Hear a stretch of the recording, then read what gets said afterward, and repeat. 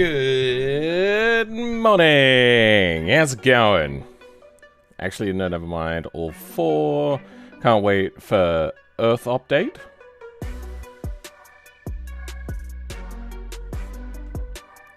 To add the fifth step to combustion engines. I'm just so confused by that statement. The fell that is allegedly man. Or I fill man. Welcome, Andy. If I didn't say it, we're going to start off today's stream by actually reacting to Andy's video that he did with me in it. I've not watched it. I've held off because I wanted to watch it on stream. Good man, like the tire company?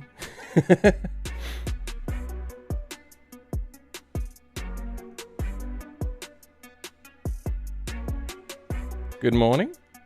Yeah, it is 9:44 a.m. I woke up at like 7:30 this morning, and I was so groggy I just ended up staying in bed and watching YouTube for like 2 hours almost.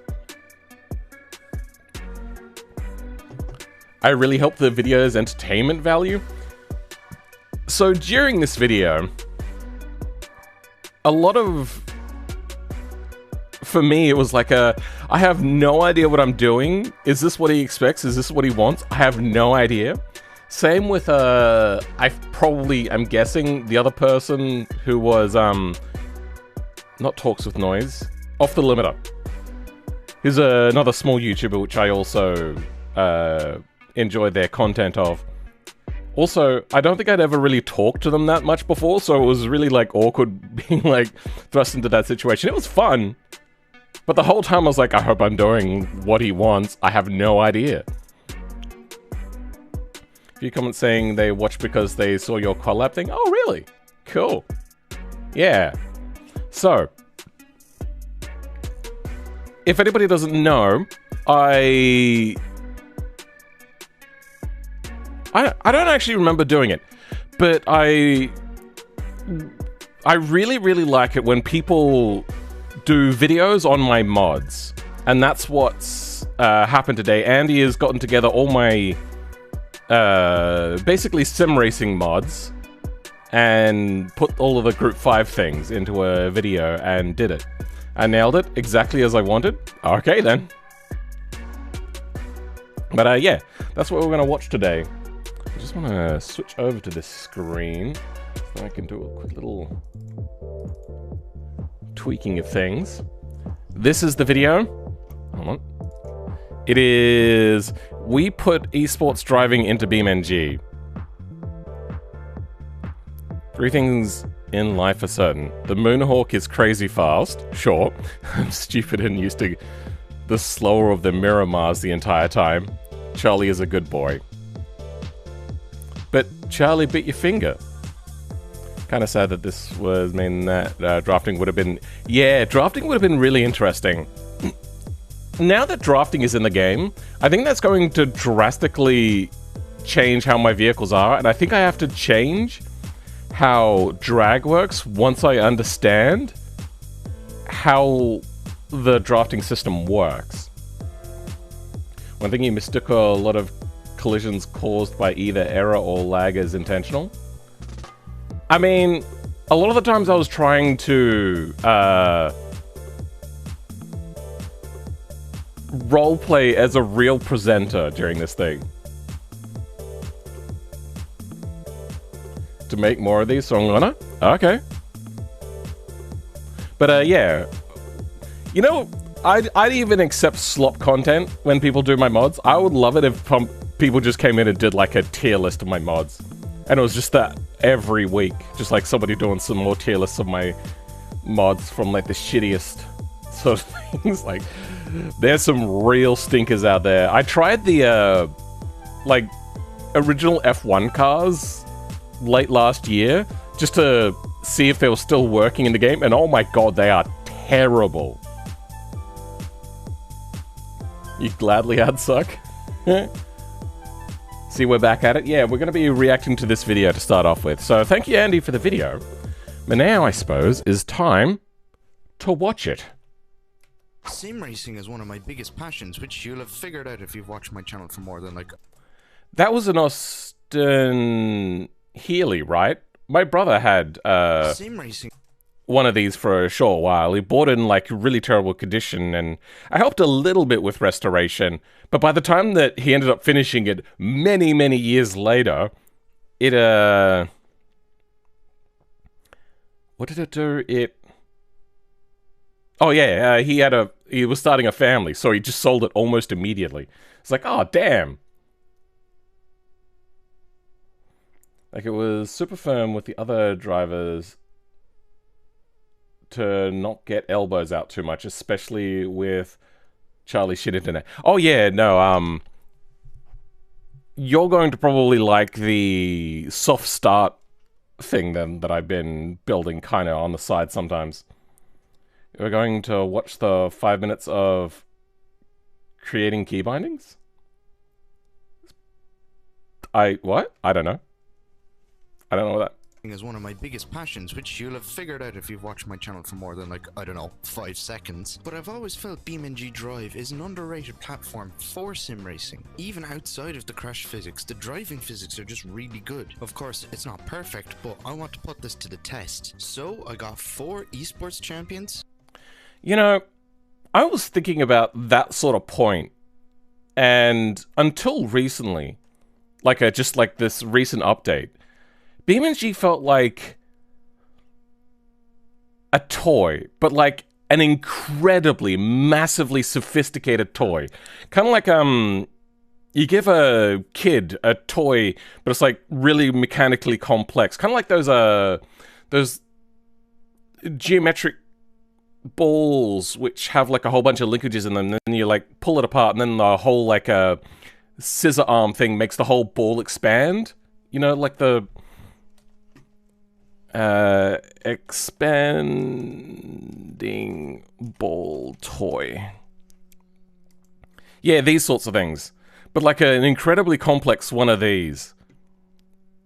I wouldn't say this exactly, but like where it's like incredibly complex and it does things that no other toy does. And it is really fascinating and it is really fun. But at the end of the day, because it lacked certain things like the like really good ambient occlusion and tires, honestly, it just felt kind of... Oh yeah, no tire wear, none of things like that. It's just like a game. You go in, you play, you reset, you play, reset, play, reset, play, reset, play. It just didn't feel like yeah. Just gonna put this out there. I hate how the Ardente drives, but it's almost the same as the other car, the Vivis, just like different weight distribution. Also, I think I figured out how they separated cars, so we'll have a look at that at some point. Really good distinction for this game. Autocorrect explanation.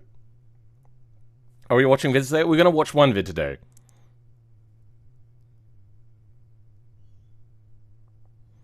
Are the other Cheria cars better in your opinion? Yeah, I think that person's trying to catch you out there. Alright.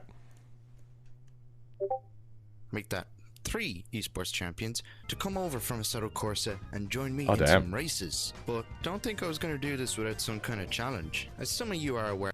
Oh yeah, also apparently force feedback is better now, and that was another thing. Like, you basically had to turn on smoothing for force feedback, so much so that force feedback was not particularly great. Like, it was... Out of the list of things, it'd be like, R factor 2 at the top, and then all the way down until you get to like a Assetto Corsa, like the original one, and then like a big massive chunk below was BeamNG. Sort of, not really. I find the rear comes out way too easily. I've not driven the Vivis too much, but when I did it, I had the same issue. Ah, okay. So anyway. Phillip 86 has made a whole host of Group 5 cars from Assetto Corsa and join me in some races. But don't think I was going to do this without some kind of challenge. As some of you are aware, Phillip 86 has made a whole host of Group 5 cars for BeamNG, and he challenged me to find out which one is actually the best. So I thought, what better way than to put a bunch of professionals in them? So let me introduce you to the cars and drivers. BMW. Your microphone is a little bit deep fried. So, if anybody doesn't know, the best way to get audio out of a microphone is to have it, and actually, I think mine's been doing it, so I've got to turn it down a little bit. Have the microphone set as low as possible and get as close as possible, but make sure you're not clipping, and then use something like dynamic processing or dynamics, depending which editing software you use, to bring the voice back up. New update completely rocked my PC. Then I opened the new Vulkan engine version of it, and I forgot about how the low FPS, by the way, I'm running 10-year-old GPU and 6-year-old CPU. Yeah, mine's fairly old as well. The EV one is very tail happy. Issue with the actual recording, its lapel mic is all I can use to record voiceovers, but voiceovers not in your office. Yeah, if you could turn the gain down on what you're recording with, that's kind of like the key there. What better way than to put a bunch of professionals in them? So let me introduce you to the cars and drivers. BMW 116 trophy driver Charlie Devlin will be piloting the Moonhawk Group 5, which is just an insane big V8 twin turbo beast, with all of the uncontrollability that comes along with that. Two-time Ginetta E-Series champion and Castlecombe karting champion Gabriel Norse will be piloting the Ibishu Miramar Group 5. This car may lack the horsepower compared to a conventional Group 5 car, but it is really light and a little bit hard to drive. The man with so many different E-Series championships, I'm not even going to flip and name them, William Johnson, is going to be driving the Ibishu Pessima Group 5. Out of all Phil's cars, this to me actually feels the most authentic. Filling in for the absent Tom O'Farrell will be my esports teammate Christopher Riley. He'll be driving the crazy Barstow V16 Longnose. And what's even crazier is Phil actually told me this thing is entirely to regulation except for where the exhaust pipes come out of. And finally, representing Vanilla BeamNG.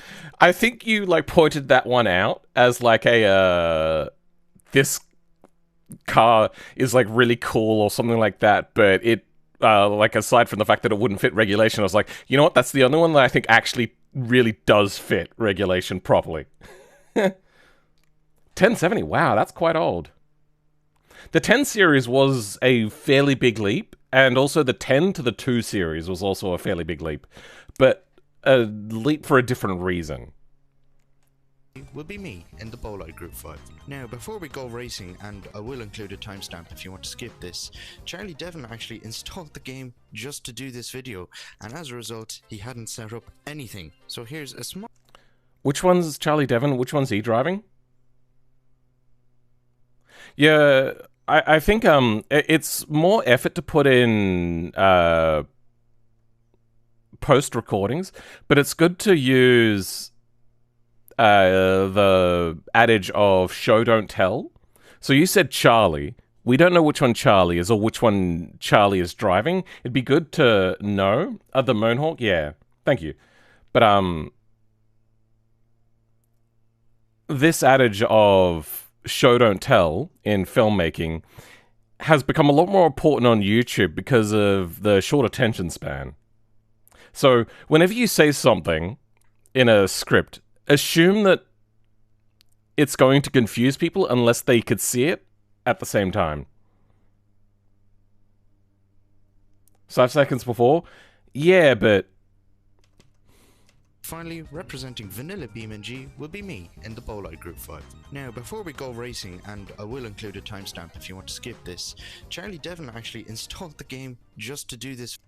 Yeah. See, you gave us a bunch of names and a bunch of things that they won, and also, for other people, a bunch of cars. So there's a whole list of things, and you expect them to remember all of them on like a cursory glance, probably if they're watching on a secondary monitor. What type of suck are we adding? Fan suck. Video, and as a result, he hadn't...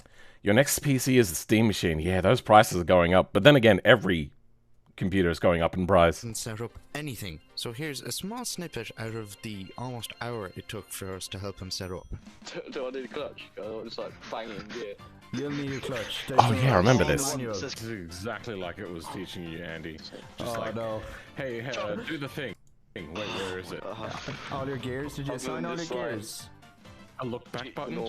He's not going to use his gearbox. It's too late. Look back button, maybe? Put Did I teach you, Andy, about... I remember I was teaching you, like, some, like, normal keyboard commands. Did I teach you Alt-Tab or something, like, crazy like that? And I was like, how do you not know these, like, simple commands to do on a computer?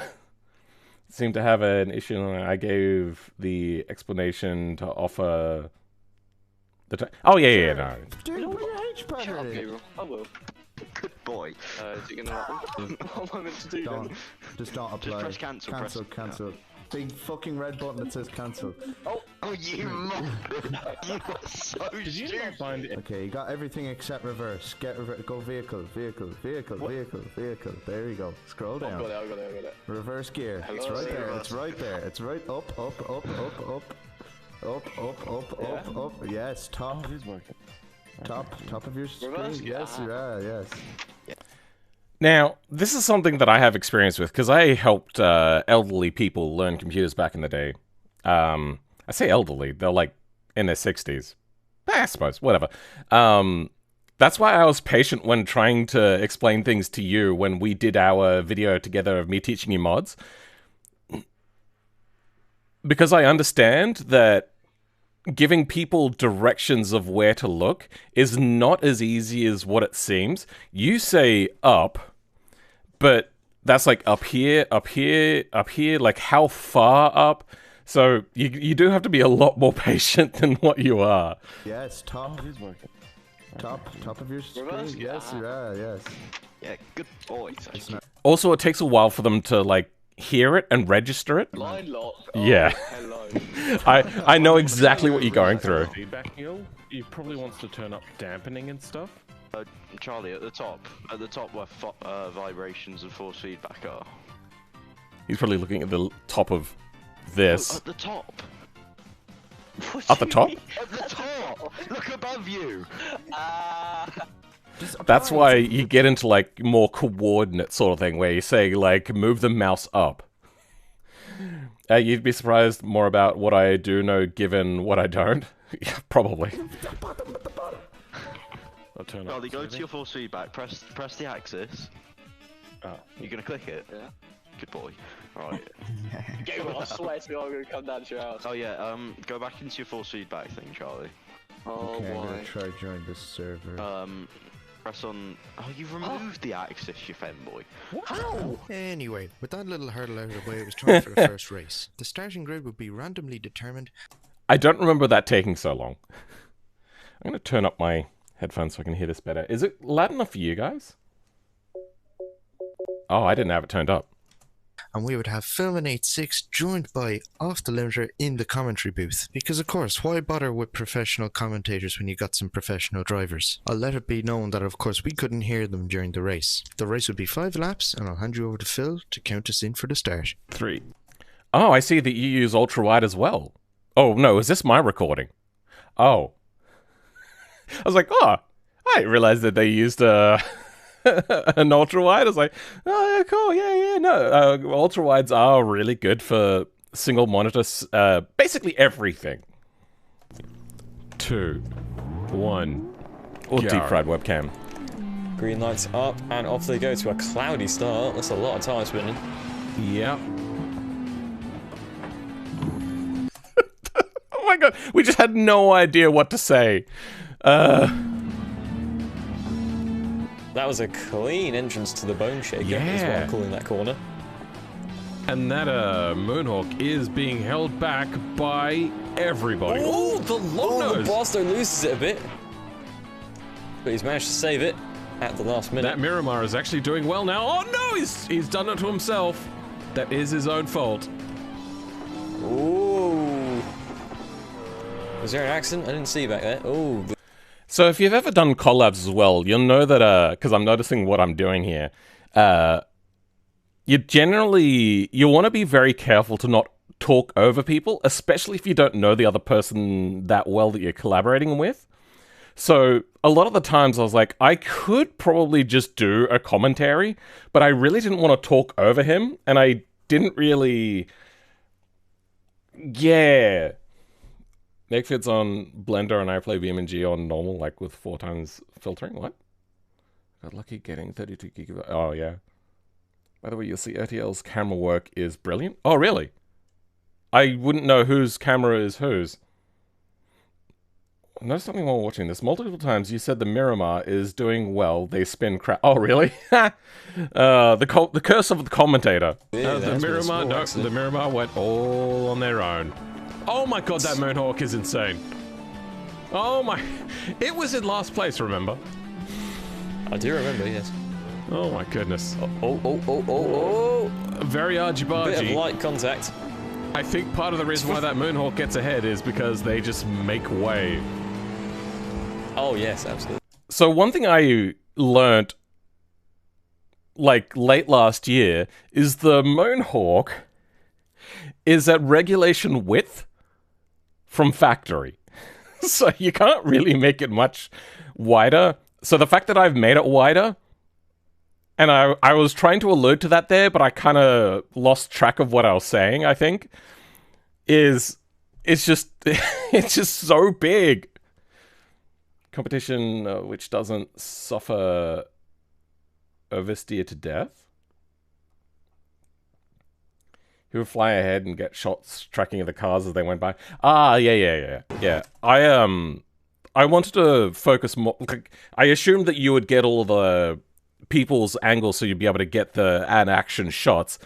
But as somebody that's done live sporting events, I was probably just going for more of a get coverage sort of thing.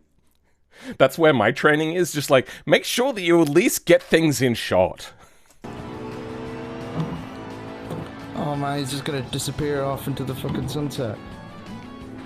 I think the Moonhawk is really the only one that's like egregiously out of Moonhawk regulation lift because of the on width. corners, because you could just see him like tailspin immediately. Yeah, oh my gosh, look at that Moonhawk. It's just out of here. But look at the Pessima and the Longnose. They're having a go at it. Yeah, they are, absolutely. Coming through the round corner. Moonhawk gets through. Bowline Nice gets shots. through. Everyone gets through pretty cleanly. Except where's the Miramar? Oh, the Miramar is. That would explain why I was saying things that he didn't. And I think we said it a few times where I was saying like, oh, did you see that? And he was like, no. Not quite so bluntly, but yeah. Now, the two of you did perfectly for me to switch between yours. Okay. Basically out the race at this point. Yeah, lagging way behind there. That Moonhawk was fast, but unfortunately its poor handling would prove to be an issue. To container corner. Container Actually corner. named this corner. Fair enough, yeah. Oh dear. Oh no! The Moonhawk has done it to themselves. The least he's gone to the favorite pits. to win Charlie's made a mistake. has been the favorite to bin. Oh dear. Is he going to get back out there? Oh my god, he is. Yeah, I saw them driving down the pit lane. I think that they stand a chance, which, you know, with that speed, they're already in last place. Wait, no, hold on. They're still somehow ahead of the Miramar. Wait, the Moonhawk didn't receive repairs. They're sending... I thought that they were going to repair in the pits. Lucky with the Xbox. Steering wheel, force feedback for certain games, the whole $50. Yeah, that's pretty cheap. Challenge thing.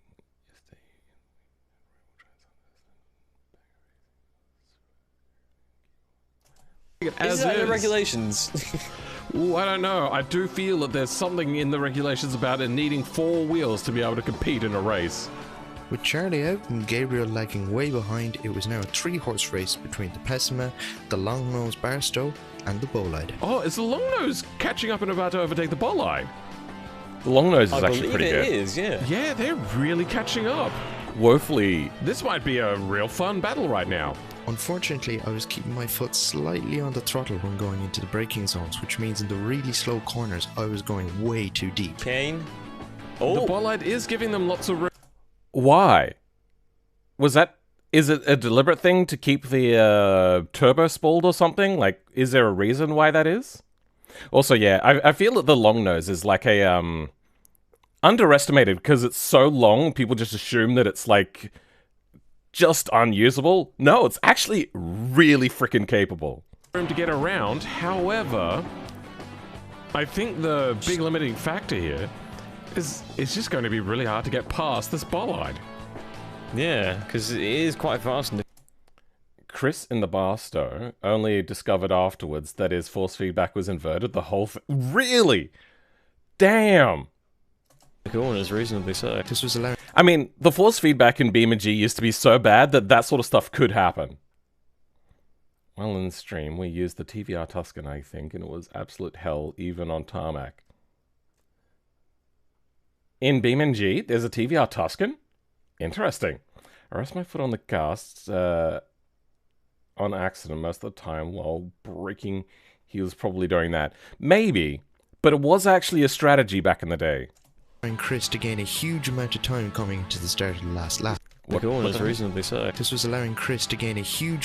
Yeah, because It's just going to be really hard to get past this Bolide. Yeah, because it is quite fast in the corners, reasonably so. This was allowing Chris to gain a huge amount of time coming into the start of the last lap. Sacks of air just to get that extra amount of traction. Oh! I think we were talking about tire pressure. If you lower tire pressure in BeamNG, at least previously, it just adds so much traction no matter what, and it does no damage to the tire. The bolide is finding it hard to be controlled. It is biting Andy as Andy is trying to be reasonable. Oh, okay.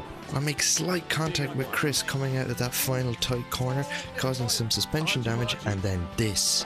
I don't know if the shoes. Oh! And then to revenge, the bolide has tried to take out the long nose, but the long nose has just shooken it off.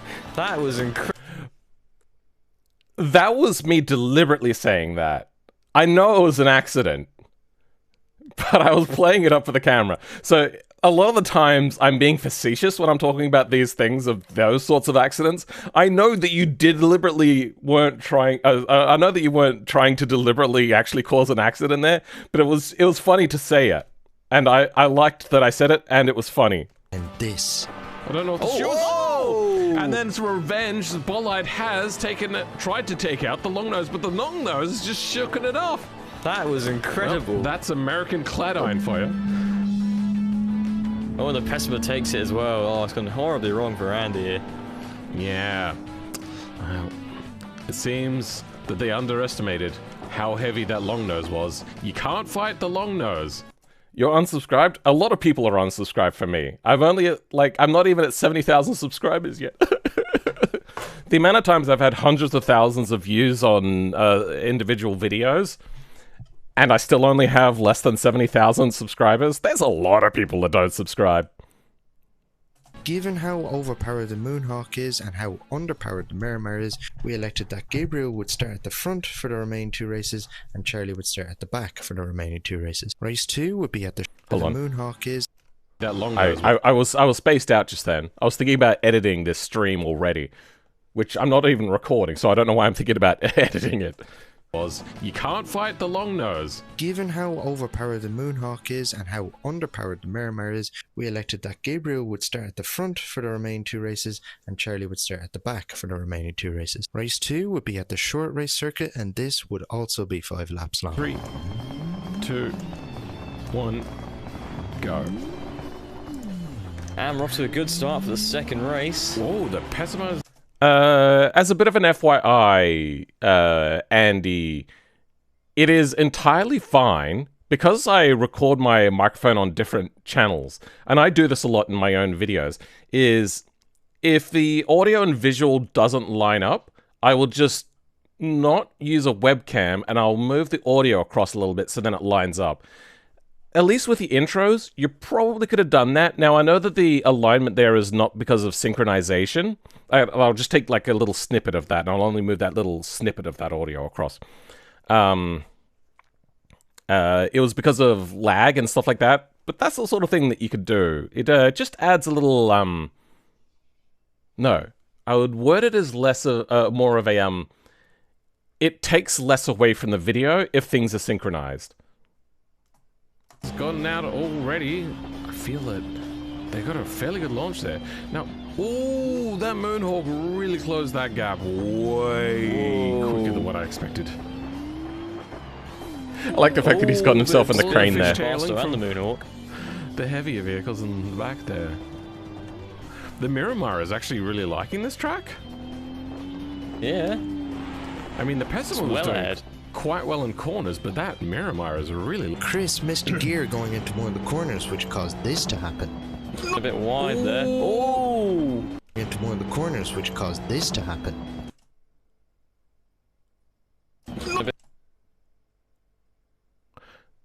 Yeah... I mean, it really just looked like you closed the gap really quickly. It was really... Chris missed a gear going into one of the corners, which caused this to happen. Like, you're catching on every vehicle here. I would say that it's partly your fault and also just unpredictable happenings from Chris.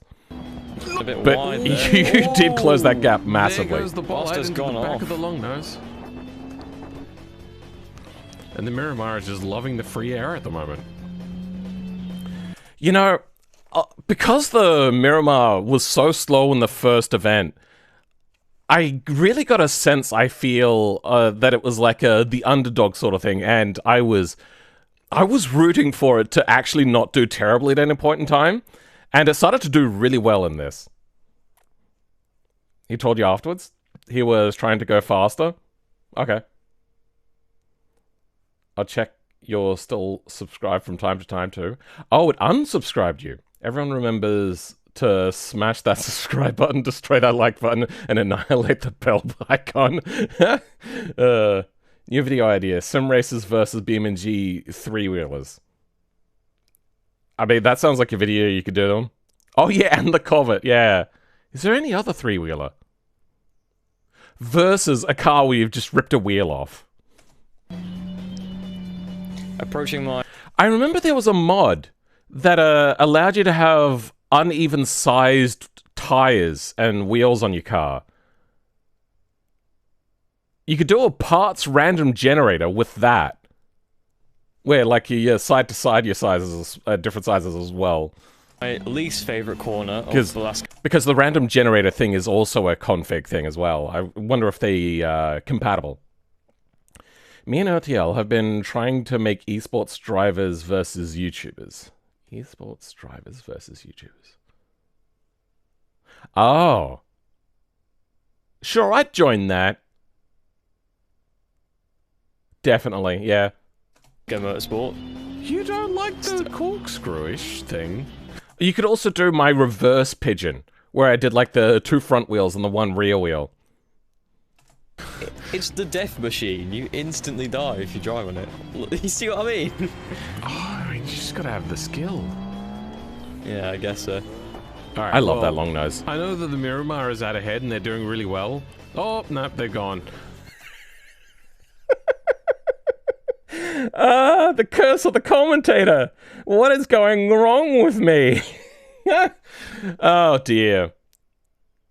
I would say that even though I have like the underdog thing for the Miramar at the moment, the long nose is probably my favorite Group 5 car of them all because it's just so ridiculous and also so cool at the same time. And it looks so intimidating. You're the only one... You're one of the only streamer who somehow hold my attention while streaming. I think streaming isn't fun to watch, but you have proved me wrong. I mean, it really comes down to different things, and including yourself. Like, sometimes you're just in the mood for it. Sometimes you're doing something and you just need something in the background, and a stream is just better. I think it's also that, generally, I'm trying to achieve something. Now, all I'm doing at the moment is reaction stuff, and reaction stuff is very engaging. But yeah, having a purpose to a stream is also very engaging, in my opinion. But yeah.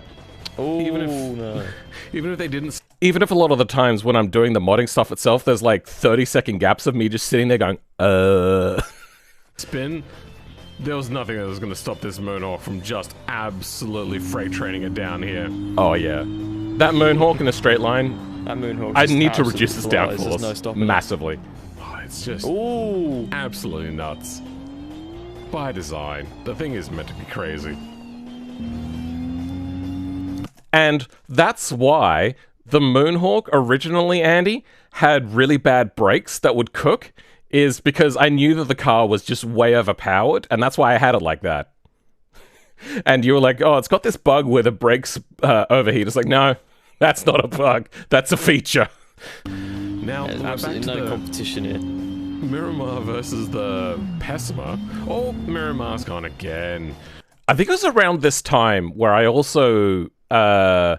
started to think, I really want to talk about my mod making process and like why some decisions were made and stuff like that. But I was like, oh, I don't know, I don't want to break character. But I was like, but I really, really want to talk about the mods right now. Group 5 HT55, that just sends other cars flying so much downforce or something. I don't know what oh, HT55, oh, the big dozer thing.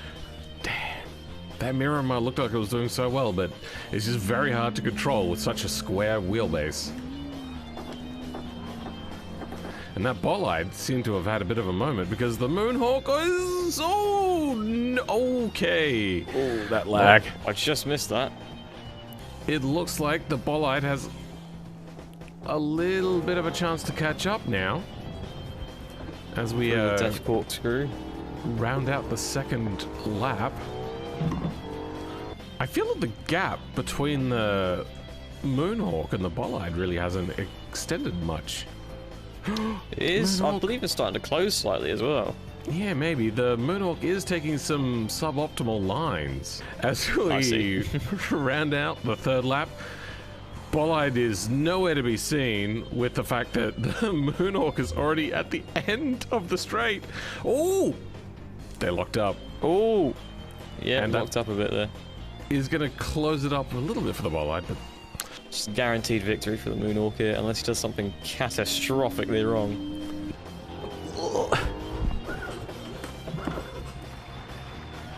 oh! And he's gone! Oh, and he's bent it into a wall a bit. Oh. Oh, I missed that. If you're enjoying so far, do consider subscribing. I want to try and get to 10,000 Nah, I don't wanna. before the end of the year. Also, I do have some plans in the work for merch, so stay tuned for that. So, as we began the last lap and we kind of thought that the race result was all said and done, I rounded the first corner for this to happen. Oh, he lost it. Because now we're in the twisty bits. And you nearly did. And wait, hold on. Oh. What's happened to the How the hell did Moonhawk? that happen? Oh my god, whoa! Bonelard takes the lead. Yeah. There must oh, something- okay. It's got a very flat front nose. I believe that the Moonhawk has met something solid. And with Chris catching back up, we're about to have a crazy four-way fight to the line on the last lap. Up on the rumble strips, flying through the corner. He is regaining his speed though, and I think if he's able to maintain stability, once they get to that start-finish line, no matter what, it's just going to overtake. I forgot. Oh no! Oh, He's stuffing it up. He's still in the lead though. Pessima's in for a move here. Oh, the Pessima's taking the lead. The Pessima might win. No, I don't think that's... Oh, the Moonhawk is... It has Struggling. the I don't remember slightest of any of the chances. results. Alright, This is will going to be a really close finish. Will it have the amount of time it needs to actually... Oh, no. Yeah, it has enough time.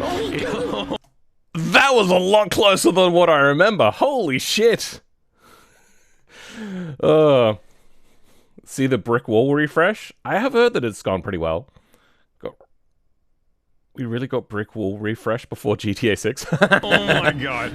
That Moonhawk is insane. Oh, That was the Bollard had a incredible. moment. Oh. And for the final race, we were going to do 4 laps of the full West Coast USA course. But with that huge back straight, we thought, yeah, we gotta give that Moonhawk a pit lane start. Just to try and make it at least a little bit close. Yes, I'm ready. Let's do this. 3, Race number 3. 2, 1, go. And off they go. That Moonhawk is... I'd heard recently that this crackling stuff, though not always, is a lot of the times a result of a mismatch between the sample rate and the recording rate of, like, you know, the 48 point whatever hertz and 44.8 hertz or kilohertz or megahertz or whatever that thing is. Like, I think it's megahertz, yeah. That will cause this crackling sometimes. Gonna have a little bit of a handicap here, but honestly, with that speed, I doubt that it's going to change much. Because it was insane. Well, the Miramar has managed to keep first place to the first corner. Surprisingly so, yeah. But And here unfortunately, comes the Moonhawk. It's pretty much already... Oh, wait, no, that was the Pessima. The Pessima is falling behind. Yeah, we were all a little bit surprised that the Pessima was underperforming. He actually fixed it right after this. He's had it happening for ages. Yeah, let him know that that might be the issue. I don't remember exactly how to do it on Windows. You go into, like, audio, like, control panel, audio, and then go to recording, go into the microphone and change its sample rate, maybe? Or at least just double check that it matches OBS and... there's probably a native sample rate that the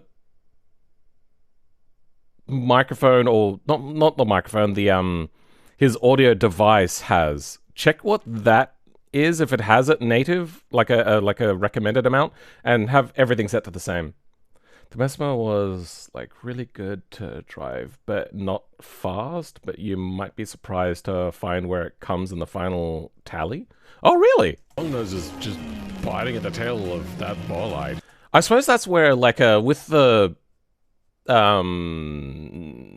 24 hours of beam stream that we did, event that we did a while ago, a couple of years ago now. My car was not the fastest, but because I was the most consistent and didn't have problems with crashing all the time, I ended up winning that one. Massive. Spoilers if It's you haven't already seen it. caught up quite considerably. The bolide is looking for an opportunity to overtake that little Miramar. And I that tell you what, though, the Miramar's Miramar is good at holding its lead. I wonder if it can hold it for a full lap. Oh, no, it can't. Yeah, it's already Good, so done. the commentator. And here With a comes solid the rear axle. longest straight in Belasco Motorsports Park. And the longest nose is going to win it as well, by the looks of it. Love that thing. So good.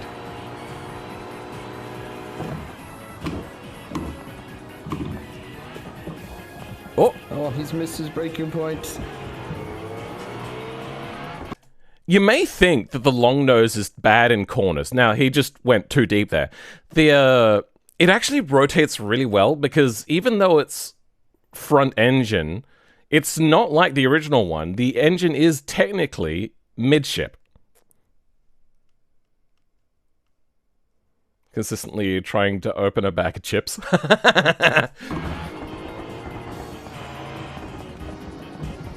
Oh, okay, So yeah. the Pessimus in the last place this time. Lost their place. Alright. Through the screw cork. I did miss the Moonhawk catching up so much as well, Oh! so... Miramar's taken back second place. What a switchback! Yeah.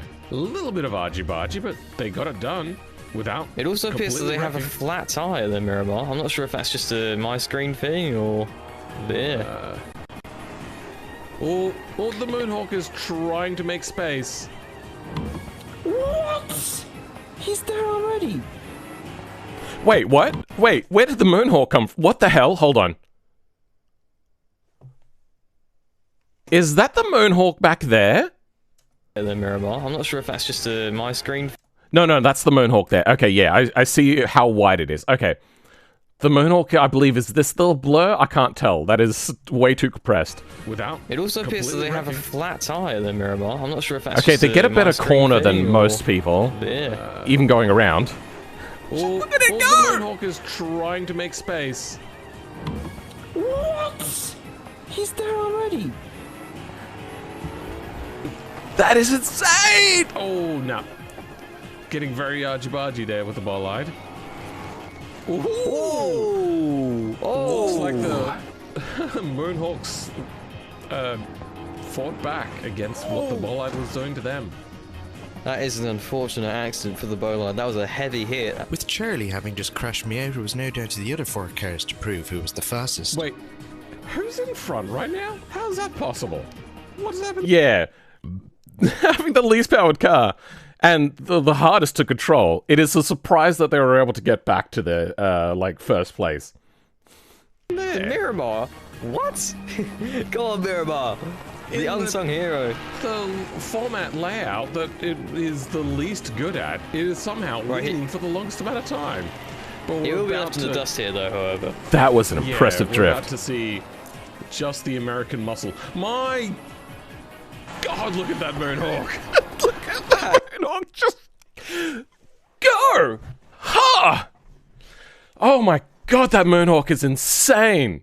It's flying. I'm actually struggling to keep up with it with the free cam. Yeah, I just gave up and went to the Miramar. Oh, the Miramar on the brakes is immense. He's already... Yeah, did you see how much it closed up just then? Like, look at the gap, and then look at how much this little lightweight car catches Keep up up. with it with the free cam. Yeah, I just gave up and went to the Miramar. Oh, the Miramar on the brakes is immense. He's already taken the long nose. Whoa! In And one his whole- corner. Like, we gotta go to the action replay on that To one. the Miramar. Oh, the Miramar on Like, now, they're all going the same speed at the moment. Just to let you know, the Moonhawk is in a bad position because it has to go wide around the Moonhawk, whilst the Barstow, sorry, the Barstow has to go wide around the Moonhawk, and also with the lag that happens with BMMP, you want to give them a little bit extra space. But they're all going the same speed kind of at the moment, and just look at the Miramar go. This is immense. He's already taken the long nose. And the long nose is much better out of the corner than the Miramar because the Miramar is so squirrely. The reason the Moonhawk was no longer leading, by the way, is because Charlie knew me being crashed out was his fault, and he didn't know what to do for a few seconds, and he pulled off to the side of the track. Oh, I didn't see that. I assumed that that's what happened, but I didn't want to mention it because that kind of like draws away from like breaking the fourth wall sort of thing. I wanted it to be a little bit more like a realistic commentary sort of thing. Whoa! And he's holding it up against the Moonhawk almost. Let's see what happens through the corkscrew here. It's going to be interesting. Oh, Moonhawk nearly lost it there. Managed to straighten it up for the screw cork. And the Miramar is actually... He's biting at the tail of the long... Oh! All three of these cars have solid rear axles, by the way. I do believe the Miramar does have a undersized engine, but then makes up for it by having more power. The advantage of the Miramar is its lightness, and it is a very, very light car. God.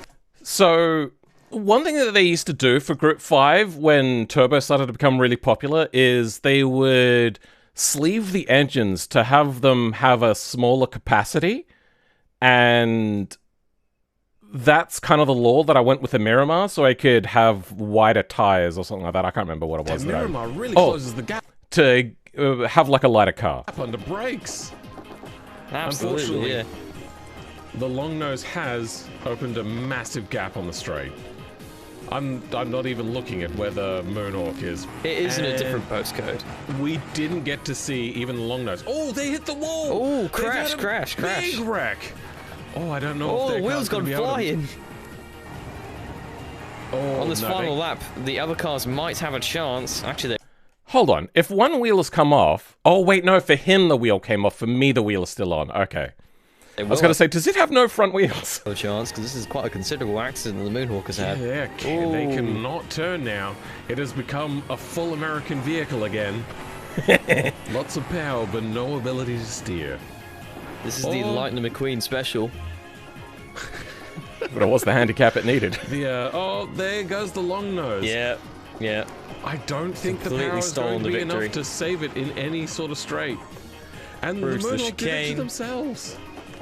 Just trying too hard. That long nose just handles so well. Miramar is doing really well. For its lack of power, It is possible still, without anybody wrecking, for the Miramar to win this. What's happened to the Pessima? Has the Pessima gone out too? I'm not sure. I'm going to watch it in a minute. Oh, the Pessima has taken over the damage. hill. Bloody hell. That is quick. Wait, did he get air just then? Oh, the Pessima has taken I didn't realize that sort of thing would happen. Because I get it. Do we think it's gotten air? Yeah, I think that got air just then. That's crazy. Also, the side exhaust smoke, I love it. Oh my god, I love the long nose. Has taken over the damage. hill. Bloody hell. That is quick. Yeah. And the Miramar too. Will get air. Did the Miramar? Yeah. I didn't see that. Yeah. And the Miramar too. Will get air. I'm going to place a bet and say the screw cork ruins the Barstow here. Oh, he's playing it safe. Never mind. Played that very safe there. I think they know that all they need to do is bring it home now. That will be an easy victory for the Barstow, thanks to the Moonhawk's minor discrepancy. Easy by no fault of their own. But incredible finish. They brought it home. I'm assuming Andy will lead you out of the video, but you know. Yeah. Cheers. See you next time. Everyone subscribe to Phillman86. Okay, let's move on. Yeah, And so, over the course of the 3 races, the V16 Longnose proved to be the best choice. However, if you're right... Okay, yeah, the Plasma came in... Wait. It's average finishing points. So you were giving points for finishing place. You did it the inverse. So normally what they'll do is they give like more points for first. It does make it easier to count up this way, but you probably should have just done like 5, take that number, and then it would have made more sense to have the points thing. But yeah, the Plasma did come in second. Interesting. The Moonhawk failed because mistakes. But oh my god, it's so fast. Right foot is a little bit less heavy, the Moonhawk would... And so, over the course of the 3 races, the V16 Longnose proved to be the best choice. However, if your right foot is a little bit less heavy, the Moonhawk would probably be more successful. Now, we did do another really good take of this race, and so that's why I'm going to start a memberships thing. If you do want extra takes of challenges from videos or some uncut versions, you can subscribe or do whatever it is, I don't know. But I do plan to put in that extra take of that final race along with some uncut versions of the other races. Huge thank you to Phillip for literally staying up with us till the sun came up in Australia for us to do this video. Click here to watch me attempt 3 speedruns with 3 really bad speedrun cars. Subscribe because I'll be doing a load more of these car challenge videos, and this is another video YouTube thinks you'll like. Thanks for watching, and I'll see you out on the track. It was largely because the Plasma was so good and predictable to drive that it didn't get into trouble. Yeah. It is also from a different era of regulations, so it was a little bit more hampered. I did try to make the numbers match the real-life car, though. So, yeah. But, God, I love that Longnose. The Longnose is so cool. Thank you, Andy, for the video. It was really fun to watch. I hope people enjoy that sort of stuff. Go ahead, subscribe to them. Am I not subscribed to you? I am. Okay. I really don't like the UI UX for this sort of stuff.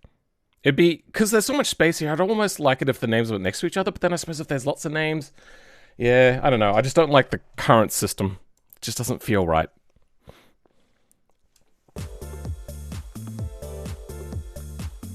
That was a really enjoyable video. Really enjoyed that. Is Group 5 still going? Just finished it. Does BeamNG simulate the abhorrent steer play on older cars properly? I made a mod for that. They only have it, though, in the Brockle 9. But, like, yeah, steering slop is normally a mod that you'd have to add. And a lot of people didn't realize that a lot of cars back in the day, from, like, the 70s and earlier, came from the factory with slop in the steering. It was just... They didn't care. It just didn't matter. Remember the exact video you subbed to me on... Lamau, it was even before I even did BeamNG. Really? I don't remember that. And tripping, I heard Bazite notification sound. Oh no, that's probably KDE. I just switched over controls. So I do an external capture on a recording PC, and I don't like having extra keyboards and mice because that's just like more clutter. I just have the one keyboard and mouse, and I have a switch that USB switches me to the other computer. Also, a race car would have no slop in the steering. But yeah, you are right that the cars probably should have that, especially the Miramar. The Miramar should probably have just a little bit of play in the steering. Actually, you made the Moonhawk originally. I remember when it came out. The vid you subscribed to me on was a history of Le Mans 1994. Oh, really? Oh, you were doing like one of those sorts of videos. Yeah, I liked storytelling videos. Pretty genius system, not gonna lie. Which system? The external recording, or are we talking about the steering slop, or what? Welcome, Cord. How's it going? Links to the video are in the description. I tried to tag Andy in the description of this stream, but YouTube is really, really bad with searching for tag recipients, and for some reason I can't tag you. Same when I try to do stuff with Muye and I try to tag Muye, half the time it just won't work. And I remember even Muye going like, why aren't you tagging me in these streams that I'm a part of? This is when I was doing the oversized turbos for the Pigeon video streams. And he was like, why aren't you tagging me? I was like, I tried, but it just won't let me. I did it as one-off, like, stopgap video, but it actually got like 3K views. But I hate making those history vids as much as I love watching them. Oh, okay. Any particular reason why you didn't like them? I was like, I had such a poor mental health spaghetti that when a video did well, I would almost feel jaded and hate it. And I think it was maybe because I thought of like, if I continued this series, I would be giving in and doing what people wanted as opposed to doing what I wanted. So I had like an aversion to doing things, repeating like similar things that did well. So much work and it takes so long that I lose the joy of making it midway through. Yep, no, I get that. I think I need to go take an antihistamine. I think I'm starting to get like allergies. Either that or psychosomatic, getting something in my eye. All right. This is what we're going to be doing for now. Oh, you know what? My alarm didn't go off to feed somebody today. Oh, the camera's not facing that way?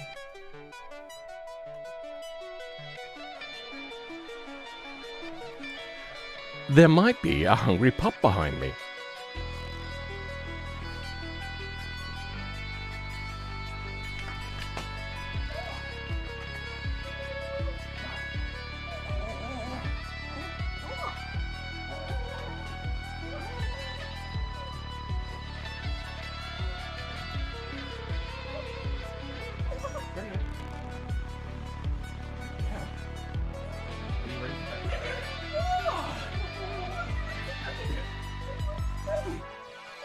Okay, you jumped right up on me. Okay.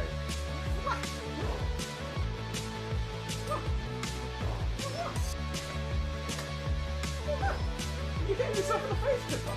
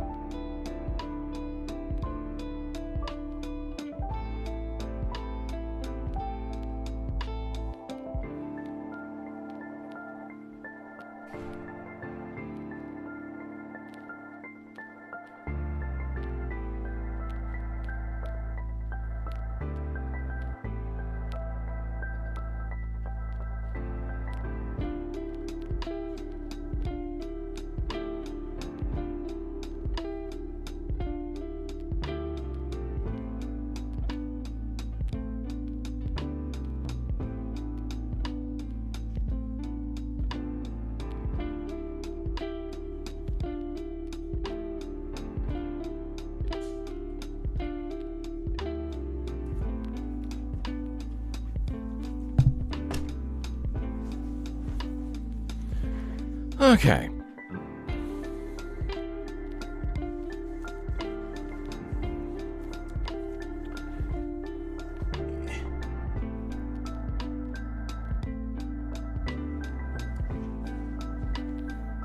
I am Bacchus. I'm just going to check what my solar generation is at the moment. It is raining and cloudy outside. Ooh, next to no power. No heating today then. That sucks. Shirley Man has returned. Where's friend? She is out eating. Sorry that took so long. I ran out of dog food, so I had to deal with that. I bought dog food yesterday because I knew it was getting low. But I just wanted to run the container out before filling it up again. What do I mean by Windows 3.1? A joke. In the description? Yeah, it's just a bit of a joke I have in the description. I thought it was funny. Because when you talk about Linux, you talk about distro hopping a lot. Eventually. And in my stream description, as a bit of a joke, I just put in, oh yeah, soon I'll be distro hopping to 3.1. I think I distro hopped like 4 times.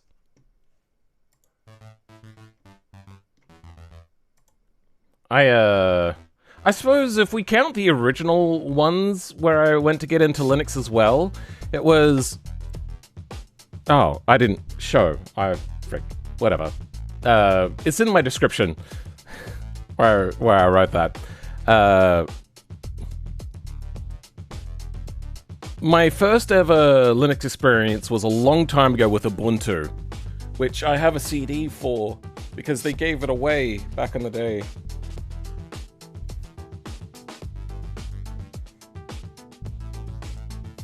And I don't know where it is. I've lost it. Anyway, it was... Oh, wait, no! Would have been Red Hat was my first experience in like 2002 or 3. Then it was Ubuntu. Then it was... More recently, I did Ubuntu again. Then... Pop! OS, Mint, and now... EndeavourOS.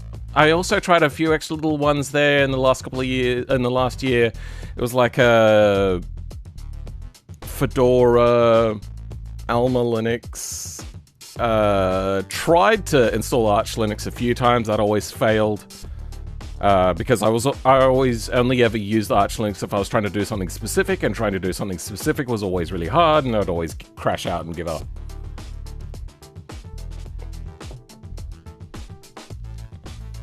I'm Linux illiterate, so I thought you maybe had a reason to go to a 90s OS. I was very confused. Yeah, it's just a joke. Use Bazite, by the way? Sure. If anybody ever is new coming in, don't use anything Arch or Arch-derived. Just use something like Bazite, or probably more likely, use Mint. Mint is just a very good entry point because it does so much for you, and sometimes you'll have to do things manually, but not everybody will. And if you start doing that sort of stuff, it'll help ease you into it, and then from there you can try other operating systems, but you can always go back to Mint. Even though I've stopped using Mint because I wanted to do some extra things, and there was a problem with having an immutable OS, I kind of want to go back to it though. Really do. My capture PC is Mint. Debian-based OSs, or maybe Fedora, I think is fine. Yeah, those ones are the big ones. Debian is probably a lot easier because you get .deb files, and that is very, very good. It is so good to have .deb files. I love need proprietary software, so debloated 10 is the best option. Planning in doing a wipe sometime. Sure. A lot of the times people can get those things running on Windows. Oh, sorry, on Linux. I don't think there's actually anything at the moment that you can't run on Linux. I think everything has been able to be made run at least at some point. Just check whether it's feasible for you and whatnot. And then there's also Linux alternatives. The only, like, the real pain in the ass is anything with, like, anti-cheat. As for software, there's usually competitors. Like, DaVinci Resolve is phenomenally good. It's just there's not really a good Photoshop replacement. Even though you can get Photoshop to work in Linux now, and apparently fairly easily, the problem there is that you're working with Adobe products, and Adobe is just a really shit product. Oh, company. Always use Debian, switch to Arch, then got on Void and Gen 2, but Debian...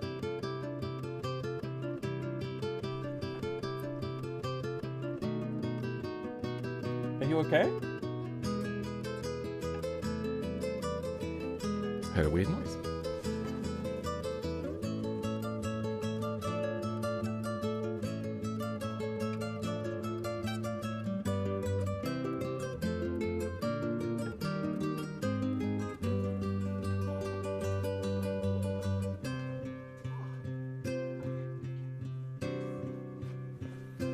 I forgot that I left the old food container laying down, so then she could like lick out the the remnants of it, because she is absolutely food obsessed, and I just wanted to give her a little bit of a unique experience.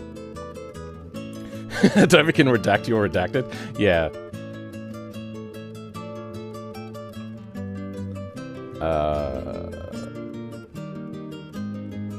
I have heard a lot about Gen 2 as of recently, and it is an interesting idea. It is probably the ultimate way to do things. And I got enough RAM where I could do it fairly easily, and enough cores. G27 wheel is unusable on Linux if you are new to using Linux. Oh. My, G920 works fine with no problem. Is there not like something like box flat? Maybe? I don't know. I know that's mostly for Mozilla though.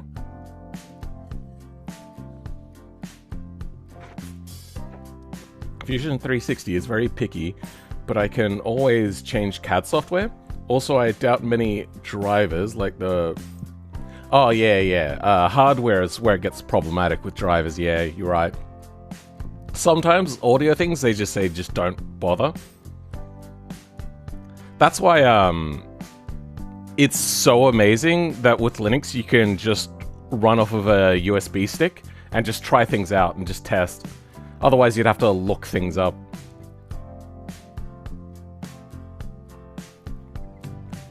Cool idea, but too far-fetched for you. Yeah, that's fair. I get it. I don't use distros that are meant for gamers. Yeah. I loved NixOS. I've heard a lot about NixOS, but I don't really know anything about it. One that I really do like is Tiny Linux. I think Tiny Linux is really, really interesting, because the lengths you can go with Tiny Linux to run on like really super underpowered things. Did I see a thing where they got Tiny Linux to work on a Game Boy or something?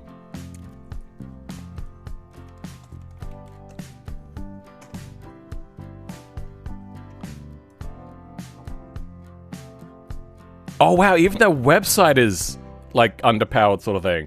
Oh, that's funny. I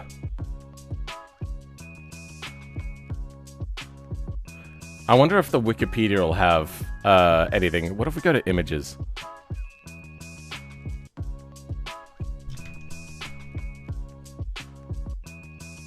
I think there was something about like trying to get Tiny Linux to work on an Arduino. Now, if you don't know, an Arduino is not a processing powerhouse. It is just a really, really efficient way to run code with inputs. It doesn't really use operating systems and stuff like you would in a Raspberry Pi. And I think I'd seen something where they were trying to do something like that at some point.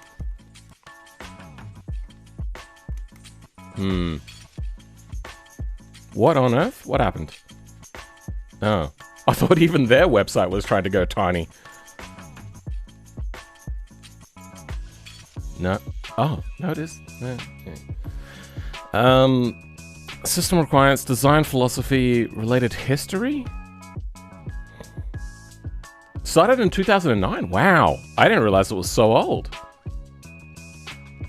Comparisons of Linux distros, lightweight Linux distribution, list of Linux distros that run from RAM. Yeah, I had heard about that as well. Telekin? Brand of touchscreen computers marketed primarily to senior citizens and those who are maybe uncomfortable or unable to access traditional keyboards and mouse computers. Okay, weird. What's DistroWatch?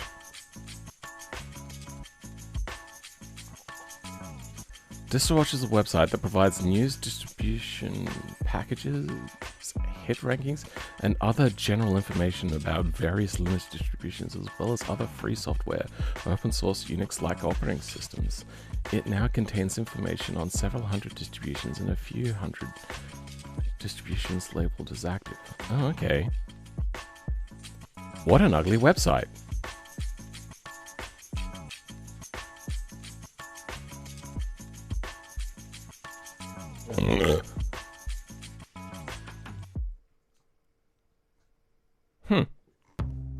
Anyway, I might keep that one up. What else we got in here? Graphics cards, GPUs. Sadie's one's rear suspension. Oh yeah, this suspension is really freaking cool. If anybody doesn't know this rear suspension, it doesn't have a sway bar. It's a really, really fascinating way of trying to run suspension. And it's not symmetrical, which is really, really interesting. And it adds dampening to sway bars, which is not a normal thing either. Okay. Alright, chat. What we are doing today is trying to add suck to this vehicle. What we have is some fans lined up on the back here, which I have to implement all the props and all that for. And then we have to do ray casting, which is something I'm going to have to figure out which sort of ray casting I want to do and how I'm going to implement it. And then we're going to use that information to add a trajectory based upon how much suction there is and what fan setting we have to add thruster force to push the car down. It's just an apply force, but it's basically the same stuff as thrusters. And we're going to apply a force downwards into the ground to add lots of friction. Friction. But yeah, that's kind of what we're going for. I just looked at it and it works. You need Chromium-based browser though. Terribly slow, but that can be expected. I heard someone managed to run Linux entirely inside of a PDF. I'd heard something about that as well, and I wasn't quite sure how that works, but...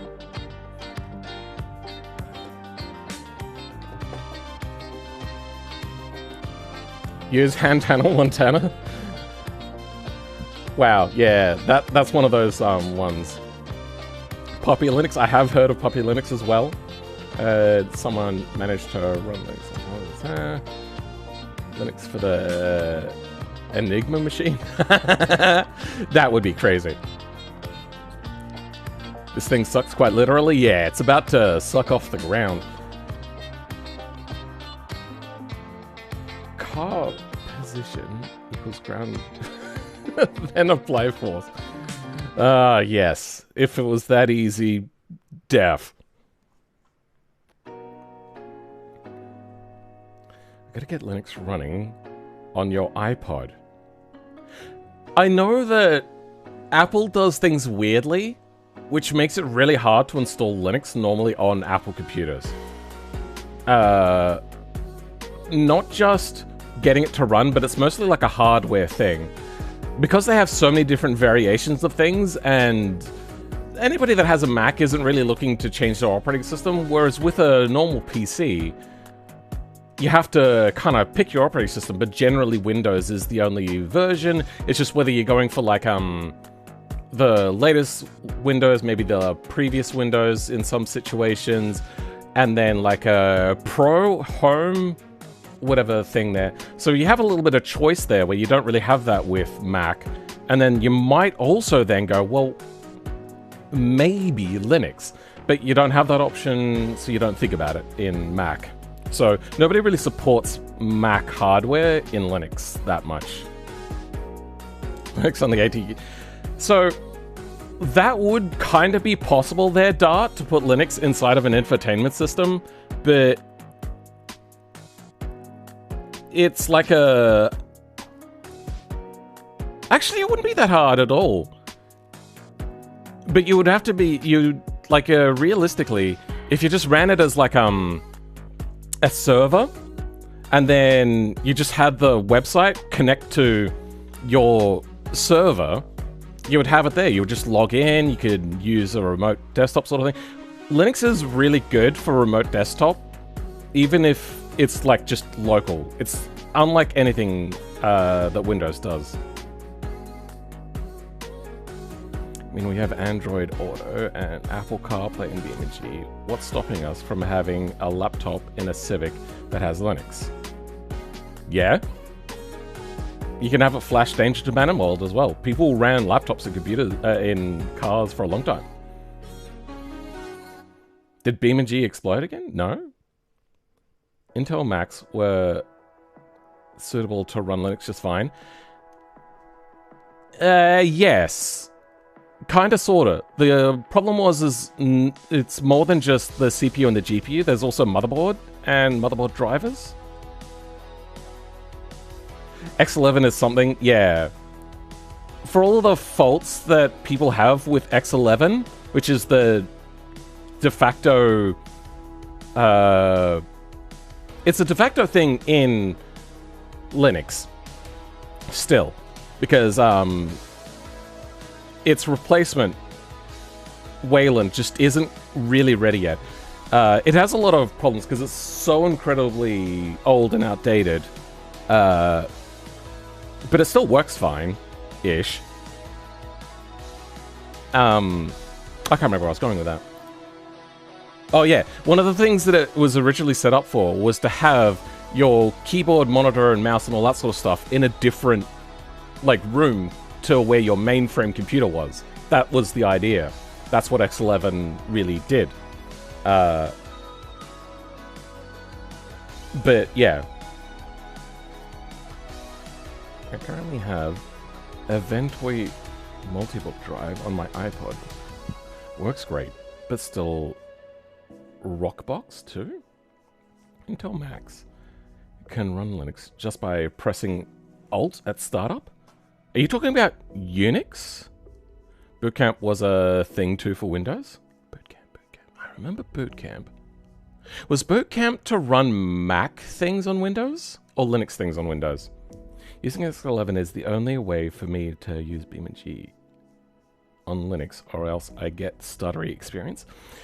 I have a few problems with running Wayland on my setup. One, I use an external capture, and I have an ultra-wide with an NVIDIA graphics card, and I need to run like it's a compositor, that's what it's called. G-Sync. All of these things together are like fringe, kind of not supported things. So when I put them all together, it just kind of fails and does weird things. Like, it's offset the screen that way. So, like, that side of the screen is over there, the top of the screen is at the bottom. does weird things. Bootcamp was made to put Windows on Intel Macs. Oh! Oh, it's that way around. Okay, yeah.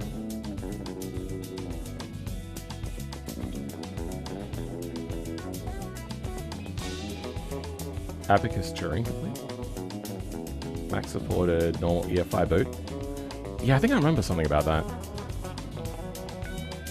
Anyway. I'm going to call it again. I didn't call this last time I did a stream. I just assumed that it would be easy. I really do think this one is going to be easy because I know these things fairly well and they are quite easy to do.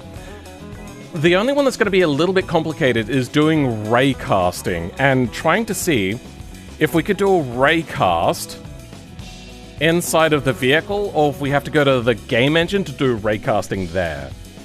A Debian install on laptop thinks right side is... Oh, mark that. Side is... Up is sideways, and the trackpad is always sideways. Ah, yeah. Linux, for all of its customizability, doesn't really do things properly. Like with customization. Oh, you want to do something like a... It's not feature complete with its customization GUI. That's the way of putting it. So on Windows, everything really can be done through a GUI. There's only like the more extreme things that need a CLI. Whereas in Linux, you start straying a little bit from the norm, and then suddenly you're already going to have to start using GUI. Ever tried Hyperland? I'm way too ADHD to deal with the, like, tile managing Windows stuff. No. The segmented window view stuff. It's well and so, of course, you'll have to have all of those issues, but it's still really cool. I think it's a really cool idea as well, just not for somebody like me. Debian install on laptop thinks right side. Pros zero system resources needed, cons pain. Yeah. So when you get to those sorts of things where the trackpad is misaligned, you can fix it, but you have to know how to fix it. Okay, the first thing we need to do is make a new part. Oh, I should have closed that one off. That was the wrong one. There we go. So, new file, Insano, suck.jbeam. Then we're gonna grab something as an example.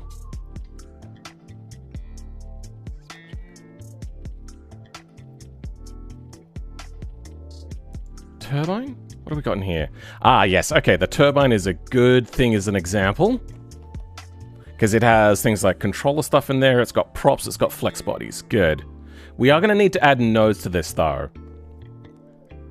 Insano. Suck.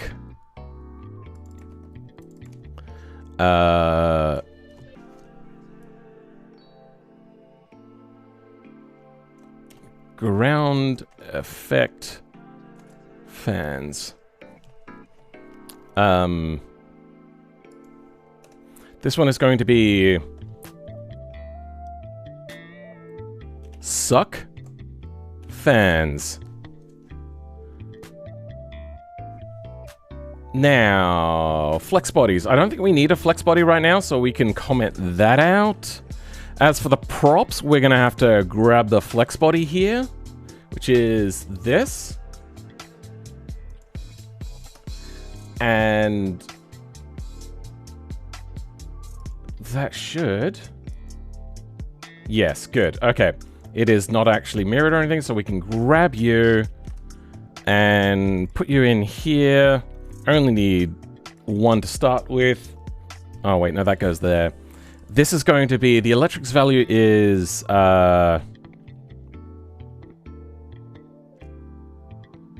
suck fans. There, that'll do. And as for the ref nodes, we are going to need to put nodes in for this.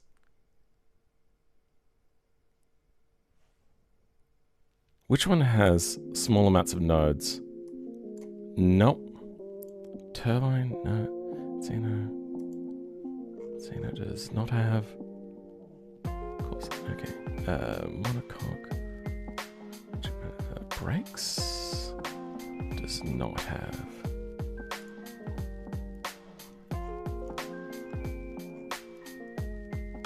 Alright, we'll use the battery as a thing for putting in our nodes and beams. Because we're going to need to have these, even if they are incredibly light. We'll stick it in here. And let's clear this out. And clear this out. And these are going to be incredibly light. They're going to be 0.15. That'll do. These will make it so then we can have, like, if the body moves a little bit, the fans will move with it. Otherwise, I could just have them in the body, but not great.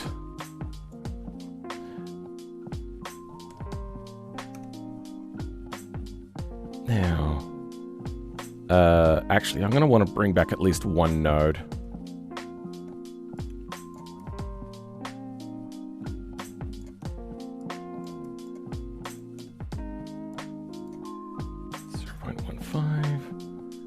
Nothing like that.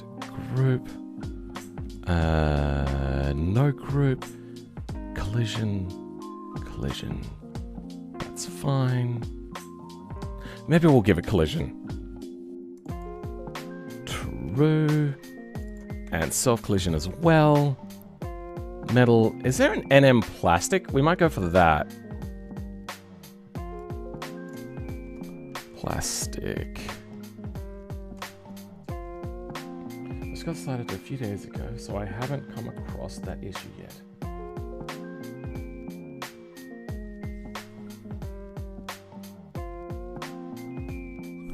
Soften instead of suck fan? Ah, you're right. Thank you. Oh, I don't know if I want it to be the same thing as this. Suck fan. There we go. Then this will be fan L 1L. There we go. Okay, let's bring this in to here. F4 import. Oh, F4 import JBeam and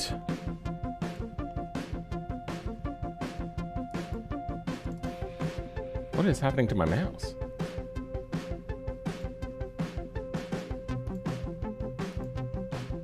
There we go, now it's fixed. Insano.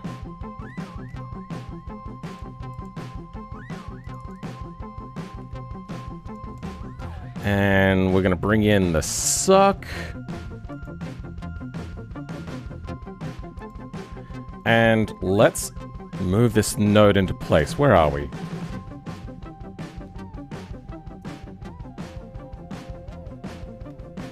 Ah, it's way up there. Okay. Like back here somewhere. I want in the middle of the fan, maybe. And down here. Good. 3:44 in the morning, can't sleep? Yeah. I just started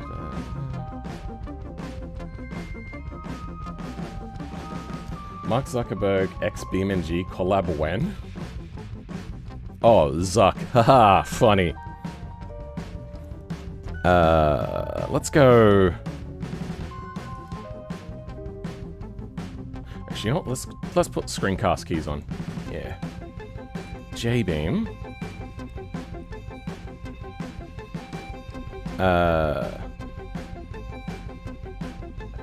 We don't add a new node, we just go extrude along the y-axis.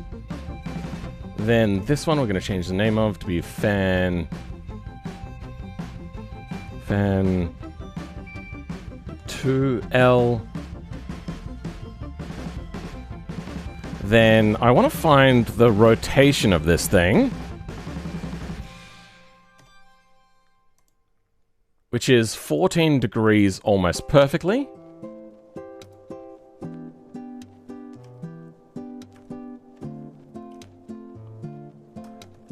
So I'm going to go in and rotate for... Oh, no. Active element, rotate 14 minus degrees. There we go. Now we want to have this lined up kind of perfectly. I suppose that one actually doesn't matter too much then. Extrude you out. Nice. Rename this one. You'll be fan 1LL. That'll do. Okay. This is our setup. Connect those. Done. Now we export this again. Export. Selected J-beam parts. Back in here, we now have our new fans.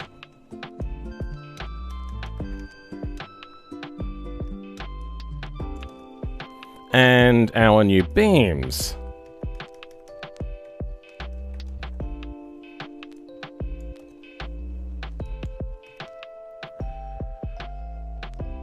Now, we're going to have these attach, and we're not going to make them breakable either. They're going to be just a note here, attach nodes. Let's find what we can attach this to.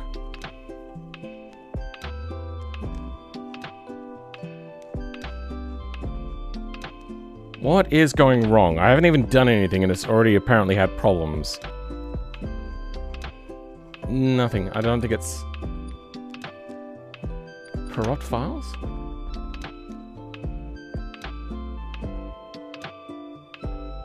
Ah, no, we good. Don't need that.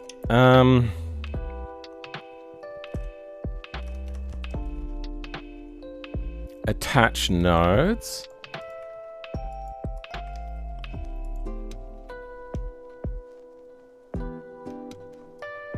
Now, the nodes that we can attach to are things like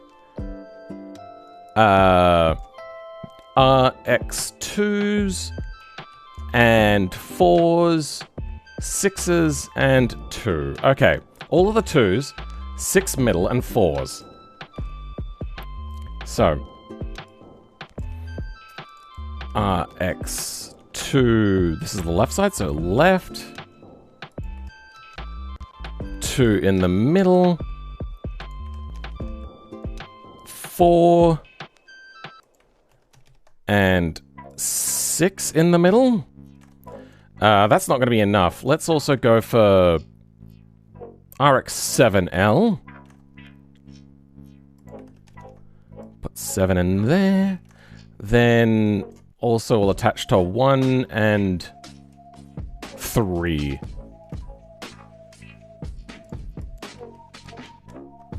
1 and 3. Easy. Done. Okay, that's the first one. Let's go fan 1LL, then 2L. Now, we're gonna duplicate this for the right side.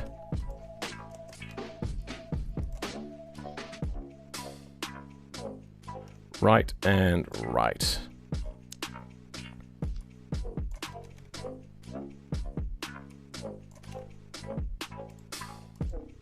L with R. Same here.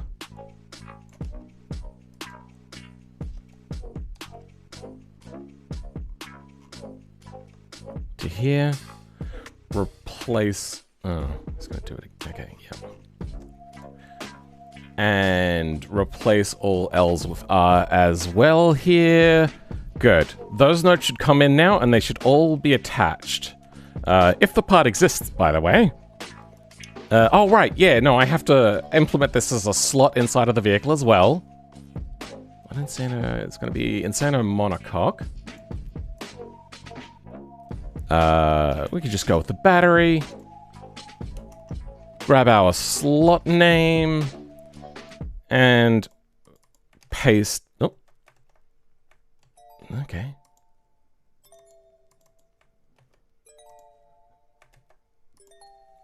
Paste in our slot, and this one will be rear vents. Okay.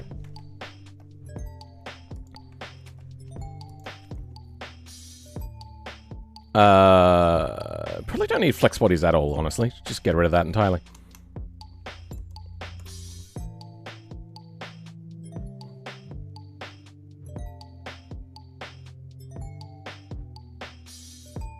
Plastic fans would just rip themselves apart. That's why the fans are made from styrofoam. That would be better. It's lighter. I think carbon fiber is kind of like the go-to one. Now let's start making our controller. New file. Suck fans.lua.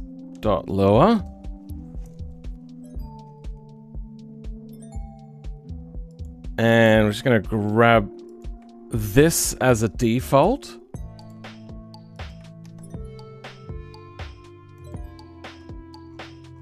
Don't need really... maybe we'll keep the sounds here for the time being. We might need those at some point. Update, yes. Reset sounds? Reset sounds. Maybe. Okay, that'll do. Update, we can clear pretty much all of this out. Keep one example. Smoother, we don't need smoothers. There. Don't need that. Run start procedure, don't need any of that.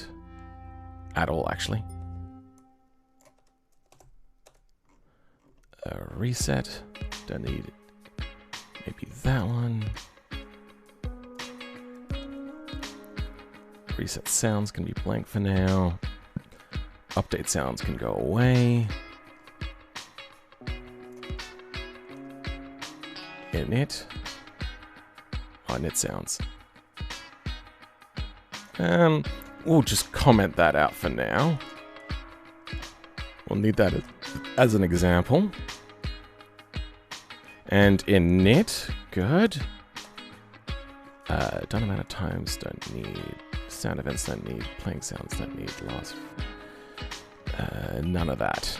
Alright. Cleaning out the last of the old stuff. This is the basics of what we'll be working from. There's going to be suck fan. And we're not going to be using a smoother. That was a nightmare last time. We'll set this up in init. Equal to 0. Reset will also do that.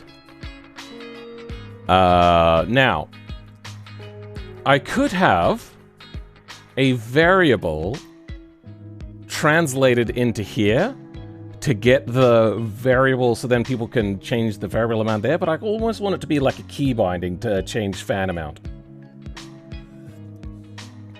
Do a backflip? Sure, I'll do it in a minute. Still trying to wrap my head around the fact that you mentioned being over 40 years old in a previous stream. I'm not over 40. I'm 39. I'm nearly 40. Basically 40. Sucks more than it blows? Here's hoping.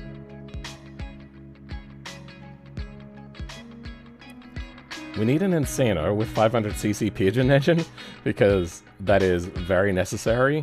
I'll let you mod it. Now, let's do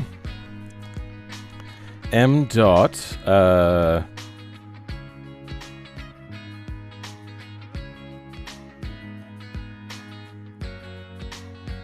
suck input is going to be a function as well. And that's going to be local function suck input value end. Then we're going to go local fan speed is equal to 0. We may not reset that. No, we'll leave that as it is. Suck input. I'm going to make a key binding here as well. Now, key bindings are really complicated. This might be actually where I fail miserably. Vehicles. Let's go. Pickup is a great place for finding examples on how to do things like custom inputs. Where does custom inputs have? I think it also... Oh yeah, a lot of it is in common, so we have to also open up common. So... it'll be like pickup. Rollback is the one I like to look at. Then rollback J-beam. And in here... powertrain hydros. Oh. I didn't know that you could have separate powertrain stuff. I might look into that at some point. Giant turbine for an engine. Saying about the turbo is bigger than the car. Yeah.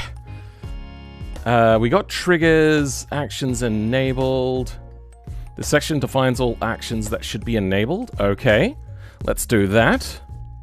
Trigger to link events. We don't need that because we are not running triggers for this.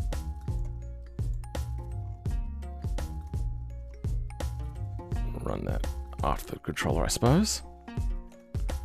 The one that's going to be running is suck up and suck down. Suck up. Suck down.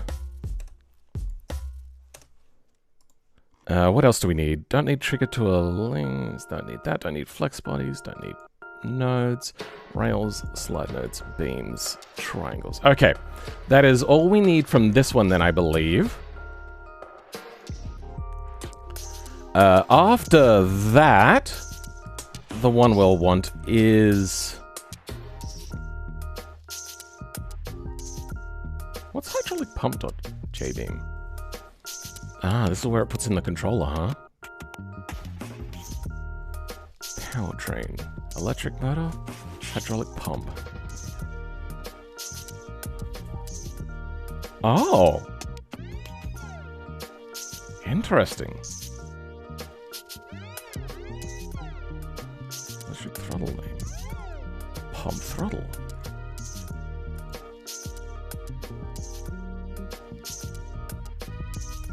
Interesting. Sure.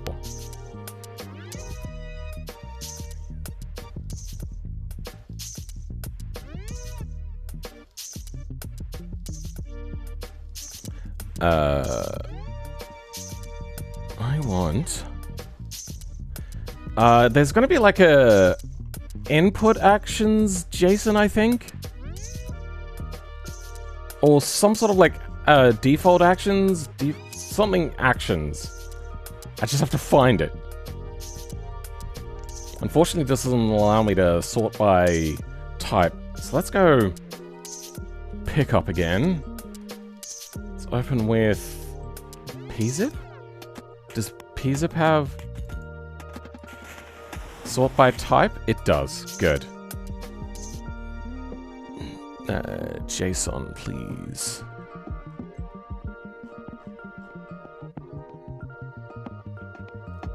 Info.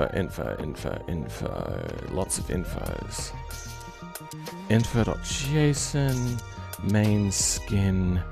Oh, that's it?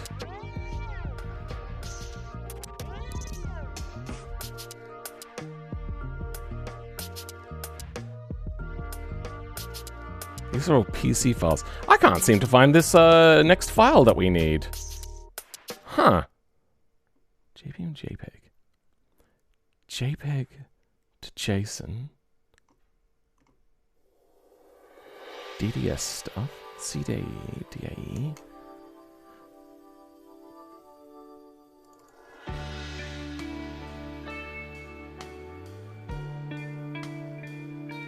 I wonder if it's still in common somewhere. Like default interactions, I think is what it used to be called.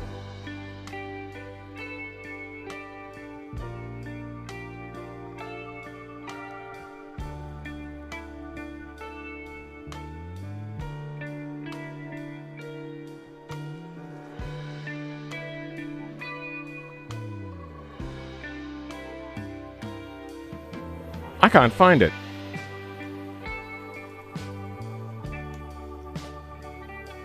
I wonder the actual time this could put down if the driver had instant reaction time, slow down simulations, hidden door lap, yeah, in the actual driving config and not the teleporting one. Yeah, sure.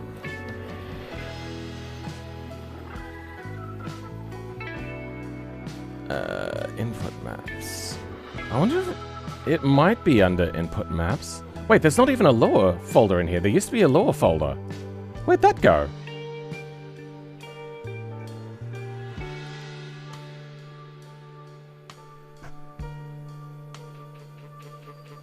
What?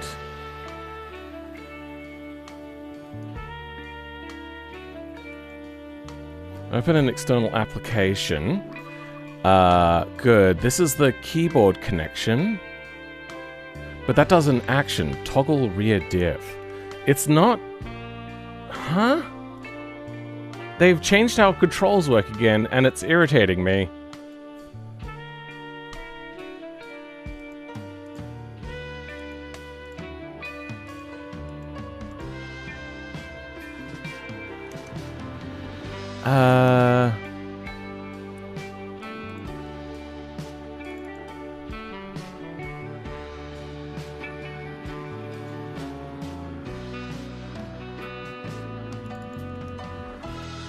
Have they moved it to lure itself?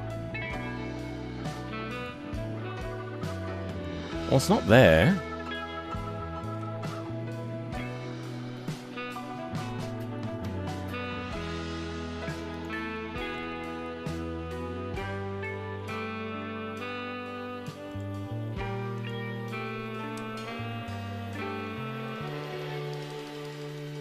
I could program in Roblox? Yeah, I could.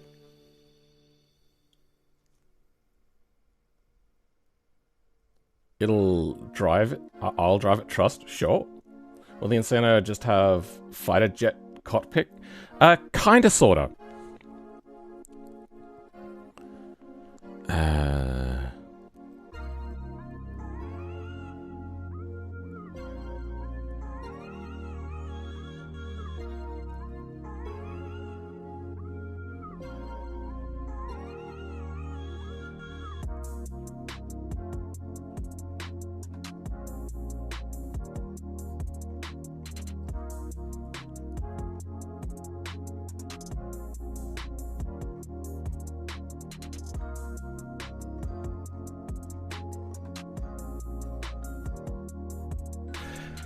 I'm gonna do a zip grep.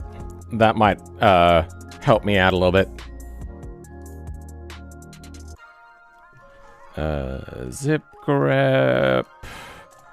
This string in pickup. Okay. It's in keyboards. Oh, is that it? Well, let's do it also in common then. Common? Alright, this one will take a while. Yeah, the input system is well documented on BeamNG's online docs under modding input. Oh, really? They've updated the docs, have they?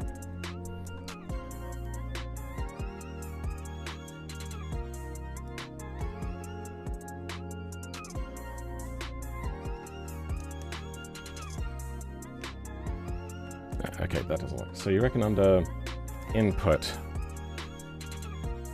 device, drive input actions. Okay. Interaction maps. Oh, right. I remember this now. Interaction maps define vehicle interaction actions in files ending with inputactions.json.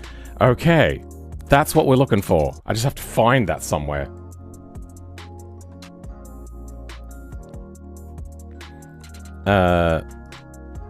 So I'd have to grep this file for input actions.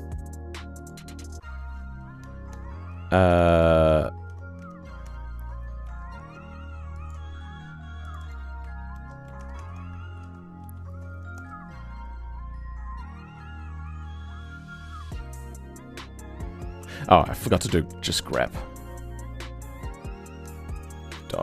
.zip. Okay, that didn't work. .common.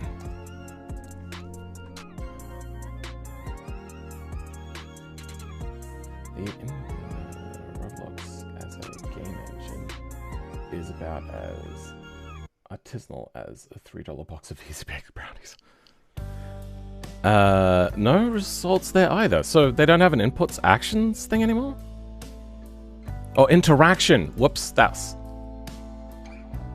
interaction.json. Interaction maps. They use the same. Okay. Yep, that's what I did wrong.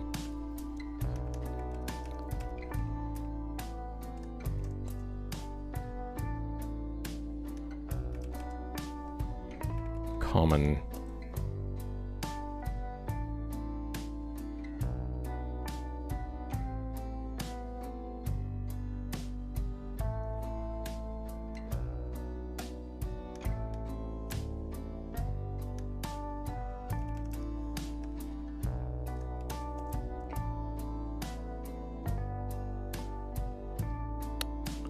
So, I think they did away with running this interactions map in their setup file stuff. Something.interactions.json. It used to just be in the pickup. The pickup used to be the example file, really.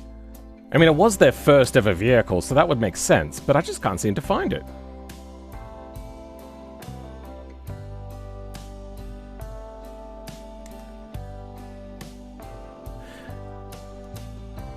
Pickup, open with pzip.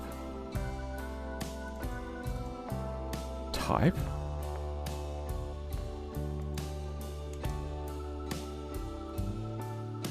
JBeam. It is a JSON. Okay. Infos.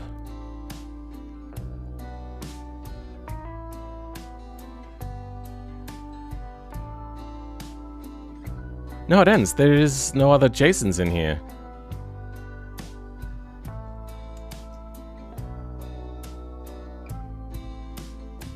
Though even Morphodummy is easy to work with. Sure. I have thought about making money by making mods for it, but I just don't like the idea of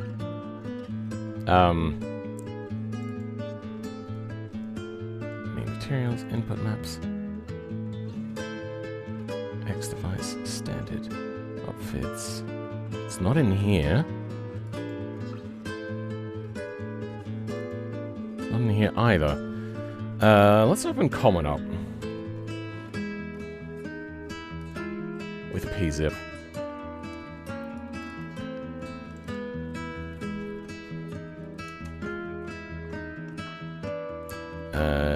JSON.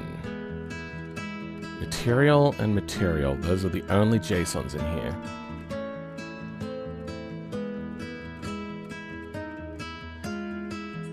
Oh, ad carrier? Why did I end up in ad carrier?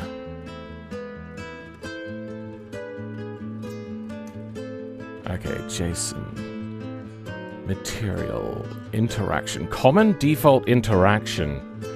Okay. I wonder if it's in here.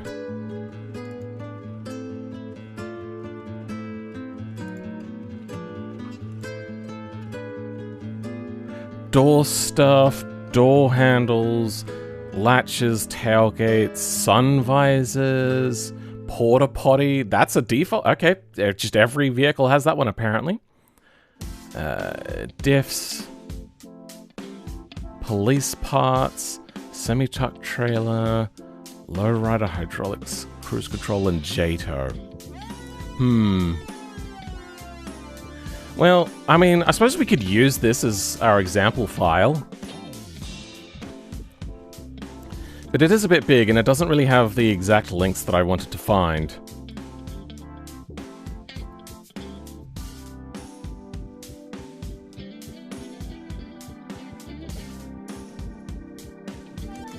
Add current of Alaska diesel, cargo, common crawler parts, dump engines.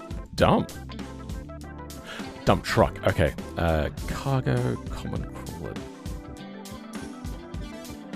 engines, EDK, generic mat, hubcaps, JTOW, jerrycan, license light limo, Ascot, off-road, pickup pigeon.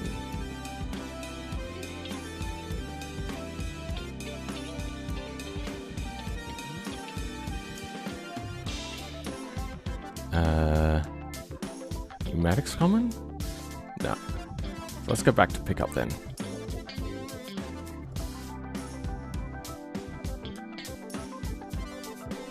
Any JSON in here? Nah, not the one that we want.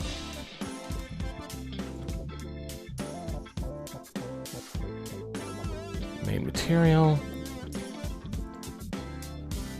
And material. Yeah! This file is just missing entirely. Weird. Would you ever do program content outside of BeamNG? Yeah, I've done a few. I did Assetto Corsa once. I did Grand Theft Auto once. I've done a bunch for automation. What else?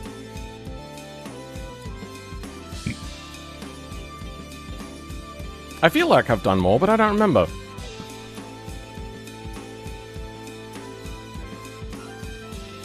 How much tire physics will break legacy mods? Yeah, there's a lot to unpack about the tire stuff. Interaction maps. Okay, so input. This section documents BeamNG input actions, action maps, and bindings. What is this? Actions enabled.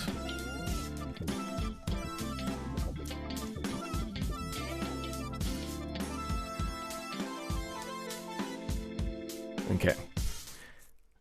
Define vehicle interaction actions in files ending with this.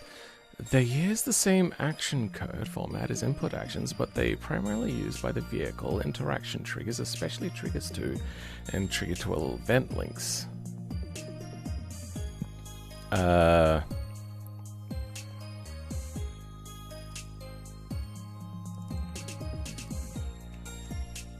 Oh, okay, no, the trucks things are actually as a part of like a common thing now. Okay.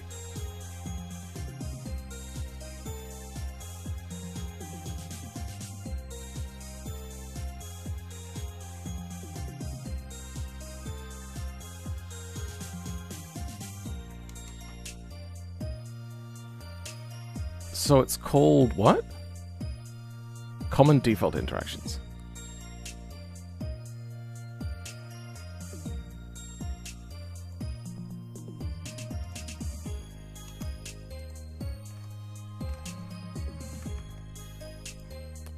ABC.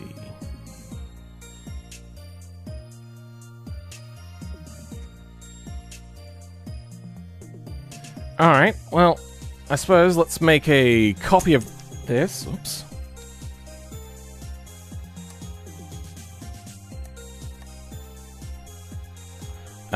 This one will be called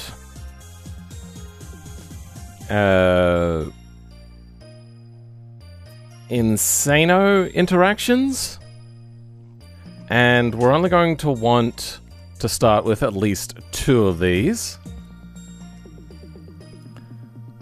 We'll keep these as an example.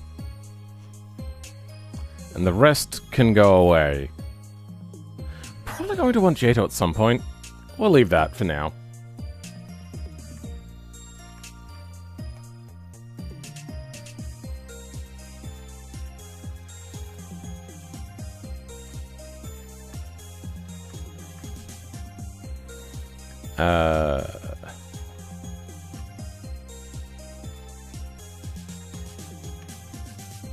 Actually, do I even need a, I don't think I need a lower controller for this.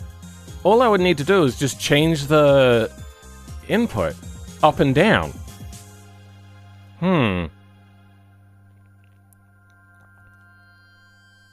No, we are going to be running audio, so we do actually need stuff for this. So,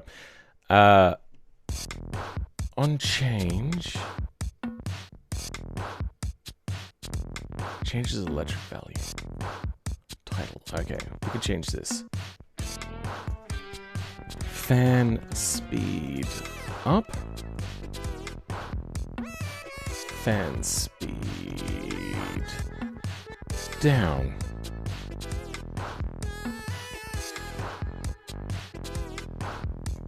What is centered? I don't know what that is. Let's get rid of that.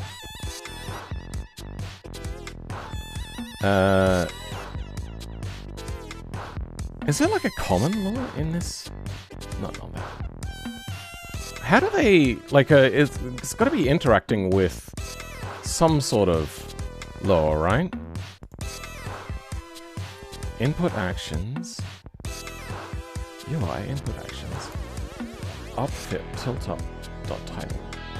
Oh wait, no, wrong thing. Oh, it doesn't interact with Lua anymore.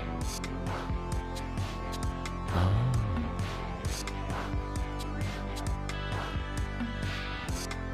Controller, get controller. Hydraulic suspension? No. Oh, they all just change electrics values now. Directly. Interesting.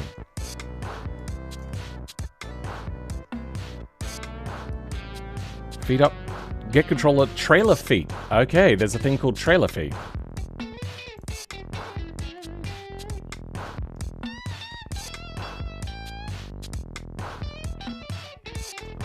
Let's see if we can find trailer feet.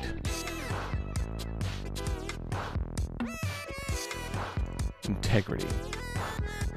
Lower vehicle controller trailer feet dot lower. Lower vehicle trailer feet dot lower. Vehicle controller trailer feet. Controller. Ah, yeah, okay. So they've moved trailer feet into a hard-coded Lua thing and not a vehicle Lua specific thing. Okay. Strange choice, but okay.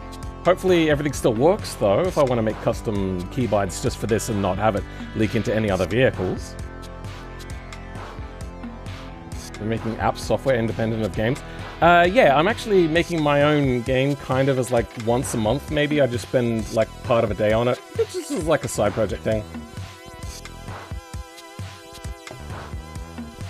The in part of the selector is still the same.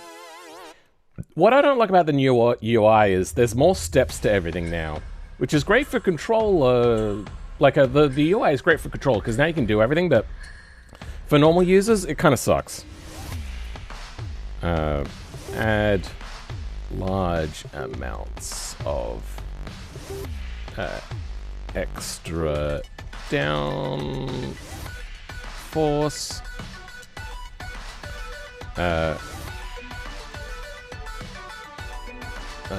Extra ground effect. Add. Damn it. Add ground effect downforce. There we go. Nice and short. Can't be too long.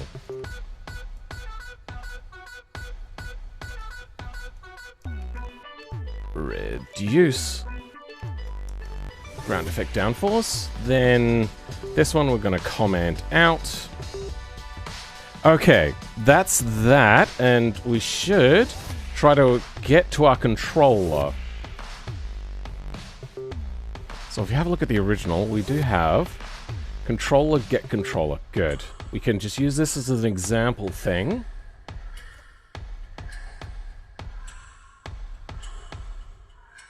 No. We can actually use just the electric value change. We don't need to do a grab controller stuff, and we will then in the controller read the audio values off of the fan values. We could do this. Good. Okay. Suck fan is a...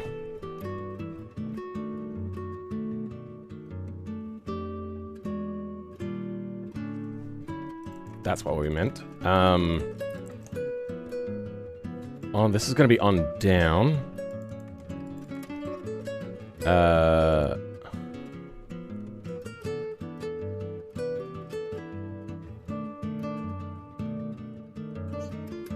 Watching this while doing the dishes. Also, what is the song name?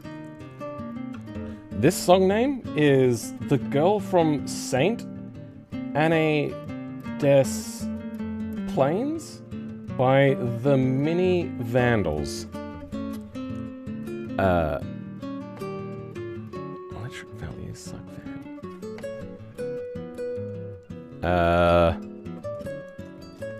We can go this less than 1 and electric suck fan plus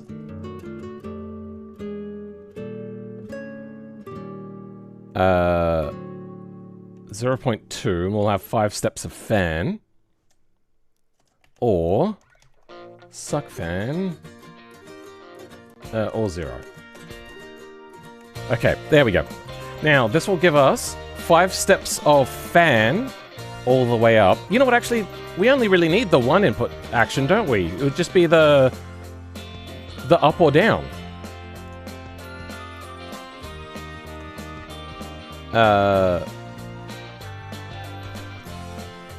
Cycle, ground effect, downforce, ground effect fan,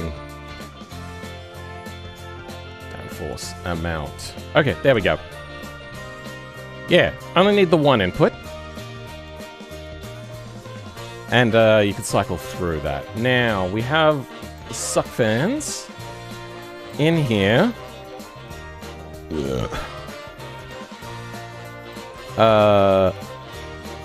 We might run like 2 sound effects phase offset from each other. Yeah, I think that's basically it. Watching this while doing the dishes. Also, already making apps, software independent games. I wonder just how much time physics will regulate things. I thought I saw something move. I must have been hallucinating.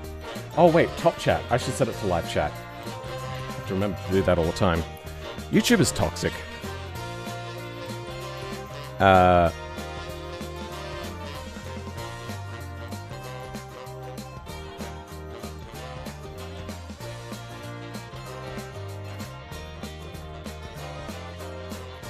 Oh, wait. Oh.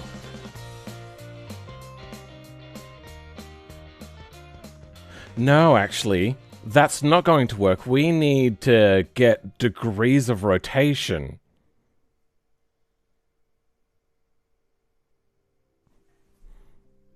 And that only sets the speed. Okay, yeah, no, we may as well get a get controller thing. Alright, controller, get controller. And then we'll grab this. We'll put this in here for now. suck input. So let's grab you and put you in there. Get controller, get controller. This will be suck fans. And it'll be suck input goes into here. Okay.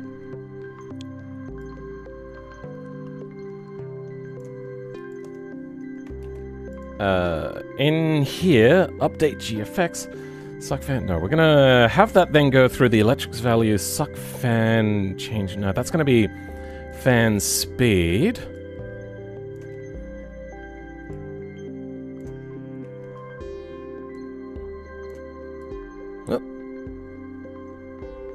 Oh, wait, yeah, no, I can go there as well. Plus that, all that, good. Okay, we have fan speed.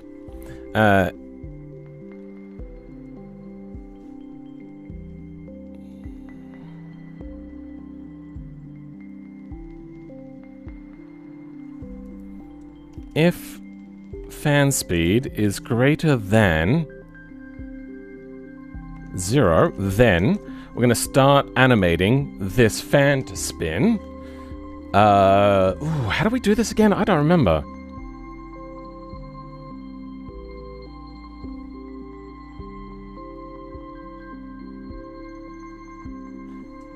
The input title says fan speed up.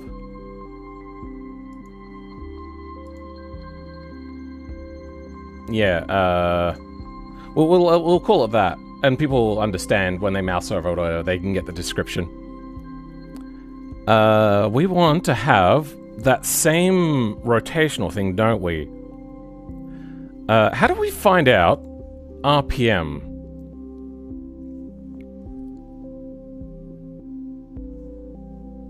We're gonna have to bring up that electrics values dump again that we had a look at previously.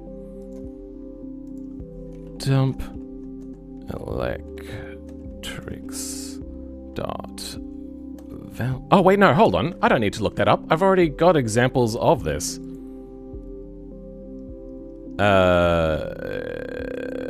Turbine. Which one was for degrees?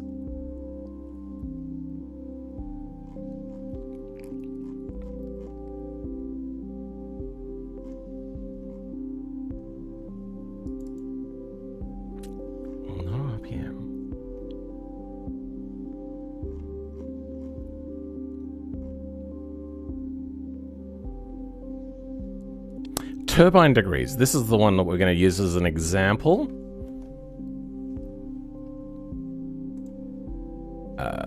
Paste you here. Suck fan.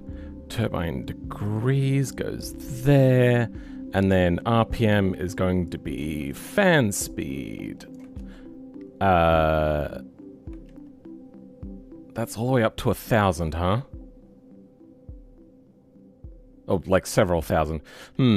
Well, they don't need to be super fast. We just see if this times by 6. Yeah, divided. Okay.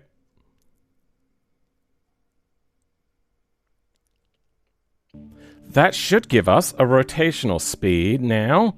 And clear out this, and we want to initiate some sounds. So we're going to have 2 sound nodes. Local fan 1 and local fan 2.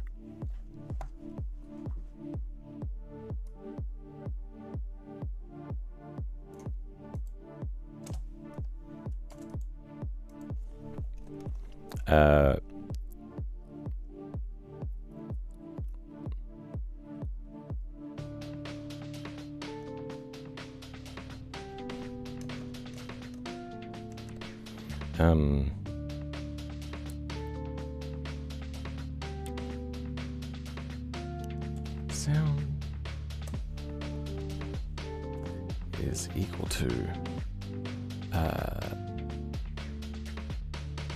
0 V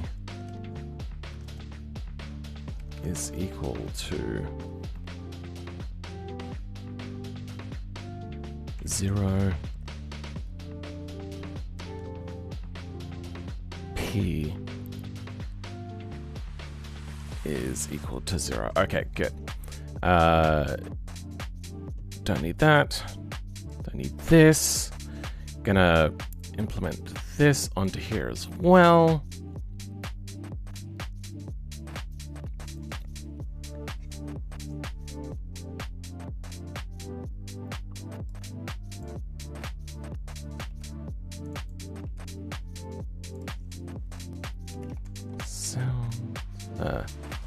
Fan sounds is equal to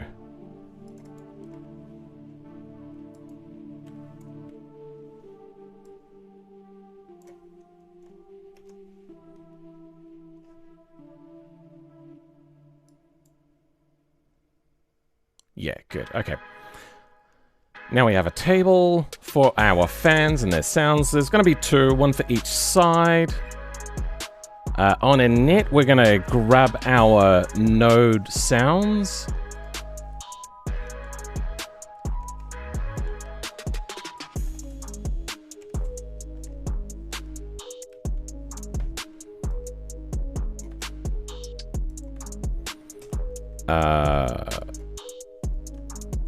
For ID node in ipairs v.data.nodes do if node.name equals one of these nodes that we're going to be using, like fan1l, then we're going to go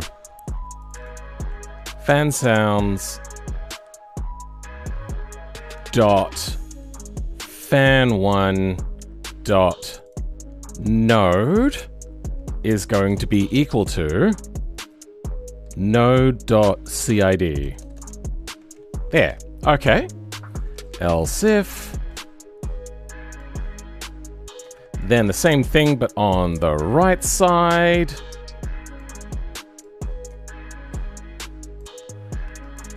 And fan2.node end. Okay, now we have our nodes.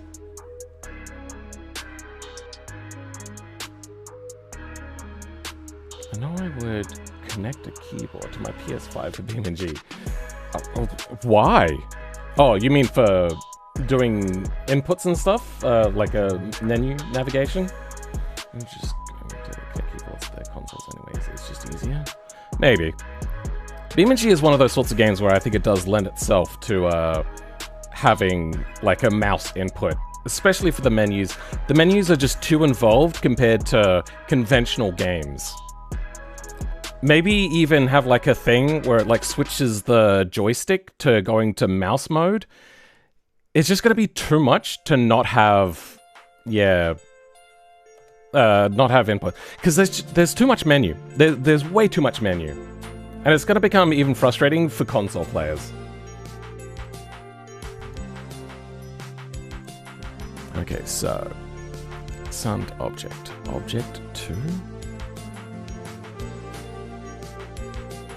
No, we don't want that.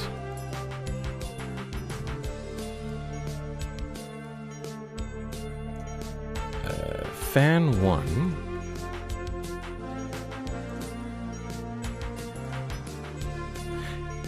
Now we go fan1 dot sound is equal to. Oh wait, no, not there. Goes here.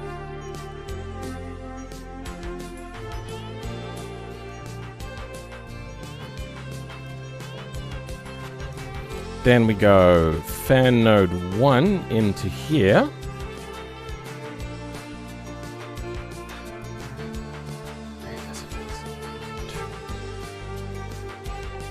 Now, I remember somebody explaining to me the difference between the sound effects and sound effects 2. Let's see if I can find that again.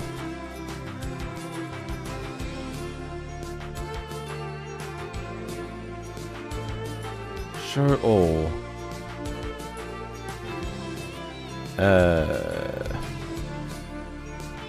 Watched threads?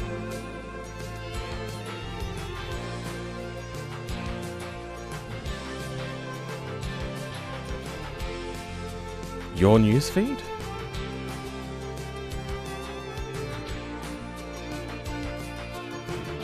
Your alerts?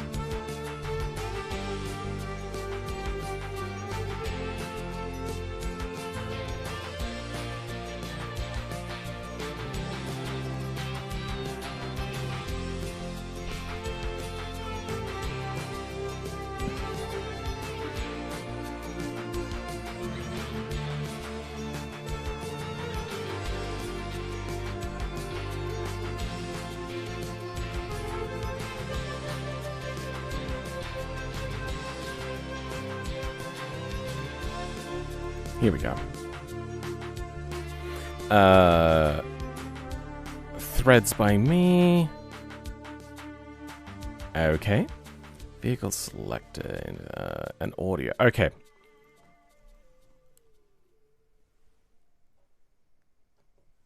Okay. The same implementation internally, just the latter adds additional arguments, that being a boolean 0 or 1, which defines SFX should autoplay on creation. Okay, I think the second one, then, is fine to have 0. Hard codes this to 1? Oh, yeah, okay. Alright, well that makes sense. Not a whole lot of difference, just one is basically for autoplay. And we're not going to have autoplay for that. Or actually, maybe we will.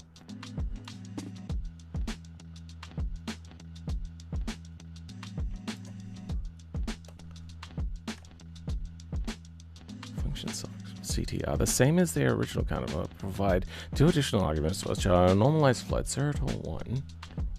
Normalized floats. For color and texture resources, these parameters used by fmod for mixing the audio events with color, usually for the tone and texture and roughness. Okay, I don't think we need that either. So yeah, we're just gonna go the default thing.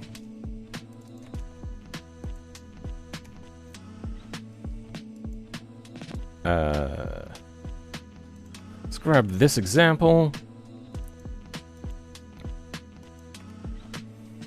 I got the sound, audio, that, and the node is -1. Okay. Okay.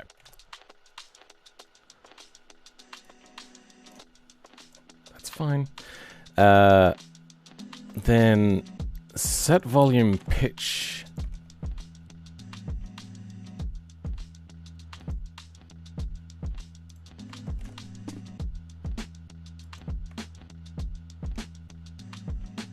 The object. Sound 0, 0. We will have it autoplay, I think. It'll just be easier that way. And volume, pitch, color, texture.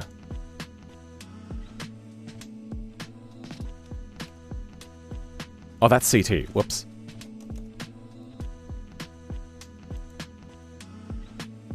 Oh, it does itself?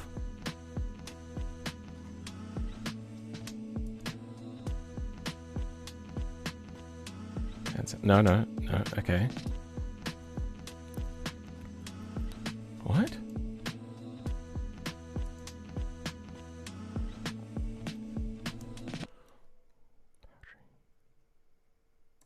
Why does it sometimes do itself as the argument and sometimes not? Turbo hiss loop does object. This is on the powertrain. That's SFX source, the first version. What is this one? Why is this one different? Create sound oops.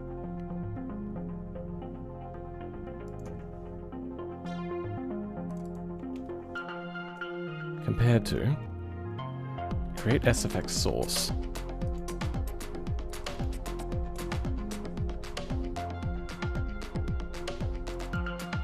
What?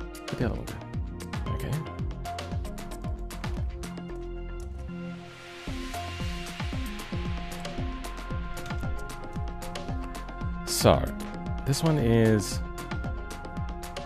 Oh, that one uses sounds. Create object. Okay, so... What was this one? So, okay. That one... Okay, I see-ish. Powertrain, powertrain. They're both in powertrain, though, which is weird. Do we have one in controller? Vehicle, vehicle, controller. Controller uses obj, so we'll use obj as well. Okay. Let's get rid of CT. Clear that out. Okay. We can get rid of that. And then we're going to do this again for the second fan sound, which will be 2. Okay, now we just need to find out the source. Sound effect sound.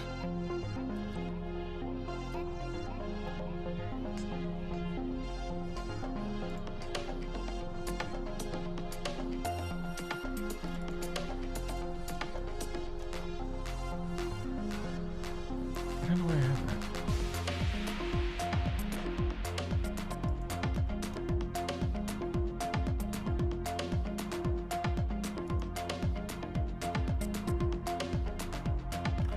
Okay, we don't need this. We still have our list of sounds here. So I want like a really crunchy sound. There was one that was like wind noise, but I don't think I want wind noise.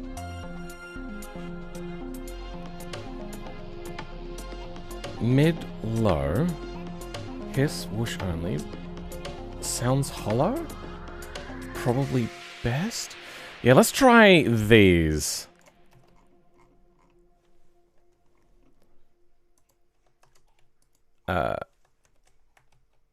And we'll I leave these offset. Actually, that might be why I want 2. At least one of them to be set to 2. So then they can be offset sounds.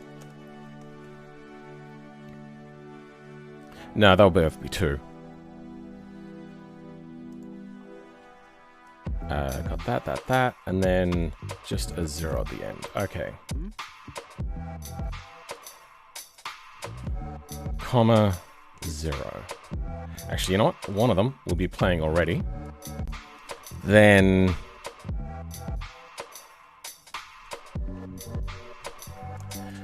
oh, wait, actually, they'll both be 0.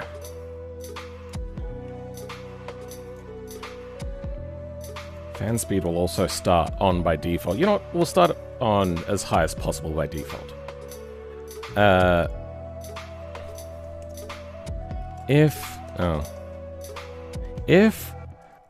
Then there's like a sound is playing thing, which we're gonna want to grab. Playing. Object. Playing sound.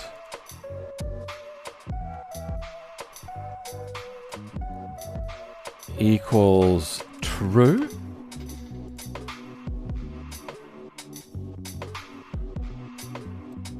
No, equals false. Then we'll go object play sound. Yep, there we go. In here.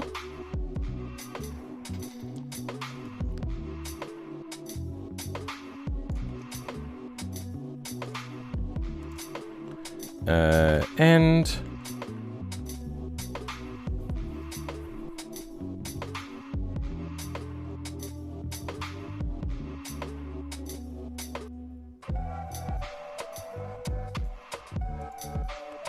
local done once is equal to a table. If done once dot sound check equals nil, then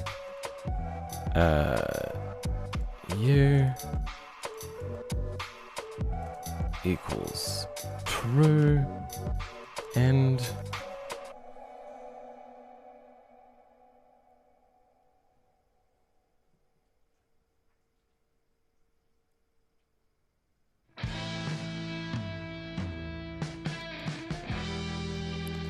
else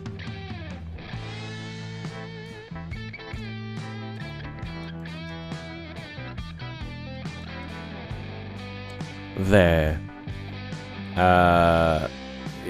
fan sound 2, then okay, that was 1 frame off on the sound. Hopefully that gives us a little bit of like a not perfectly harmonic sound interaction, and it creates a little bit of difference in the sound.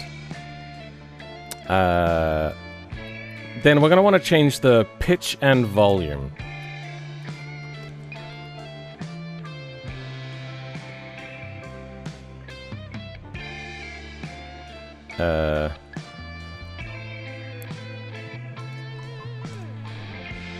I suppose we could actually set the pitch and volume in here. Volume is going to be 1, pitch is going to be probably 0.5. These are turbo sounds, they're quite low. Let's see how this works now. I think I have everything set up that we need set up.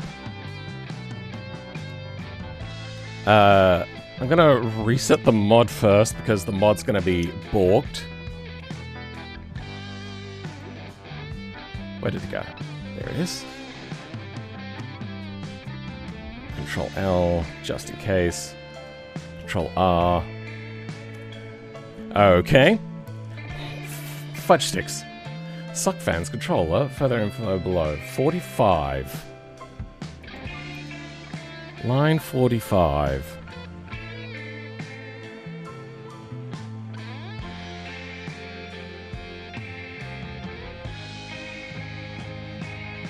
Ah, okay, yep. I put in 1 too many of that. You need to pass OBSF source as your argument. Ah, you're right. Yep, I set the wrong thing. Good spot on. Oh, wait, no, I already did that. Oh, no, you're, that's if you're using a different way of doing it. This is the way to do it for this one.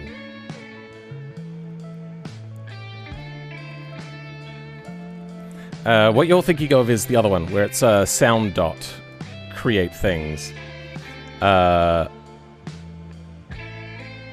This doesn't have it.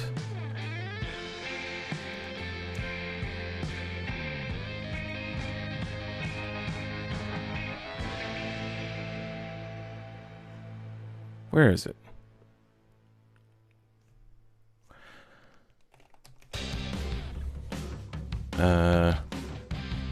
Oh, sounds dot.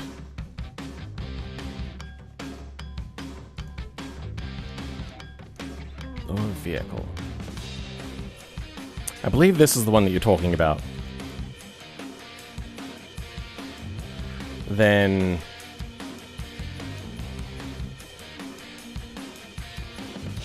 yeah, sound creation.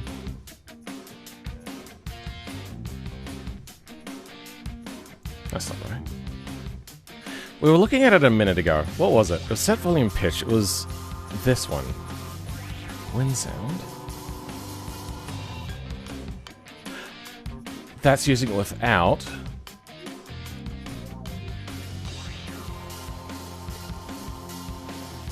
That's its own. Oh, we're in sounds. I'm an idiot.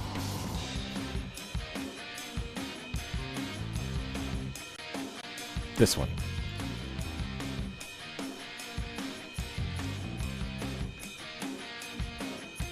Update grinding. Set volume pitch. That's grind loop. That's the sound thing. No. It was this one that we were looking at. Okay, there we go. Wind loop. Sounds.create object requires then for it to be passed this way with the colon.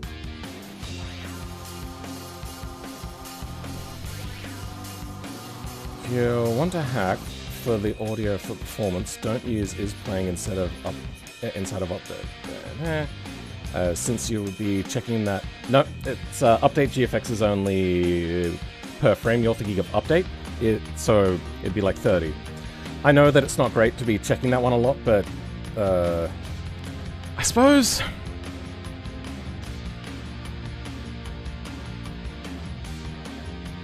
The problem is that I also don't want to tell it to start playing every single time, because that also causes problems.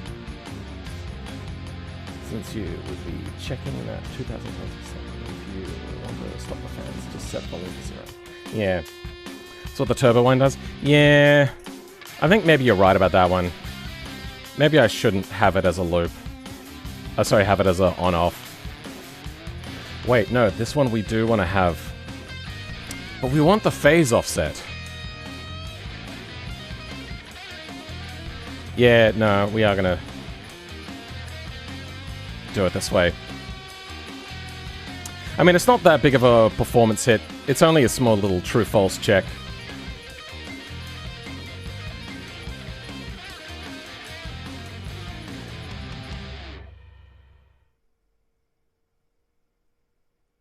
I could put this behind an extra wall of if statement for like a very small little if. Local... actually, you know what? Let's do... If done once, dot init all sounds equals nil, then all of these end, and in here we'd go init all sounds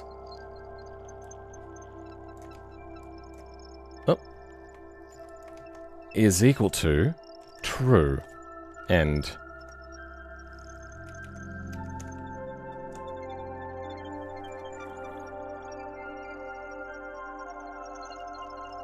There.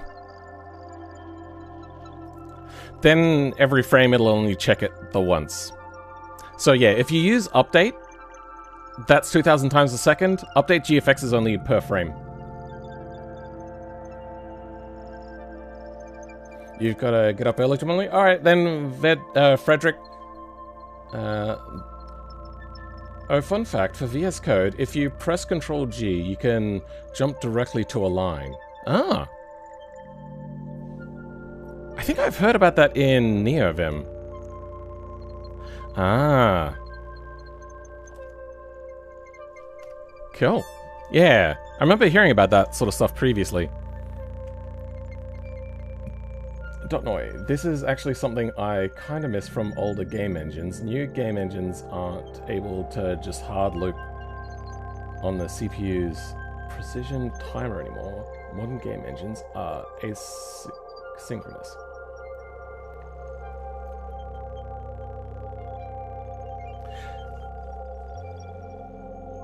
I don't know what you mean by that. I know that that is an option that you can have in most game engines to go between the two.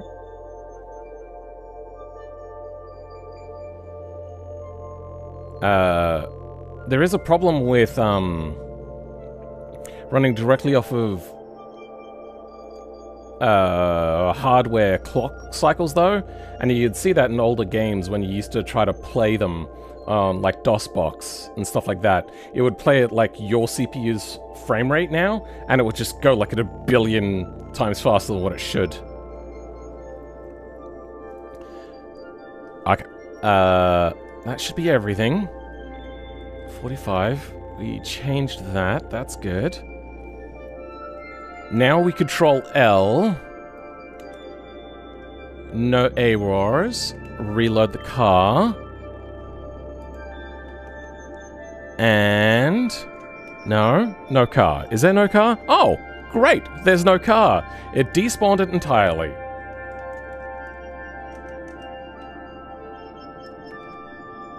Well, let's bring it back out.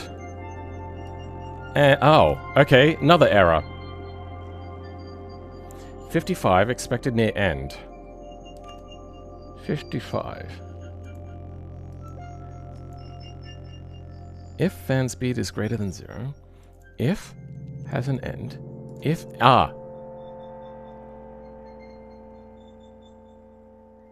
There's an extra end in here. Okay, yeah, I see where I went wrong. I see it now. Okay. Then Control L. Let me guess, the car is gone? Yep, car is gone. And bring out the Insano again. Come on! Yep. 21. Pairs. Table expected got nil. Huh? 21. Sound events. Yep. Okay. Wrong thing. There. Fan sounds. Oh, wait. I don't need this. Yeah, no, that goes away. Now we just have the two sounds separately and set them separately. Sure. Control L. And let me guess, no car. Obviously, have to spawn it again. Insano. Why? Why do you keep doing this to me? Instability detected. J-beam the Insano. List of... Really? Proposal passed to this function. SFX. Set 3D attributes failed. Apparently I've set this wrong then.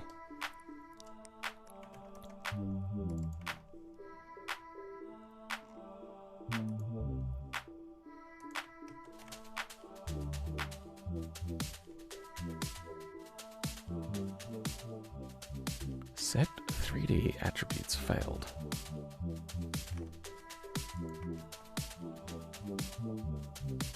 So very similar here. Got that, got this, got nothing in there. That's fine. Got the sound node, good. And then they have autoplay 1. Maybe it doesn't like this being blank. So let's go suck. There we go.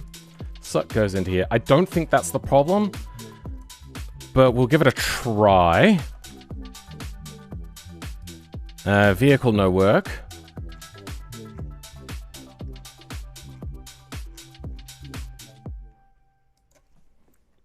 Then I suppose let's bring out a car again.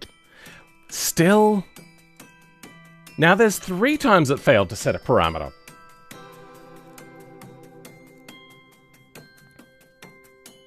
All game engines now do not run directly off the CPU timer because it's unsupported if you're using multiple cores. Should be able to pick one. Multiple steps are forced to be asynchronous computing, otherwise there would be no benefit to using them.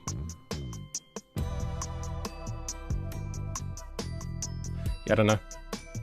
Microsoft in particular explicitly prohibits anything that isn't the kernel from limiting anything on the CPU's precision time. Timing anything on that. Okay. I can see there being some obscure security risk for having it available to the OS. Okay. Mainframe should look into lower syntax checker add-ins for VS Code. Would probably save hours of time. Maybe. It's only detected a vehicle there.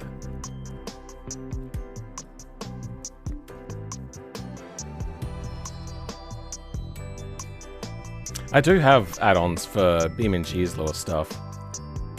Oh, BeamNG, and I have a lower thing.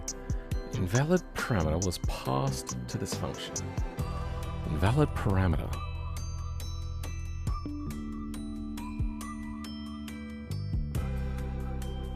I wonder if it doesn't like the set volume pitch. Let's give that a try. Yep, vehicle gone, obviously. Then let's bring out the Insano. No, still has the same problem. Why is it 3 times?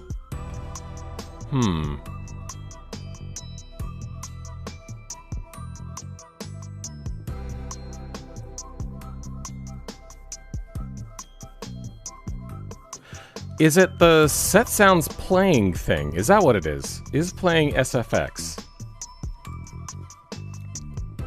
No. Run 1.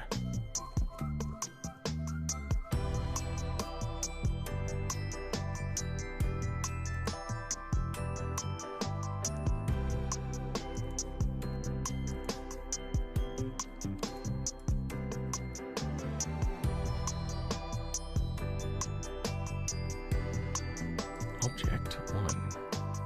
Wait, object? Oh, object. Sound events. Okay, yeah. Wait, what? No. Object and sound events. Object 1.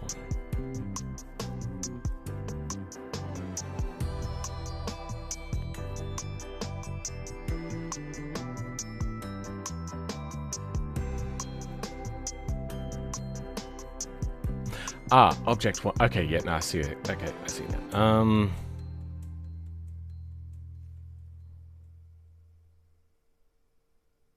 So this is basic coding, but isn't the node set to 0 in fan sounds? Yeah, but it then gets set in here. Even if it was 0, 0 is a node anyway.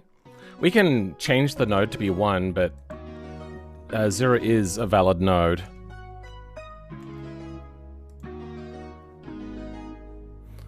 I'm going to Control L, then Control R.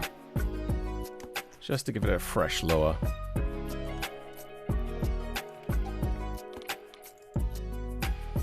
Yeah.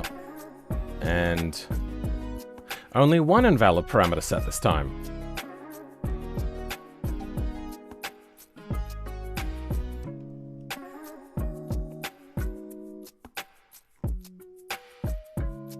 VData nodes. Let's double check that we got VData nodes correct. Oh, you have to bring out a vehicle, do we? Values dot, no, not you. v.data.nodes 1. Let's just check that name is the thing that we want, or CID is what we want. CID, good. Name, good.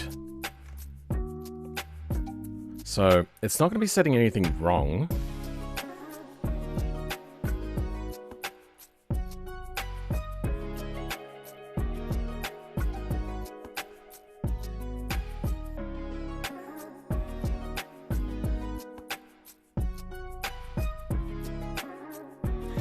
No.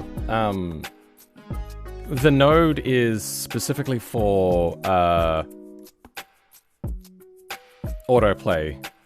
Sorry, is for like the node number. This one is for autoplay, as we looked at earlier.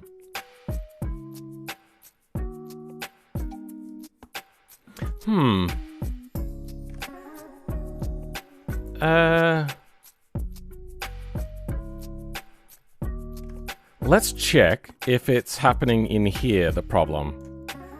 So we'll turn this off for now. And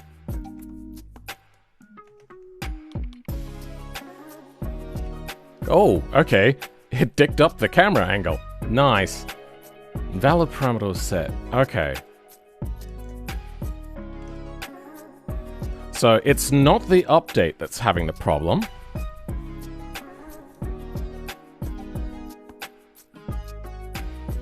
Let's do a SFX source 2 again, and grab as an example.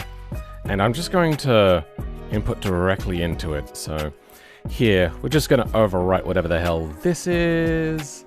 Put this event into here. Loop, compressor sound, sure, that can stay the same. The fan node can be this. And we'll leave that on 1, I suppose. I wonder if it was compressor sound was having a problem then. But this will be 2. And this will be 2. Okay. Now, got some default things set up. let's try that again. This camera's... I noticed that sometimes when the vehicle despawns itself, it will also have like the camera inverted. I found that out by doing the Is there a vehicle here? When doing the tire stuff, it would do that. The vehicle would invert on spawn. And yes, I am doing the tire stuff. It's a hell of a struggle. Okay, so we've copied theirs exactly. An invalid thing.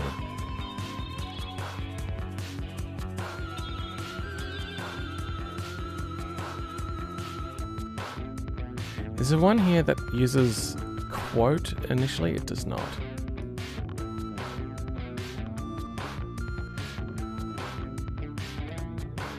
Forward event. That is just a string, yeah. Yeah, no, there's absolutely no reason why this shouldn't work.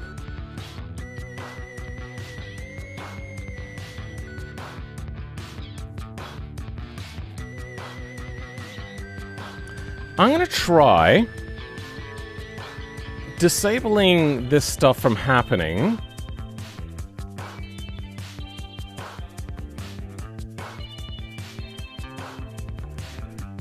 And see if the instability is technically elsewhere. So get rid of you, and get rid of you. Save. Control L. Any errors? No.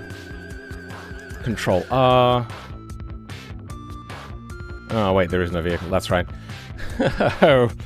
Bring out the Insano. And, okay, there is still instability. Set 3D attributes failed. Okay, I wonder if the problem is in here. Right, it would be unstable because I made an incredibly light node but didn't make the connection incredibly light. My bad. Let's go 10,000 on that. Dampening on that can be 2. Okay. Yeah. Let's go 35,000 on. So the instability was not a 3D audio input, it was actual input instability. Okay. Let's re-enable these. I am so dumb thinking that that was the problem. Because then when the vehicle tries to spawn in and it becomes unstable, it removes the vehicle and then goes, oh, we can't pass this data. It's a bit of a weird thing, but I have seen something similar happen previously.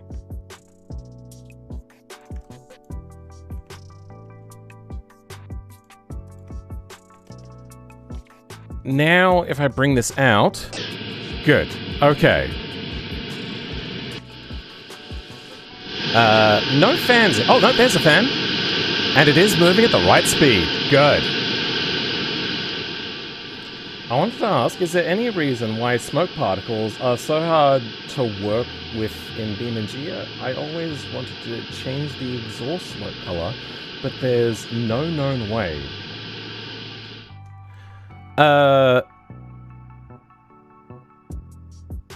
To start off your examples, go into F11 and go Particle Editor, and this has things in it.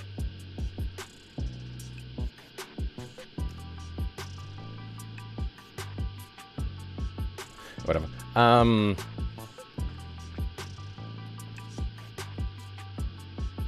Then in here, you'll at least have particles and you'll have some parameters. From there, you can also have a look at... it's under Lure GE Core... There's a JSON file in here somewhere that is specifically, like the color of sounds, which is weird.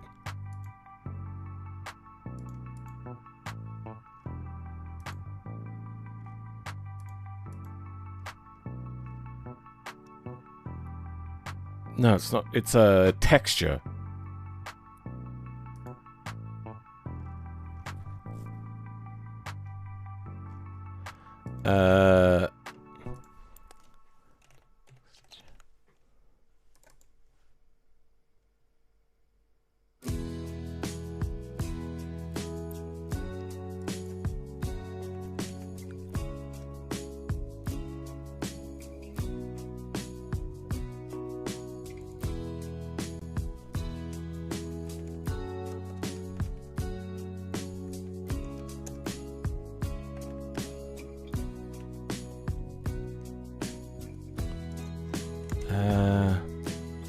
Particle editor.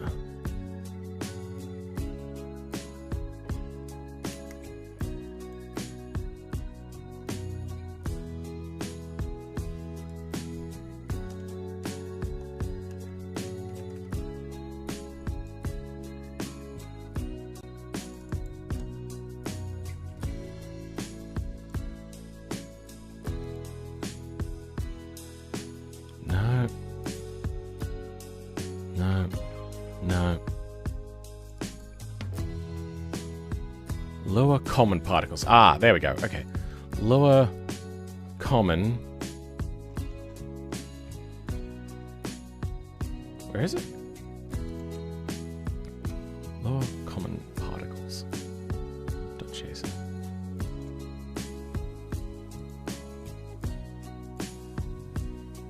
There we go. Okay, in here, then you get a whole bunch of extra explanation for certain particle things. This is something that I was working on recently, and yeah, particles is not a great system at the moment. Even normal usage of particles is not great because the performance is so poor.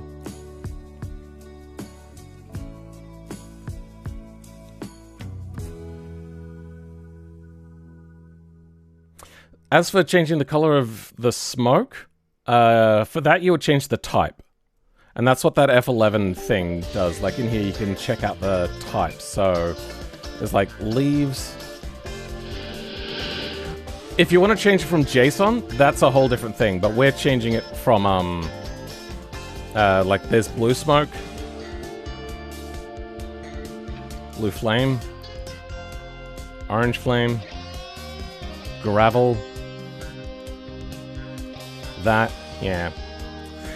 Anyway, you get the idea.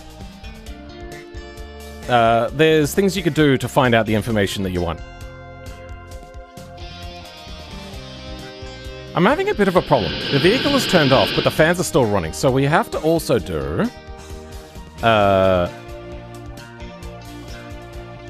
if it's greater than 0... and... what is it? Electric values on or something like that? I remember we were looking at this previously.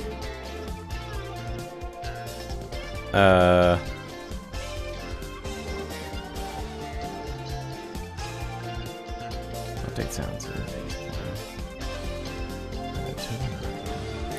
Sound function. Starting procedure. Sounds. It's down here then.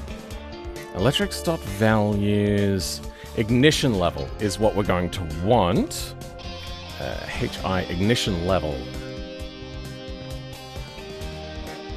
Electric stop values. So if that is greater than or equal to 1, do this. Else, wait, no, that doesn't go there.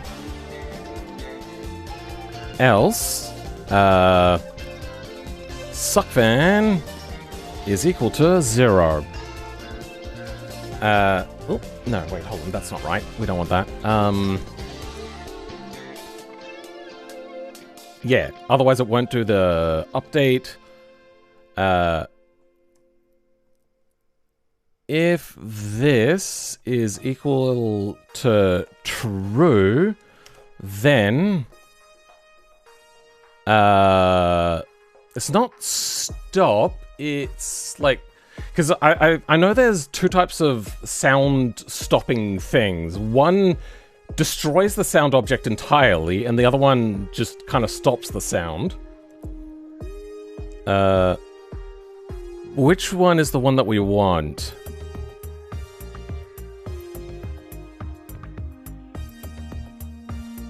Reset, reset, update sounds. Is playing. Cut sound? I think cut SFX is the one we want.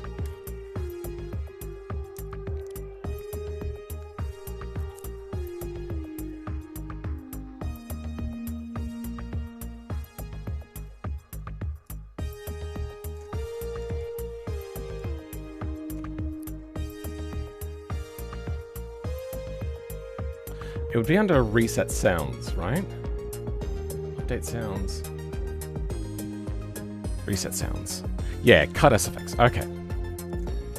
Then we'll put in cut SFX into there. And we'll put in this one and 2 into there. End. Alright.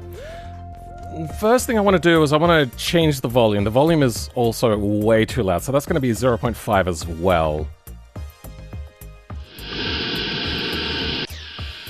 Okay, that is a lot quieter, but I feel still probably too loud. Yeah. Let's go 0.2 on that. You know what? Yeah, that's okay. And if we turn it off now... The fan is still moving though.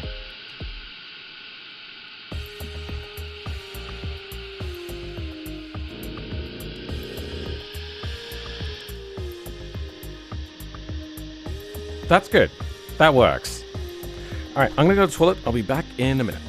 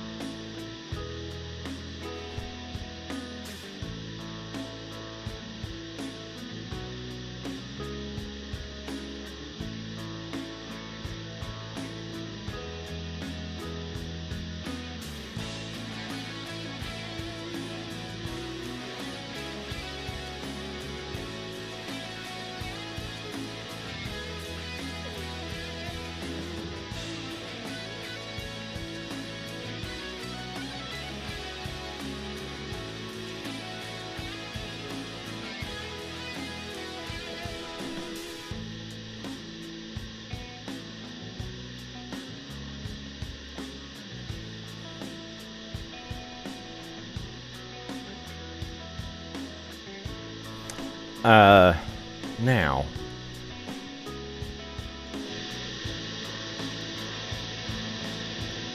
The fan is also turning the wrong way, I've just realized. So yeah, the fan turning the wrong way is a problem.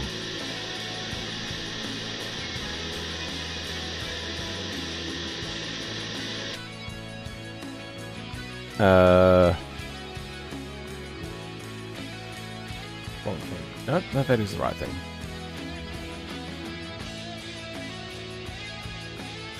Let's go minus fan speed. Suck fan is still set, yes. Suck fan, no, that's... No, we don't. We don't actually need to reset that, do we? Oh, we do need to have it in init, though. Oh, it is in init. Okay, no, we're good.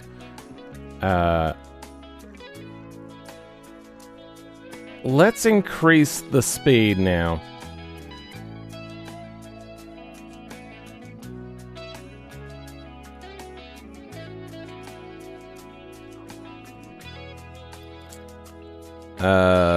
Let's times it by 10 for the fan speed. And it's moving a little bit faster, but not nearly fast enough. That is very slow. Let's go 600, so times it by another 10. Yeah, I feel that that's not enough either. Let's go another 10 up on that. Oh. And that is that going so fast it looks like it's going backwards now? Yeah, what? Hold on. Oh yeah, no, we're getting that strobing effect thing. What if we slow the game down? Does that... Okay, somewhere between 6,000 and 600 is where we want this number to be.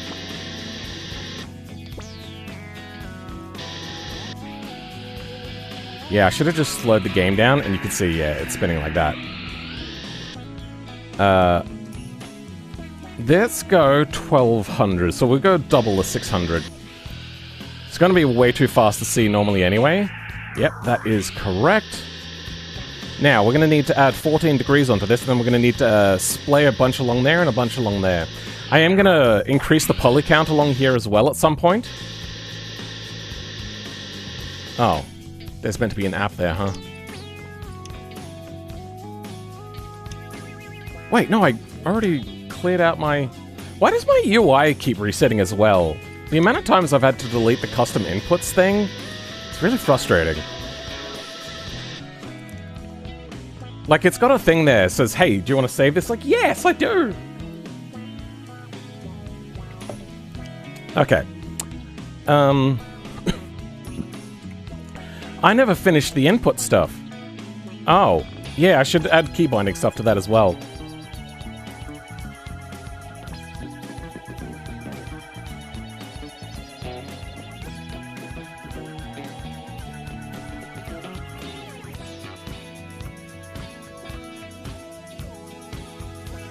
I wonder if I should have a smoother on fan speed. I know that smoothers are a nightmare, but it would allow me to, like, have the speed slowly increase. Yeah, alright. Let's do the nightmare, and we're gonna create a smoother. Oh, this is a bad idea.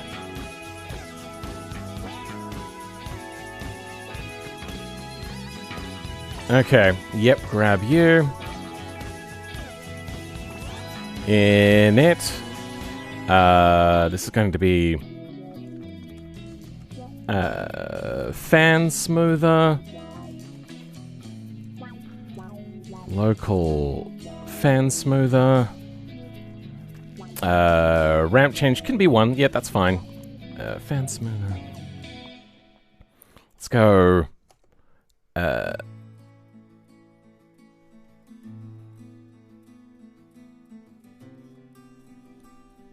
Local.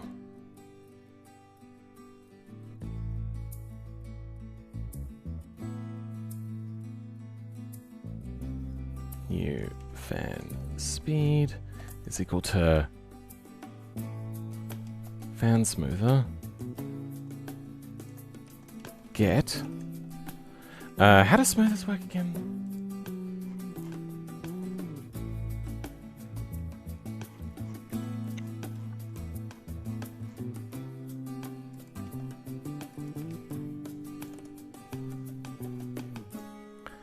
Get that DT. Okay.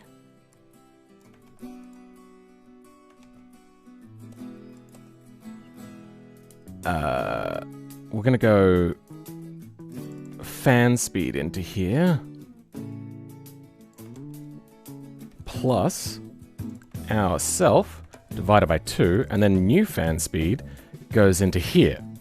Okay, that should have a little bit of a smooth in between now, because if we just turn this off, that's instantly going to stop it, as you can see, which doesn't look great. So now if we refresh... Oh. Already smoothers are biting me in the ass. Come on! 51, new fan speed, a nil value. I literally set it right here. What?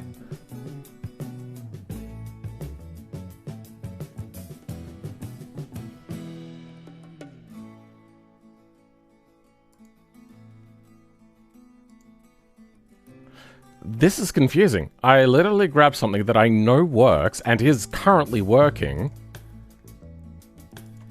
This is the correct thing. Comes to Ah, new fan speed. Wait, hold on. Yeah, no, that's the mistake. I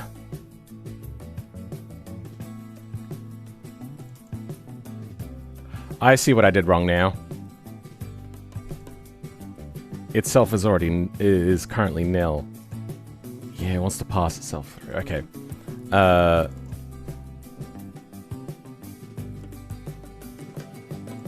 Smoothed fan speed. Is that how I want to do this?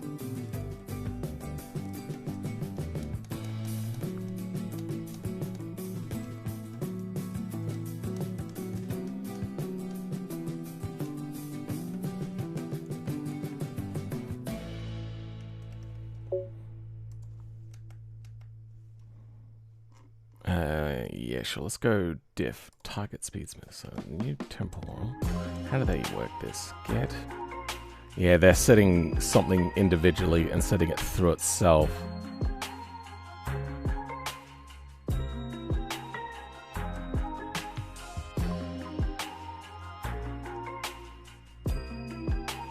That's a set.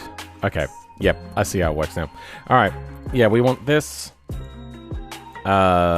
Local is equal to 0.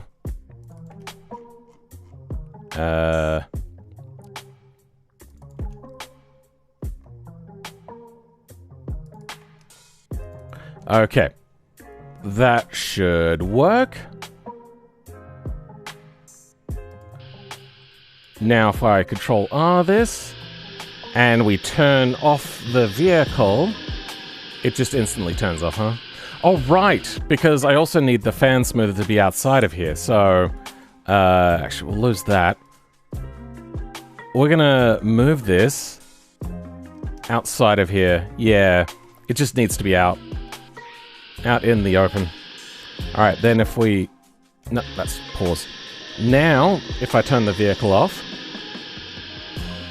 Okay, that smoothing is way too smooth.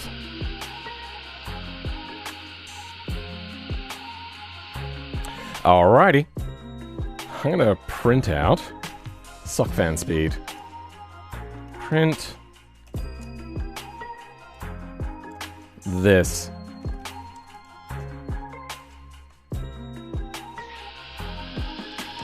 Okay, that is actually smoothing. Wait, hold on. But it's like flipping. Right. I want this. Yes, of course, because that one will always flip around to 0. All right. This is like indicative of the RPM. And so if I turn you off, it's only increasing.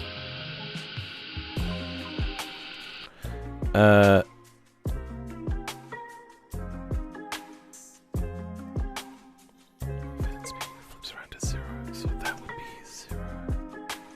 That doesn't need to be updated. Alright, you know what would. Fan speed equals 0.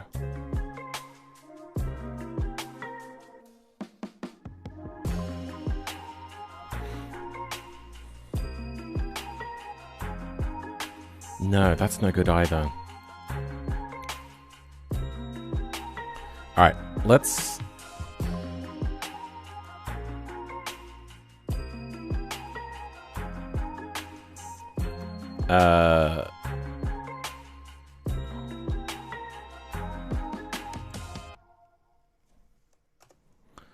local stored fan speed is equal to 0.8.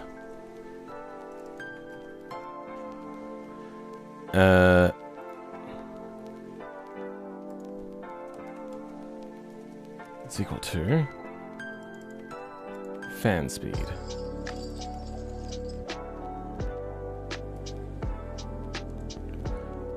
Fan speed is equal to stored fan speed. There we go. The only place where stored fan speed goes here, otherwise it goes to there. Good. Okay. That little change around should give us an ability to turn the vehicle off entirely. And good, that is turning us off. And then if we turn back on, it should gain speed again. Why is it still going down to 0? Why is that happening?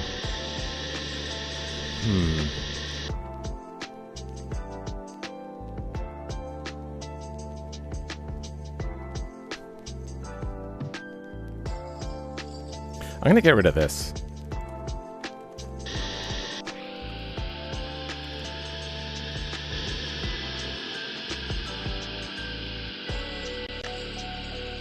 Yep, that's fine.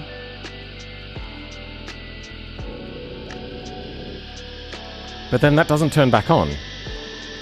Why doesn't it turn back on?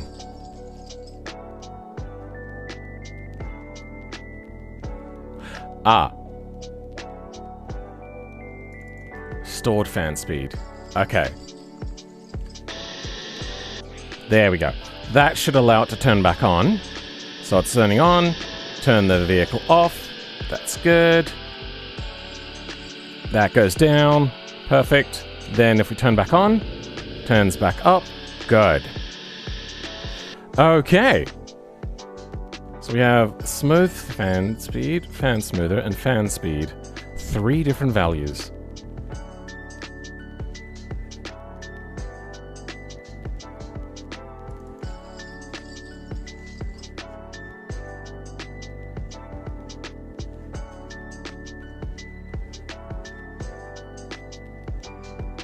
Ah, yeah, 3 different values and the smoother. Okay, so 1, 2... Wait, have I got an extra?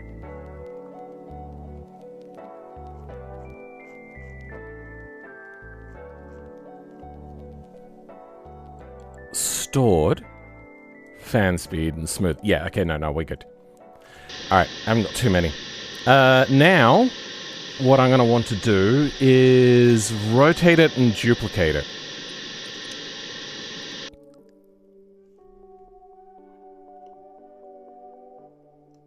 We'll figure that out later. Suck. So, how many do we have in the back here? Let's have a look at our Blender file. In the array, there is 6 of them. 1, 2, 3, 4, 5, 6. Okay. 1, 2, 3, 4, 5, 6. Oh, we never changed the thing, did we? The nodes for this. Fan 1L. XLL. And 2L. Okay. We're going to have to add offset to this in a second.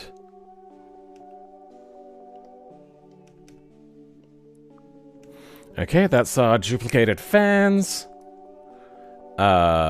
Base rotation, I think, is what we're going to want to change.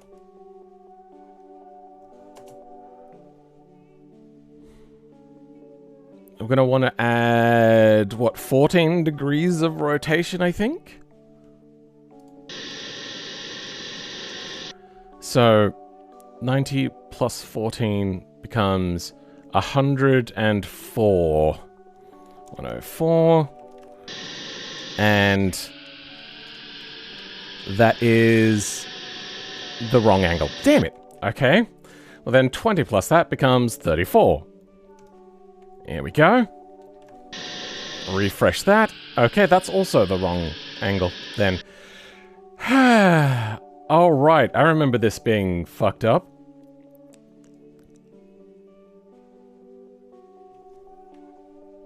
Control X2. Okay, let's try that.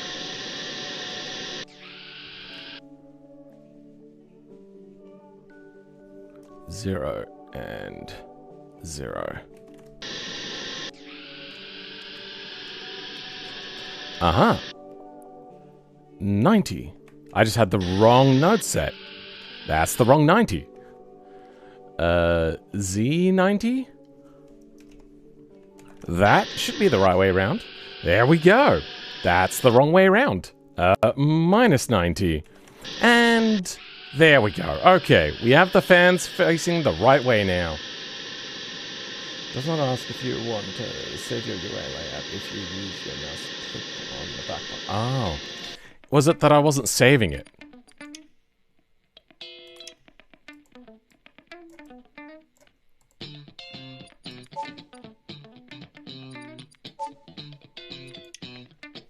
Okay. That's looking good. The problem is there's just like a bunch of them in there, so we're gonna go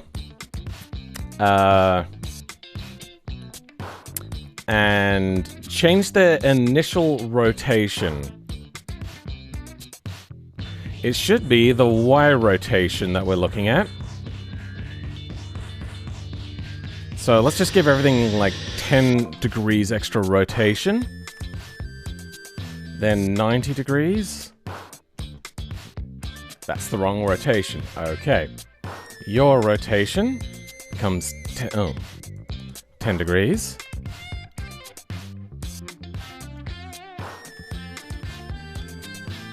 There we go.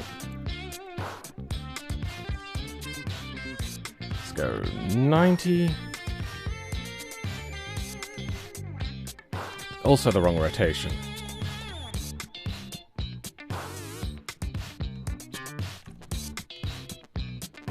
How are they all wrong? This doesn't make any sense. I want to rotate along this, which should be the Y-axis. So let's go 90 degrees along the Y-axis. 90 degrees? Yeah, that's the wrong rotation. How? How are you failing this?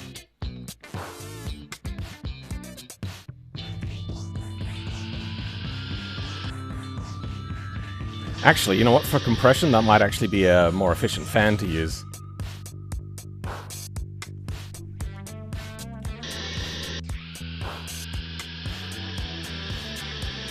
So that rotates that way. This rotates along that axis.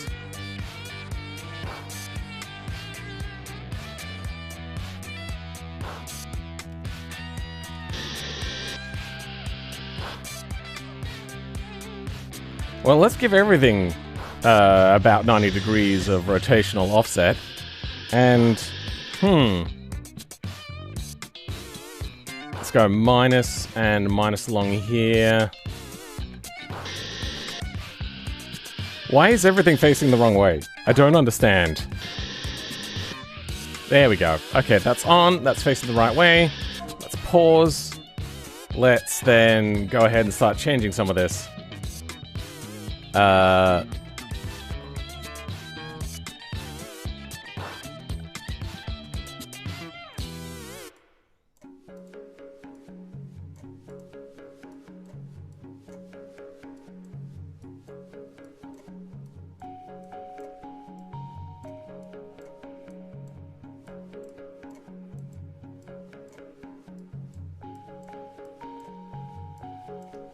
So that all becomes 80. Good. Now, you know what? Let's undo that. Save. Let's refresh. Do 80. Then the rotation offset from stock. Did that change at all? Let's go back to 0. Or just, yeah, 0. 0 degrees rotation. That doesn't look like it changed anything. So let's go 45. And 45 will become... That looks exactly the same. Alright, let's go 20. Changing nothing. 10 degrees? It's just not rotating.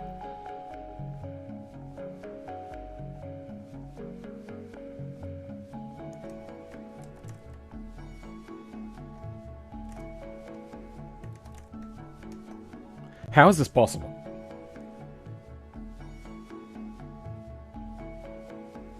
How does this suck, and how am I still number 2? I really am Yappa. There's not a lot happening in the chat.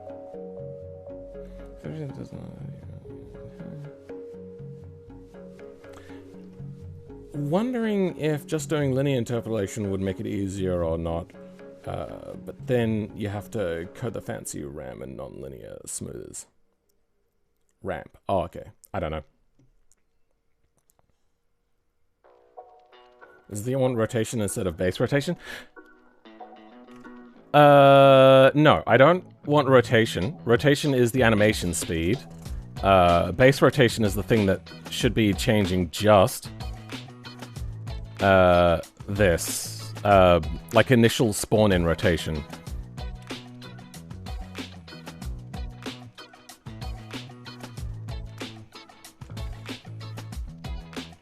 What?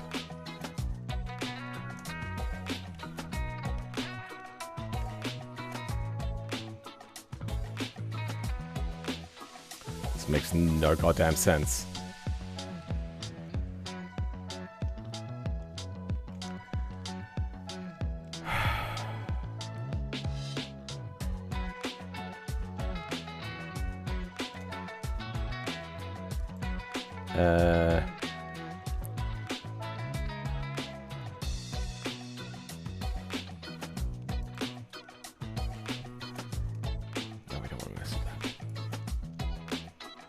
Offset. Oh, we can change it in offset.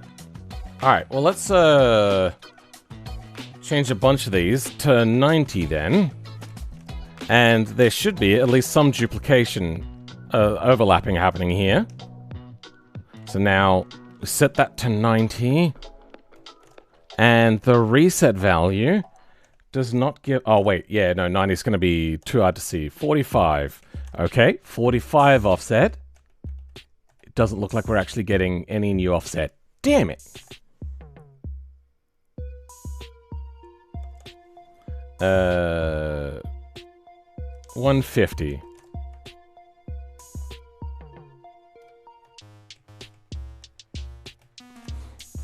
Whatever. For now, I'm just going to start adding in our offset. So it's not a translation, it's going to be...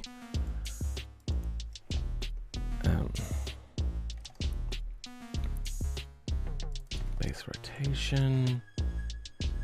props... global... base translation offsets. Okay.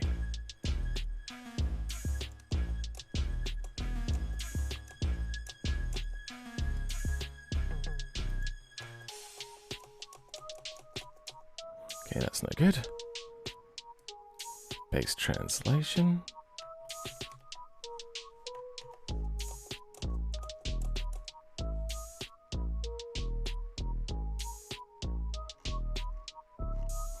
What?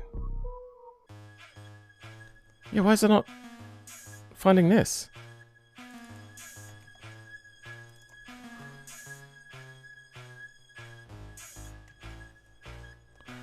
It doesn't search these? What? Okay, search in Firefox is apparently broken. Fun.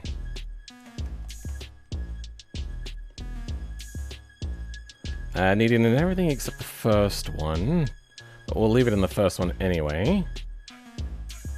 So 0, 0, 0, no break group. Because these are indestructible. Okay. Let's do the first one. X, offset. How much offset do we want? We can have a look at Blender. The offset is minus 0.009. Let's see if that works on the x-axis. And... oh, hello. That's... Let's go back to 0 and see if that one disappears. Oh, that would be in meters. Okay, I think this is a ratio amount that we're going with this offset.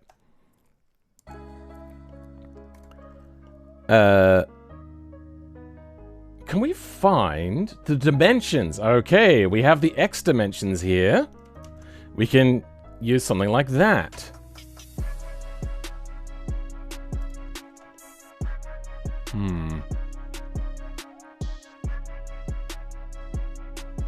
I suppose I could try constant offset as opposed to that.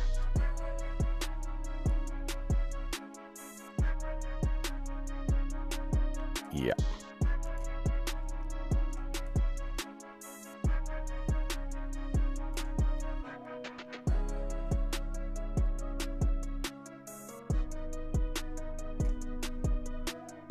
So that is an offset of 0.063. What if we go 0.06? That's too close. Okay. Alright. 0.063 it is, and we'll just do the math on that every single time. Yay. So that now becomes...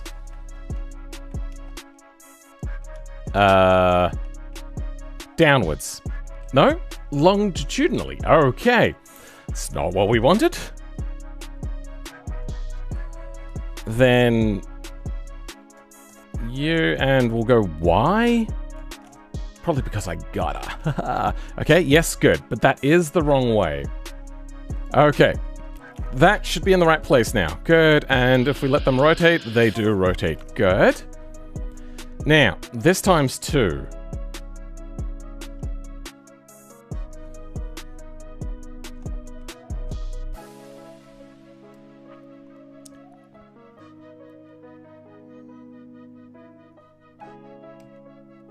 That.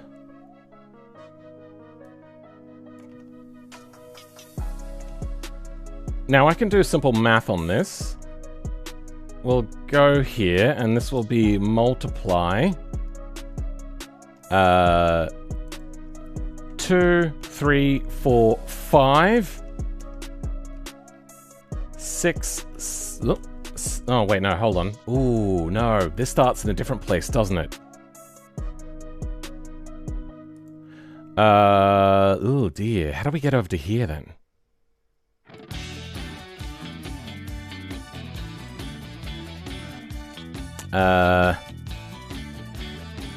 Constant offset until we reach the right place. About there? Wait, hold on. We have the offset of the location of the thing. Location... just grab that and times that by 2, and that should give us our new offset.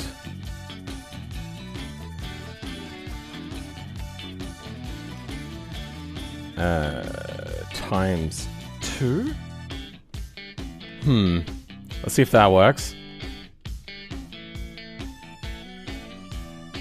That seemed a little bit unhappy.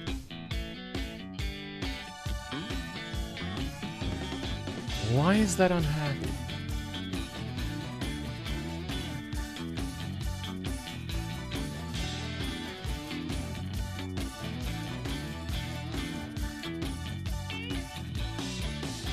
Can we not have that value in here? I think we can.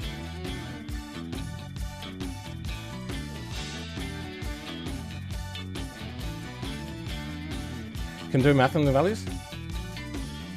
It can. It happens a lot, like, if we have a look at the... Actually, you know what? It might be in here. Let's have a look at the bed of the pickup.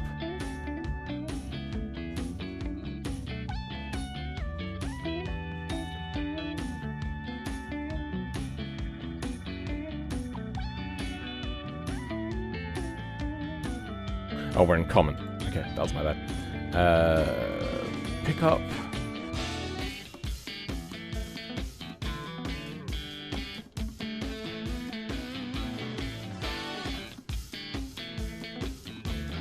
let's have a look at this.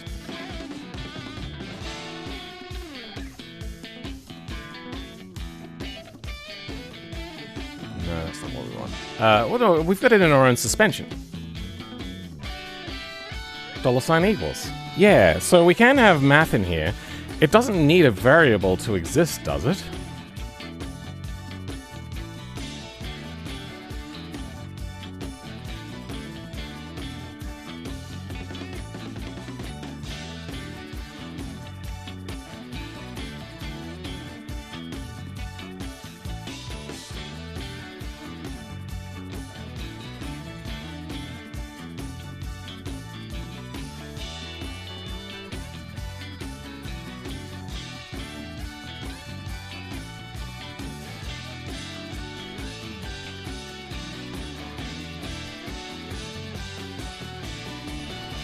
Is it still there? It is still there. Good. Okay.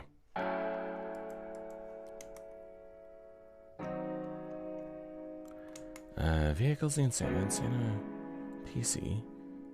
Selections mesh cannot convert nil to double.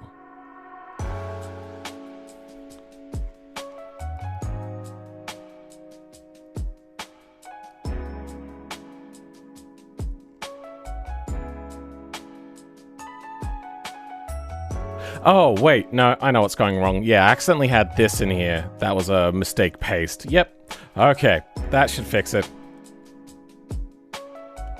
Vehicle still there? Vehicle is still there.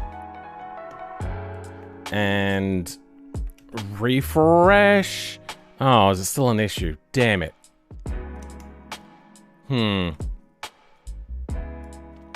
So it doesn't like these then?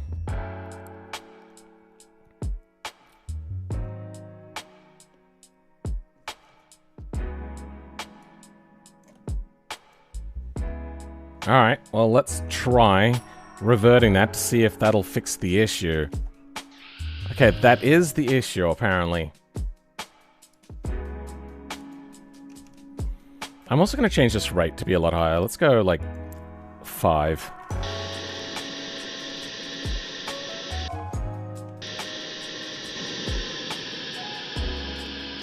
Yeah, I want it to be a lot faster than that.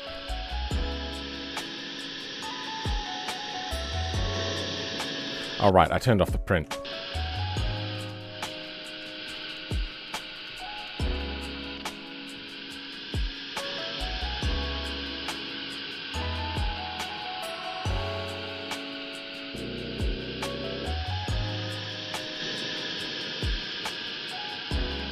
Yeah, that'll do. Those not being visible to text search is actually normal. Even narrator software won't read those out. They say code field instead. Ah. I don't have problems with it on Chrome. I think it's just the incomplete math statements. It should just be $ equals, in quotation marks, thing. So like, these.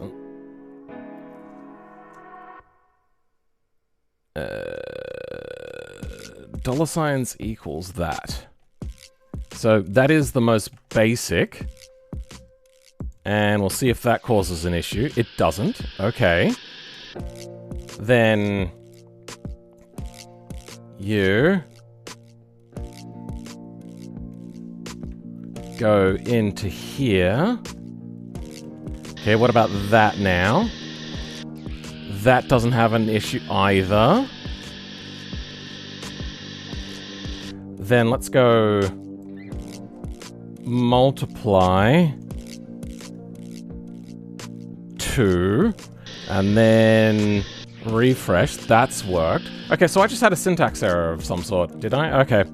3, 4, 5. Oh wait, no. Then we get into... Okay. Oh, did I? Oh. Well, thank you, Estelle Murray. I didn't realize that I had incomplete maths. My bad.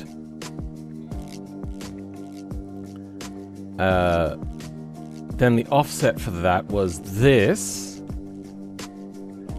times 2.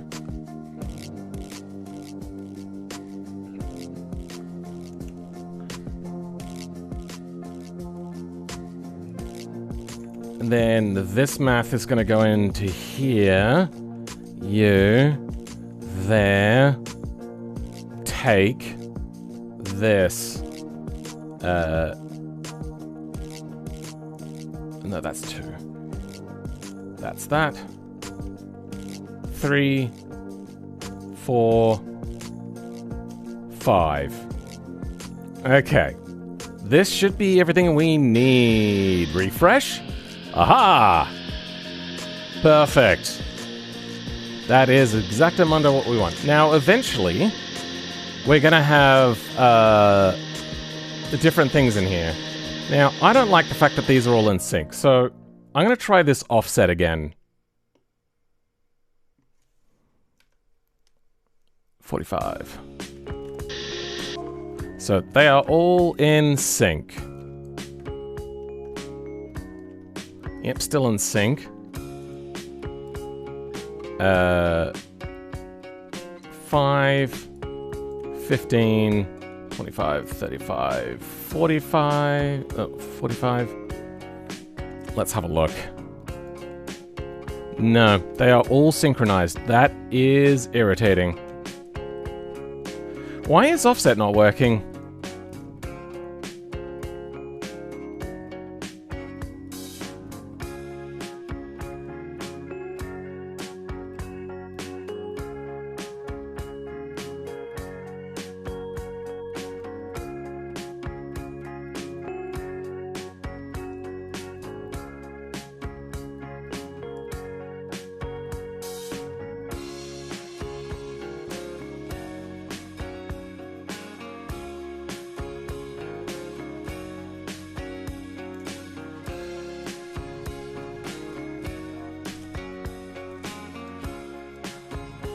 Alright, well let's go some smaller decimal numbers then.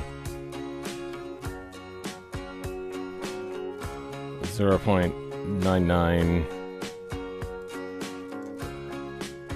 0.98.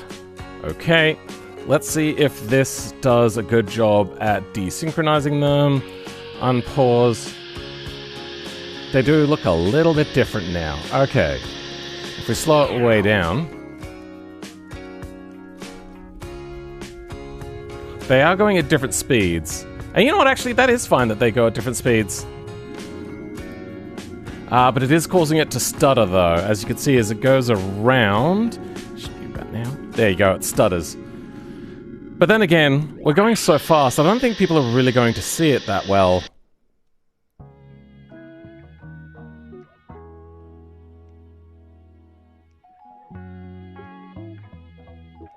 Nah, I'm not happy with that. Let's undo that. I just don't like the fact that I can't seem to rotate it along the y-axis.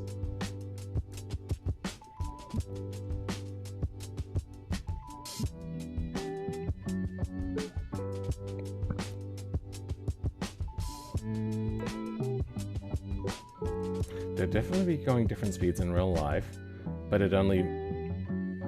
I can change the multiplier amount. That's what I can do, I think. Let's go 1.5 and no, 1.01, 02. Okay, 1.02 times speed offset, and let's see if it does the same thing of skipping a beat. Yeah, that does. As you can see, it goes around. And when it gets back to the beginning, boop, yeah.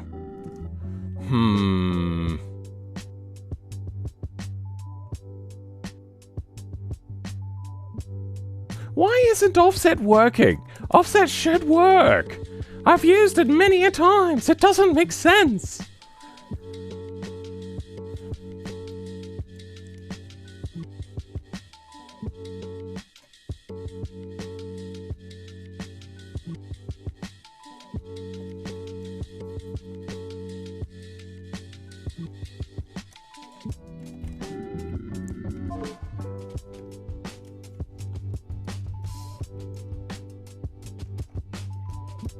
Okay, that's how we can rotate it. Has it done a bit of weird rotation though? 20, 30. Yeah, that's doing a weird rotation. Okay, let's go 9, 8, 7, 6.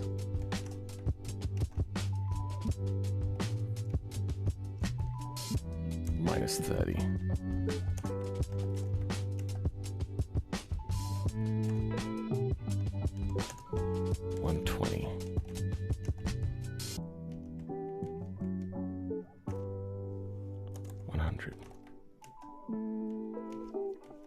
I hate this. I hate this so much.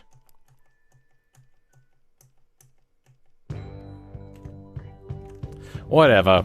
They can just, yeah, have different speed values.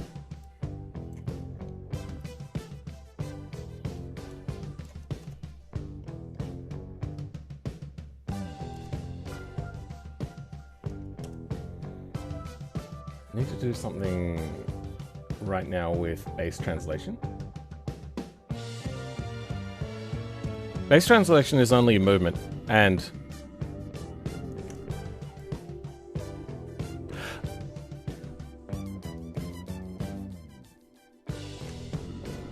why is one moving so much compared to the other side? Ah, because I haven't moved the left side from the right side. There we go. Minus and minus there. Alright, now we got the fans on that side. Oh, okay, now we can do away with part of this equation, huh?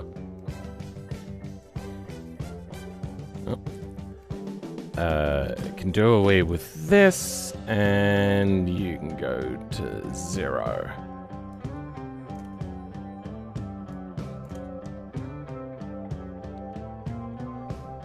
Do we want it to be that way? We do. Okay, there we go. Fans on the right side. Unpause.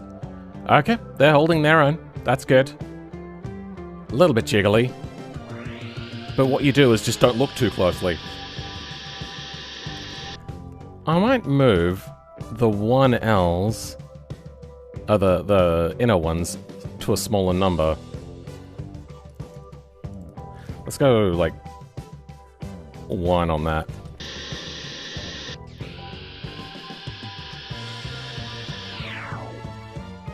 Okay, on spawning, now it's seemingly a lot more stable. Good. Okay, just have to deal with the jiggliness itself.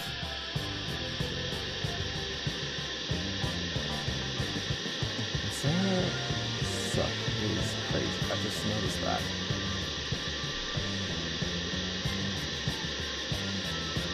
Are you setting the initial values to being offset? Or just the speed? I tried to set the initial values, but there's two problems. Base rotation is fucky-wucky for some reason, and I don't understand what's going wrong.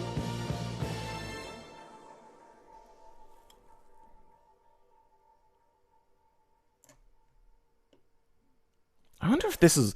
They've always had problems with initial rotational things being wrong in base rotation. 9... 180. No? 90.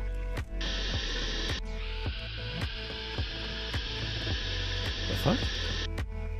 0.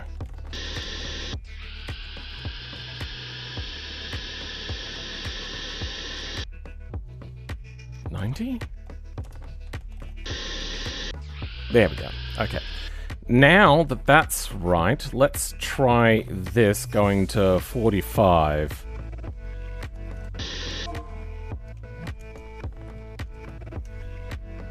Yeah, that's the wrong way. And that is on the X. Okay.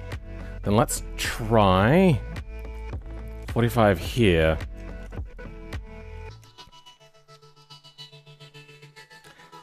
How is that possible? How are they both rotating on the same axis? You make no sense.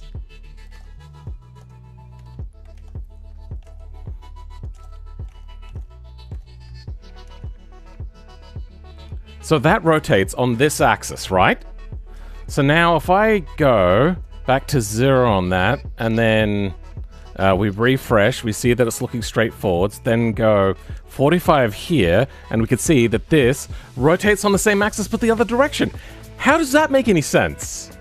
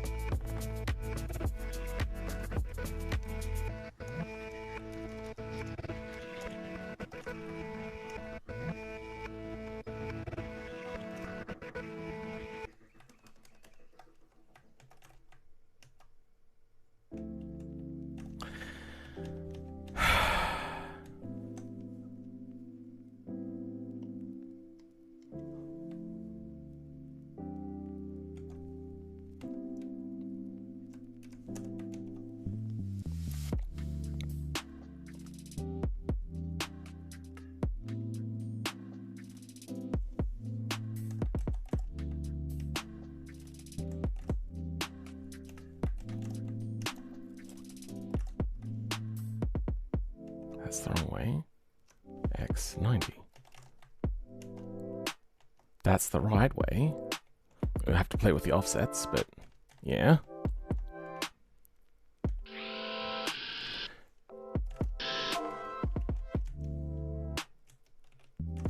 Let's get rid of number 2 here.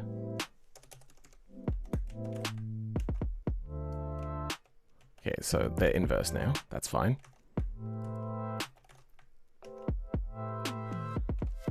Let's play with this one's offset. 45. Wrong thing. 45. Ah, okay. I think I have finally figured out how the J-beam sets up rotation incorrectly. So this is rather interesting. You'd think that the ref node is the important one and everything should be in relation to that, but it turns out that fan 1, so like a ID ref is the offset one, ID X, and then ID Y, which is like the longitudinal movement, is meant to be in relation to ID X and not... Okay. I might make a bug report about that. Let's also double check my math before I make a bug report. So that is, yes, okay.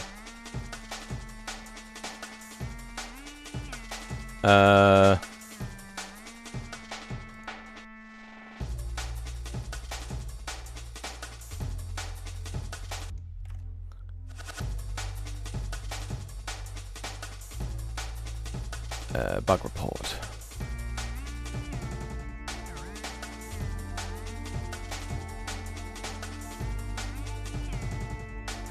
Custom spot? Okay. Bug report. Bug. Props. Ref nodes.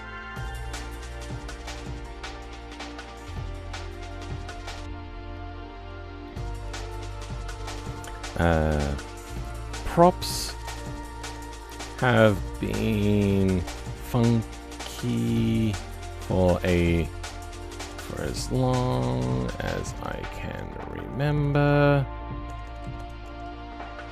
and I just did some testing and found out one of the bugs, but it might be too late to change with the mass amount of mods out there that operate with it as is.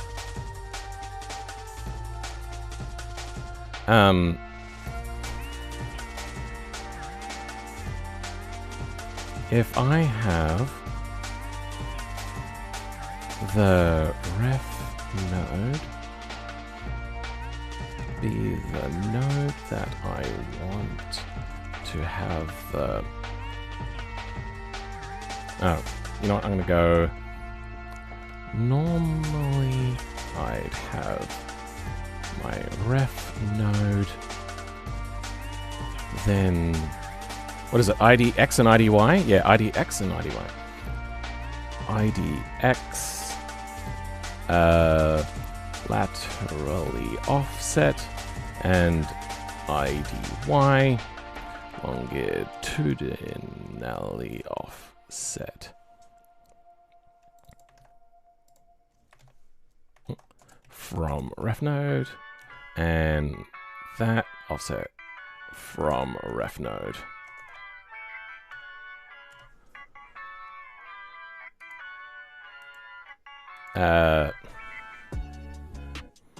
Then I'd have to play with rotation values until I had it right. Today I tested a few things, and if I used IDX as the location of the prop,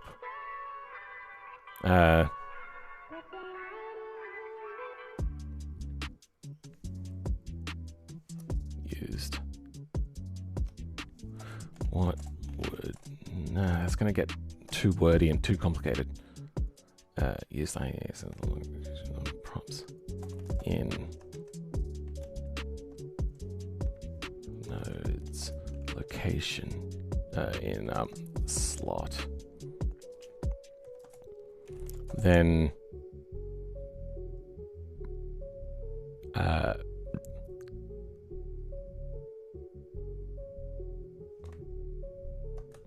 if I wait, I should just write swapped capital ID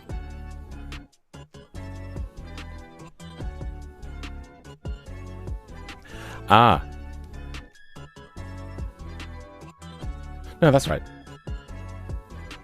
wonder what happens if I switch these around.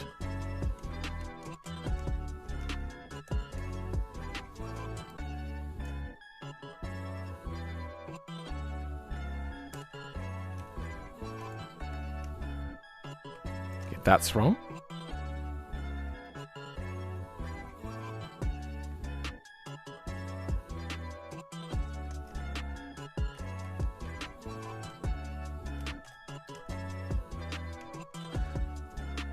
Yeah, okay. If I swapped ID Y with ref node. Oh, ID ref. Oh, okay. Yep, I've been doing that wrong.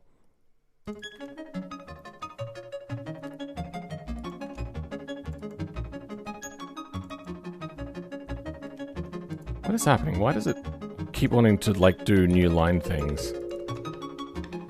There we go.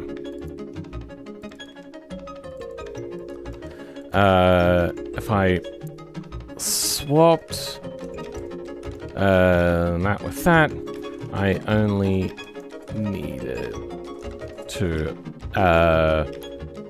rotate my prop by I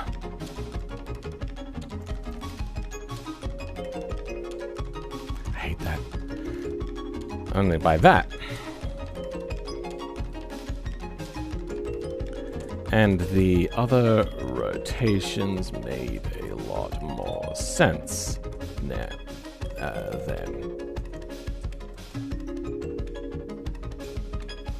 Even though this would require a lot of work to update all my mods, I really hope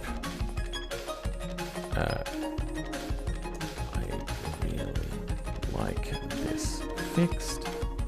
Maybe call it props 2. Now, they've done a whole bunch of other things and called them, like, Thing 2. Do they have props too?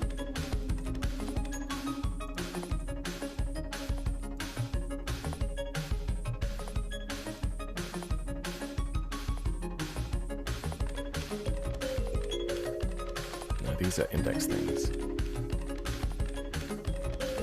Wait, no, hold on.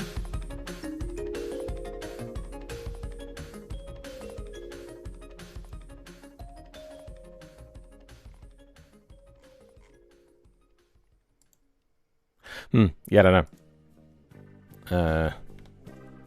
To keep old compatibility. Alright,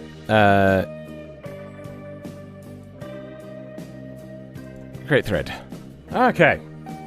I've always fucked in J-Beam with regards to coordinates. I've only ever experienced it when building map elements, trying to decrypt mod tuning and automation. So basically, car's looking good, and cheers for reporting the bug ASAP. Hope you have a great night. Oh, okay, you're heading off then, Danny? Yeah, I do bug reports now. I found that I used to seethe under the thing. It's like, just all of these bugs would become really too much. But also I realized people weren't reporting bugs to me and just talking about how shit my mods were. It's because I don't have every use case available to me, and it would take too long if I tried to. So having other people do it made it a lot easier for me, and yeah, my brain isn't working very well. Let's go 5, 10, 15, 20, 25. Let's go. No, actually, let's go more than that. 5, 15, 25.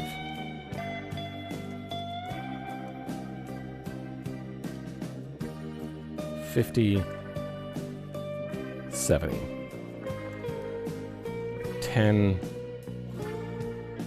60, 40, 80,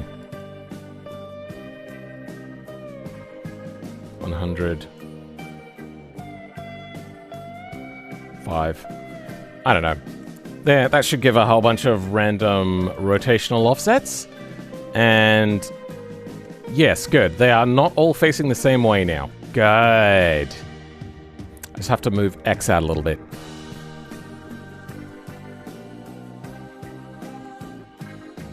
No, I don't want just Blender.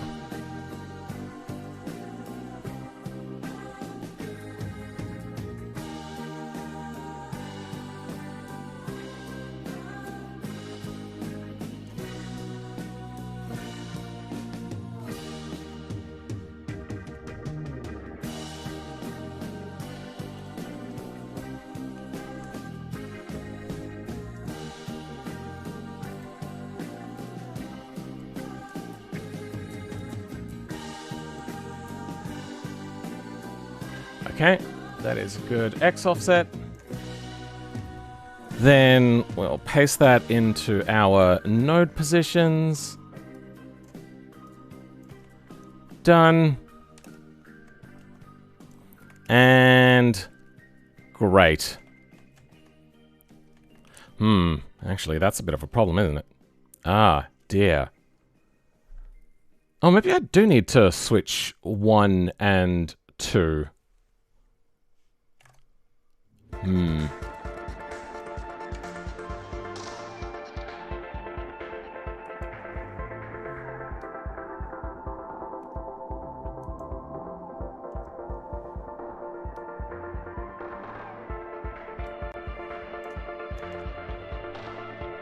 Can I?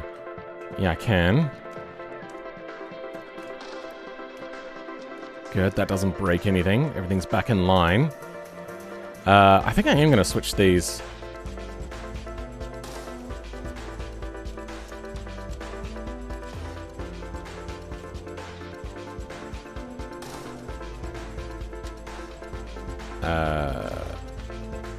0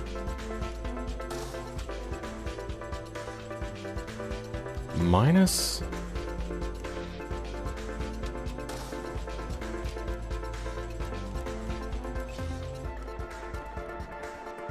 why are they angled inwards?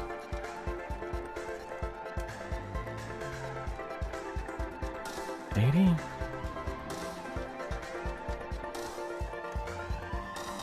$50? What is happening?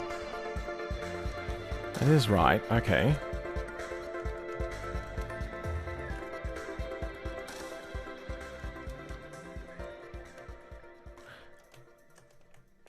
They're all angled inwards. Okay. 30. What does that do? Okay, that puts them back that way. Let's go 10 on that then.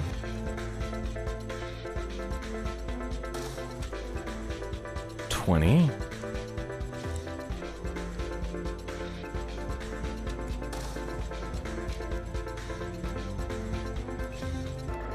$15.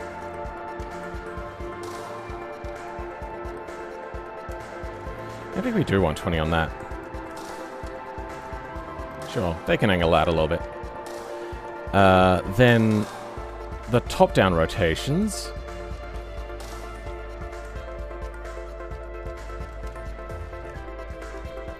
Is that all randomized now? Good. Yes. Okay. That's... yeah. That's a choice. Now, if they rotate... good, they are rotating in the correct axis in the correct way. Nice. Kinda almost want these to rotate the other way.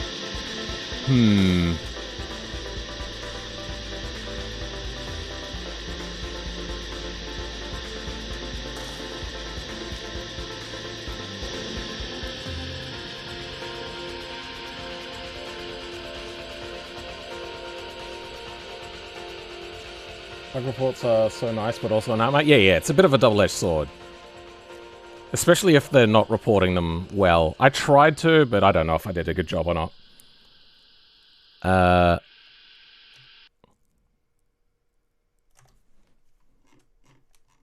Actually, you know what? I should probably have the sound in the smoother. That was a bit abrupt on the turn-off.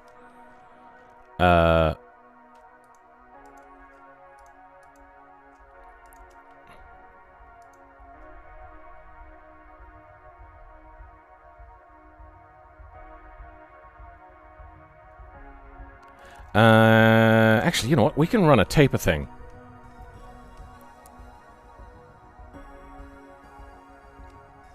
We'll run... oh, right, yeah, no. We should probably have our volume set outside here. So object set volume pitch fan sound 1. This is going to be equal to... fan speed can go all the way up to 1. So let's go... oh, no. Fan speed... times...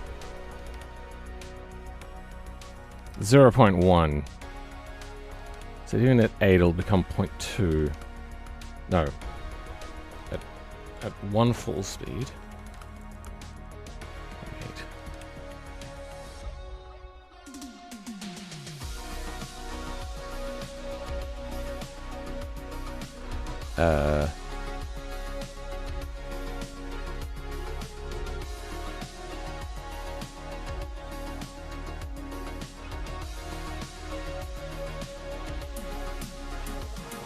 Yeah, okay. So 0.8, 0.8. Oh, okay. No, we don't want that then. 0.8 becomes, we want it to be 0.2.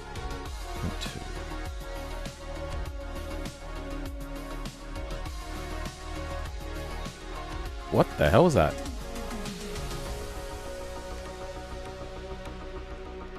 That's what I wanted. 0.2 divided by 0.8. 2.5. Okay. 2.5 times... oh, that was the wrong way around. 0.2 divided by 0.8. 0.25. 0.025. Okay. That times 0.8 becomes... Okay. 0.25 is the volume that we're going to want to set this at. Good. And then the pitch will do a very similar thing as well. Do I create a non-linear ramp?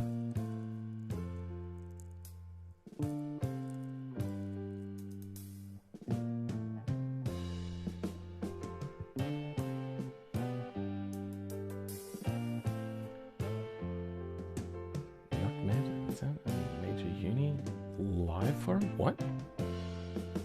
Yeah, mate, it's no use knowing.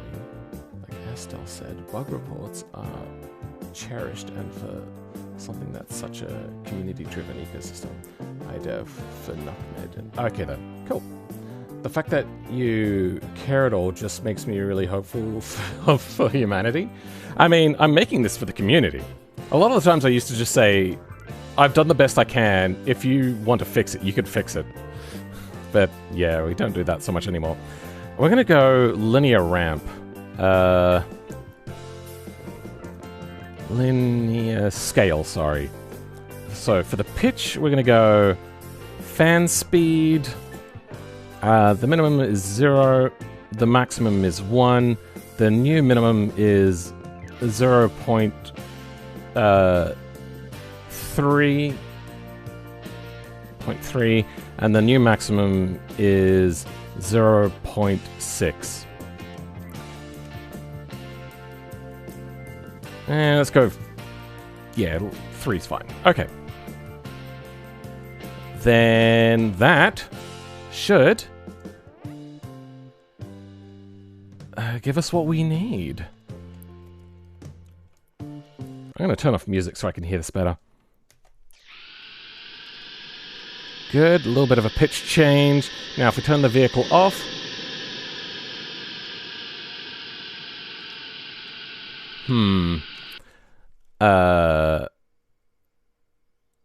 I think I want the fan smooth speed. Whoops, yeah. Okay, let's put that one in.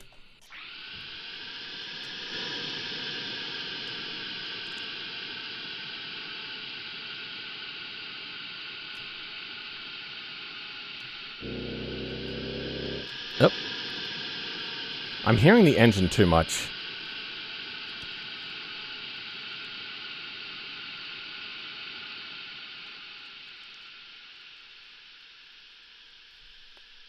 Okay, now we hear just the fans. Okay, that's too loud. Oh, sorry, too quiet. Let's go up on the volume. Let's go 0.5 on that.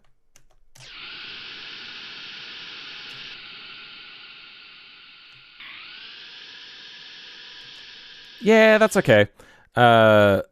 This we're probably going to change up a little bit.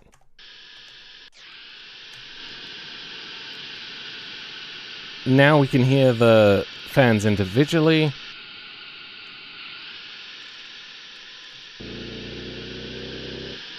Okay. I just realized that I have to change this up.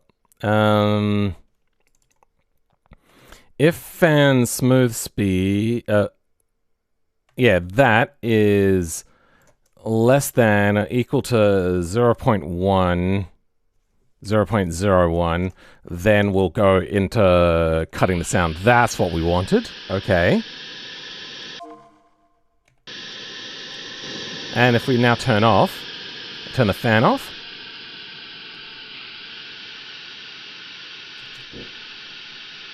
And wait for that engine to come down and turn off. No, it just cuts too quickly. Thank you from Real Fan Sounds, how they ramp up like Steam Engine video did. They have separate wind sound from the motor sound. It is a separate sound, yeah. You're alright though, I might change the sound sample. Mild pitch whoosh only. Let's try that one.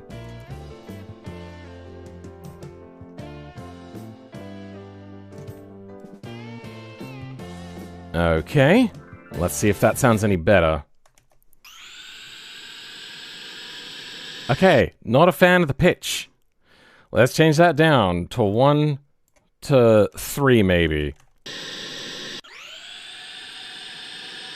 Okay, you know what? That actually sounds like it's fairly hollow. Wait for the jet turbine sound stuff to run down. It turns off too quickly. Let's go print smooth fan speed. Maybe that's what the problem is.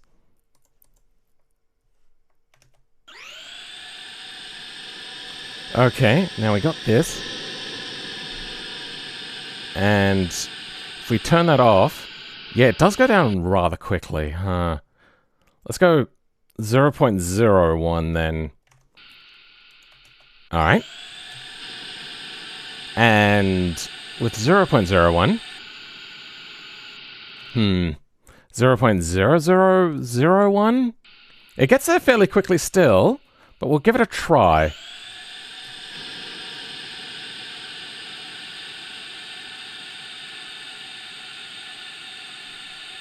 And... no, it just goes too quick.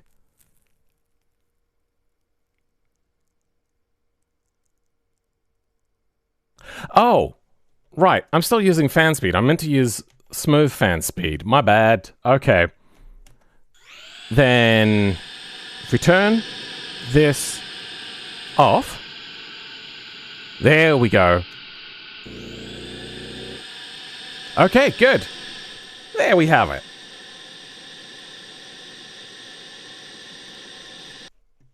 Okay, so from that,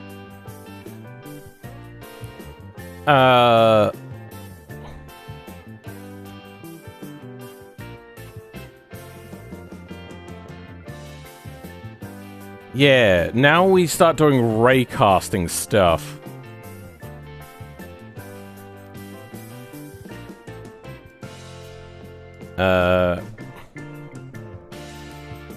Raycast? Or cast ray, I'm not sure.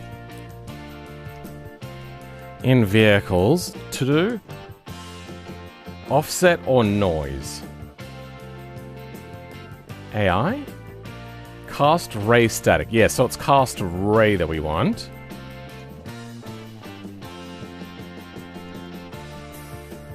There's a few cast rays. Cast ray static. Ray position, ray direction, and ray distance. Now, is ray direction...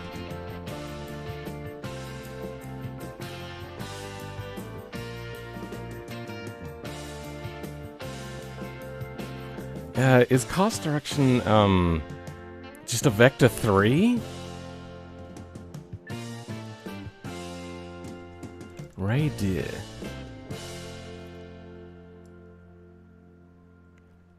Okay, it doesn't look like direction is always static, so we can grab the vehicle's up vector and put that in the direction. I just have to remember how to get the up vector of the car.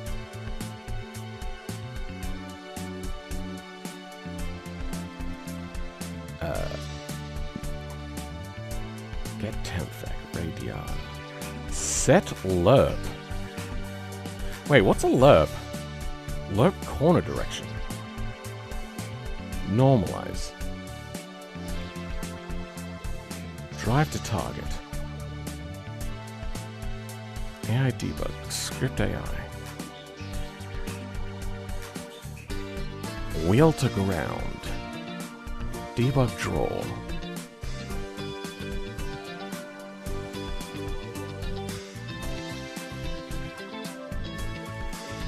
Helper vec. Set lerp.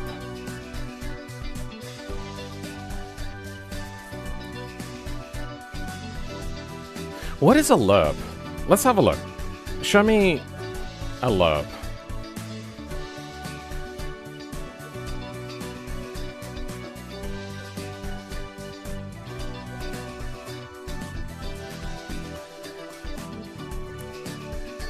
Not you, but you. Mathlib. What is a lerp? Function lerp from to and t.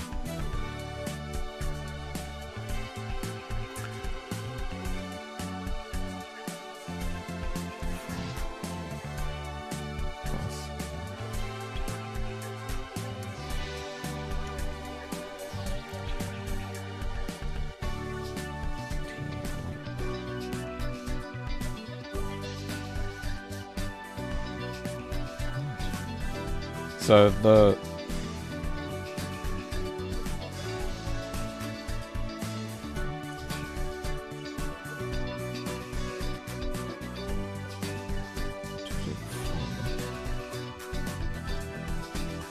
and it's from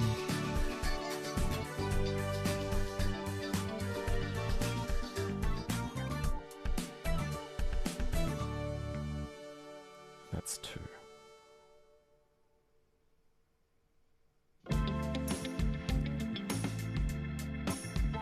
Times t.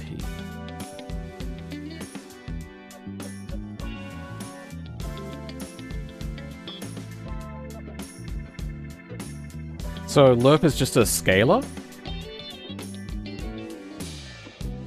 T is meant to be somewhere in between? A 0 to 1 value? Inverse lerp? Yeah. Okay, so just, yeah, it's the same thing as like a linear scalar almost. It just sets the scale 0 to 1. Okay. Value between 0 and 1 and is greater than 1 or less than 0. It extrapolates instead of interpolates the value. Very good for smoothness. Okay.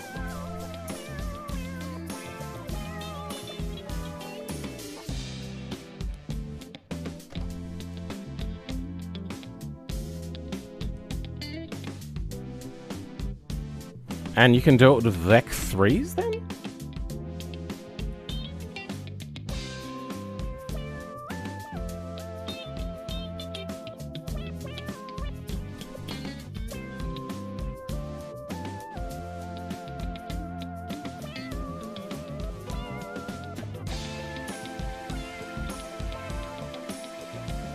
No. Your math error is wrong, Estelle Murray. That would be 1. 2 take 1 would be 1. 1 plus 1 is... Oh, no, it times this first. Oh, of course.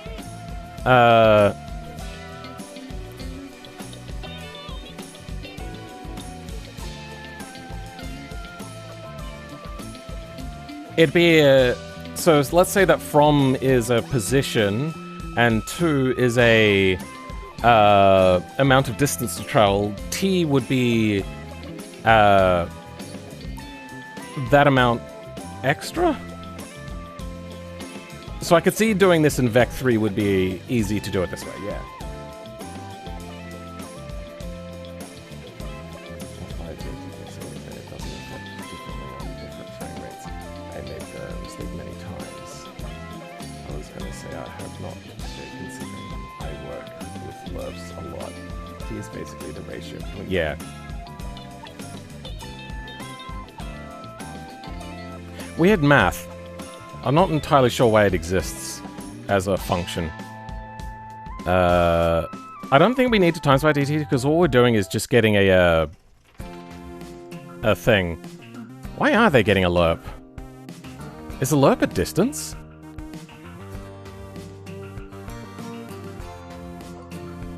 Wait, hold on. I just saw set lerp. No, I didn't.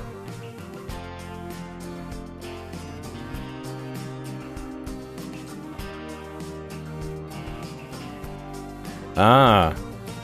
Okay. It is something like this. Alright. Fair enough. Cast ray. Vehicle.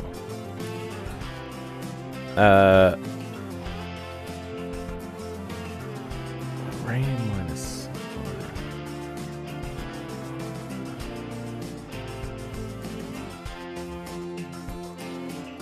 ray point will be the node that we're drawing from, ray direction, and then distance? Pass margin.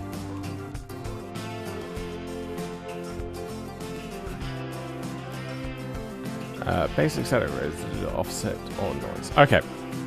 I think we can do this. Let's go a whole bunch of different ray dists. So we're going to need to create a table now for ray casting. Local fan sounds. Whoops. Local ray and thrust is equal to a table in there. What have I got in here? Okay, I've got that. Let's put that there for now.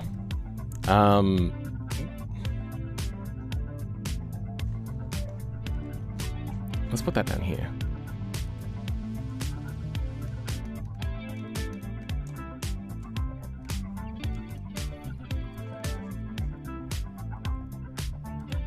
Ray and thrust. Ray and thrust. We're gonna want the ID fans. Local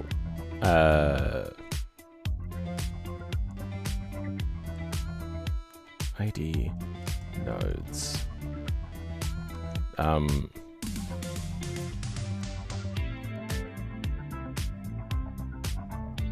Sensor nodes. Okay, it's equal to. And we're going to put this in a net as well, because it only needs to exist for one little bit. Then you. No, in here we're going to want. How many nodes do we have to draw from for this? There's like monocoque, right? Where's monocoque? Monocoque.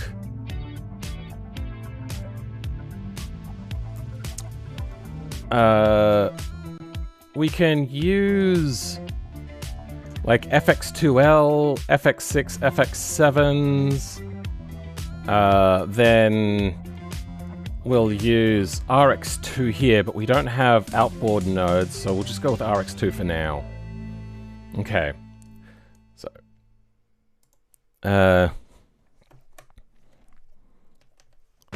RX2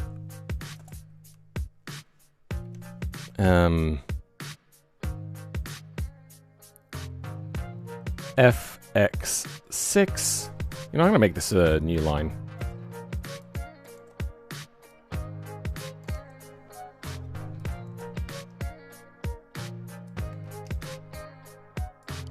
L and R.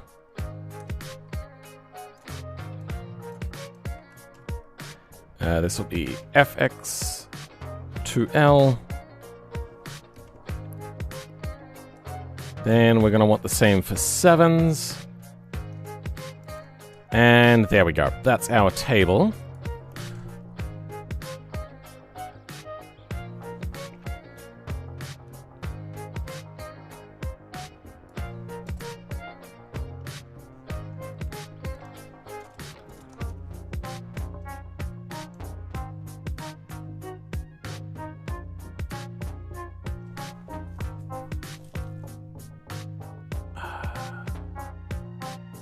Are we going to need upwards nodes? Apply force. Yeah, unfortunately, apply force needs more than one node. Oh! Or we can have obj apply force and apply it upon a vector as well, so we can just get the upwards vector.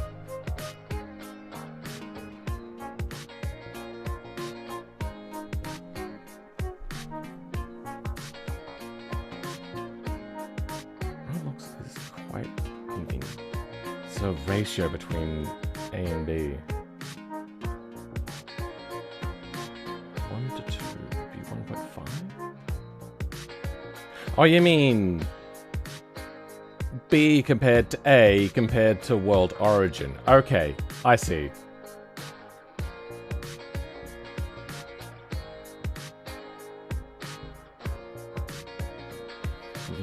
because it has lerp function native to Vector 2 and Vector 3 class. I wish BeamNG had similar extended library functions. Let's go for a live stream title. On a more serious note, how is code treating me? It's doing okay. Just had to... I wasn't so much getting confused by the stuff. I was getting... I was trying to understand it, which is a thing that I need to do. I can't just go, oh, okay, you're telling me how it works, good, okay, then I'll make it work. So, no, I have to understand it, otherwise it's gonna fail. I'm also gonna grab, I think, RX1. Okay, that's gonna be 1, 2, 3, 4, 5, 6, 7 raycasts per second. That should be okay. I don't think it's gonna hurt performance massively. With how fast this car is going though, I probably should do it every game engine tick, which is like 2,000 times a second. But I don't know if I... You know what? We're just having fun. It doesn't matter too much. You probably just use the foremost corner nodes, I think? Yeah, but it's not quite so simple.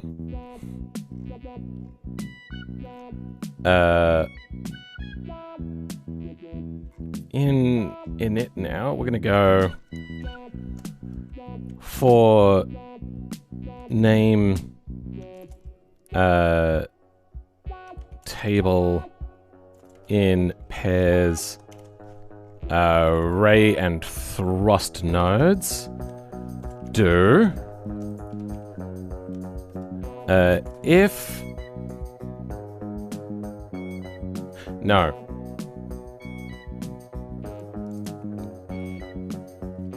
Yeah, no, that's wrong.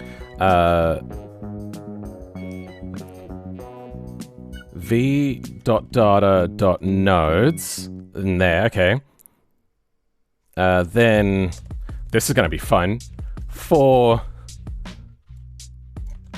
this again, we're going to do a loop inside of a loop. That's good. Node. Then ray and thrust goes into here.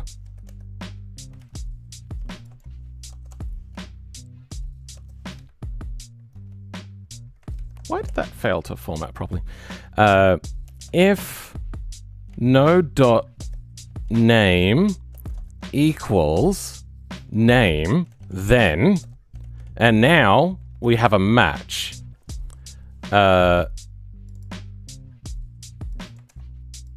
Table.id is equal to node.cid. Okay.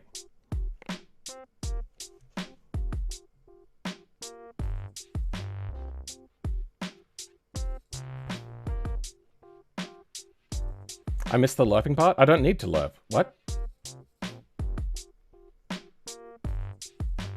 Add a lerp function native to Vector and Vector 3. I wish BeamNG had similar extended library functions. It does have a... We just... Nope. Just looked at some lerp stuff a minute ago.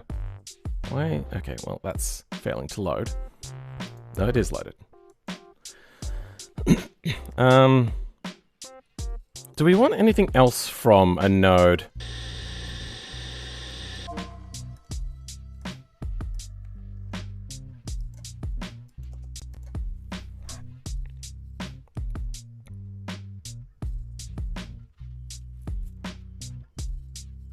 No, I don't think so. Part name SBR.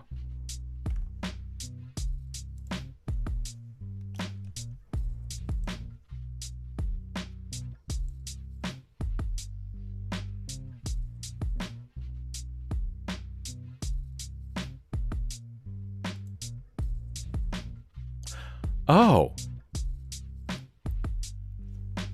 The insane.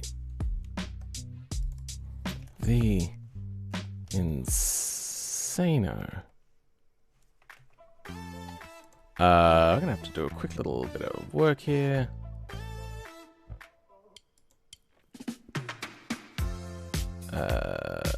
Mods.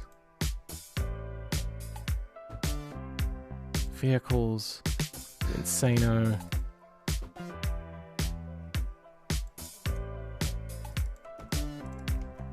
There, save. There, save. Okay. Good thing I picked up on that. Does the car suck? It definitely will eventually. It'll only suck when you try to drive and you're like, oh, this car's too hard to drive. Insano suck. Get back into here. Okay, so... we can add in more things to this table later, but for now, we should have the ID. Then...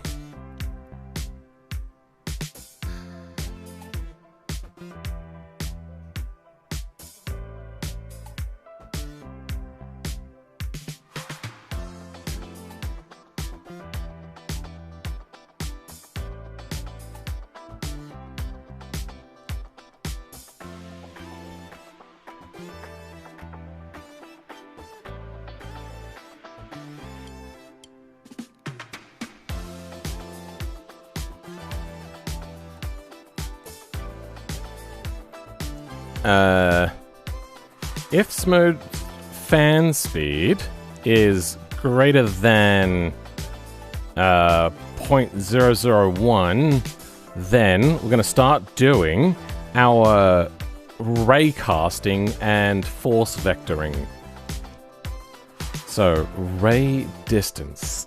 Yep, that'll work. Ray point. So, the first one wants to be a node, right? Pos. Oh.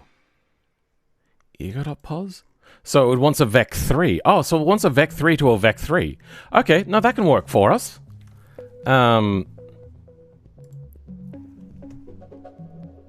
Let's go through and...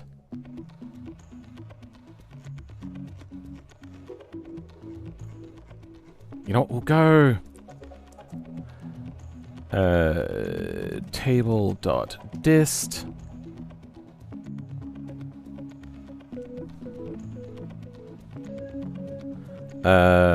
It's equal to...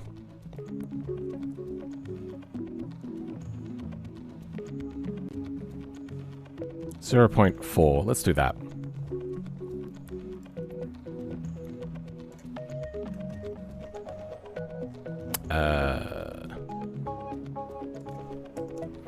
If is we'll work that out a bit. Less than or equal to 0.6.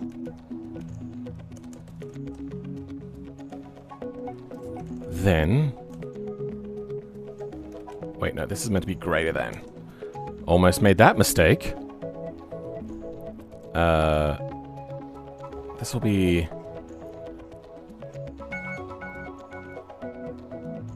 ray and thrust? Nodes?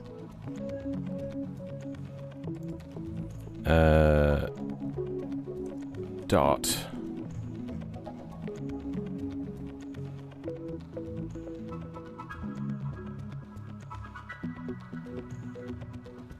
This one.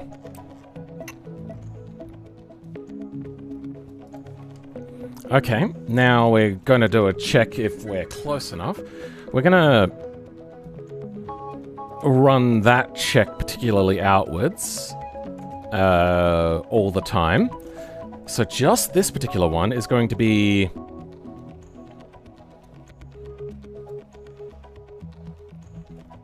you know what, actually, we might go... local sensor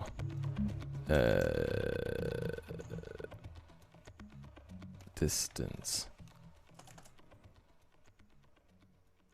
You know what? This is going to happen so infrequently where it's not going to be in range. So we're just going to run this normally.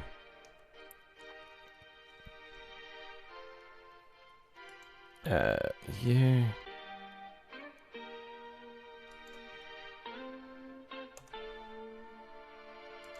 Then, no, we're going to lose that entirely. For name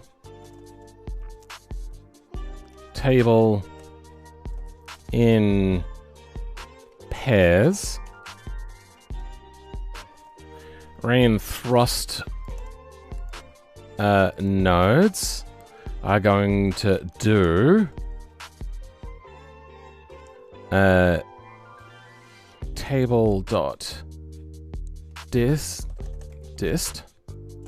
is equal to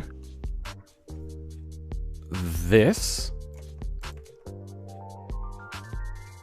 Then we're going to want to array point. Table dot ID. This is going to be a vec3. Yeah, okay, so no, wait. Obj. What are the things that we need for obj now? I don't remember. Dump obj. Get velocity? No. Get simulation time scale? No. Get static friction? Get position. Okay, so we're going to want obj, get position. And let's see what arguments go into obj, get position. Oh, that's just for itself. No, we want to get position of our own node. See, the reason why I'm not doing just the whole vehicle as a, like, scan once and then get all of them, I want to have, if you go on a curb, it's going to give different values, stuff like that. It's all going to be fairly accurate in how it should work. Made an ancient luxury car that makes 800 horsepower, goes 300 kilometers an hour, but it only has 4 gears, so it takes forever to get to 300. What do I do? I don't know what it is that you wanted, what you're trying to achieve, and what with. Is it an automation car?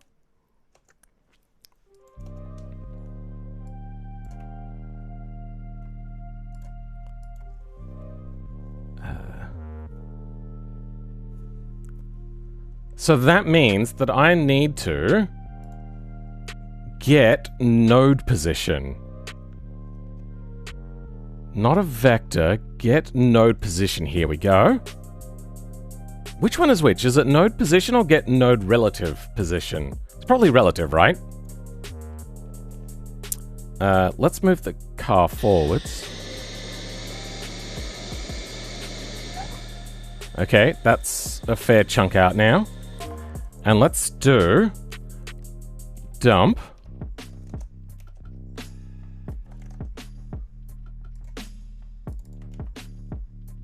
get node position.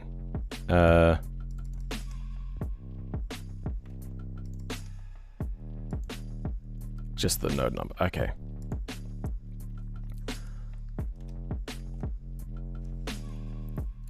Obj get node position. Then inside of that, 1. Doesn't really particularly matter. Okay. That is seemingly a relative node position, so that's good. So why is there then get node relative position? That doesn't make sense to me. Well, let's try dumping it, and that seems to be nearly the same. I don't get it.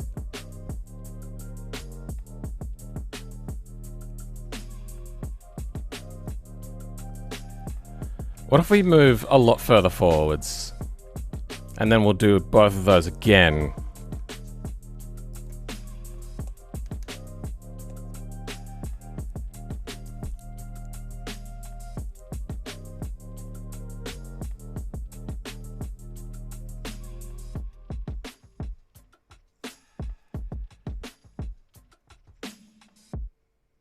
Relative might be relative to the what? That's what I thought. Really, the only big discrepancy here is the X value and the Z value. So what exactly is node 1 then? Nodes 1 is anti-roll bar. Okay. Let's go like 20. That's front hub stuff. 60. RA3R? 90. RX4R. Okay, good. We can work with RX4R. Where is that? RX.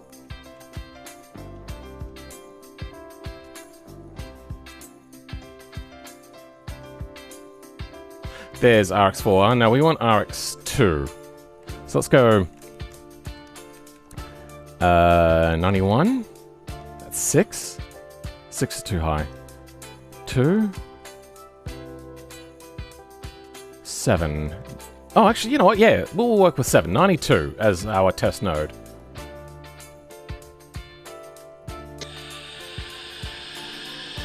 Okay. You know what? I'm going to turn that print function off. Print. Goodbye. And refresh.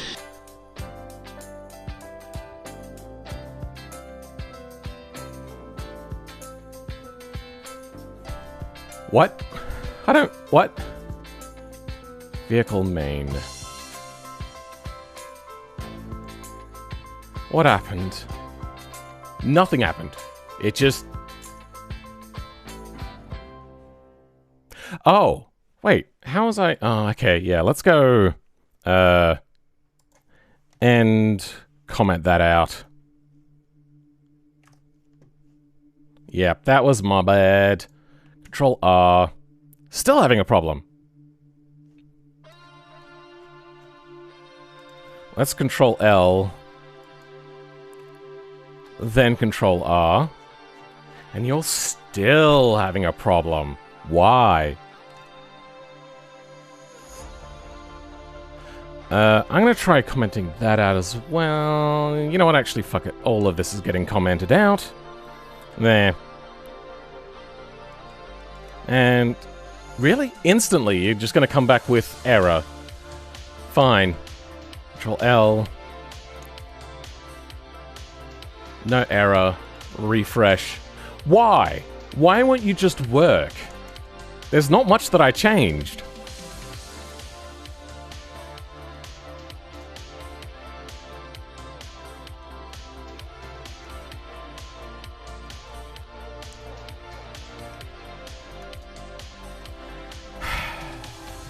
Is it this then?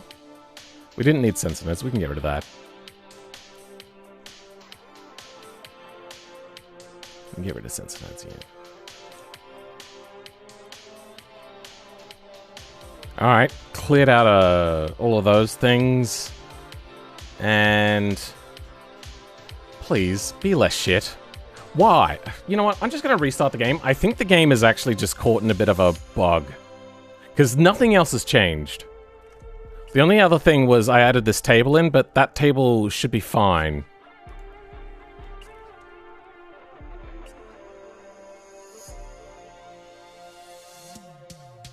I'm just going to retrofit it to what I want to use. Yeah, I do the same thing, don't I? But I think what they're talking about is the efficiency of game engine code if it's in natively. Okay, let's now try spawning in again. No, okay, so there is an issue. What is the problem then? Can you tell me what the problem is? No, you can't. Good.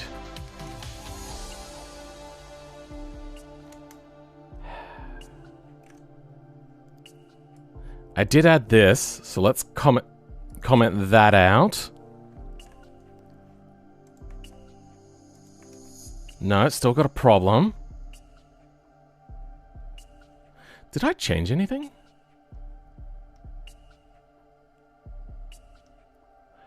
I did change the config files. Is that where the problem lies?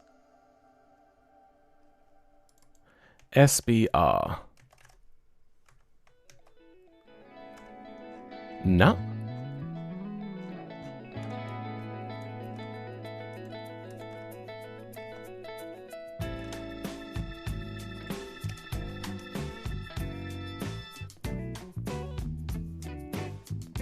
Oh yeah, no, that caused a new error.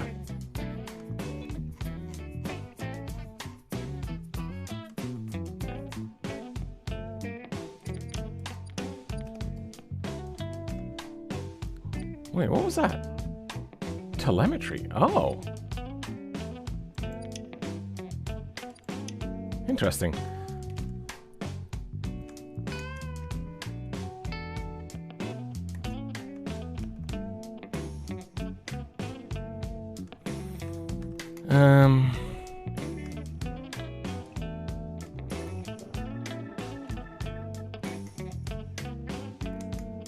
Oh, is this meant to be called main, is it? Is that...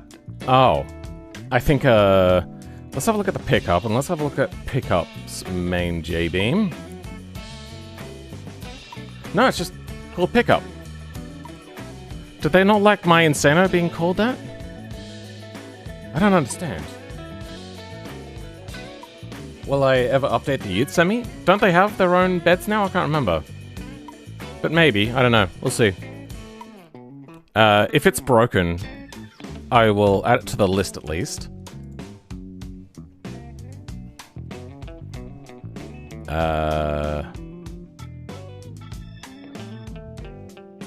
What's that are broken? T-Series fuel tank. T-Series Ute update. Alright, we'll add that there. I'm not sure what's causing issues. He has a bed and the T-Series doesn't. Yeah, I know. But like I was trying to say that, yeah. Do we need an info file? Alright, let's get an info file.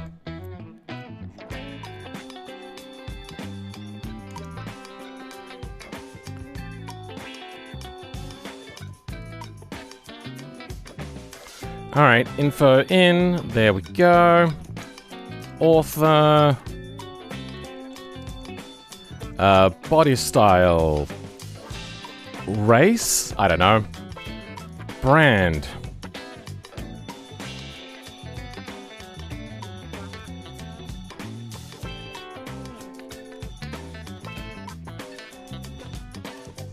Wait, hold on. There's something else I want to have a quick look at, which is an ongoing mystery of how these vehicles separate themselves. Info of the Vivis. How do they separate? Brand Sherry of France. Derby. Name. Description. Name. Slogan. Type. Code.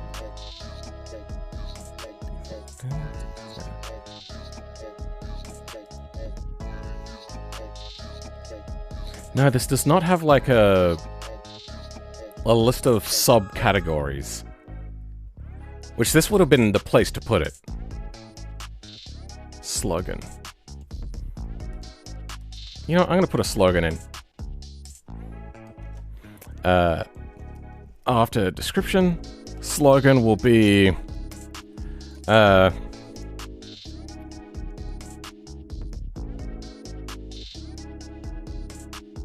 you can't handle this. There, that's the slogan. Description. A car that's designed to not obey the laws of physics, and sometimes not even you. There, good, that'll do. Derby class. I don't know. Race. Country. Australia. Slogan. Name. the Insano. Type car? Yep, car. Derby class, compact car. Nah. What are the other ones? We got Derby class, body style.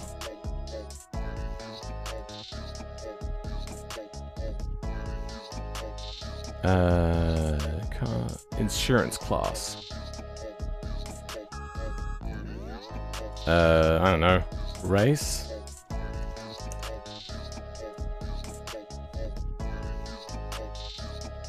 It's camel case, so that would be race. I don't know. Region. Where's country? Okay, sure, whatever. Default paint name. Sure, whatever. Default PC.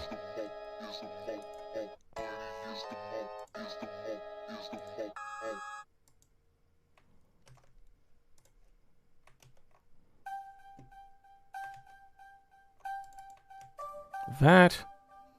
Multi-paint setups, no. Paint collections. I don't think we need to have paint collections in. Don't need libraries or multi-paint setups either. Default PC, default paint name. I don't... Yeah, maybe we'll leave that in. I'm not sure. Okay, now let's deactivate and reactivate the mod. The Insano goes away. And now, Control L. Any errors? Everything looks fine. Control R, and still got an issue.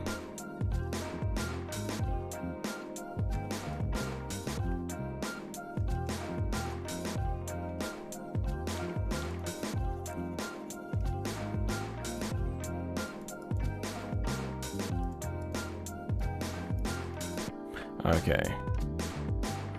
Now let's replace it. This. Right, I didn't change the name of the info file. My bad.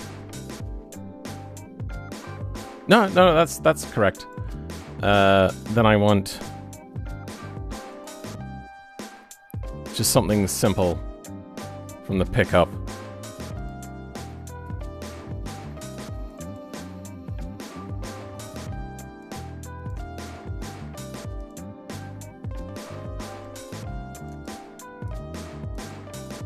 Fuck you. There. Good.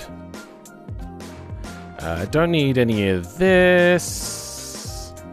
Body style. Car. Bounding boxes should be fine. Don't think I need that. Don't think I need that. Configuration.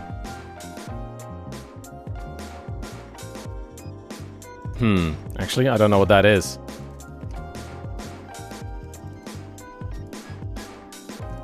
So it is a locales thing. Okay, so just the name of it. That's fine. Configuration is... de facto. Description. Realistic downforce. You know.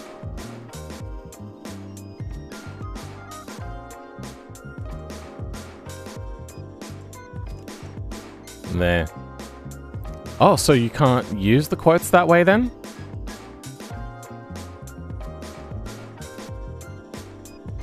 Can we use this instead then? No. Okay.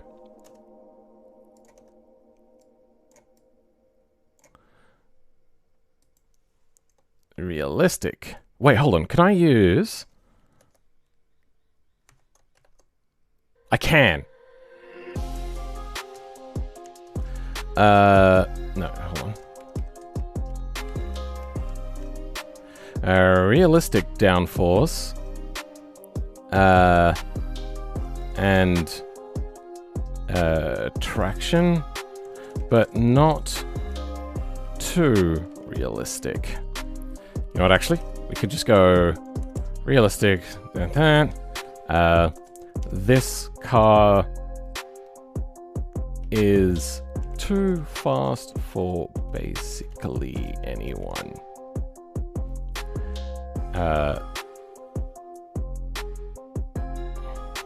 Okay. Drag times, don't need that. Drivetrain. Rear-wheel drive. You. Avgas.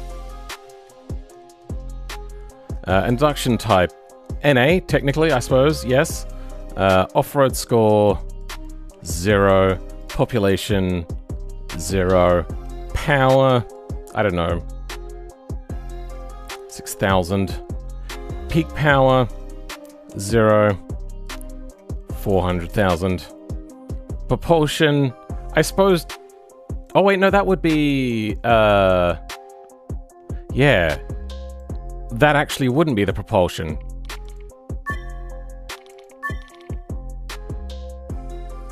Propulsion, electric.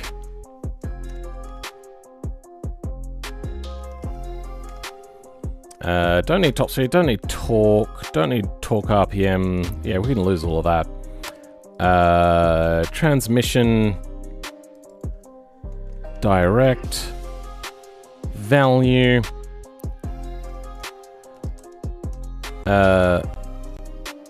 That's 1,000, 10,000, 100,000, 1 million, 10 million, 100 billion, $1 billion. There, okay.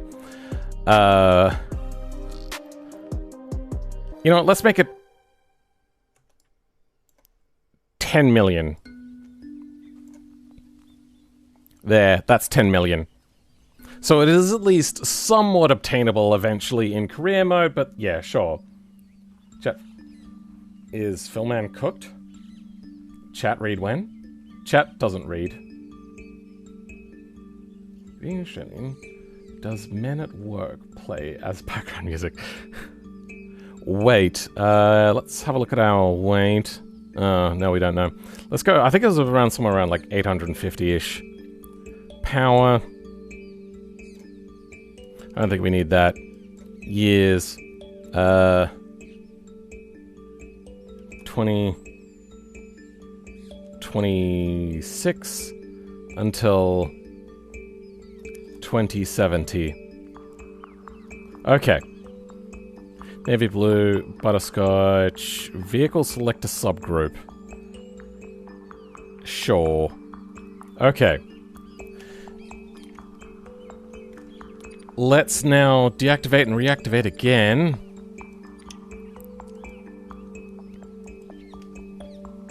Control L. Let's spawn something else quickly. Then Control E, Insano, de facto. Okay, so it's not a part selector thing. There is something going wrong, and it's probably my Lua file.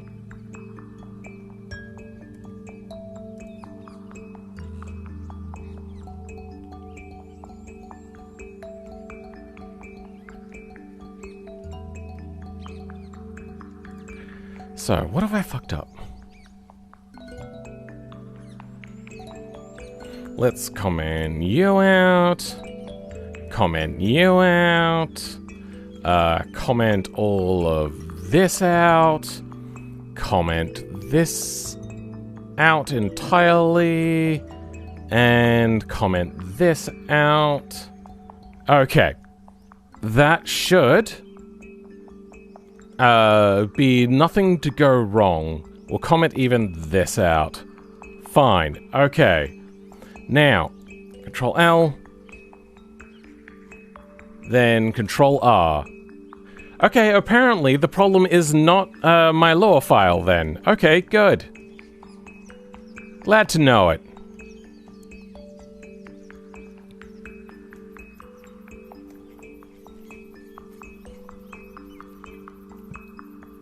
Sensor nodes can go away because we're not using that.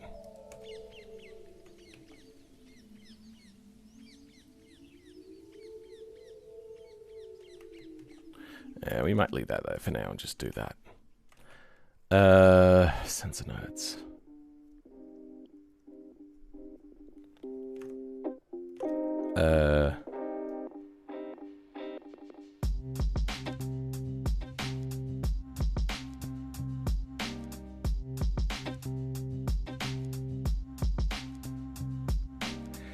Somebody's already made a bulldozer that deforms the terrain.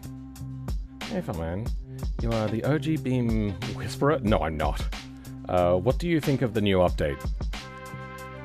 On the whole, I really like it.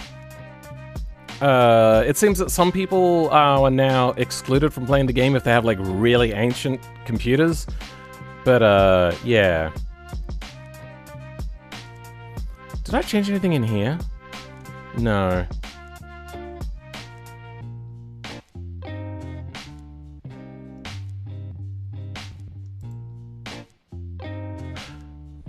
Slot main. The Insano. I'm gonna... Wait, why is there a license plate in here? Let's get rid of that. Paint design is fine. Insano mod. That's fine. Insano suck. No. Insano monocoque. Let's comment everything out under here, so we'll at least have ref nodes. And now, if we try to refresh, there shouldn't be anything wrong. What is going wrong?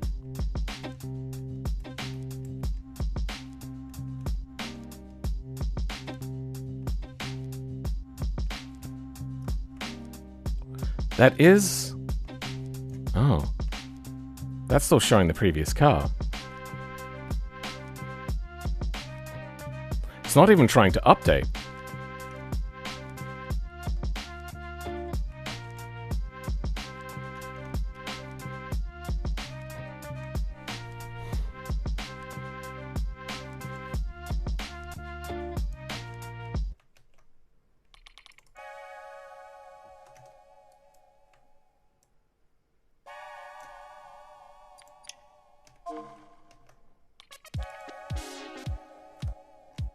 Why can't you tell me what's wrong? I don't get it. Just tell me what's wrong. There's no reference notes? I guarantee you there is ref notes. M1. Total word. Yep, that's in there. Alright, good. Next ref node, M2. Alright, let's check. M2 is here. Fantastic. M1L. Good, it's in there. M1LL.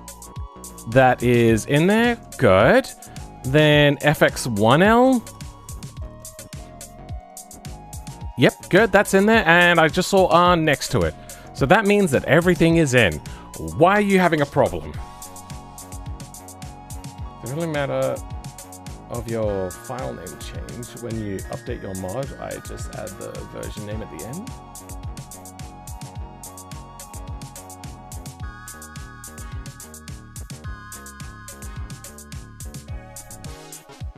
What? I don't think I understand. Did they change the game engine? They always do. There's always updates happening to that.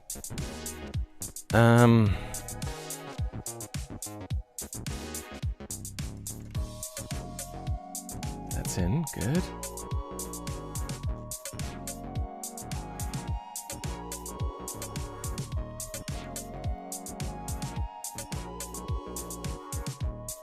What if we have no ref nodes? Let's try that. Now it actually has no ref nodes. We bring that back.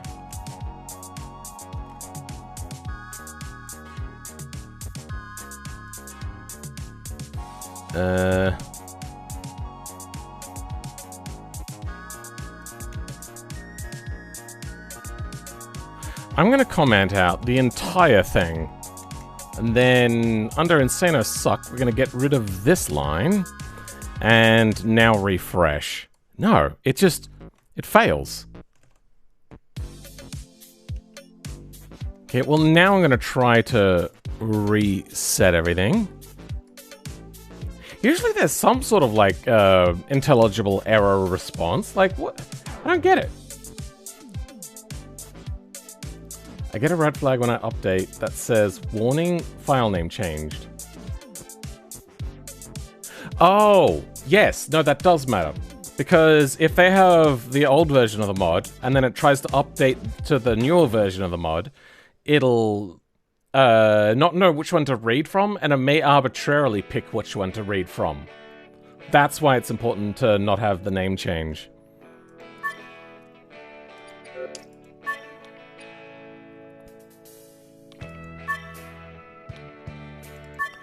Okay. Spawning in. Please work. Good. That one works. Now let's go to the Insano.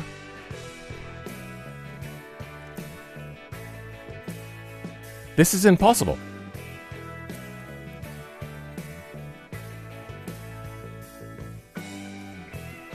Alright, let's get rid of everything here and restart from nothing.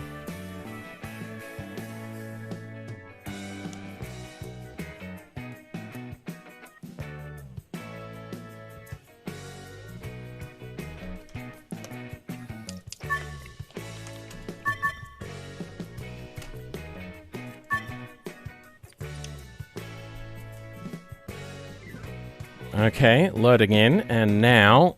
Insano. What? No! It's not even getting past this.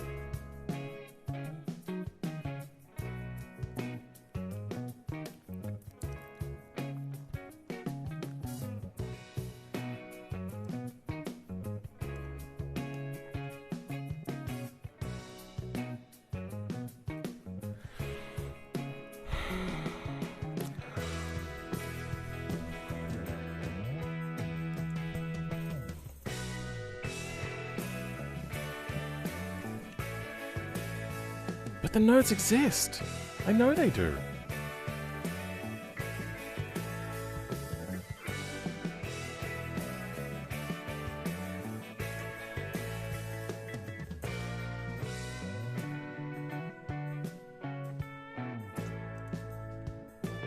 Did I change something in here by accident?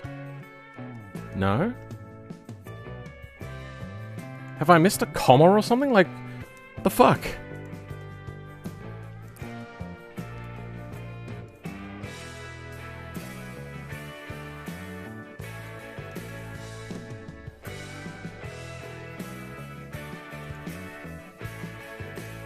I think it doesn't like the fact that I changed the thing for it, so I'm going to go ahead and delete all of this for now, and we're just going to start from scratch.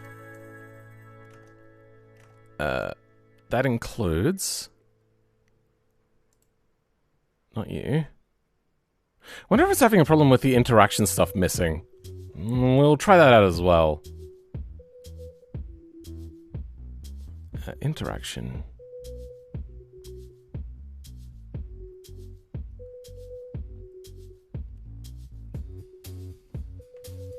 Info. Let's move that into defunct. And suck fans out. And Insano suck as well. Okay. We've moved everything that we've worked on outside of the area now. Let's deactivate and reactivate the mod. Good. And refresh. Okay. So it is something in there. Let's bring suck fans back.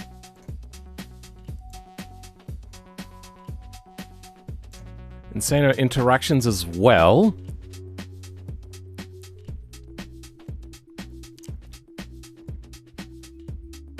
Wait, what were the things that I just brought back? Suck fans is meant to go into there. Okay, we have suck fans back, and the suck J-beam. Good. Then let's control R. Oh wait, no, we need to deactivate and reactivate the mod.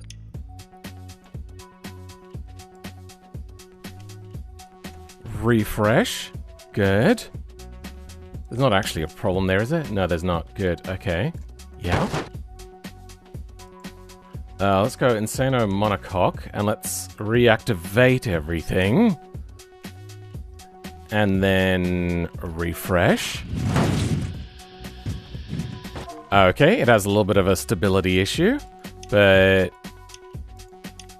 why are hubs not on by default? Okay, good. We don't need brakes, do we? So we're going to go in and we're going to take out brakes. Or at least don't need brakes for now.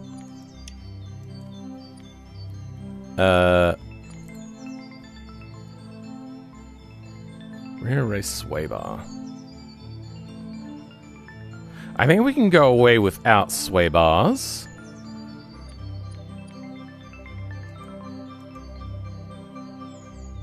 And unpause.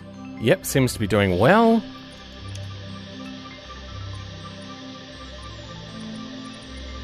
How do we save? Other? Save config. Take photo. Good.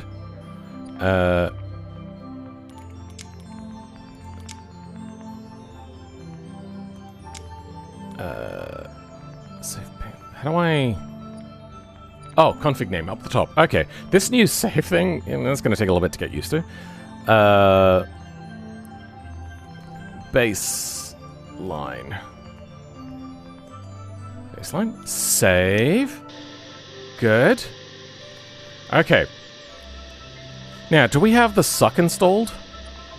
Mark Zuckerberg? Re-events ground effect. Okay, so it is in and it is working. Good. Oh, right. Yeah, no, I commented everything out, so let's undo that.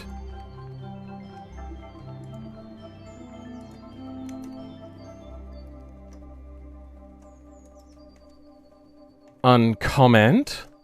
And refresh. Okay, so there is a problem in here. What's your problem? Is it going to tell me what's wrong this time? Or not? You're just going to keep being a bitch. Insano suck. Ah, finally, we get a bug report. Thank God.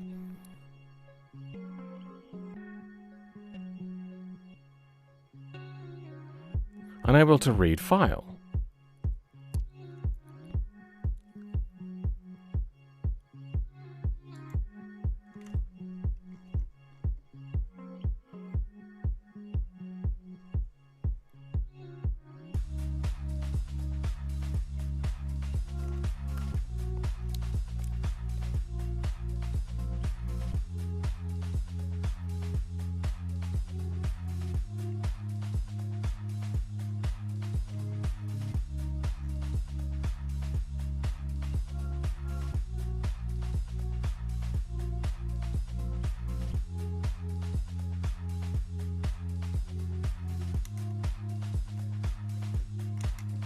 But you're not going to tell me where the problem is. I wonder if the problem is that I need to deactivate and reactivate the mod? I mean, I don't think I changed anything. Refresh? Okay, no, it's back. Okay, good. I don't know what just happened, but something happened. Fine. Now, I want to start doing raycast checks. So, distance. Good. Now, is this going to be okay? Print. This thing.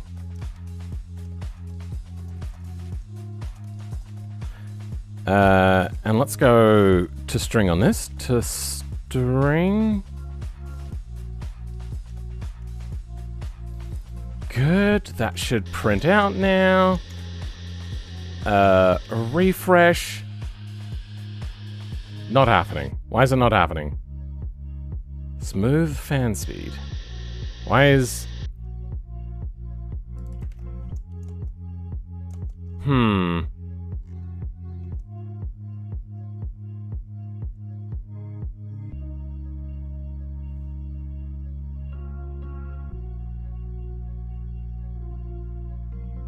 Entity component system so bad. Yeah, they normally do. It's just sometimes it gets into like a bit of a loop where it won't chuck an error. It'll just error out.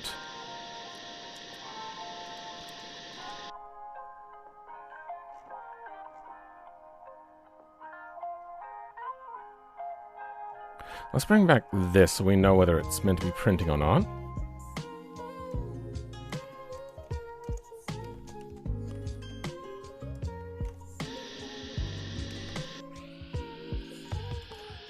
Oh, is it just ignoring my Lua file altogether?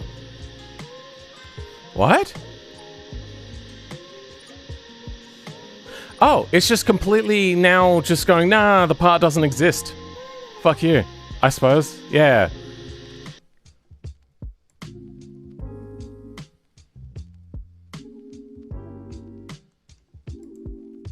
I mean, it's there. I'm gonna control L, then control R. Okay, nah.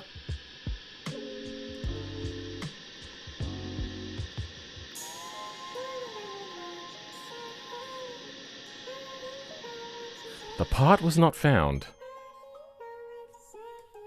Oh, I moved Insano suck out. Oh. Oh. So now it's up to... Oh, fuck. Let me guess. Now we go in and... Hurrah. Wait, no. It's not failing. Oh, right. Because now I have to deactivate and reactivate the mod. Good. Love that. And refresh. Okay. No actual problems here. Is it printing? It is not printing still. Damn it. Right, because I don't have this enabled. Okay, let's refresh now.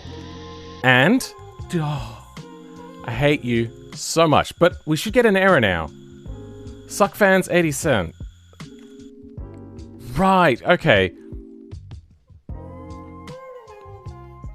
I didn't give it a proper raycast location. I haven't done everything we need yet. Okay. First of all, this is Vec 3? No. Get no position is a Vec 3. Ray direction. Alright, let's do... local up Vec is equal to... where's that dump gone? Dump. Up?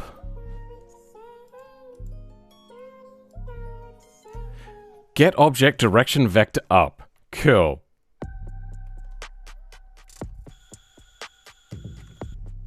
So now we do obj get there, obj you, and what goes into this?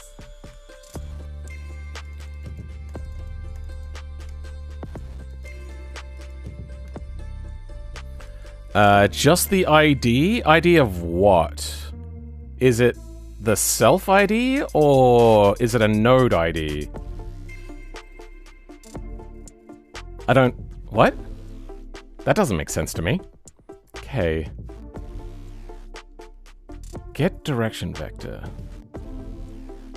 Store data of all other vehicles which satisfy the following conditions. Oh! Get object... Oh, let's get other like any object. Okay. Object ID. Okay, that's what that is. We don't want that one then.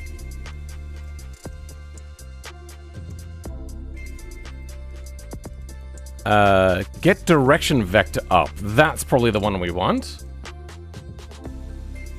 And that goes in there. Let's see how this one gets used. It goes in without putting any values in. Good. Now, is this world, or is this, like, the vehicle vector upwards? We'll see how it goes. You know what, actually, we could just dump this, can't we?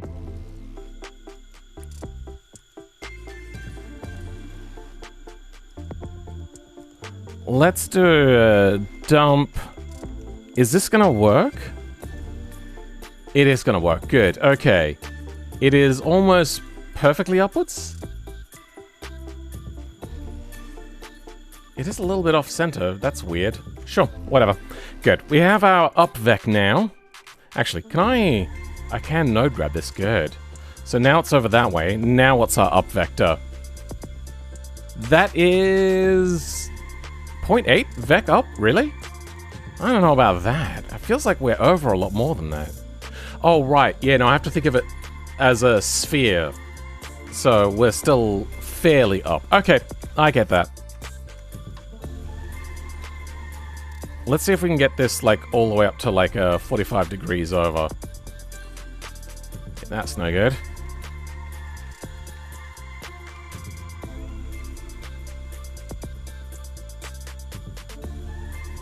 That should be getting closer to, like, 0.7?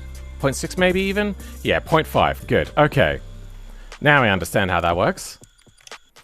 So we have now up vec, and then our traffic state side pass margin. What is pass margin?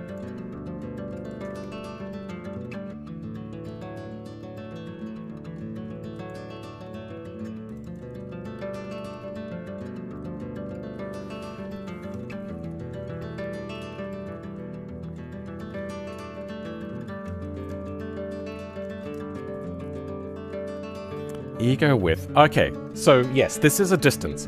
I suppose we can max this out to 1, which will give us a nice, easy linear scale 0 to 1. Then, if... Nah.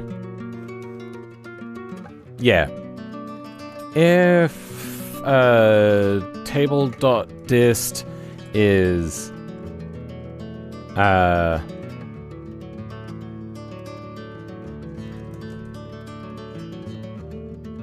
what is,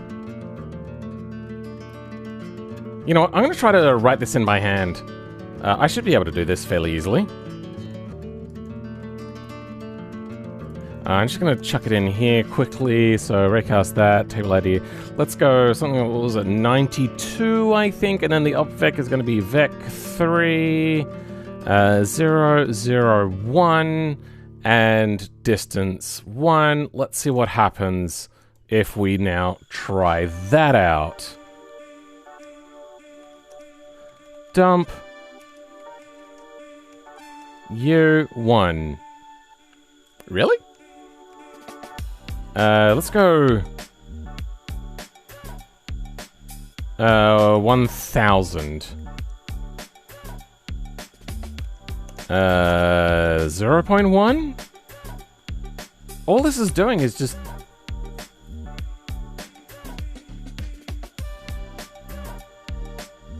I don't understand. Is it because the vehicle isn't spawning in correctly? Oh, wait, no, it is working. Okay. And we're actually getting a radius of 1. I get the feeling that this is not working.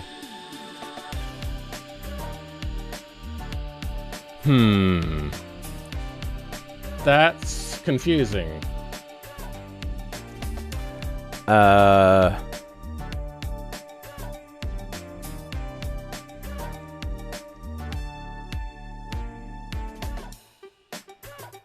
Get node position 92. Oh wait, hold on. Let's X that out.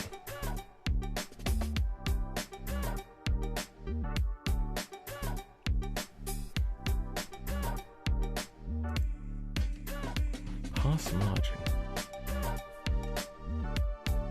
Ego width. Ego width?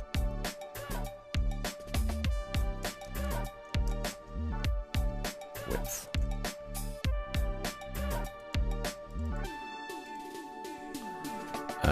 Width equals nil.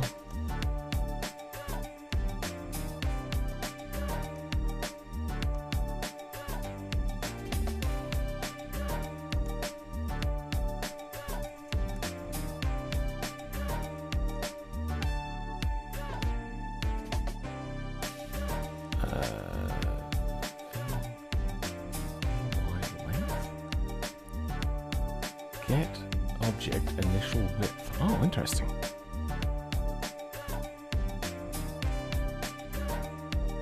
Interesting. Okay. Yeah, so I don't know what this is meant to be, but let's try like a trillion or something. So we had 0.1. Let's go zeros all the way up. Okay, well that's apparently too many then. I don't know how to read that. Let's go like that. Wait, what? Ah, okay, yeah, I must have removed one too many. Okay, that's also too many.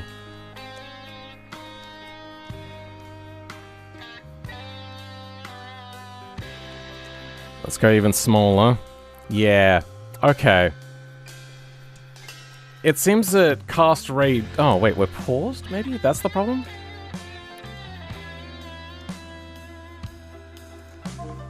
Yeah, no, not even being unpaused fixes the issue. Then yeah, I just have no idea how to use cast ray static.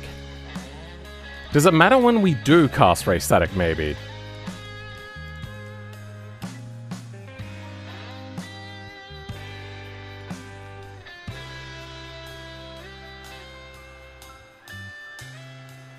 Ego pos. So it's the position plus up vector times 5? Cast array to see if ego can directly attack player without hitting a barrier. Ah. Wait, oh! Does it not recognize this map as a collidable object? Let's go... node... let's go higher node first, and then we'll try a different map. 88. 88 is... yeah, also 88 doesn't work. Alright. It could be that it doesn't recognize this as an object, though... it is a map object, and I do believe that the scan raycast will check that. Yeah,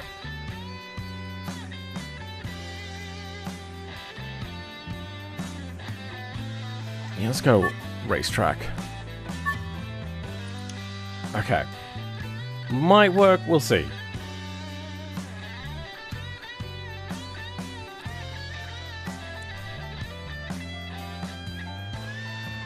Ah, this is gonna take a while, isn't it? I'm gonna go get a drink whilst I wait.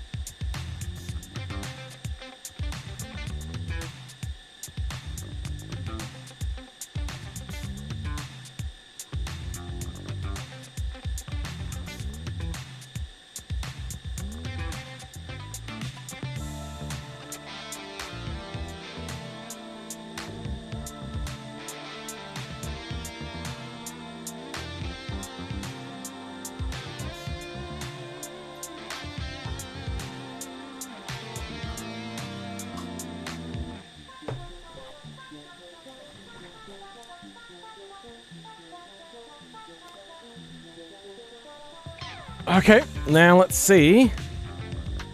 No, it seems that our array dist is still pretty balked. That's frustrating. Oh. Let's try doing the really long ray cast and see if that works. No. Okay, so cast ray just doesn't work.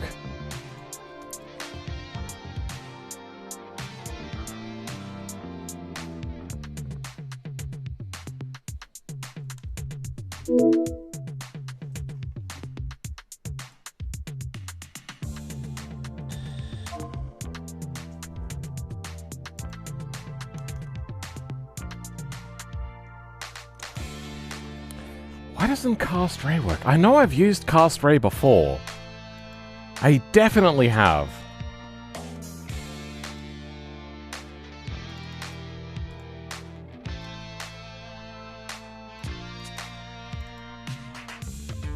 Yeah, I used it in the, I wonder if it's the vector. Am I vectoring it the wrong way? Then let's go, vector -1, direction downwards, not upwards. Nope, that's still a problem.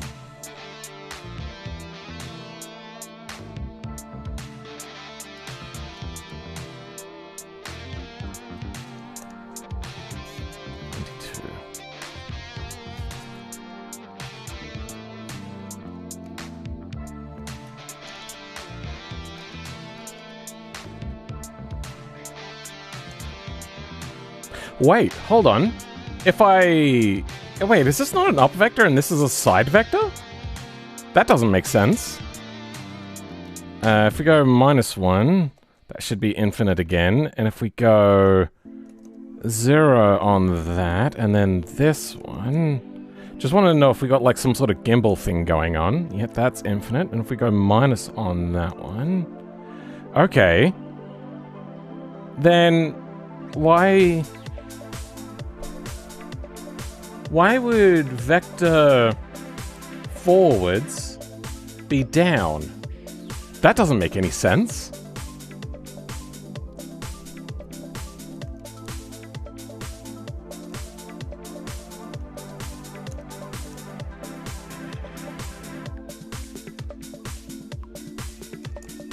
No, that's actually technically vector backwards. Why would vector backwards? Get node position backwards. The thing is we're doing a roll vector input. We're not doing anything funny here. It's literally a roll vector input. And the backwards vector, it's not a relative vector. That is straight in, I put a backwards vector, and it's...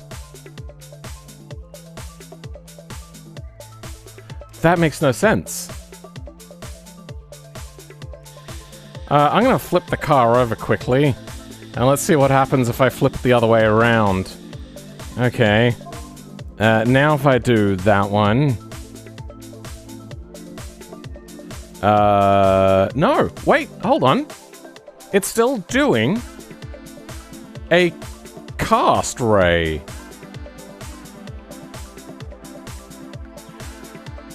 The fuck? Can it not pick up... What?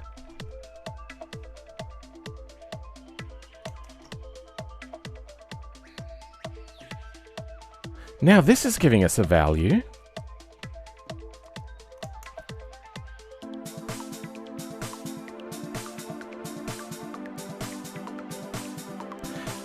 These values actually look correct on the printout, so... Because it also was giving a vector the wrong direction. Okay, because that's up. We want the down value. Okay. Yep, there's no result for down either. Okay. Can I go... -1? Oop. Times this? And then that should give us the results that we want? And unpause. Okay. Some of these are giving us a value and some of them are not. If I knew which table that was...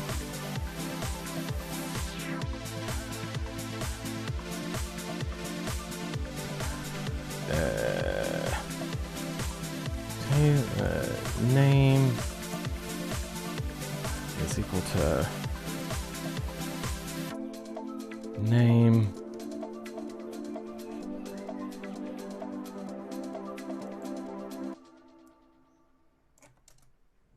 there we go. Okay, now we can figure out more information from our print, and it seems that wait, not even always, it's only sometimes. Huh. Needs entity components. Welcome, OG Insane Studios.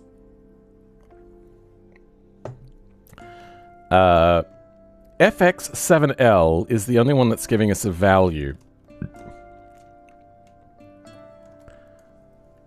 That's going to be like this node, but then again, not this node. So what if we increase the distance up to 5? Will that do us a better job?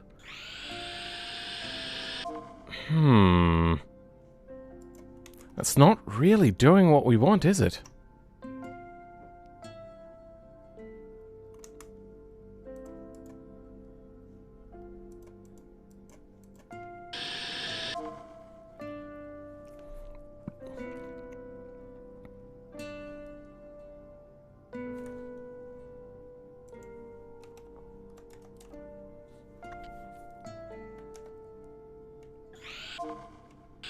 Why are only some of them working?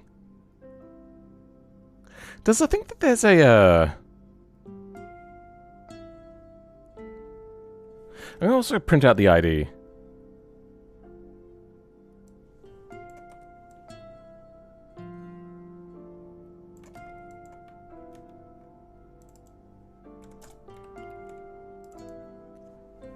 Table.id.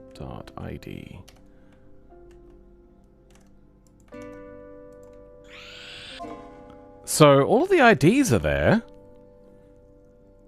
but only 2 of them are picking up. 7 and... Is this centimeters, maybe? For the cast array? Let's go 50 centimeters? I don't know. No? 5,000 centimeters? No. It still only does some of them, but only sometimes. What the hell is happening?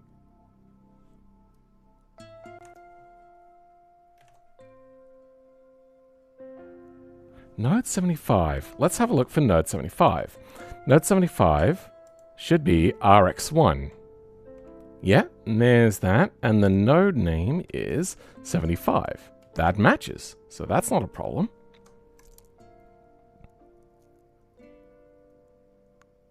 How's it only working sometimes and only on certain nodes?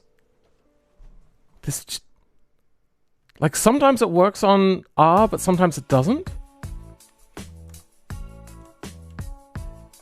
Alright, I'm gonna have a look at my game performance graph. Frame limiter normal. Yeah, no, we're hitting frame limiter, so... yeah. Like, it's not a performance thing.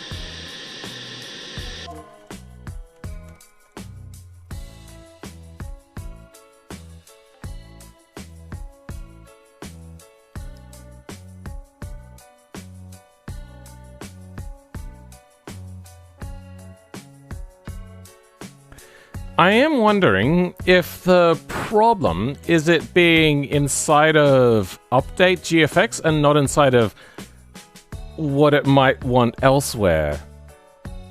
So let's have a look to see if we could figure out what would be sending this out. Wheel ground to distance. When do you happen?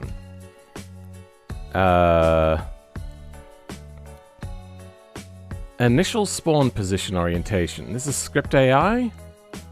Get initial spawn orientation. Start following. Okay. Start following again.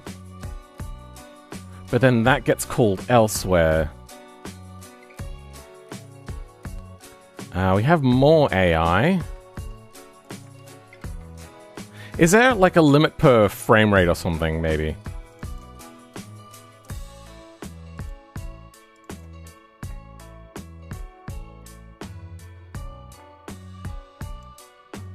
Why is script AI? Drive using path. Drive using path. How often does drive using path happen? Start following?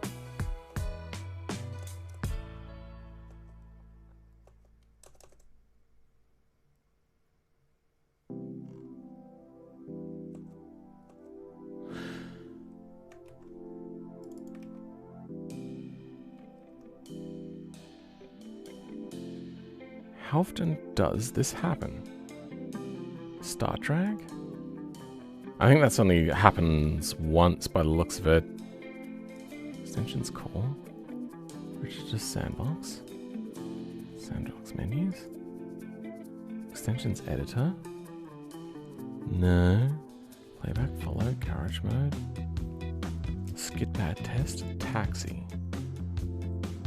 Start. Race. Start. And then we're back to here again. Oh, this is G.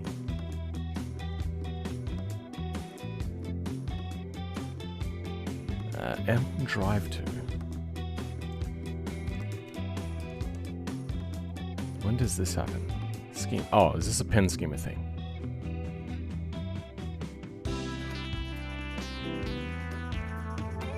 Whatever.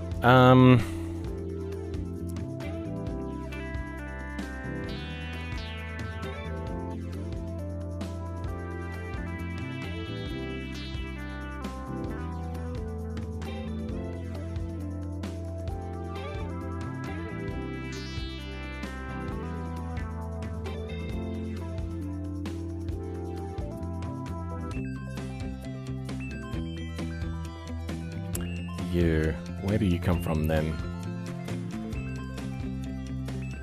Only here. Good.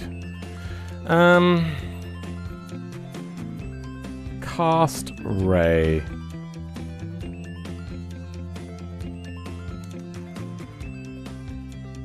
In vehicle, it's only got a few in here. Cast ray static, and then there's just cast ray.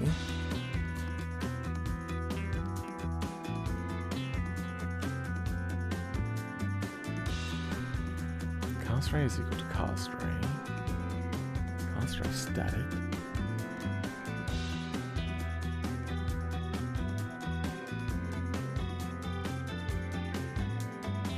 Function cast ray does cast ray static anyway. Drive to target. Chase plan. Update GFX. Okay, it looks like it can happen. Ah, this is during a plan count, though. Oh no, wait. If traffic side pass length is greater than 0 in current route, then pass lane triggers whenever plan mode updates.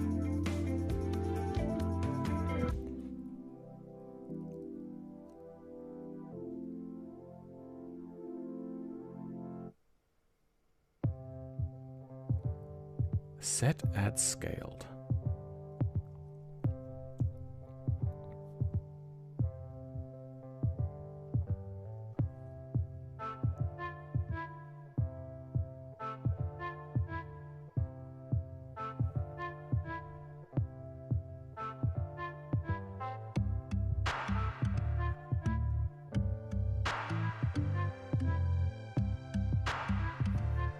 Temp pass flag. How? Oh. It only happens once. This is the only place it exists in. Oh, so it only happens once. Oh. That sucks. Yeah, I think there's something in here that's making it so then I just can't do it more than once. Like not many times at least per frame.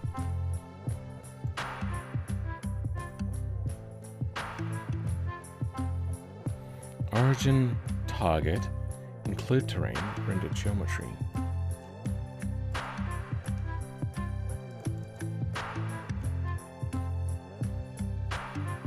But then it shows up in debug. Debug draw happens once per frame. Oh. Actually, I don't know how often debug happens. You know what? I'm going to try debug, and we might have to just grab the details from debug. Which is not a great way to do it, but oh well. You... And...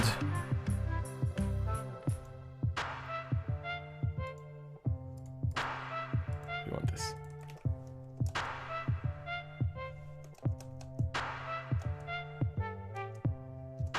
Alright. M.debugDraw equals debugDraw. Then in here, local count equals 0. Local full second equals 0.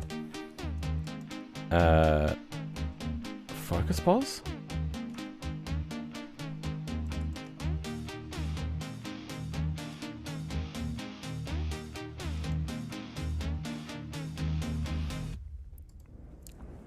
Update GFX. No.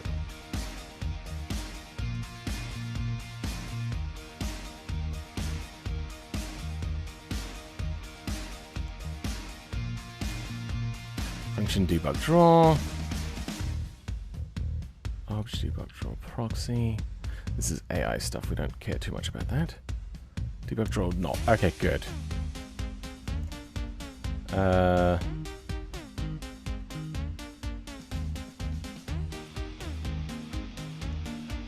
Sure. I think this is how it works.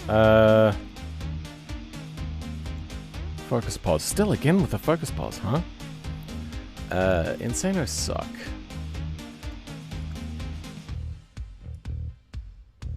I did. Oh, that's something else entirely, isn't it? Yeah.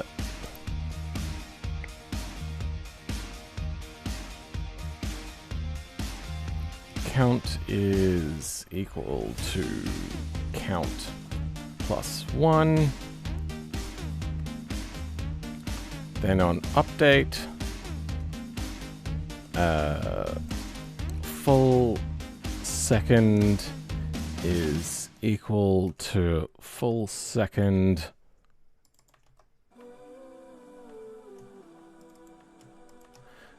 plus DT.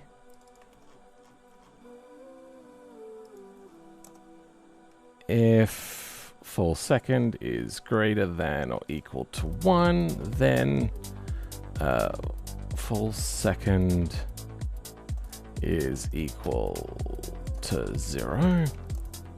Print count is equal to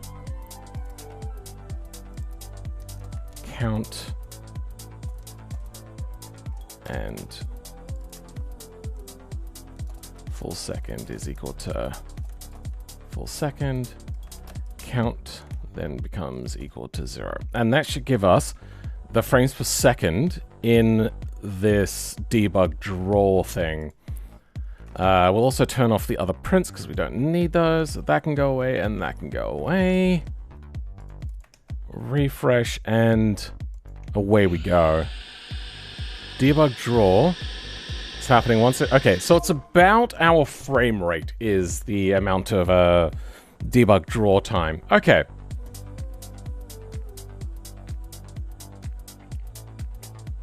So we know that debug draw is not happening every second.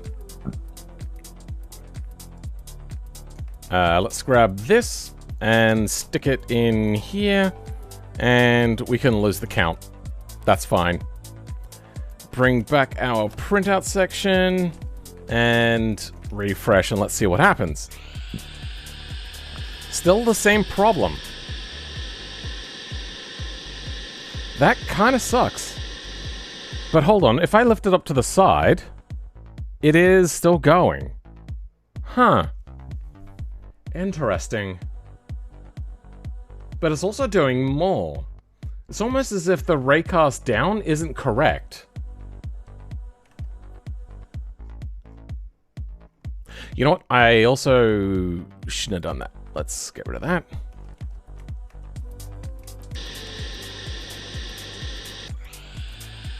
That is only 2, and that is the 7s, yes. If I pull it up to the side, then what is it scanning? I don't understand. Alright, doesn't look like debug draw is needed at all, so we're going to get rid of that now.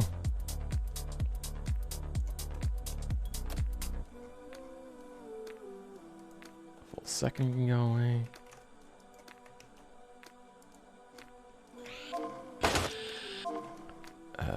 Let's bring back these prints.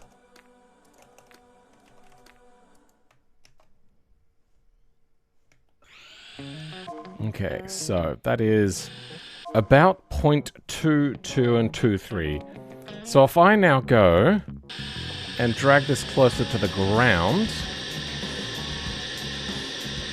by a fair chunk. That was the wrong button. How do I do that again? There we go, that's what we wanted. That's not actually changing the ray length, and if anything, it's actually really smaller. Why?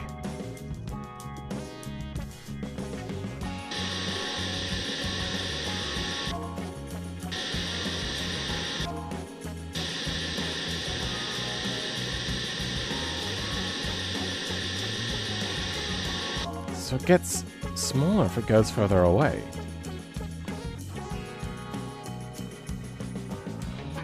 We were moving L closer, not R.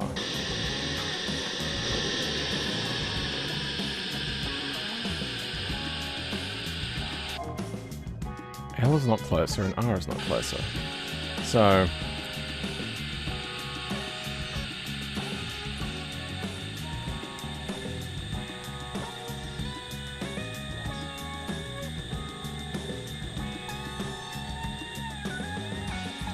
yeah, it's not getting any better. This doesn't make any sense. So, where is it raycasting then?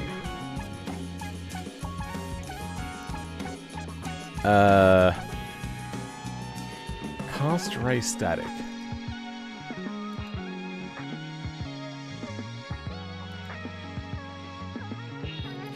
Position.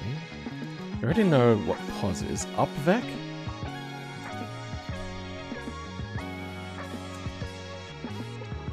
Get direction vector up. Get direction vector up. We've got the same things there.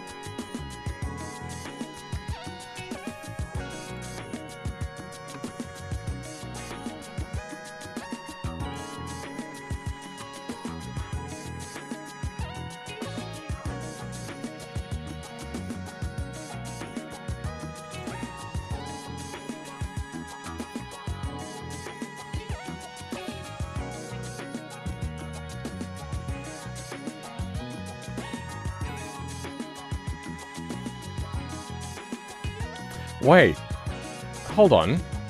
It's dividing it by the distance. Is it trying to do a relative distance scan? Is that what the problem is? Doesn't need skirts, the old ground effect does? Yeah, no, the skirts will come on eventually. I have skirts in a previous version of this model. It'll just, it'll have to get implemented at some point.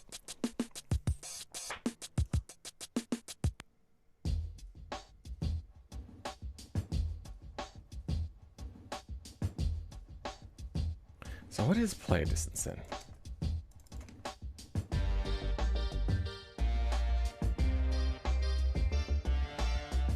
Wait.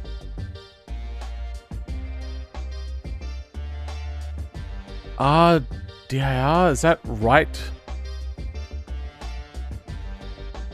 No, that wouldn't be right. Ego pos distance. Player position. You know, that makes sense. It's the distance between the two. didn't know that there was a distance thing though. That's kind of cool. Ray point, ray direction.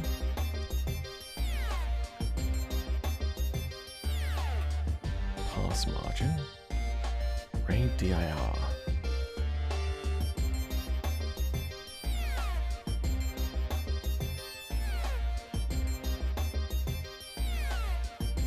N.normal. Which N.normal is a very small amount. And side is 1 or -1. Okay, yeah.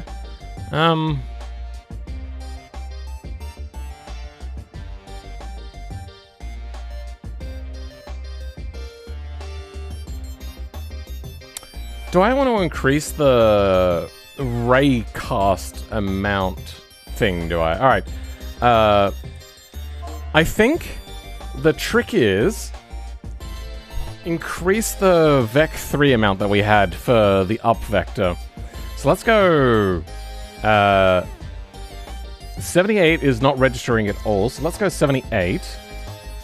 And that gives us 1005. Now, if I change the up vector value to 2, that doesn't change at all. Weird. What if we go to 1? Nothing. 2. 3. 4. 5. 6. Negative then? 0. 1. -1. What is going on? We've lost the world, apparently. 1. So this will be left to right. Then -1. How?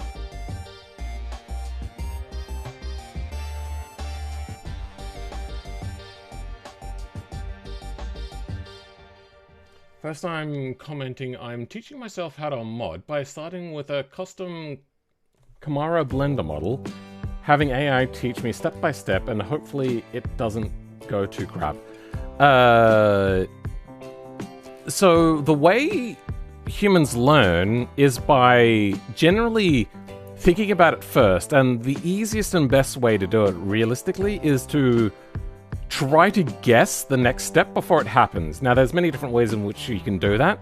I try to basically figure it out on my own first, then ask for hints as we go along, which helps solidify my knowledge of what's happening.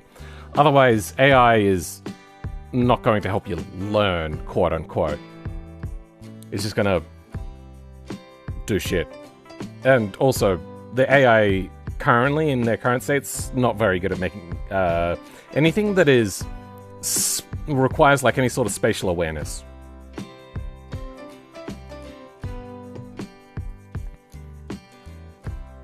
Like, it can kind of do it, but a lot of the times it'll even just cause like massive errors. Cast trace static object, get no position.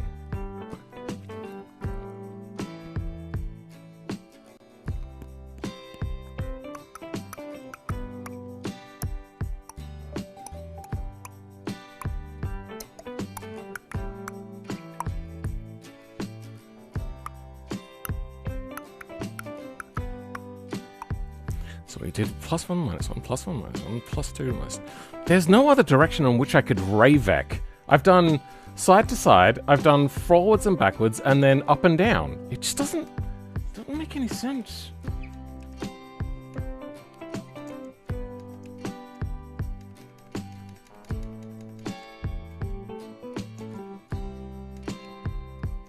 So at this distance, we get 1015.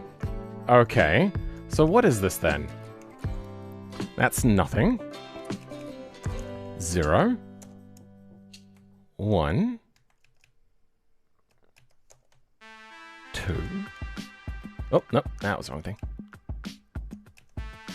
-2. Let's go, what was it?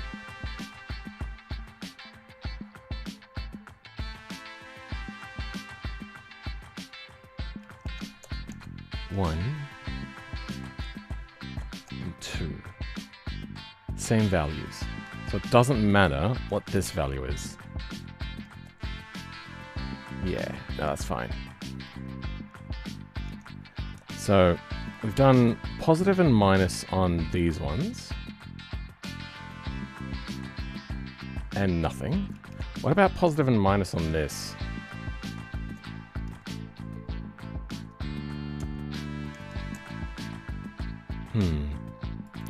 But if I do like a node position, it's just like right there. What are we checking on? We're checking on...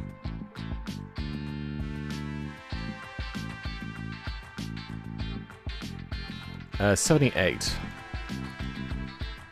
78 is RX2, which is this one down here. 78, yep, good.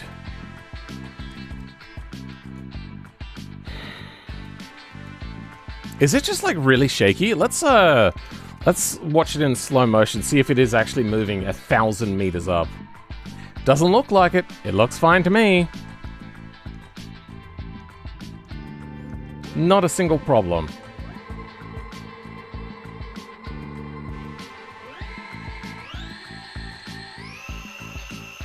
It's not shaking at all. Then why?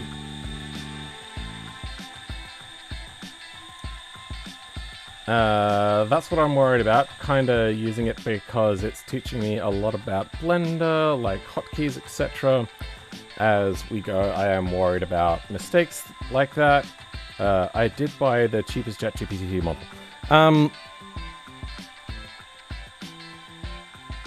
That's not really the problem there. The goal should be... that's really loud and annoying.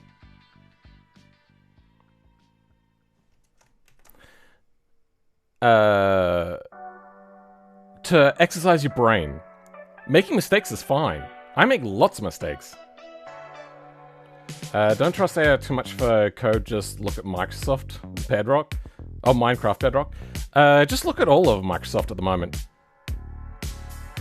AI is overhyped. When they talk about like people being able to write like their own programs and whatnot, they're generally very blind to actually what, like how buggy, problematic, and unoptimized their thing actually is. And if you never actually do the, as I was talking about, the learning process, it's never going to work out well.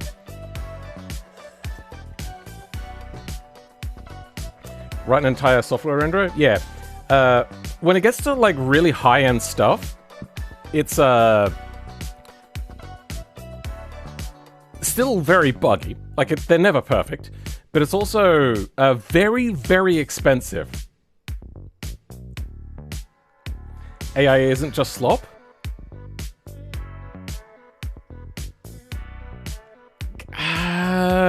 Kinda. I can definitely see that happening. Yeah.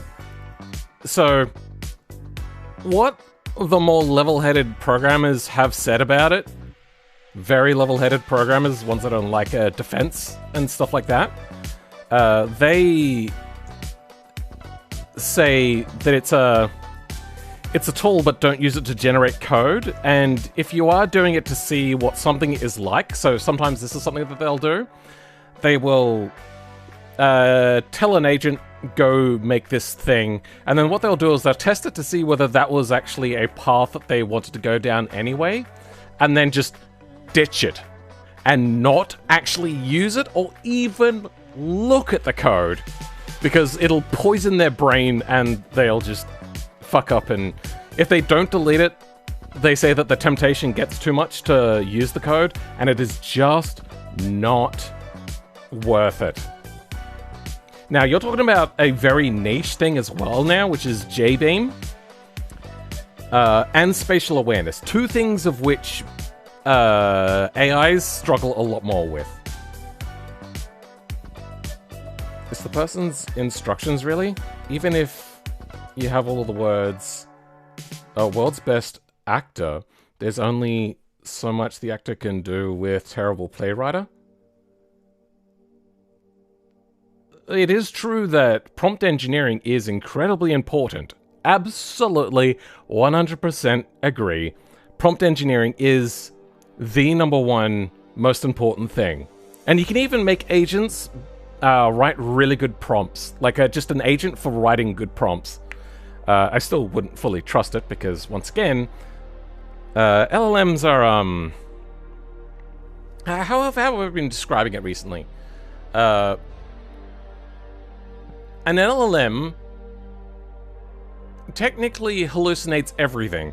It's just sometimes that stuff aligns with reality, and that gives a lot of people a false belief in the abilities of LLMs.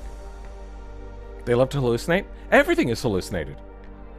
It technically, in an LLM, or in anything GPT, it's all technically hallucinated. It's just that it does align with reality, sometimes more than not. But there's a reason why the LLMs have to, like with an agent, go over and over and over and over again to constantly just keep on iterating to find out what they've done wrong. Similar process to humans, except it's kind of taking more like buckshots, just like until you hit, as opposed to going, well, this bug, fix it, this bug, fix it, this bug, fix it. They are getting better as time goes on, and I do think that one day they will be able to write good code. Never unique or new code, but good code.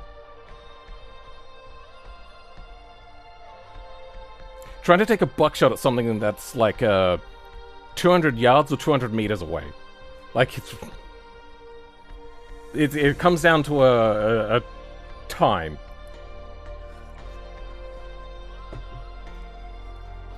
Trying to make the body in Blender for a 1967 Camaro. Sure. Anyway. If you want a video, I do have a video that goes into the basics of JDing that'll help you break it down at least a little bit. So when I use AI, generally it's just for learning. I will tell it, this is what I want to do. Can you explain how this works in there? And whilst I'm waiting for it to generate, I'll continue to think about what is probably happening and what the probable answer is. Then eventually, I will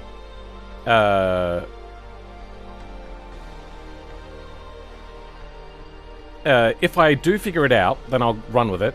Otherwise, I'll go back to the LLM and I'll have a look at the output and have it explain what it is, but never generate the code itself. I am also learning, by the way. If you're a top-end expert, you're going to be like we're talking computer science engineer major.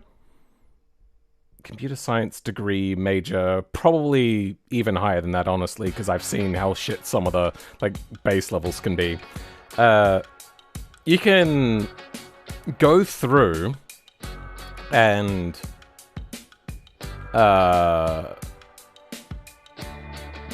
vibe code a lot better, but you're gonna have to have like a very sophisticated setup and kind of prompt it line by line almost.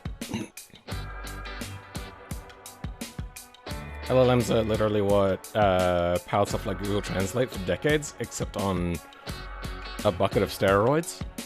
Yeah, I understand. I know how it came from that, .noi. However, even today, Google Translate is not perfect. And it's got like one very specific job to do.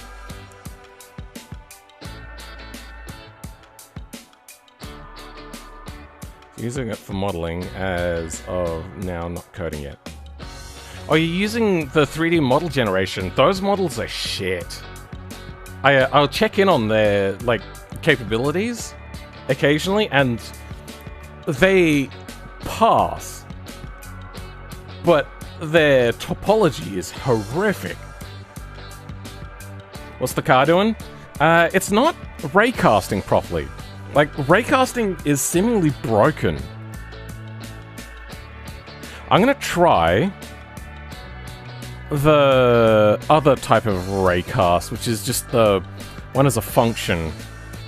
Is there just normal raycast function? There is. So we have just raycast here. Helper vec. Set lerp. So they do want a lerp. But then it normalizes.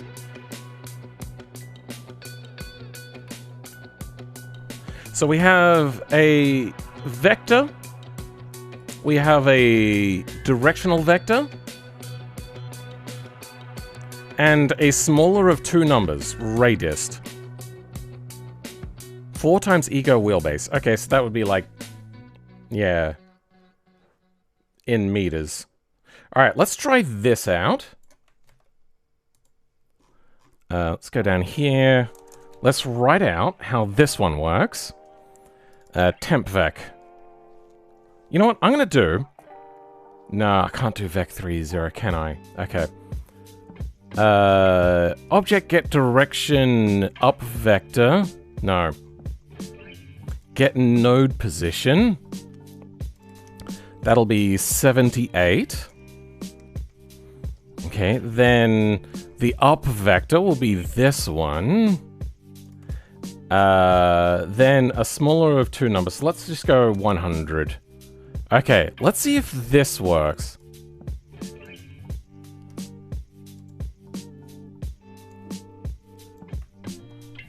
Dump. And that... Oh, wait, no, I have to end it. There we go. It failed. Why? Cast ray a nil value. Okay. So we have to figure out why cast ray doesn't work.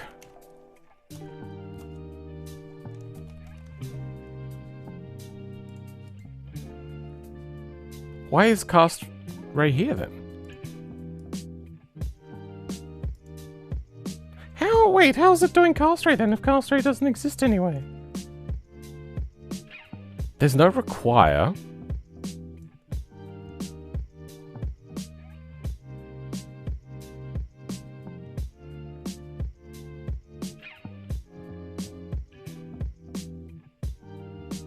AI debug draw. Ah, okay. I don't fully understand how this sort of system works, but it looks like that is a property of AI debug draw. Okay, so cast ray would be called from in here. And... yeah. Why?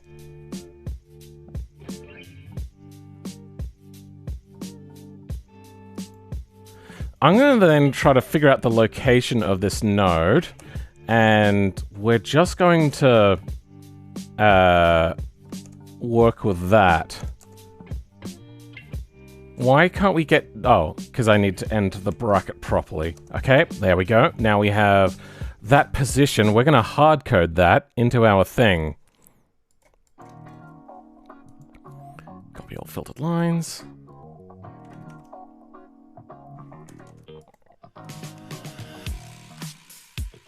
Vec 3. And then this will be Vec 3 as well, but we're going to give it 0, 0, minus 1.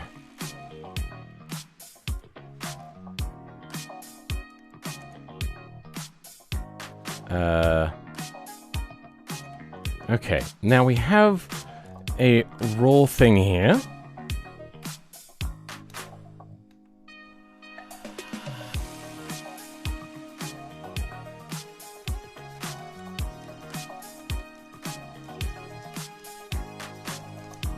And it goes right there. That didn't work right. Okay, all of this into there. Then enter. Lower error. What have we done? 1, 2, 3, 2, 3, 2, 1, 0. Cast ray. Oh, cast ray static. Sorry, my bad.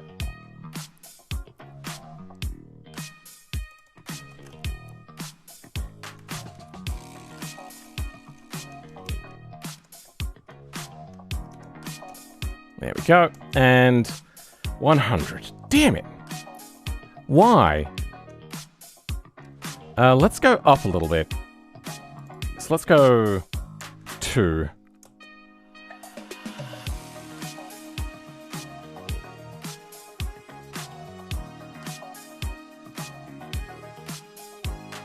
What did I... Oh, I got rid of a bracket somehow. And also a comma. What? Okay, sure. So, let's go positive 2.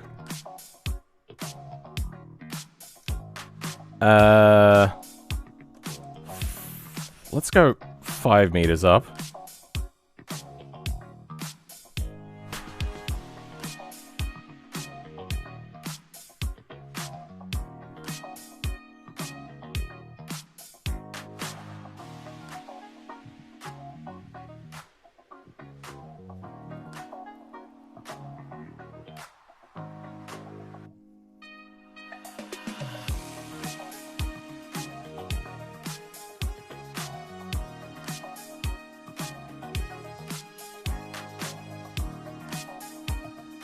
Yeah, LLM is an AI. It's I was just specifying a type of LLM.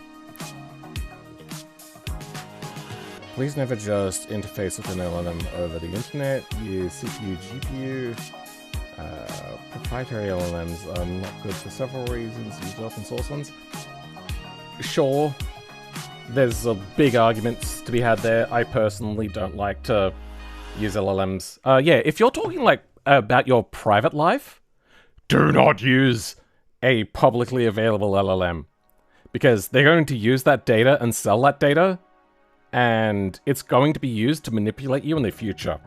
Do not use public LLMs for that. Even using it for coding and programming, they're going to use it to manipulate you, but it will be considerably less problematic. GPUs are overkill for LLMs nowadays. Modern CPU is good enough for any reasonable size model. My usual suggestion for 7B or 14 model reasoning and quantization of at least 4. You mean at most 4? As in, like, you want to quantize less and have, like, either no quantization, 8, 16, 32, whatever. Yeah, it kind of depends. So a CPU can do it, but it's just slow.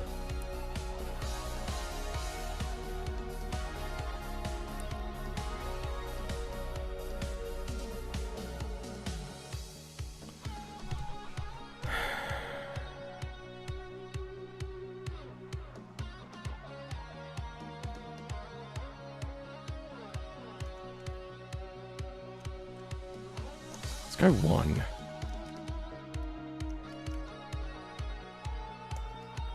0.1.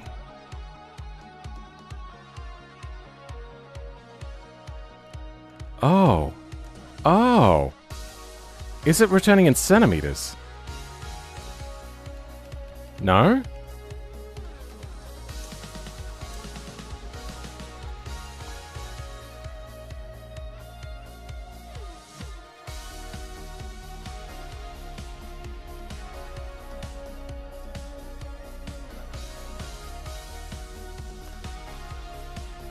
Where is world origin?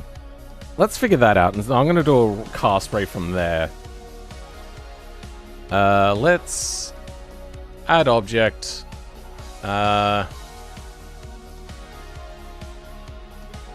go sound emitter.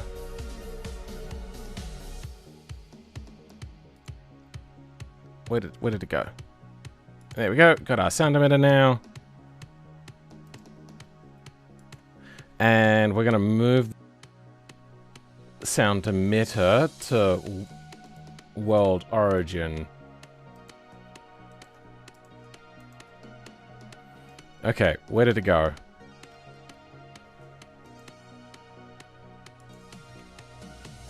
So that is its position. Let's try over here.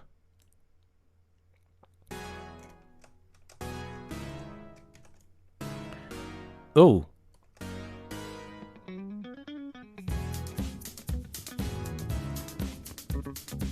Okay, we now have 121. Alright, we'll go with that. Go a little bit lower. Yeah, we can even go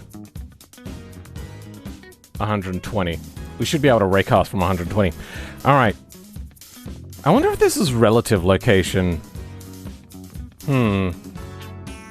Whatever.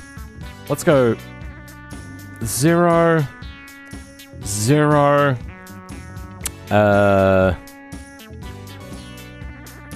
We are...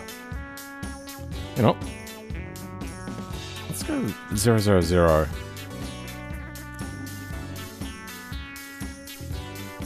Oh, so this is the relative position. Then let's go 1. 1.01. Oh. So this is the... Am I getting position wrong? Maybe I should use get position relative, maybe. Maybe that's the problem.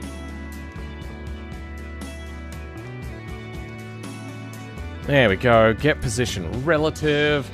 And we're going to use that in there instead. I think maybe what it is like it's getting a position that's under the ground, maybe? I don't know.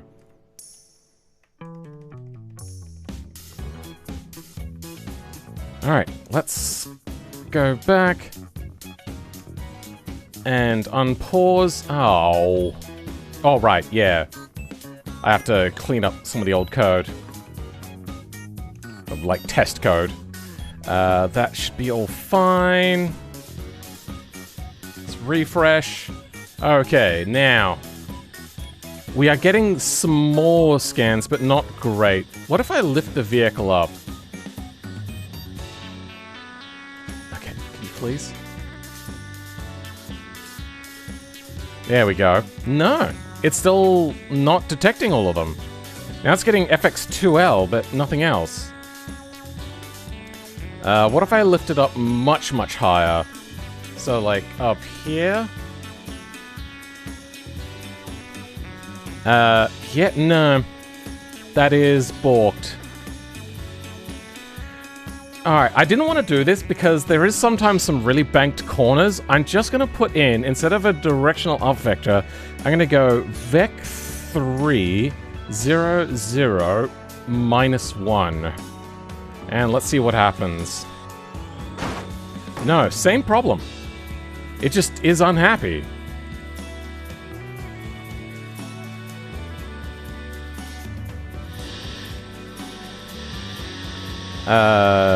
FXL here is 0.31. If we drop that down now...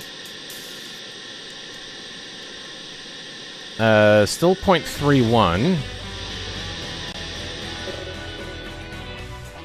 And if I drop this side down, 0.31 still. So the ray scan is not working right. Good J-beam structure? That's not how LLMs work.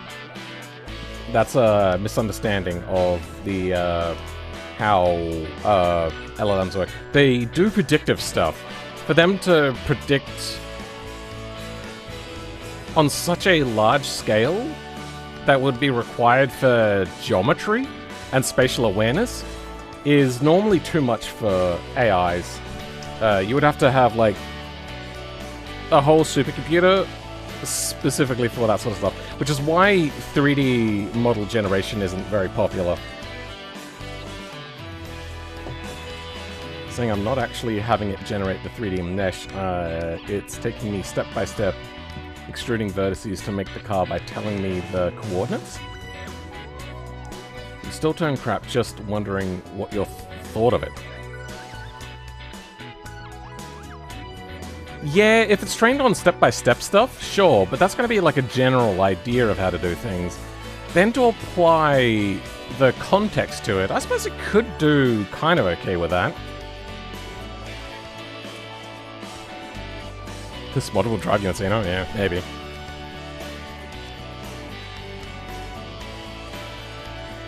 So, you're no good.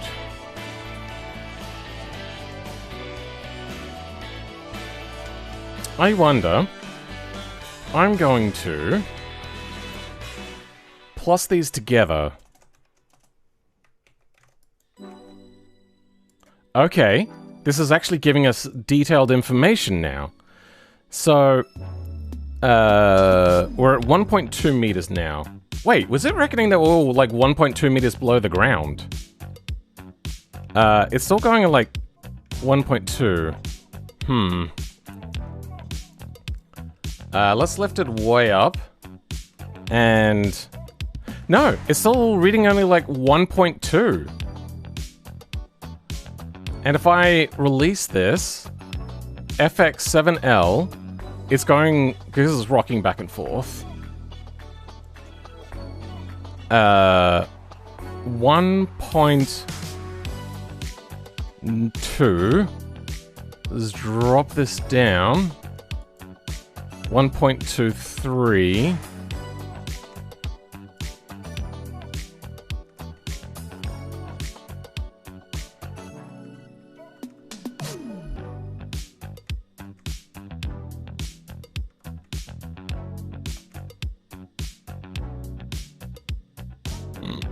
It's when it rocks to the side, it gives us like a different value.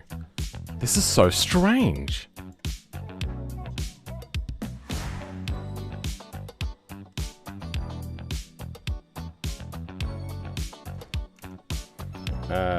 What are we trying to suck? The ground. I wonder what happens if I pull up the side. So now if we have a look, that's not changing the 7L value by... oh, actually, it is going down a little bit. It's 1.8 now? Consistently? 1.4... wait. What? I am so confused. What if I lift this side up? What happens then? It gets smaller. But if I lifted it left or right, it got... is it?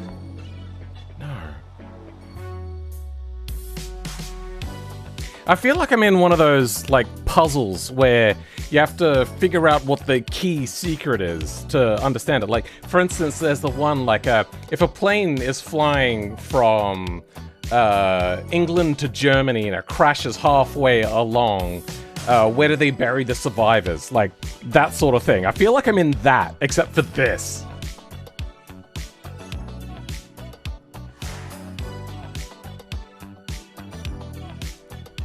CPU backend, many people forget to disable stuff meant for GPU like rope scaling.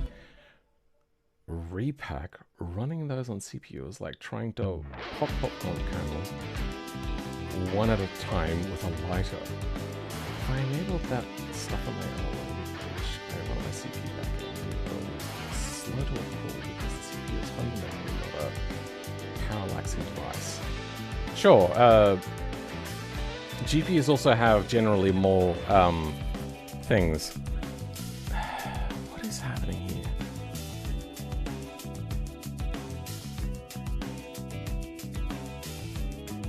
It doesn't have lots of cores, is that what I said? That's what I meant to say. Anyway, moving on. It reduced if I went left. It reduced if I lifted up the right. And it reduces if I lift it up?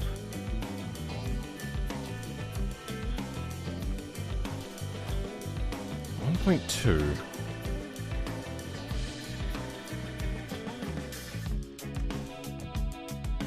It's getting smaller.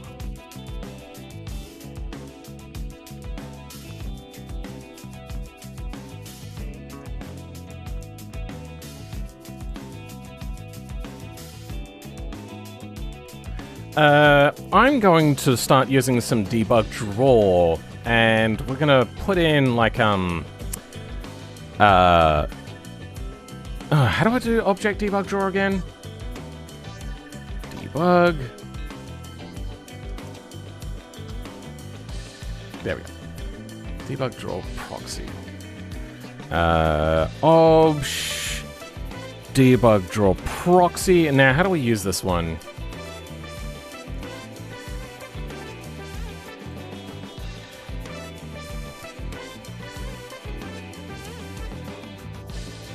Okay. Oh, obj.debug draw proxy. Then, yeah, we're going to use draw sphere. So, in here, then point to FL. What is FL?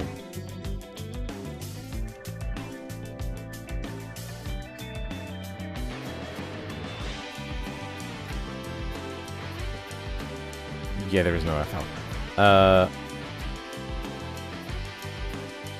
Target position. Okay, the position. Alright, good. Then we want the get node position and the color is going to be... What color do we want? Let's grab this color. That'll be red. Then we want a second one, which we can have as blue or something. And that one will be the get direction up vector onto this. Okay. So, where does this print to?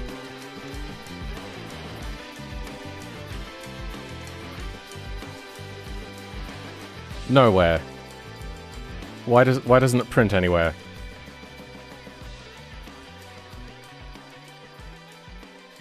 I mean, it's doing the print for this stuff, isn't it? Yeah, but it's not doing the debug draw. Okay, does this need to be that? That's not right. Does this need to happen during debug draw?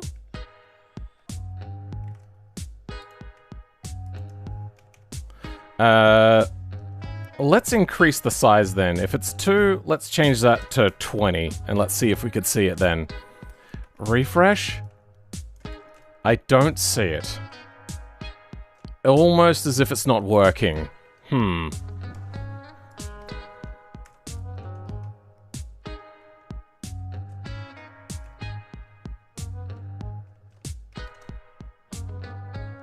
Oh, wait, no, hold on.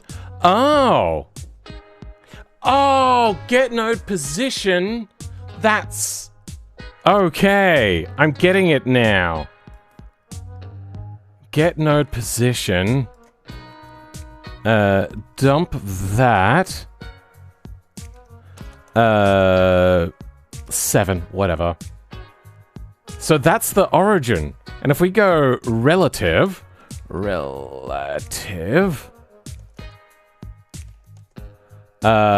that's still not right. That is still like the world position. Okay. That's making sense. We have... So, I think cast ray is working off of the position of...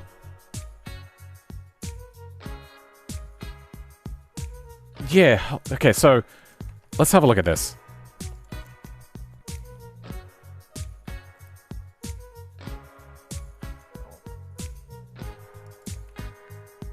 No. Let's go vehicle. Pause. Ray point. So this wanted a lerp, right? Oh, wait, no? No lerp here. No lerp for you.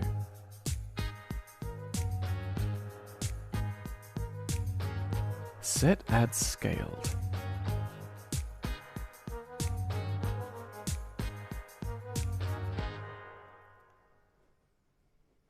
What a fore and aft? What? Not sure what you're saying. Twin fire. Set add scaled. Ray point. Vec 3. Plan I. That doesn't help us.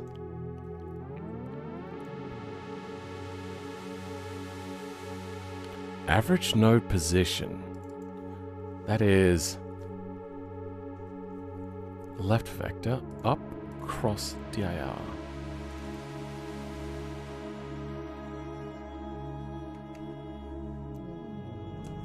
Up, fuck you. Well to ground distance.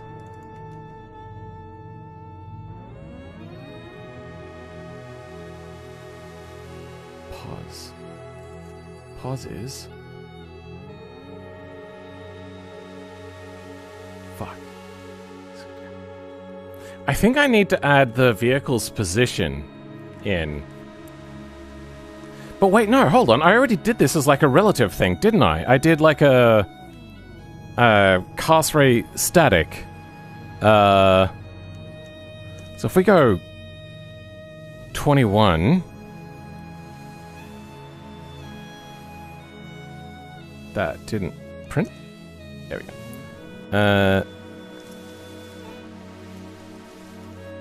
A really big number. 21 down.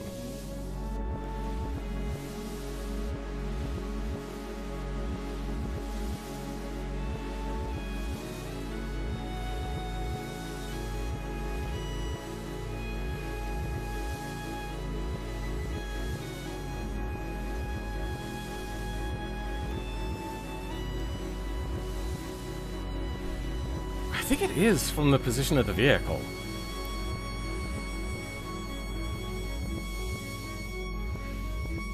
So if I lift this up, and I do that again... Wait, what?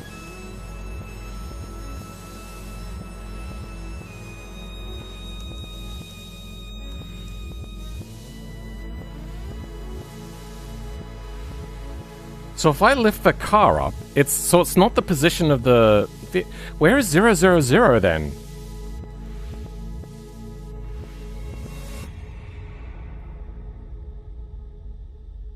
This doesn't make sense.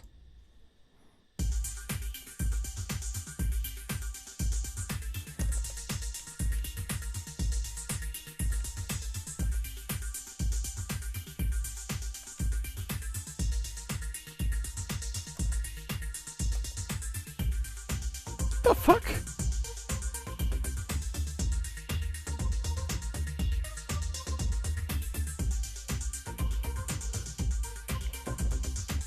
What time is it there? 4:30 p.m. It's in the bottom corner.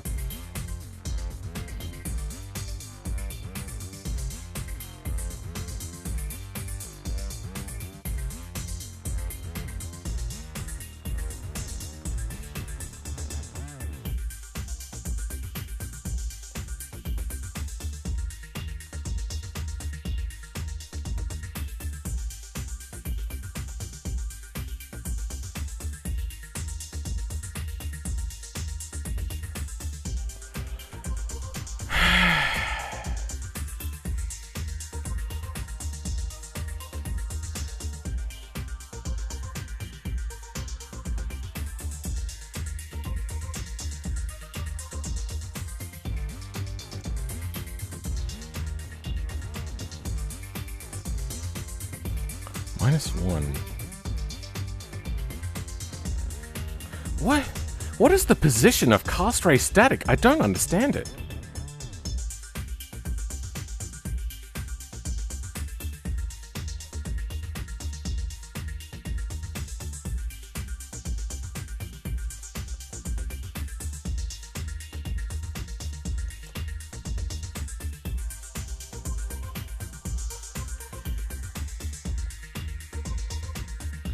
Hold on.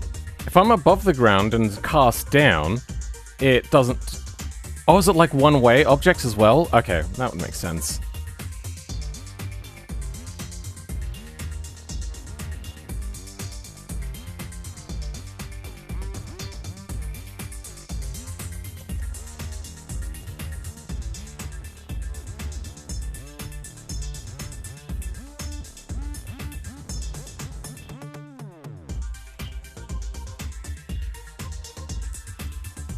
So somehow, the first value is the limiting factor.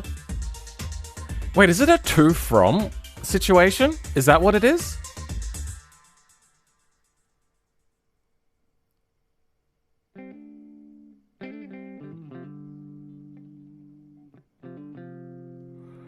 Let's change this back to 0.02.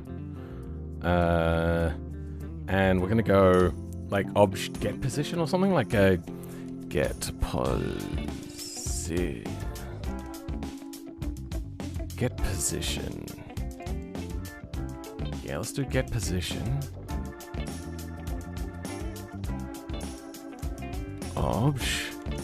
Get position. Plus that. Okay, what'll that do for us?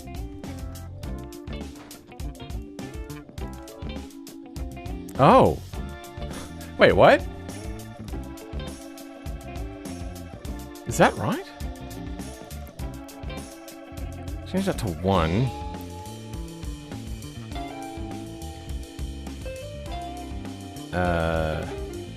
Drop times 0.3. No, that's correct. Wait, that's not directly upwards. That's slightly offset. That's green is offset. Why is green offset?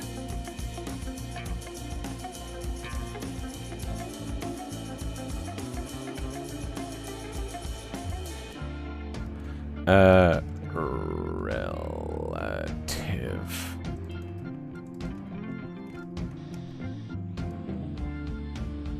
Oh.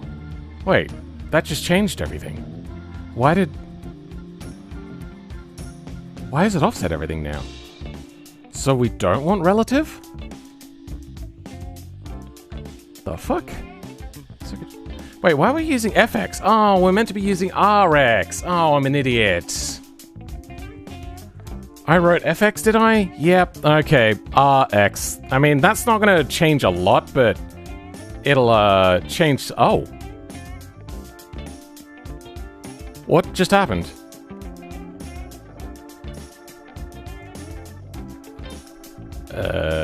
88. So is RX not a thing? RX... Oh, wait, no. Hold on. Yeah, that's not a thing. What I'm looking for is... FX and RX. Okay. FX6, RX7.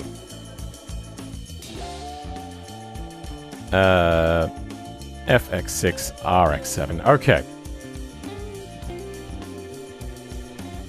And there we go. Okay. Now, what is this skewed offset? I don't get it. We can all agree, though, this is the best game ever made. I really do love automation a lot more. Can't wait to have as much knowledge as guys like you, Philman. I'll never get off this game. Oh, okay. Videos are a huge help. Oh lord, just got done watching the last video and this pops up. For about 7 hours this would have popped up.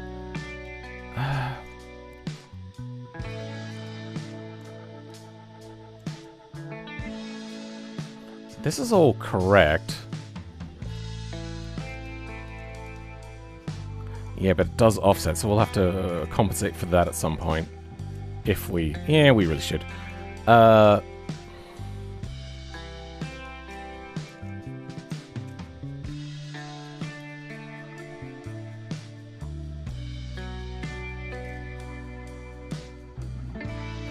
Oh, I wonder if get position is weird. Maybe like a get center? Calculate center of gravity? No. Get cluster position. Let's try that.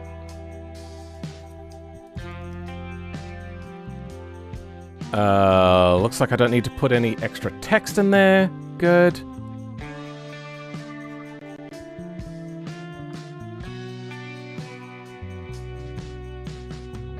Get position is get cluster position. And... yeah, nah, that's no good.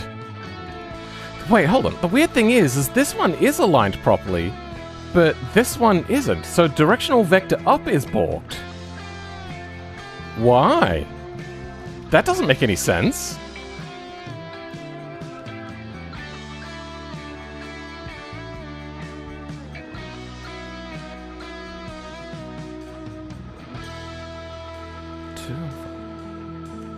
But yeah, anyway, what I've been gathering from...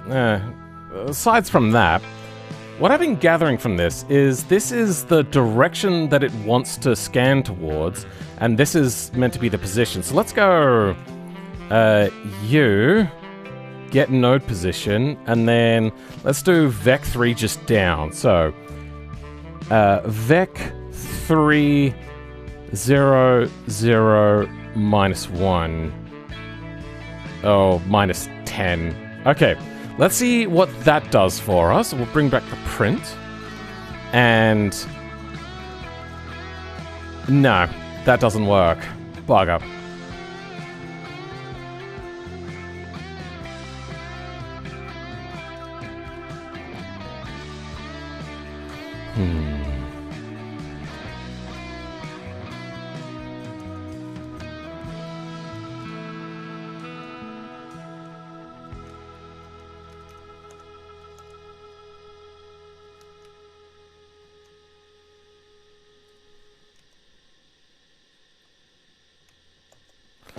-2. Maxes it out. Yeah, that doesn't change anything. 2 minus 11, yeah. -1. Okay, is this a 2? Is it? It's just maxing out the distance to the cast ray static.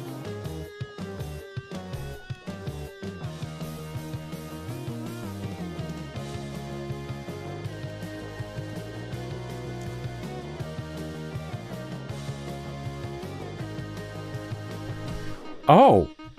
Okay, I'm learning something. That's about 20. 21 almost. Oh!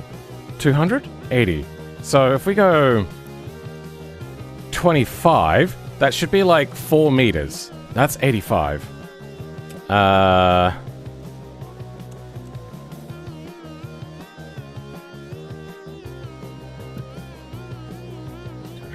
So let's go 90.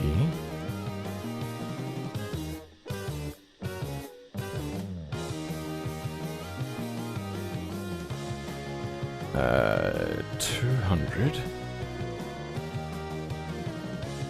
120. Okay. Alright, so at apparently 120. Let's do that world editor thing again. So is this trying to find the world origin?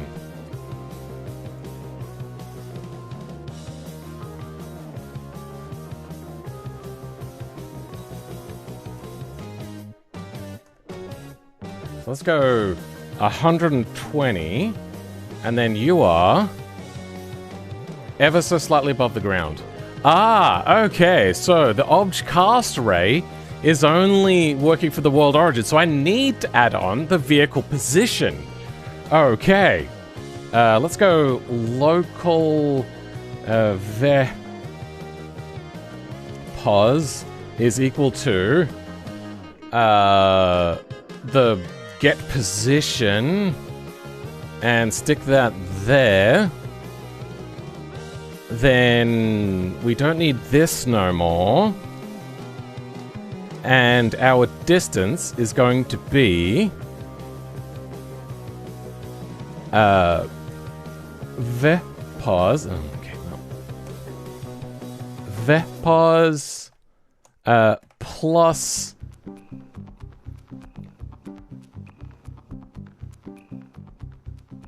the node position offset. So table node position goes there.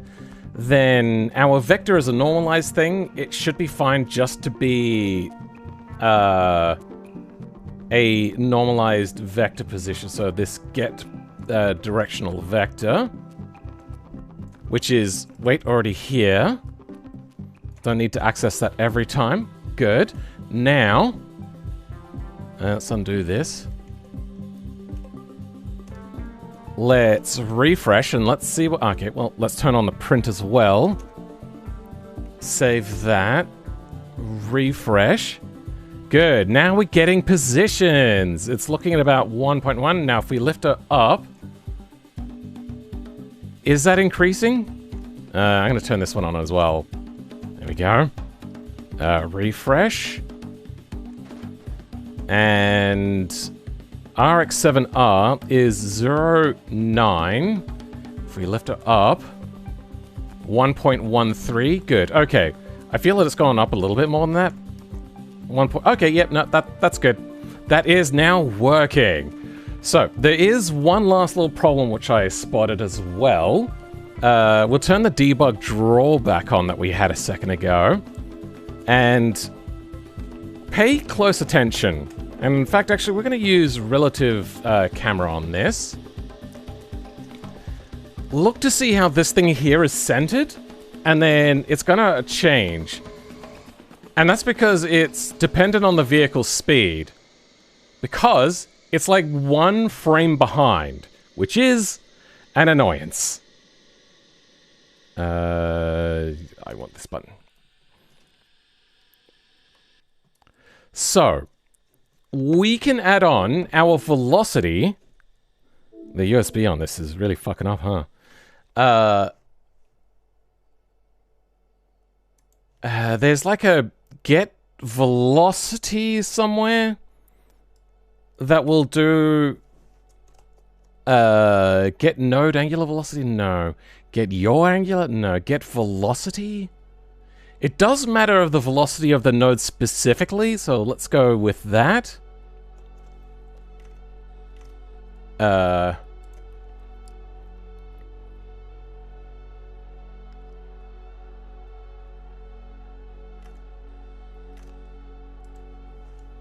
Get roll angular velocity. Get pitch angular velocity. Get node velocity. Okay. Get node velocity vector. We're going to add that in now. Let's go put that in brackets obj itself. Get node velocity vector. This one it's going to be table.id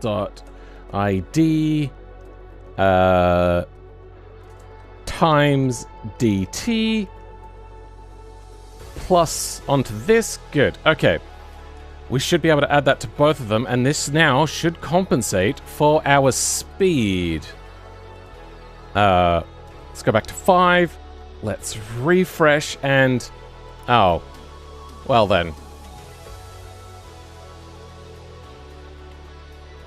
Unexpected symbol near that. 89. Oh, wait. I have to put in an extra one of those brackets in. Good. Thank you. Okay, here we go. Now, if I drive, that should keep up with the Joneses. Good. Okay. Right, we don't have reverse gear at the moment. Okay. Good. Fantastic. Oh man, where do I share videos of things? I want to share a video of the renderer I was talking about. Is it your renderer or is it somebody else's renderer that you've that they've made with AI? Also, I don't mind if people have done things with LLMs, but there's a lot of misleading information. A lot of the times when they say that they've made these things, they don't talk about how they also then went in and had to do a lot of cleaning up, or how it's really, really inefficient and not suitable for most use cases of things like that. Your dad made it? Cool, okay. But yeah, a lot of people don't talk about, like, that sort of stuff. Now, I don't have a problem with this offset stuff, but I wonder if, I might get rid of the speed. Direction vector up? Yeah, let's get rid of that on the speed one. Now if I... What did I break? Ah, okay, wrong thing. Yep, okay, good. If we get rid of that... Huh? Ah, yeah, okay, get rid of that. Then if we refresh... If I start driving, now then it'll go too far forwards. Okay, yeah. So we do need that in there. we'll get this and we'll put this onto our positional node stuff. And good. Okay, that's all good. Now, I want to start adding thrust.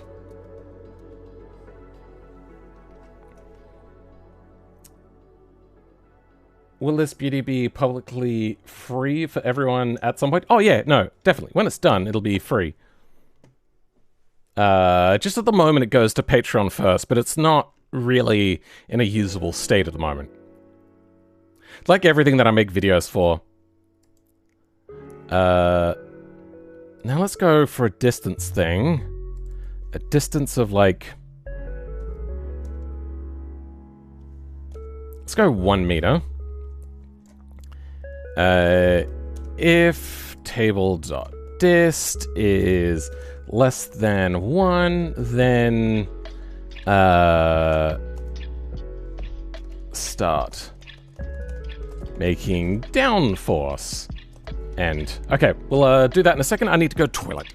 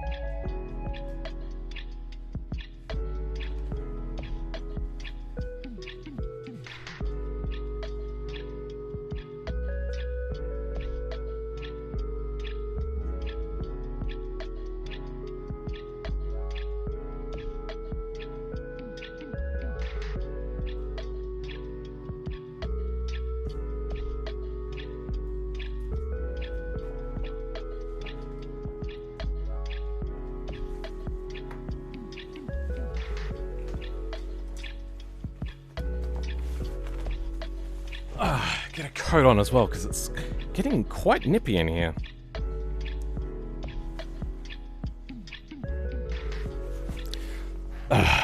So cold. Cast ray static, we got in our compensation now, and our table distance. We're gonna go,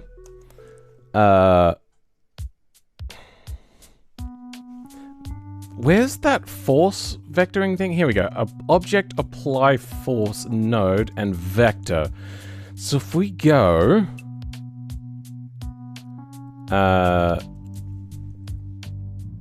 new... local... downward... let's... force... downforce. Ah, okay. Downwards force is equal to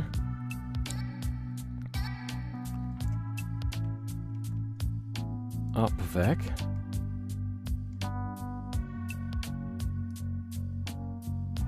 this plus up vec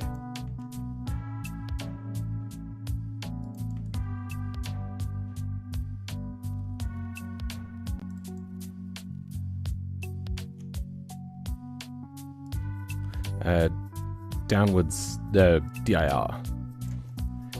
DIR, that's what we want. Then velocity we can leave. Let's go downwards dir this. That should be the direction. Then we want table.id goes there.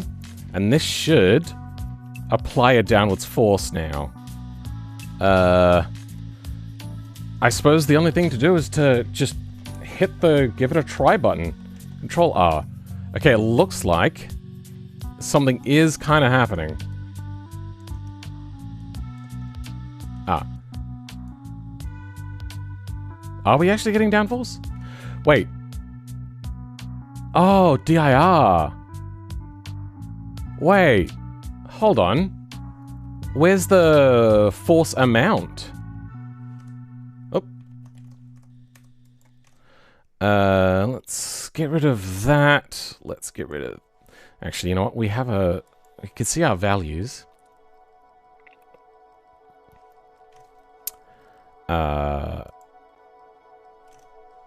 Apply force vector. Node force vector. Object, apply that. Vector up plus jump force. Wait, jumping is in the game by default? I didn't realize that they added jumping in. Huh. CID. Container lock. Container input test. Shift boost. Apply boost. Get directional vector.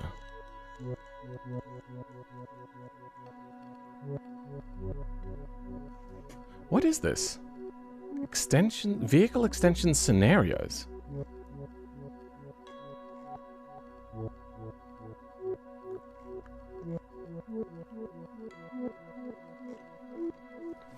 Don't know. I think that's something that's unfinished. Input test.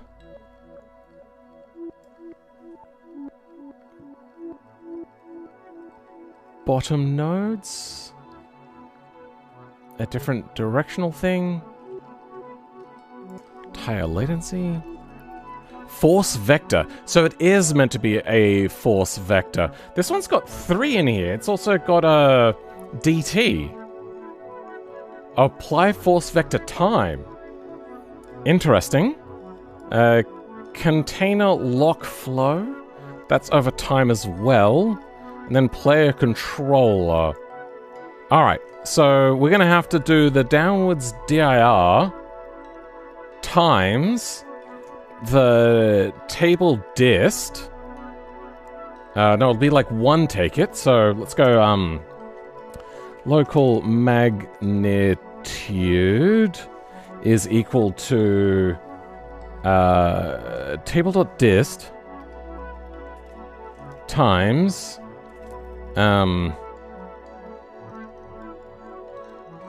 let's go 1000 for now.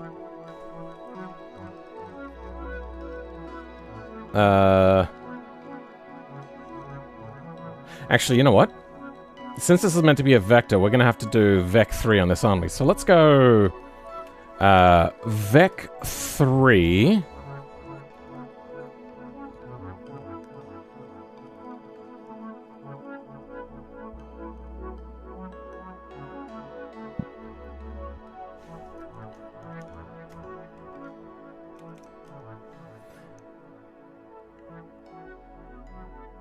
No, this doesn't work, does it? How do I do this? What on earth?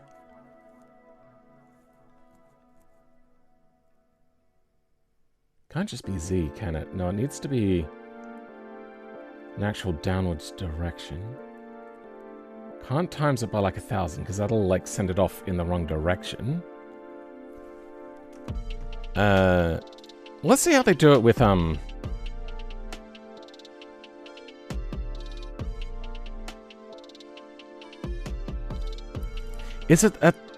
Is this also a relative position, or is this like a world position thing? That is a bit of a trick, isn't it? Top center. 0? stabilization nodes. Vector up, jump force. This is an update. Oh, damn. Force vector front. Get nodes vector. How's that work? Stabilization, top center, top front. Front force coefficient, force multiplier. So that's just how forward it wants to go. Okay. Then what we want to do is...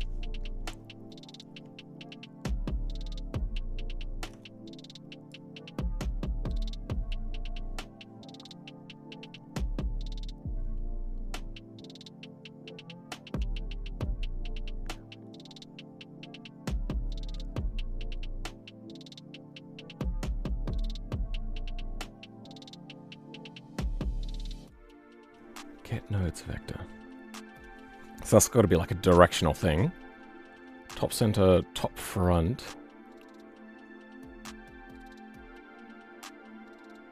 Normalized. So it brings it to a 0, 1. Or to a max 1 sphere. Left, right, force coefficient.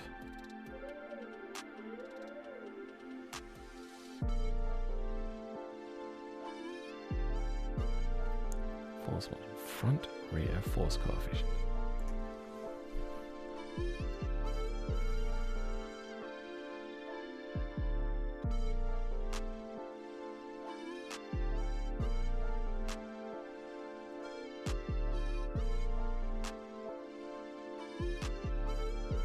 We can get a magnitude.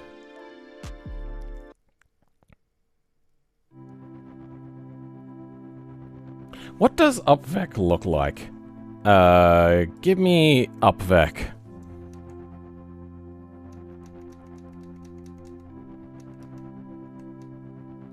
Okay, I don't have upvec. Dump.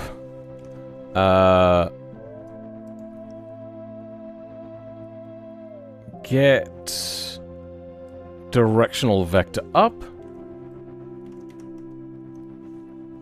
That.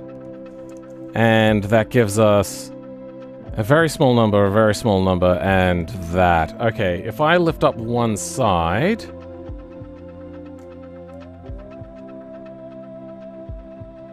Okay, well that's not working very well, is it?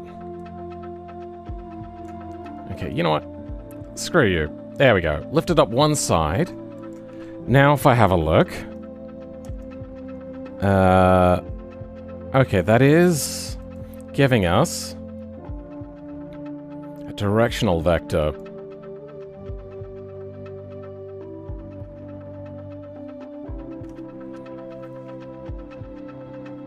Actually, yeah, no. This is actually pretty simple stuff now. I get it. We want the up vector times by... Wait, no.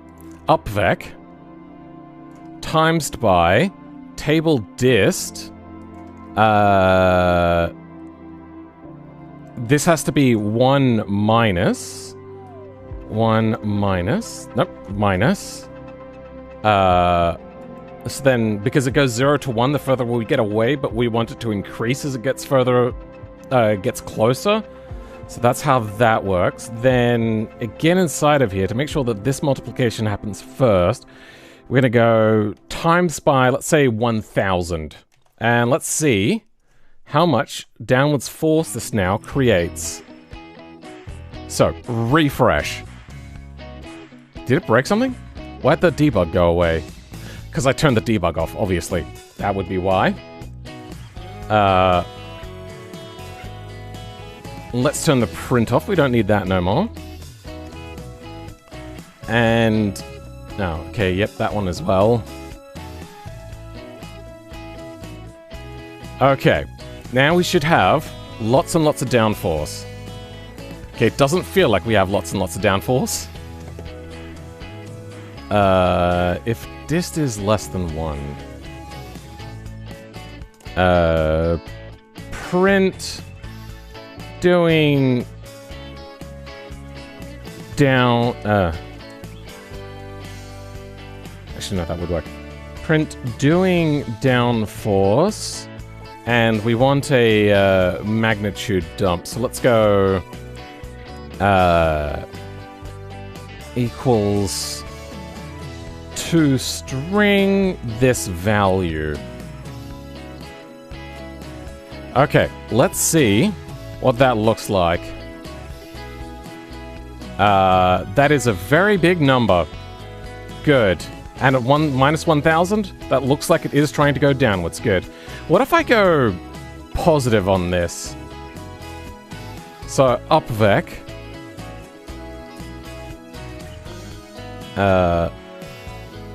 Actually, you know what? If we get rid of this, we should be able to see whether it's going to start forcing us upwards to see whether this thrust is working. Doesn't look like it's working. Let's go 10,000. It's not doing much. Let's go 100,000. Okay, still not doing much. Let's go 1 million. I do know that these are meant to be like really big numbers, so it could be that it just needs to be a massive, ginormous number.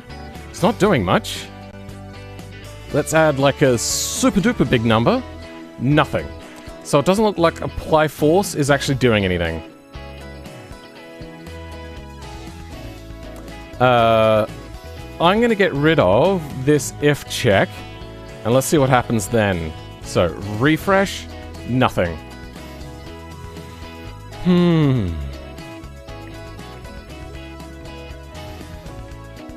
Oh, wait. Yeah, no, my order of operations for math was wrong. Let's bring that back. Bring that back. What I wanted is times minus and then a really big number. Okay. Now it should propel us upwards. Okay, it's not doing that.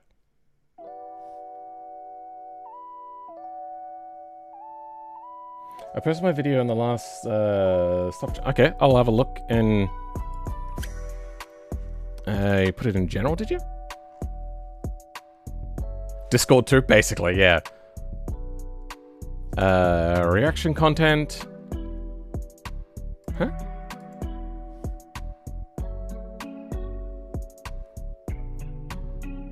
I posted my video in the video stuff channel in the Discord.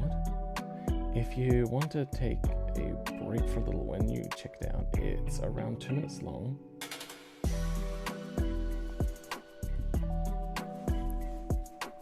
Isn't this you? I'm confused.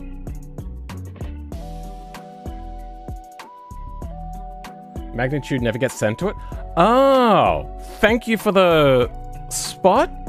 Aha! Yes, okay. Thank you. I'm a dumbus. Now, there we go. I suppose technically this is actually creating a hover car, because as it gets higher, it's going to be doing less of a magnitude of a push. Oh, that's actually really funny. I like this. I have no control over where it drives. Like, I could change the pitch by moving the wheels. Okay. Yeah, let's get rid of that. And the fact that it didn't fly off immediately lets me know that it's not, like, doing a massive amount. Okay. If I could figure this out in newtons... Oh, dear. Oh, dear. Look, forwards. Forwards, please. Oh, yep. Okay. This is not happy. Thank you for the spot on that one. Oh, okay.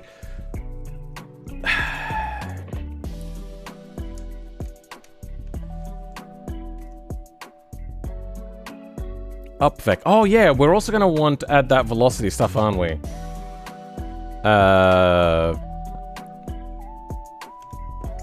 Vehicle pos.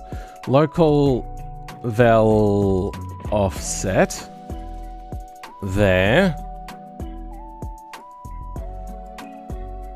Let's go you,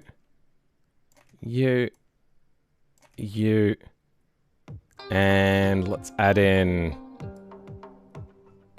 this. There. Okay, now we should have a velocity offset, so then hopefully it will become less stable. Sorry, become less unstable. Okay, this is sticking to the ground very well. Okay. Oh, okay. This thing has a little bit of a problem. Okay. I feel that it's helping me stick to the ground, but I can't exactly know.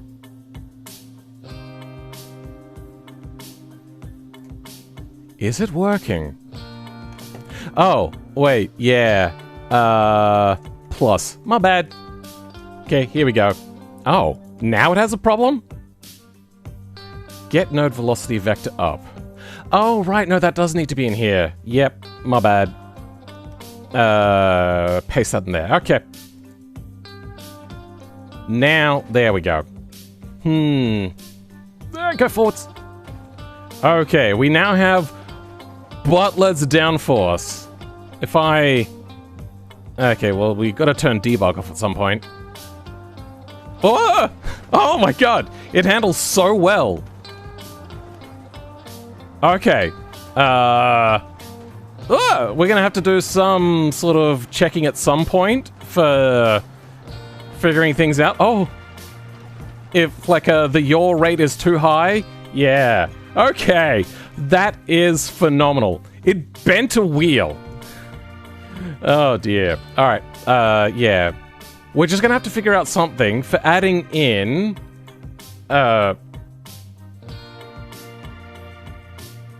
brakes if the current brake force is too little.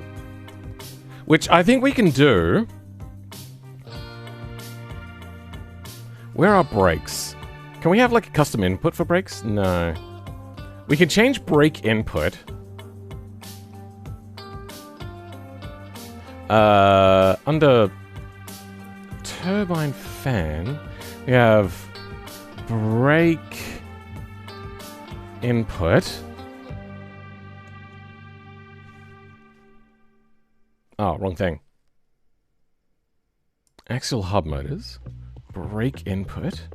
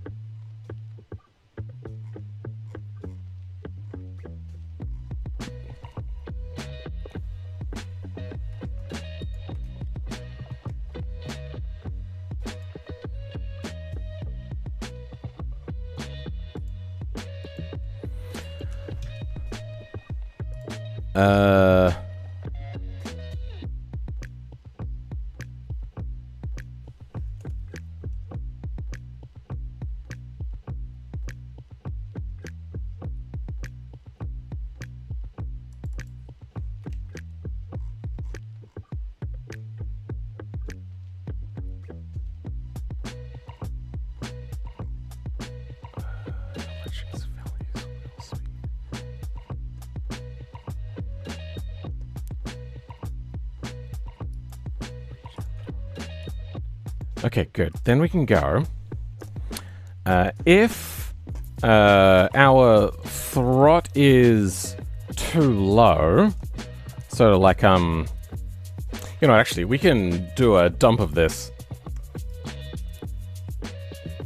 Are we still...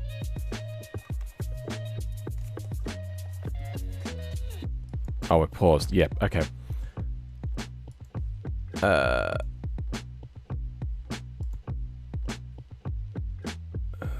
Print. And get rid of the print factor. Axial hub motors. We won't save this. Let's refresh. Okay, now if I go dump electrics dot values, dump electrics dot values dot, and then regen throttle, that is 0. If I apply full brake and then do the same thing again, that is still 0. If I unpause and then do that, it's still 0. Okay. What if I hold backwards and try that? Okay, what if I unpause and do that? Okay, apparently my brake force is actually quite high. Okay,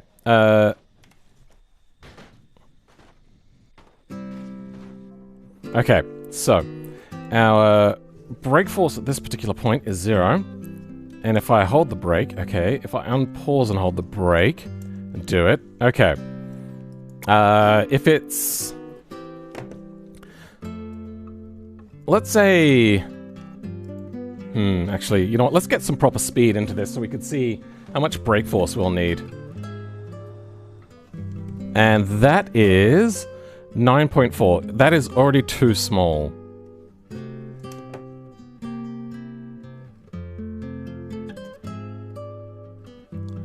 Actually, I'm not sure how to do this. What's the best way to... What is the brake force amount? I suppose I could math min this? Already is a max. Okay. Yeah, I could just max... So we can make it like a minimum of, say, 1,000? Then we'll get rid of this new thing that I was starting to write in, and refresh.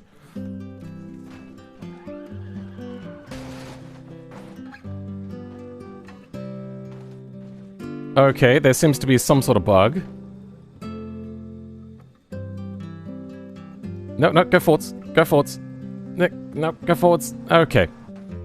Alright. There's a little bit of a problem below a certain amount. Let's go minimum of 200.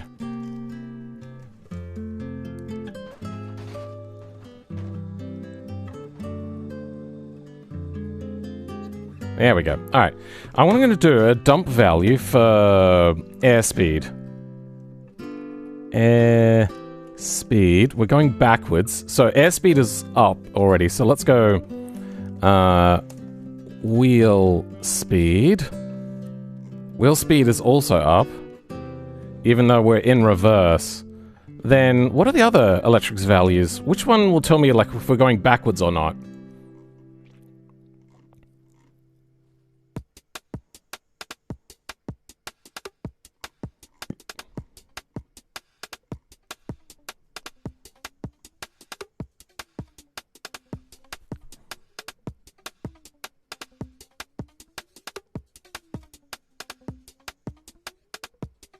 Average wheel AV, okay.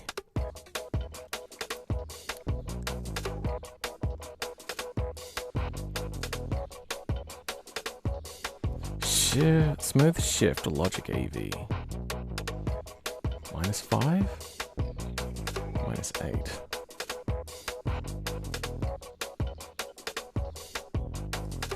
Okay, what I might do is I might bring brakes back in, but just have them be incredibly weak, which will be enough for slow speed, but not enough for high speed. Which is fine, because at high speed we're generating lots of power, at low speed we wouldn't be generating much power at all anyway. Creating 500, huh? Rear right motor? Aha, look at that, it's got all the motors. Nice. Okay.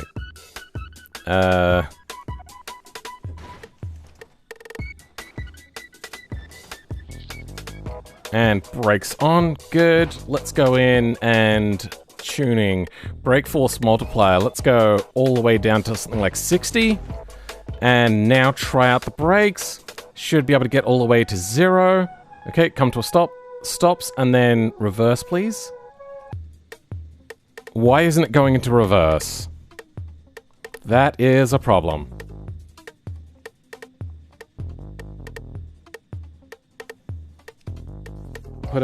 Still gonna put it there so you can find it. Okay. Okay, there's a reaction content thing specifically for that, but that's okay. I don't see it here. Where did it go?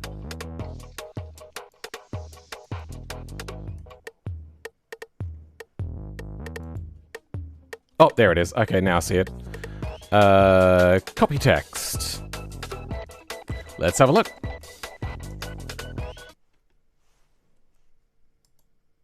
Please don't have copyright music. Good.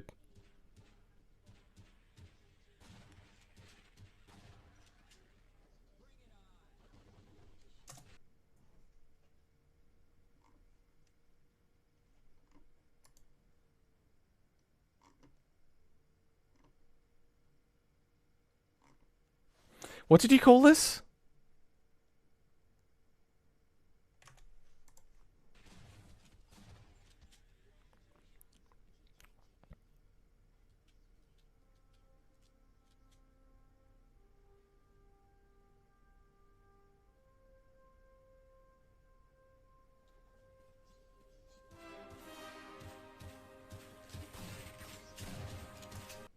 You called it a render engine?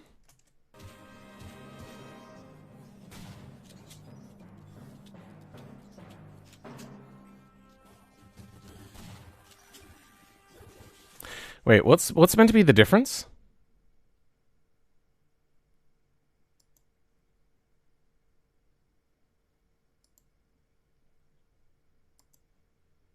Is this meant to be the good one, or is this meant to be the good one? I don't know. Like, I've got a very good monitor. This looks like arse. And this one just looks like good pre-baked stuff.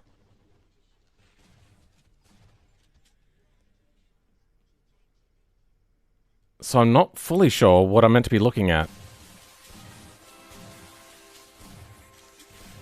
Like, the textures look incredibly compressed.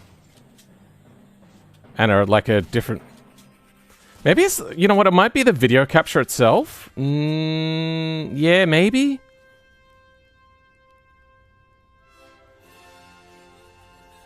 Or are they all the same? You did the same part over again. I'm confused. I don't get it.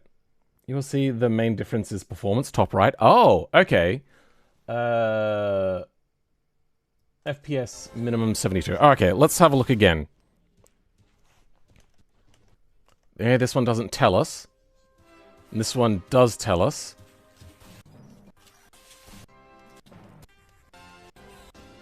Yeah, why wasn't there a frame rate on the original one?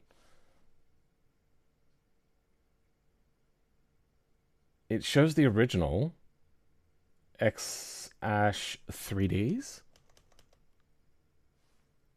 Where? I also get the feeling that you get the same results by just turning down the graphics until they look like this.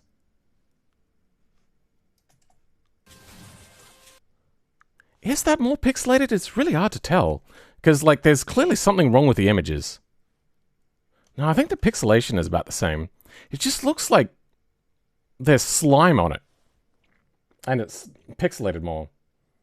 The original is in actual Half-Life.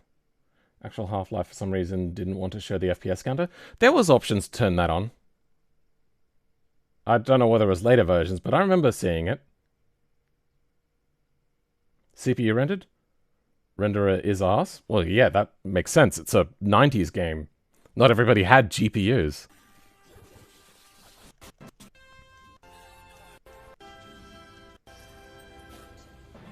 I'm gonna be honest, I don't actually know, technically, what a render engine is. Like, I can guess, but I don't actually know what a render engine is. Alright. I want to listen to this.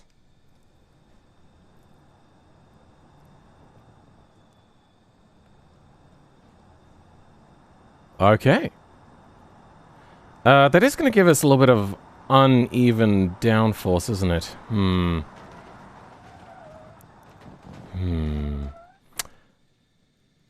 I could do away with the front one. Yeah, alright, let's turn off the debug, because the debug is doing some weird things. Where are we? Object debug draw.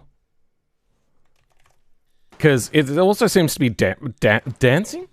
Bedouncing a lot?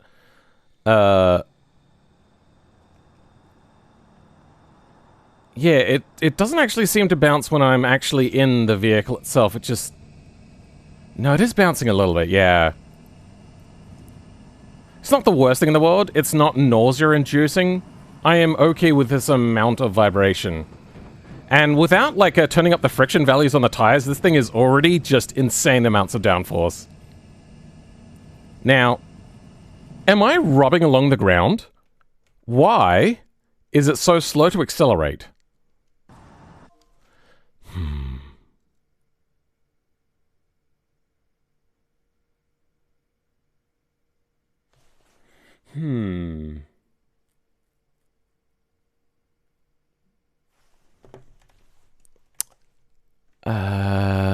What do we have?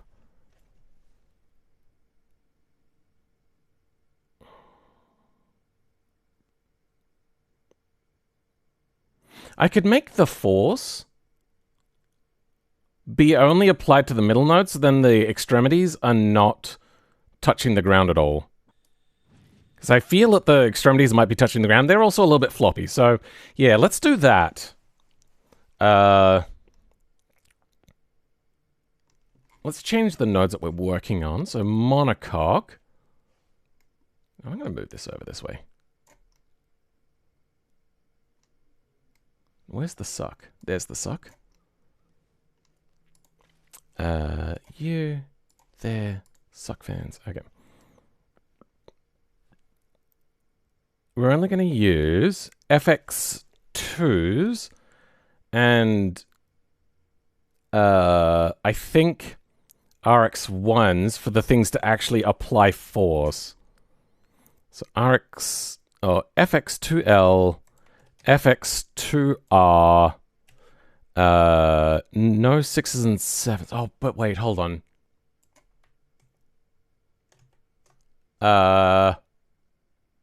You know what? I'm going to create subtables. So this is going to be a new table. This is going to be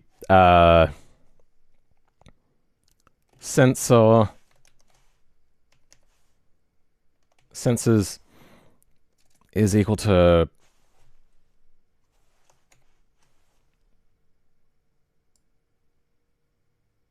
this, which will have the FX nodes in it.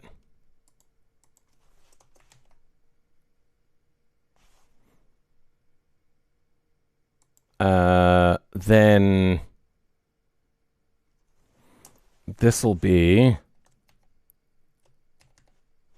the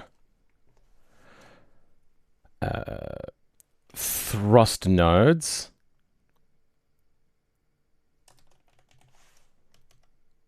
Is equal to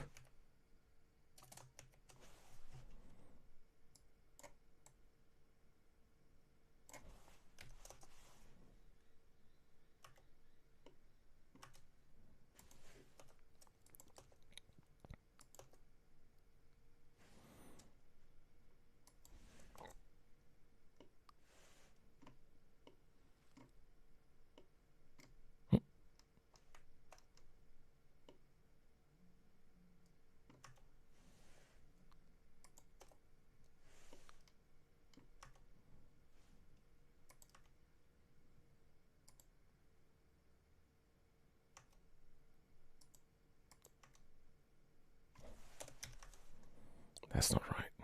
What are we doing wrong here? Ah.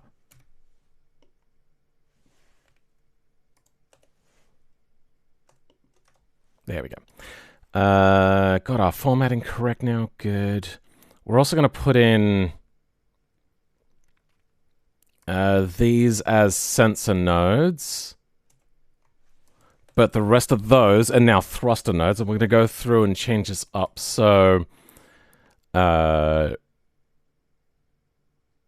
ray and thrust dot sensors. And then we're going to do the same thing for thrust nodes.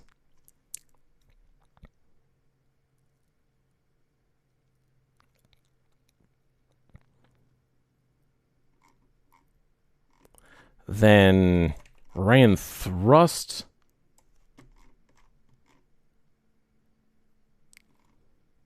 Oh, do what now? Apply for, don't need that. Ray and thrust. You know what?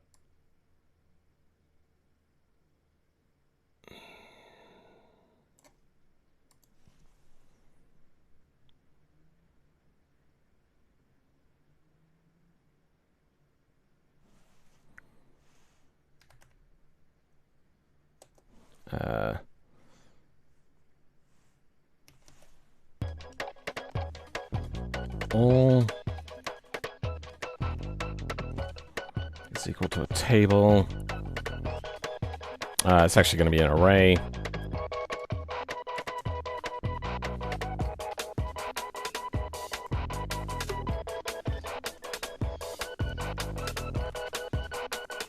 There. And then you.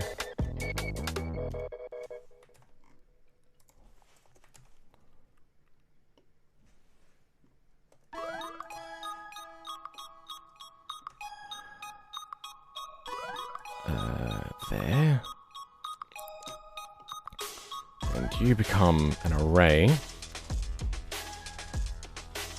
in iPairs.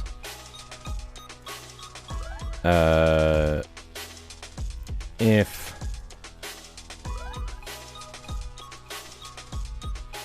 name equals name, then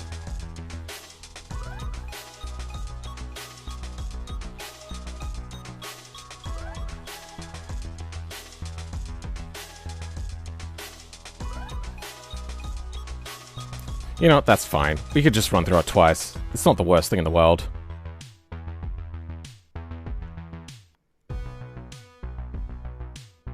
All of the commas seem correct. Good.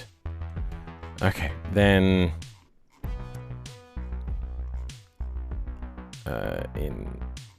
Wait, did I get rid of all? I did get rid of all.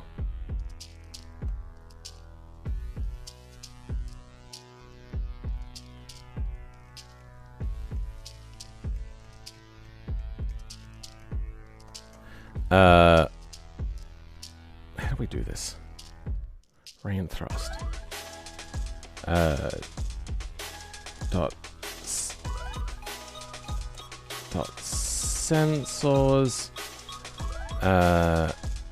Name and table. That is still correct. Then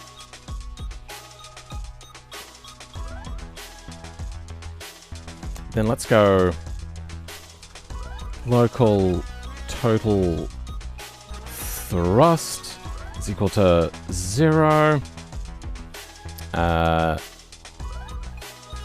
If dist is less than that, then let's go, you know, total magnitude. We're gonna have total magnitude is equal to this. We're going to get rid of you. Then the end of this.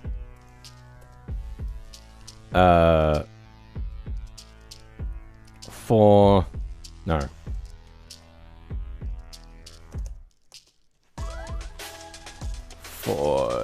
name table that. Oops. What are they? Thrust nodes. Thrust nodes do and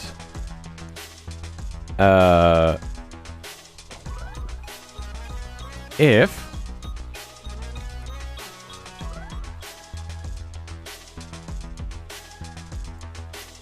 actually, you know what we can do? If magnitude length is greater than 1, then we'll do this. End. Okay. In here is now where we start applying the force, and we'll only apply it to our nodes. So table.id and then magnitude. Magnitude is going to be total magnitude, sorry. Total magnitude. Okay. I want to print out the magnitude length though. So total magnitude is this. Okay. What do we get? Awesome. Errors. Suck fans 18.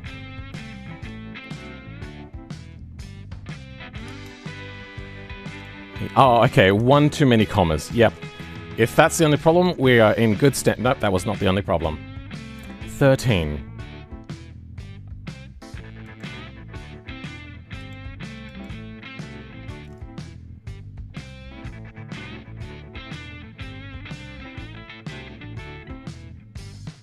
Suck fan 18. Line 13. 18. Oh, and we're missing a comma there. Wait, how'd that happen? That's weird. Okay. Hopefully. No. Line 36 now.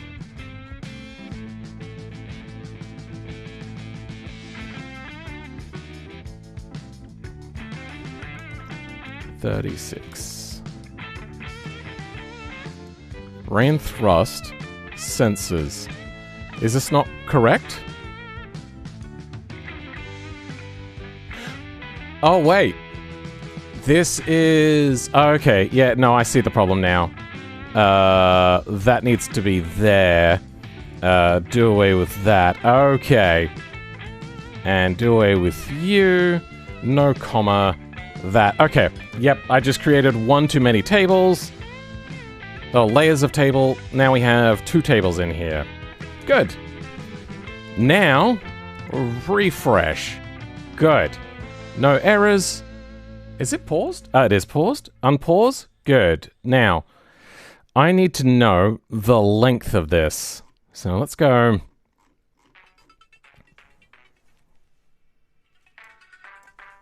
Length in there. Refresh and... Okay. So it's only about 0.9. Let's go... If it's greater than 0.2, we'll go with that. Okay. If it's greater than that, then we'll start applying our force, and that is... Yeah. Total magnitude times... Let's go... Times by... What was that? 10,000? Let's go there. And... Get rid of the print now. And... Are we creating downforce? Feels like it. Okay, that is not strong enough. Let's go ahead and times this up again.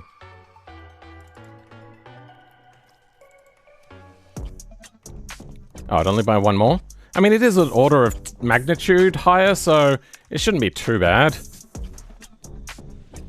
Yeah, we're back to being slow again, and definitely have so much more grip now. But no frontal grip, and that seems to be a bit of a problem. Oh. What happened? Suck fans, 114. Total magnitude, a number value.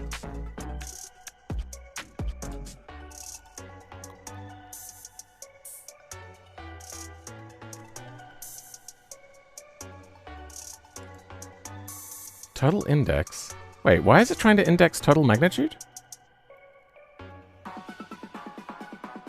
Oh. Okay, yep, no, I know what to do. This, we're gonna move out, and it's gonna sit somewhere around here. Now, it's not going to reset to a number value every single time. Why did it fail?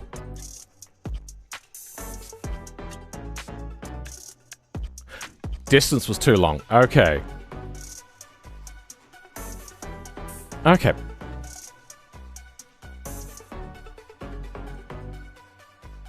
Total dist is...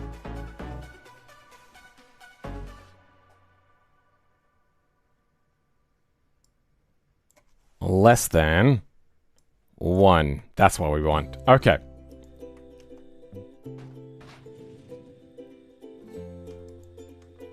Is it?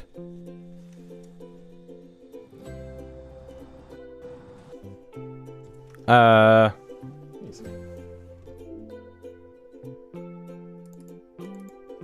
bit of delay on the audio, so I find that flipping it on and off picks that up again. Linux is really bad for synchronization. Apply force vector, table ID, total magnitude, that.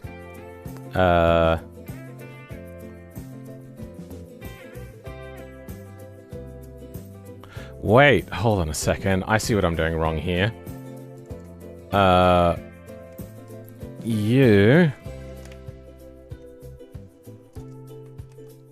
Total magnitude plus this. Okay. Then... local count is equal to 0. Count plus 1. No, wait, hold on. That'd be dividing by less if it failed. Yeah, okay.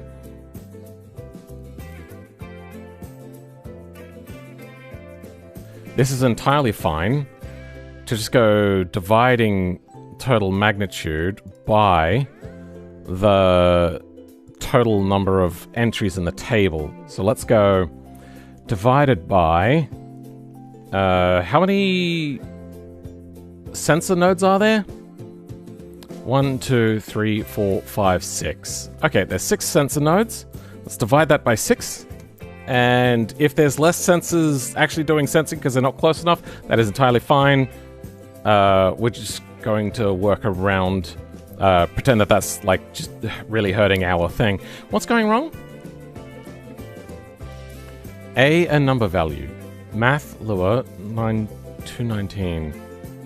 Update GFX controller suck fans 108. Best guess. I need to make the total magnitude of vec3. That was my bad. Vec3 0, 0, 0. Okay. But then, afterwards, we're gonna need to reset this back to 0, aren't we?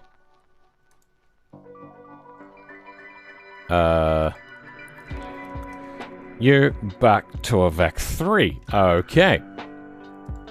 Now, good. Alright, once again, we... Oh my goodness. Okay. Let's change this up. Total magnitude is equal to total magnitude divided by 6. Then we can get rid of this bracket here.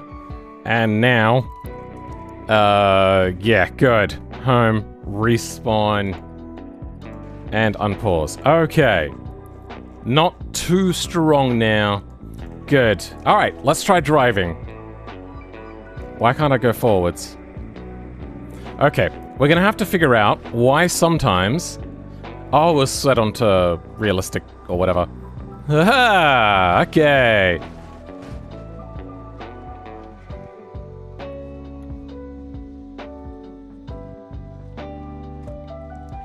This song sounds vaguely like Money by Pink Floyd. This current one is High Noon, The Grey Room, Destiny and Time.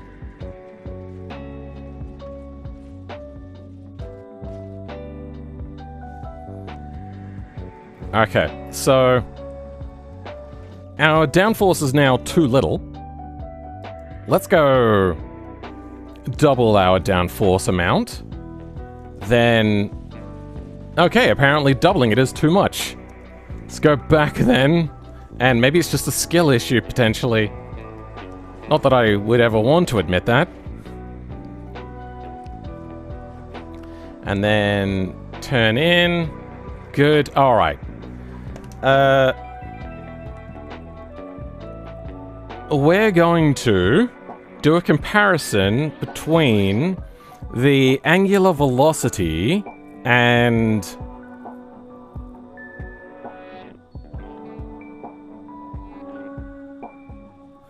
the steering input. So if the angular velocity is not enough, we're gonna go up here. Let's go times dt. We're gonna have to do that anyway. And then let's times this by a magnitude of 10 again. So then that way it evens out per frame. Okay. If we add an extra on there, Yeah, it seems to struggle a little bit with that. We will be turning the friction values for the tires up as a bit of a cheat anyway. That was something that we talked about a long time ago. Are those fans spinning or not? I can't tell. Yeah, they are. Good. Okay. Okay. Now, we do have torque vectoring, but we probably need... Oh! On acceleration as well.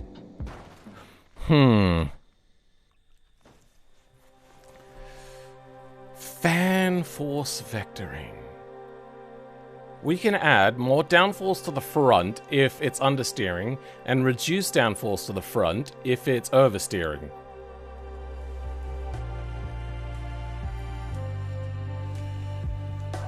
So, do we... I wonder if there's just like straight up an understeer test. Understeer... No. No. Slip. Set slip tire mark threshold? No. Angle. Get torsion bar angle. Get triangle count. Is triangle broken? Torsion. Set triangle. Break collision triangle. Get collision triangle count. And we're back to the beginning. Okay. I wonder if there's something in your... Gawler pitch your...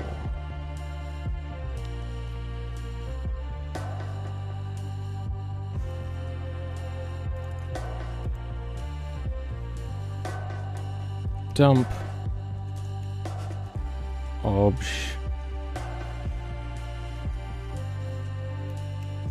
What does that look like? Not much. If I drive around a quarter turn, doesn't look like much. If I do that, yeah, it's not an acceleration amount, it's just the amount that we've rotated. Okay, so that is, your is just how much we've rotated. What I was hoping was for some sort of like thing for slip angle. Axial hub motors in electric stumps. Your. Oh, nothing in there. Slip. Angle. Over. Under. How does the in-game stuff find out the understeer and oversteer to do the control gameplay stuff? Driving assists. There we go. Oversteer reduction and understeer reduction. That's what we're going to look for. Oversteer reduction. Input assists. Okay. Stabilization enabled and multiplier. Stabilization enabled. Set steering aura center. Oversteer reduction.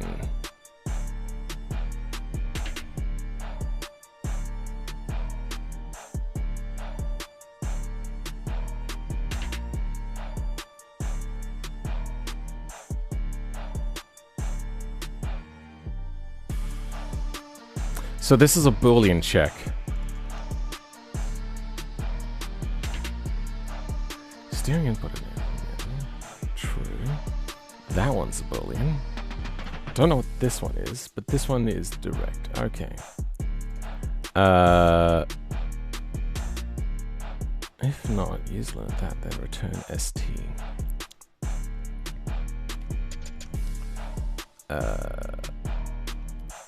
Oversteer multiplier, low speed coefficient, velocity, stabilization, and speed, velocity, right cos, local, oversteer, oversteer multiplier, stabilization multiplier, ST is equal to sine countersteer, ST counter oversteer.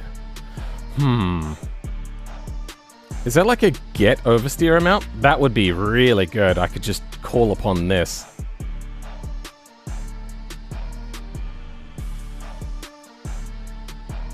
Alright, I'm going to change this jacket. This jacket doesn't fit well with this double layer.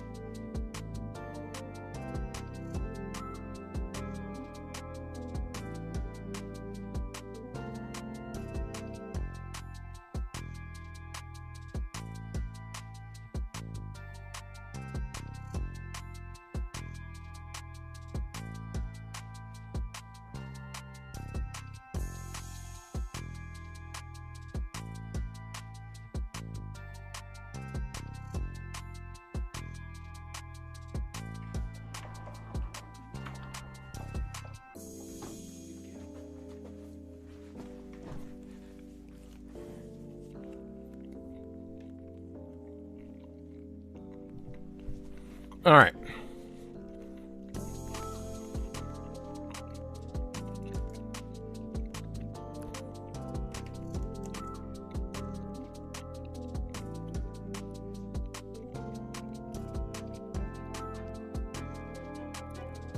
Event steering, KDE, steering right, steering left, filter. Okay, oversteer reduction.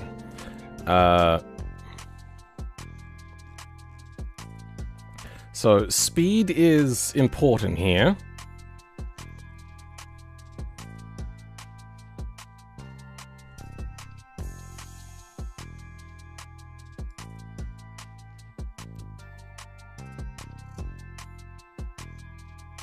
Velocity, length, stabilization, engine speed, velocity, right cosine. Oversteer multiplier times stabilization multiplier. Clamp, get value, steering. Ah, okay, so that's just a simple value. Settings changed, okay. Then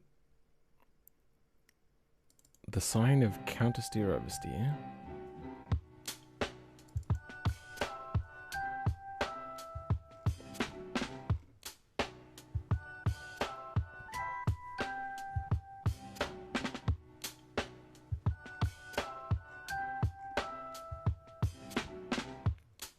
Square root, square ST minimum. 1 ABS counter oversteer.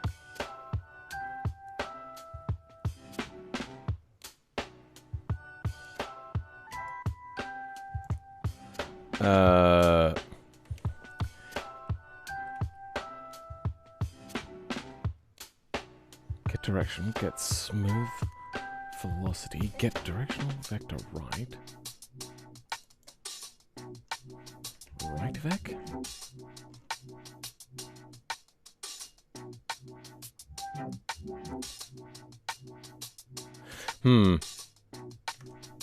How did I do this for the axial hub motors? I can't remember. It was... I did have torque vectoring.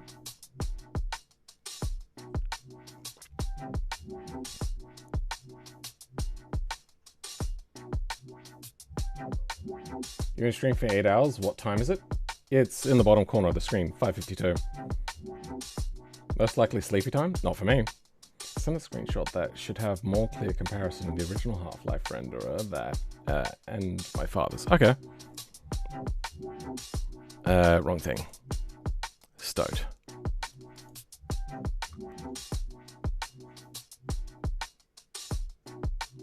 Man, stoat can be slow. Original soft ref slop.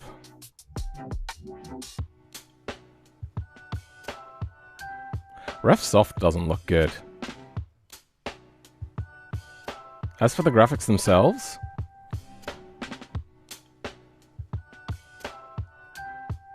Oh, okay, now I can see the FPS that you've got written in the middle there. Okay, yeah. I mean, obviously moving anything from a CPU to a GPU. You've not done anything, though, to really debunk what I was saying about LLMs.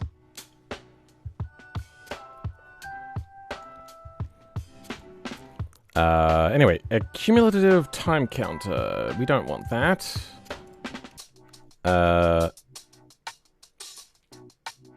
Wheels, angular velocity, throttle, regen throttle, that. Update GFX.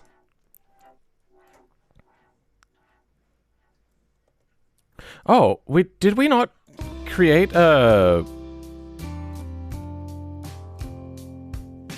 What happened?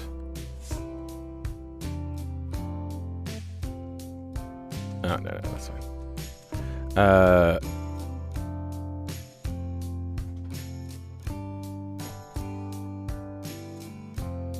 Torque vectoring in the last episode? At the very end? That's regen throttles.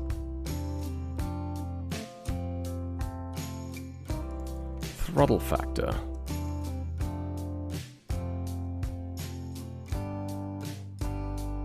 Difference. Wait, did I not implement it? Hold on, that doesn't seem right. I'm pretty sure this was working. Why would I have disabled it?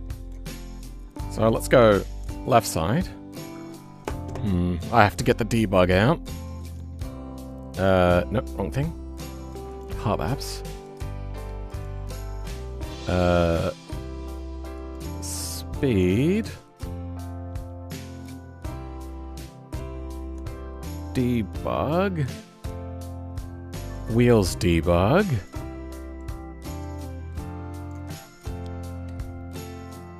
Save. You're a pain in the dick. Whatever. If I steer left and then accelerate... Okay, well...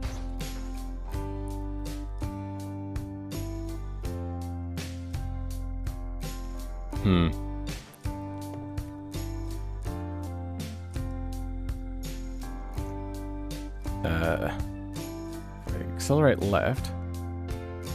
No. Accelerate right. No. Okay, so at some point I must have disabled it. And I'm not sure why.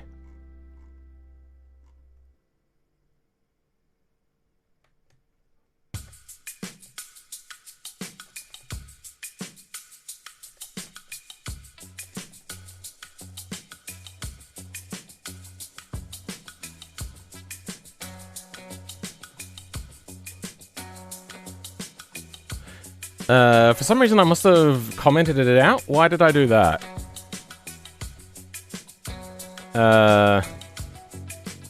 Let's comment that out. Let's refresh. Lift the car up. Then let's go again. Oh, wait. No, we set the value afterwards, don't we? Yeah, we gotta get rid of this then. Okay.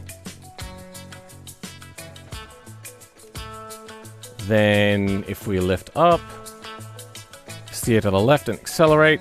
Good. Okay, steer to the right and accelerate. Good. Okay. It doesn't like to slow down, huh? Okay. Torque vectoring is working a little bit. Okay. We are starting to get there. This is quite the tricky beast to handle, though. I could probably get rid of everything else.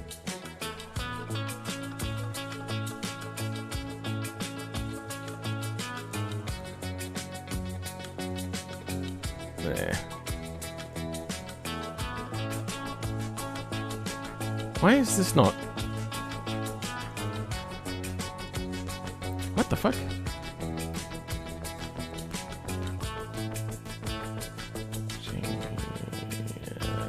Tabs. There we go. Almost fixed it, but not quite. There. Fixed.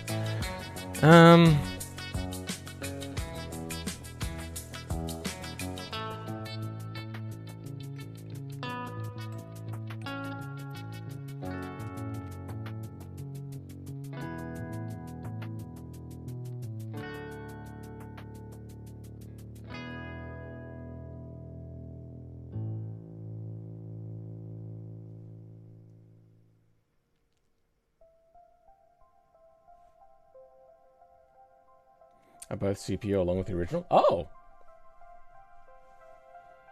Well then, that is impressive.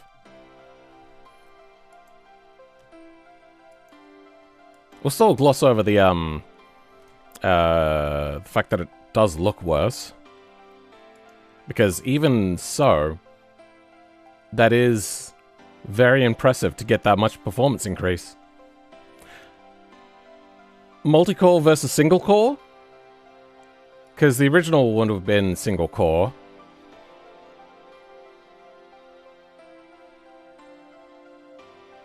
Yeah, okay. That would be a large factor then.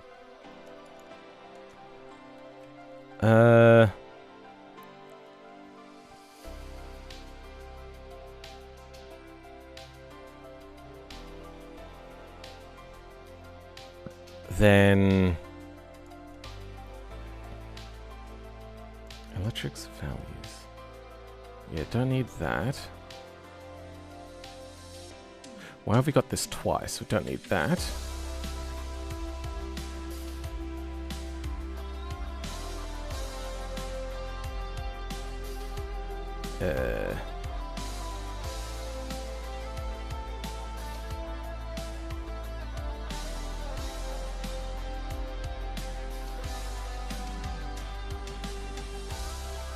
What is this program? I thought you were using Visual Studio. This is Visual Studio Code. VS Codium, sorry. I haven't used Visual Studio in a long time. I've been using VS Code. I had used VS Code for quite a while, and then I learned about VS Codium. I was like, oh, okay, yeah, well, maybe I'll go with that. I can get rid of those.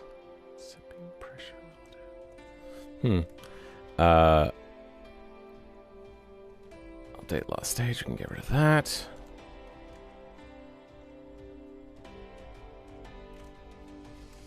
And...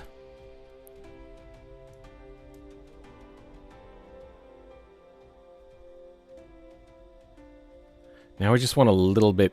No, I think with that, we do have enough handling to call this one a minimum amount of usability. Blah! There's still like some visual things that need to be fixed. Why are the front suspension arms... Okay, well the front suspension arms are back. They were gone there for a second. Okay, once it starts to go, it's not great. Okay. This is, yeah, tricky. It's very fast, got a lot of traction, but it doesn't like to change inertial direction. I could update the friction of the tires live as we're driving around.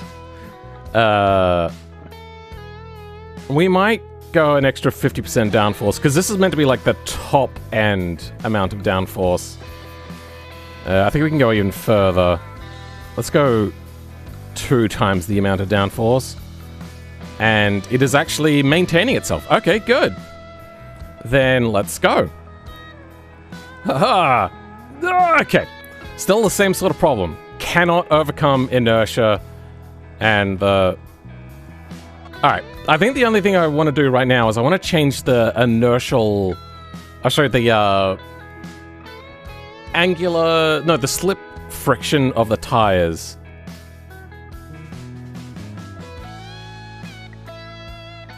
If I can find where I put the tires.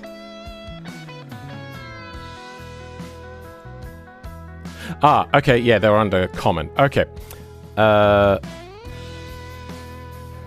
Sliding friction coefficient. Currently, they're both 1. Strybeck exponent and velocity multiplier. Okay, let's have a look at what those are, because I don't remember. Pressure wheels. Oh, they even updated how the website works.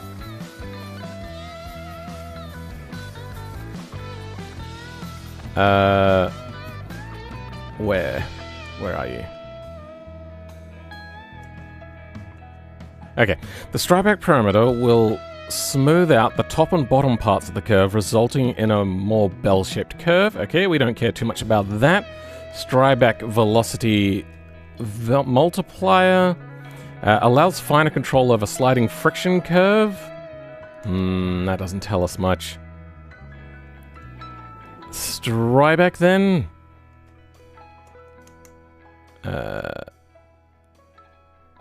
Since rubber has some flexibility, tires do not abruptly go from static friction to sliding friction and tend to do it progressively. To simulate this behavior, the Strybeck curve, which defines the transitional behavior from static to sliding friction, can be used. So we have velocity and exponent. The velocity will affect the overall length of transition, and larger numbers will result in a tire that will more slowly transition to sliding friction. Okay. That one might be the one that we use. Let's go 2.2 on that. And let's see how that affects our sliding friction values. Alright.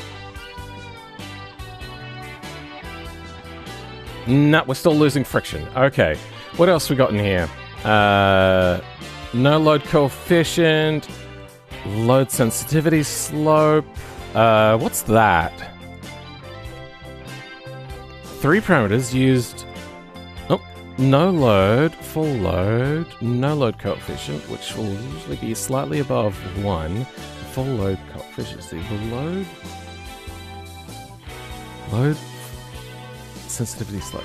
Full load coefficient slightly under the load sensitivity slope. Full load slightly under. The load sensitivity slope affects how quickly the tire reaches the full load coefficient. The end result is a curve similar to this.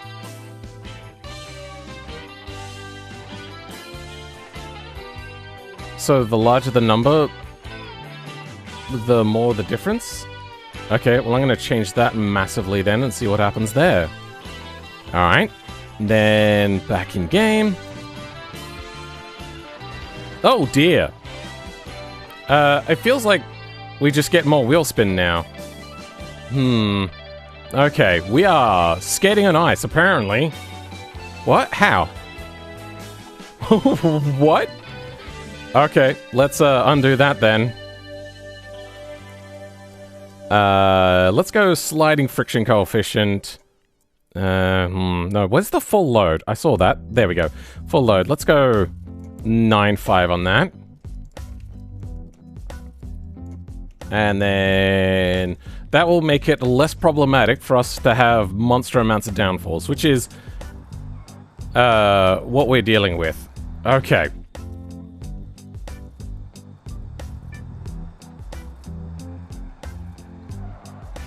Wow, okay. For some reason, it just feels like it's, around there. It just loses friction. Let's do a bit of a quick check. If this, else, print, lost downforce equal to... nope. Total magnitude, so 2 string... Oh wait, no, hold on, let's go U length, so we can get a more human-readable number. And then, we'll see if we're losing downforce at any particular point in time. Lost downforce already!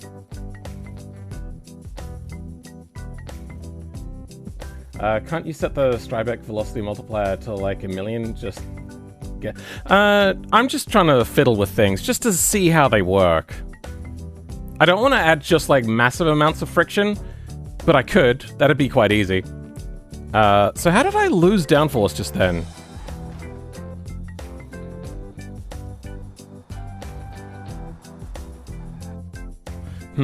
We didn't lose downforce that time.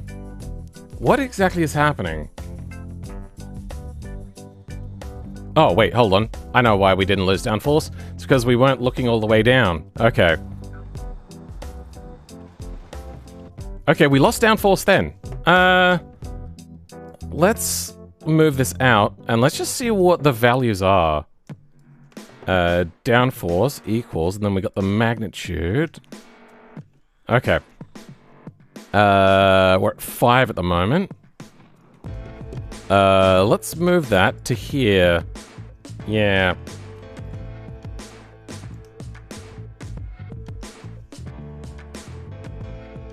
So, 0.9. Oh, because it's one take. Oh. Yeah, okay, I get it. So if I lift up, it'll be less magnitude. Yeah, okay.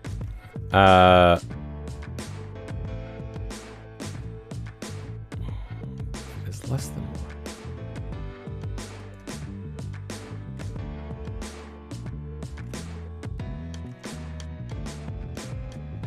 Then it's this magnitude thing that we want to mess with.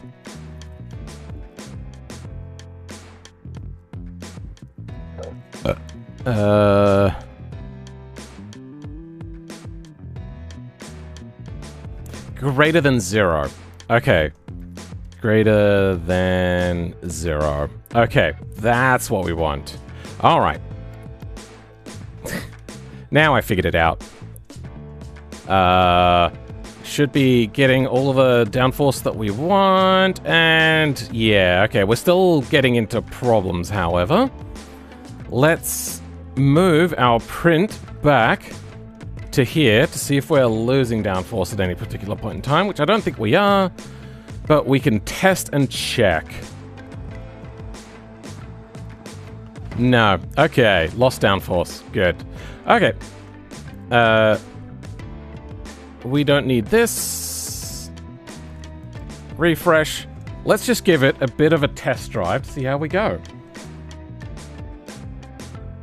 Luckily, instantly hitting the full load coefficient. Yeah.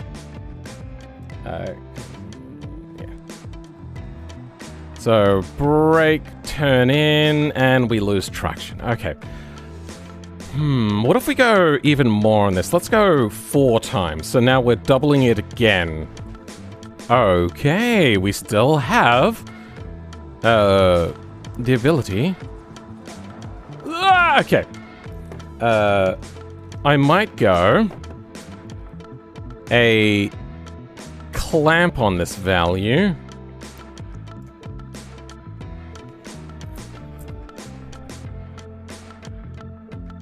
Nah, that's not gonna work. Alright. Let's just drive.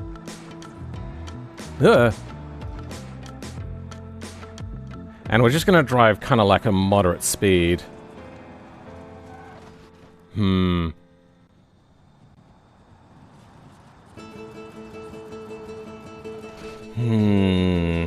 Okay, let's go back on this and go back to just going an order of magnitude. Yeah, that is too much. So apparently 4 is okay, but 0.6?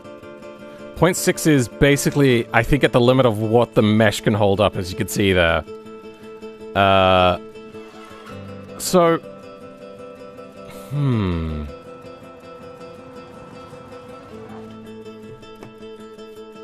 I think it's time to start now messing with the friction values.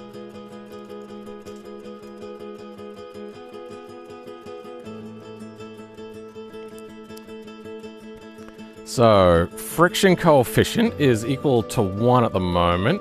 And if I go in and change friction to 2, for instance, that... Oh, it did break. Anyway, now we go in and we have 2 times friction. Okay, doesn't change the fact that we understeer.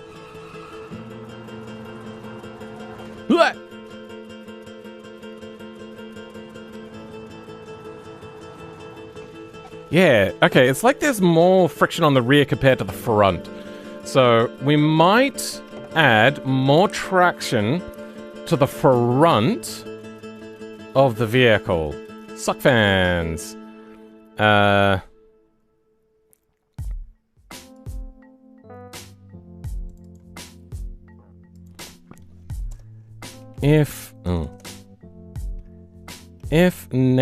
Really? If name equals one of these ones up here.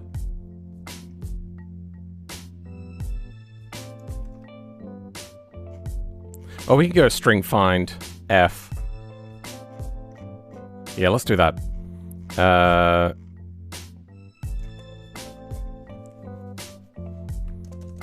Oh, what happened? If string dot find name F. Is that how string dot find works? Control F. I used it elsewhere, didn't I? Yes, I did. Okay, good. String find that does not equal nil, then we'll do this, else we'll do that again, but at a different value, end. Okay, 6,000. Let's go 3,000 on the rear and more on the front. Yeah.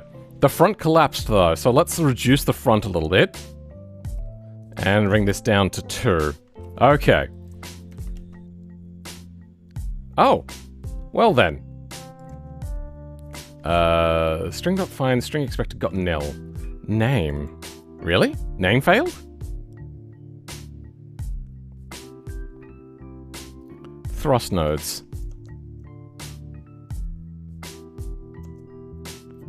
But the name is a string.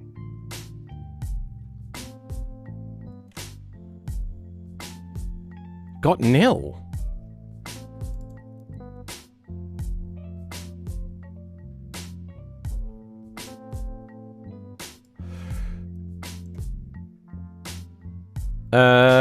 Let's do a little bit of a check here. Print name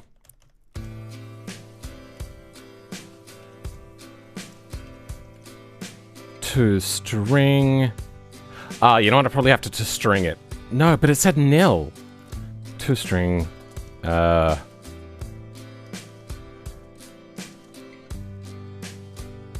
Type name. Okay, let's see what that does. Refresh. Okay, that does work. It is a string. Then why does it say when it gets there, string expected got nil? Oh, wait, yeah, I know. This is meant to be in quotes. I'm such a derp. Okay, now, there we go. Yep, fixed it. Let's that suck. Morningen. Welcome, Manic Gaming and Humanitario. Oh, Humanitaria's back. The curbs are making a jump in the air and the front wheels don't have enough downforce. I could add it to the wheels themselves, couldn't I? Alright. Oh dear. Okay. We're not getting great suck. Okay, no, we are getting enough there now. Let's balance that out a little bit. Let's go 3 on the rear. And we'll have like a lore about maybe like a morphing underbody to assist with this. Are we getting too much front now? Yeah, I think we are. So, let's... Why did it... What, is it breaking beams? Why does the front suspension disappear sometimes? Broken only. There's just no front like a suspension here? What happened? Doesn't make sense.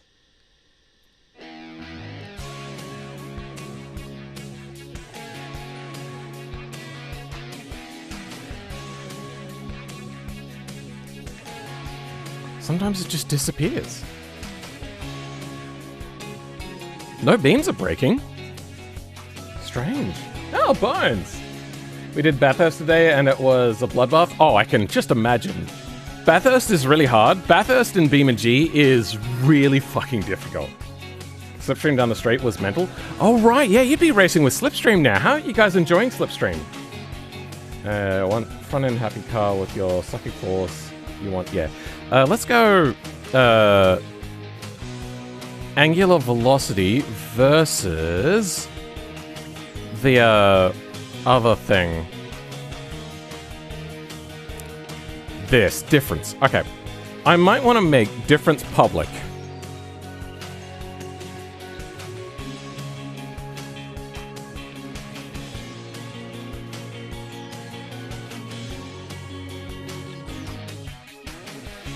No.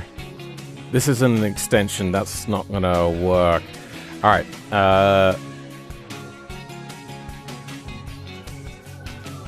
Let's grab all of this. Suck fans. Put this in here. And then... steering input. Linear scale. Your angular velocity.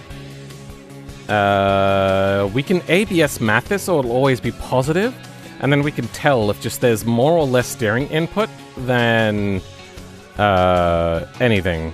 So we don't need to do them individually. We can just do it to the whole lot. Math.abs. So it's absolute number. Then I don't know how this is going to work. Let's just try timesing the difference in there. It's probably going to break everything, so let's... You know what? Nah, screw it. We're just going to try it. And if it breaks everything, so be it. Alright. Let's drive. And if it collapses under steering... yeah, I didn't really think this through, did I? If we have... steering input, angular velocity.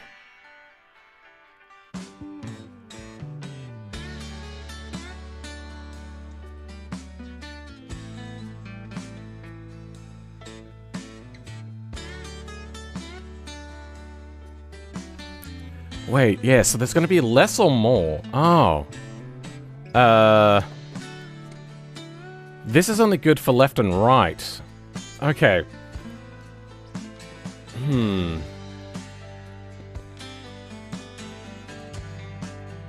Now imagine driving Bathurst with the car behind and in front. Yeah.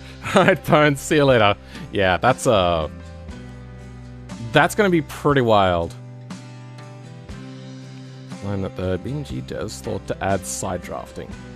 I mean, it is a fairly big factor in aerodynamics. Is slipstreaming better in BeamNG than in Gran Turismo 7? I don't know. And I wonder if there's like a value you can apply to it. Still streaming? Yes, I am.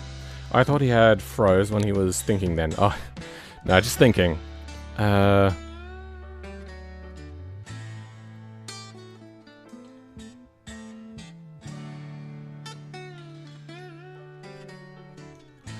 I think I want this to be math.abs. ABS. And then this also to be math.abs. Actually, you know what? First, let's just check this. What does this do? Dump. If I steer left, that is a negative number. Yeah, and if I steer the other way and dump, it's a positive number. Okay. Then maths ABS for you as well.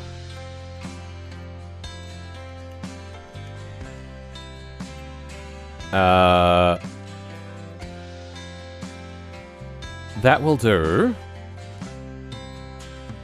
just a steering versus your thing.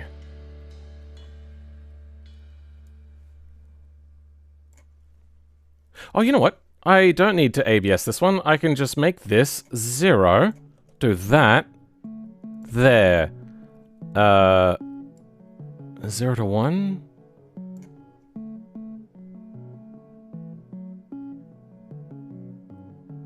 No.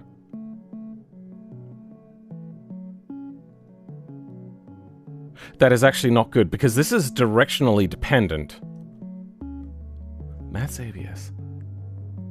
Steering. Yeah, no, it does need to be that way. Okay, cool.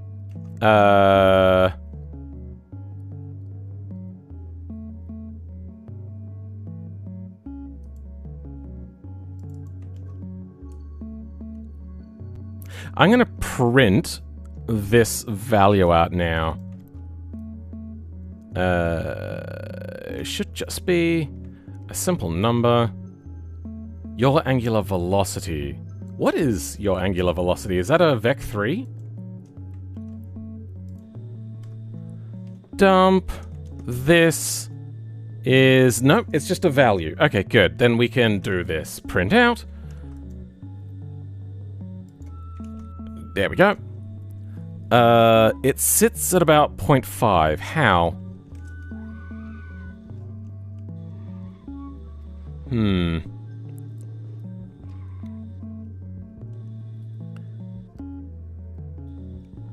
How is it out by 0.5?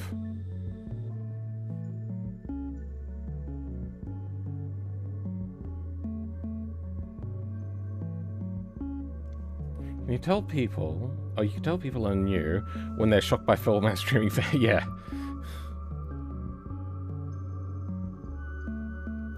Actually, how do I feel about it? I generally like it. I really do like the graphics improvements a lot.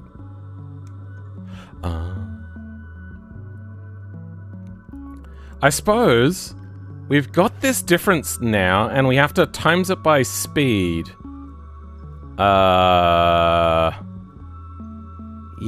and we can clamp the value as well. Why is there a steering offset?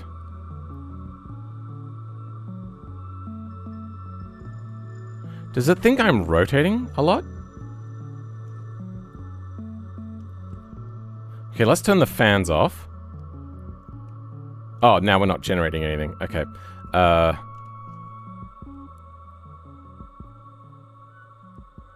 The most we can get is like 0.5? Wait, I'm confused. So that's about 0 there. It's about 0 there. What am I doing? Steering input.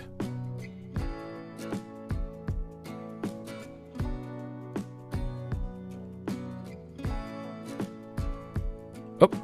I wonder if this changes when I drive. Okay, well. No, it doesn't. So...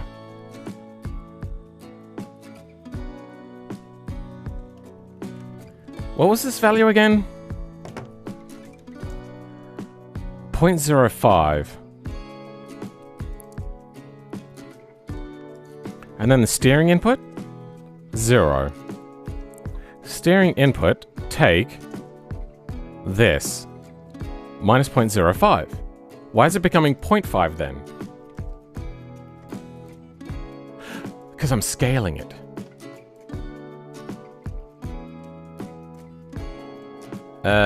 Let's check that.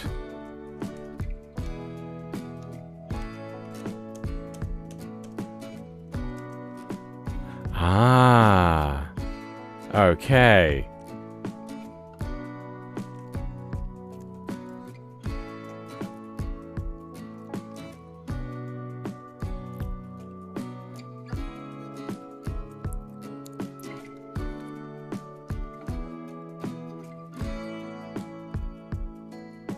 Wait. Oh, I left that on 0 to 1. That was my bad. -1. There. Okay, good. That should fix it. Now, okay. And if we steer, good. And if we steer, good. So, we're not getting any angular velocity. So the bigger the number, the more...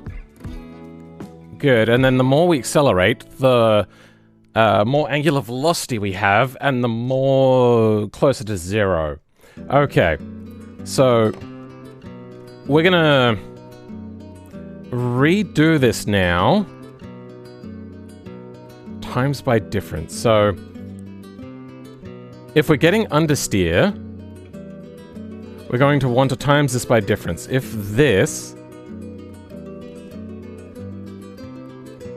Yeah. Let's try 1 take this. 1 take, and then this one will be that value. Okay. I should probably clamp this, shouldn't I? Clamp, U, 0 to 1. And then clamp on here as well. Clamp.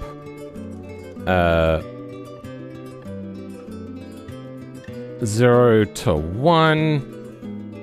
Now, that should give us oversteer control by moving downforce forwards and backwards. Okay. Just ignore how bad at driving I am. Just, it's fine. You're allowed to ignore that. Okay. That is actually working pretty well. I wonder what happens if I go a little bit slower. And... What's happening? Why can't I... Oh. Alright, let's go again. I want to go like 2 or 4 times slower. Why not name the stream Let's Make It Suck? I don't know, because I wanted to name it this way. Or Let's Suck? Maybe. Oh, those front wheels. They're very wobbly.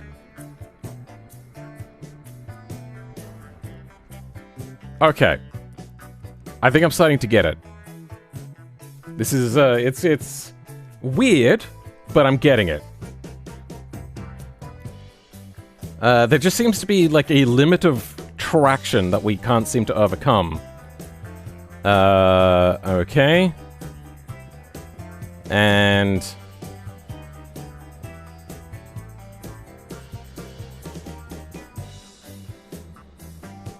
Okay.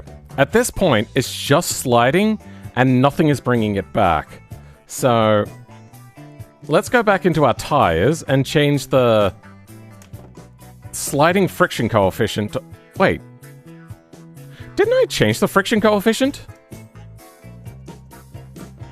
Huh. I could have sworn that I did. Or did I change... What did I change? No, I didn't change anything. Then let's go... friction coefficient. And this one. And you. We're gonna make them all 2. Let's save. And we're just gonna pretend that we have amazing tires. Alright, full speed, driving now. Okay. Much better. Got a little bit of a bouncy suspension problem. Haha! Okay, once you start to fly, the thing starts to fly. Add more downforce, add more suck. Unfortunately, if I try to add more downforce, the thing just collapses in on itself. I could actually add it to the other end of the axle. Okay, yeah, I think that's what we're gonna do. We're gonna add in the other front nodes. So we want FX1, L, and R.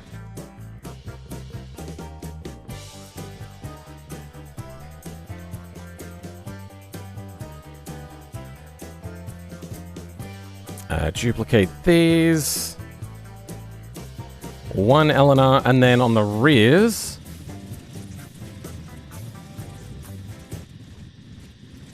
That is unstable. It does not like the amount of force being applied to it, huh? What are the nodes in the back here?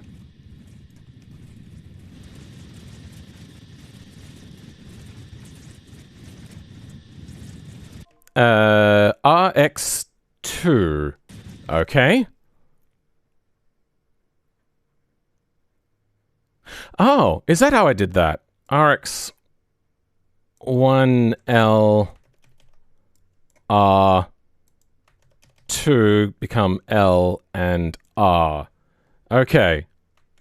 That will now give us better downforce balance. You know, we're going to leave that. Now, the question is, with now 6 times the amount of nodes? Or something like that? I don't know. It's not collapsing in itself. And it doesn't seem that unstable. Actually seems a lot more stable now. Huh. That's cool. Alright, let's drive.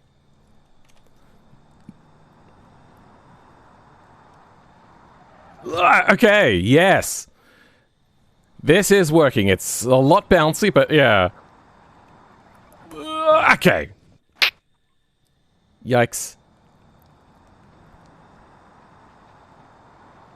Okay. There is just a traction limit that you can't overcome with this current level of physics. Okay. I gotta lock in. This is hard to drive.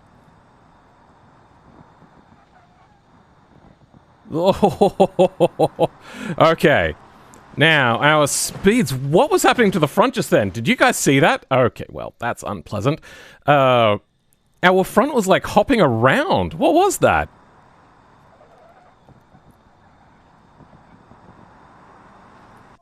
So, are we porpoising on the front of the vehicle? I suppose that would make sense, because we have downforce on the front, whereas, like, F1 doesn't have ground effect on the front. They have it mostly on the rear. So, that would make sense as to why we're porpoising differently. Are we? Yeah, we are a little bit, yeah. Okay. How do we overcome this porpoising problem? 200 hertz is just not enough. 2000 hertz? We're not actually doing 2000 hertz. We're doing the frame rate and then timesing it by DT, aren't we? Wait, are we doing it by DT? I'm not sure. Let's double check that. Yes, timesing it by DT instead.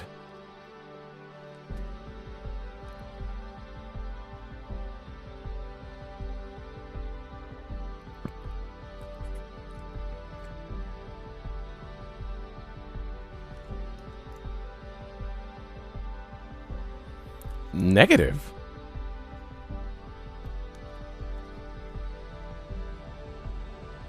Are we actually not getting any downforce at the moment?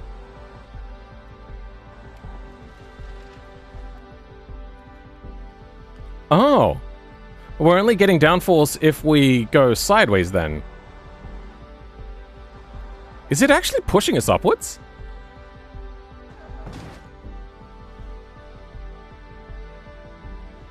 Another zero, and it might just be. I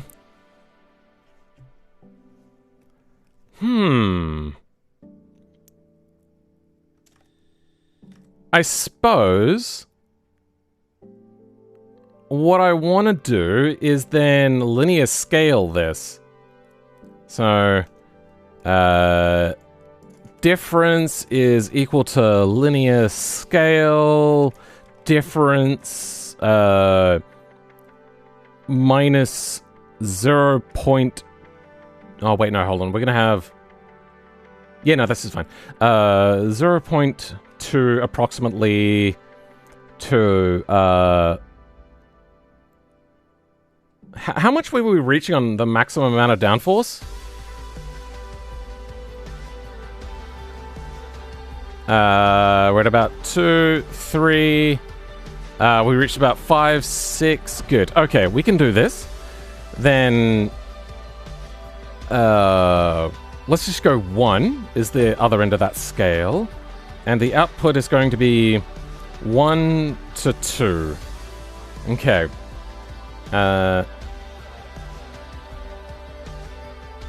Minus difference? No, we don't want that, do we? Now we get rid of clamp. We don't want that no more. What are we doing then?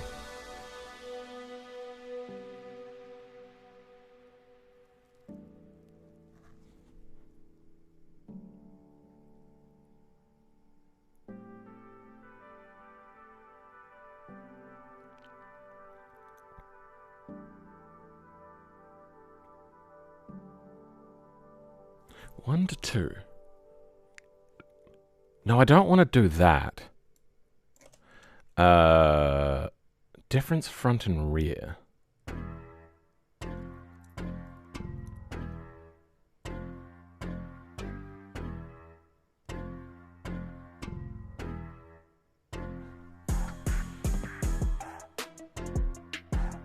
One take.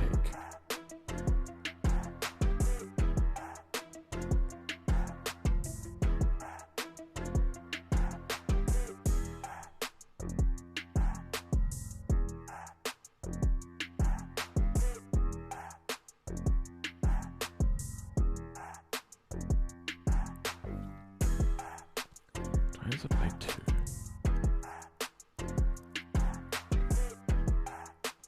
One divided by difference. Okay, that's what we want. 1 divided by difference. Good. Alright. That should give us a better result. Oh, dearie me. Oh my god.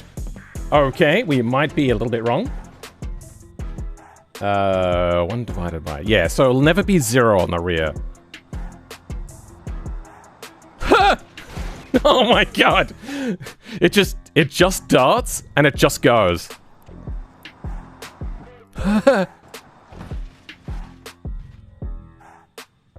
Alright, I suppose let's look at the values as we go. So it's 1... Now, we're at 1. 1 divided by 1 is 1 amount of downforce on the rear. On the front, it's times by 1. Oh yeah, no, this math doesn't work, does it?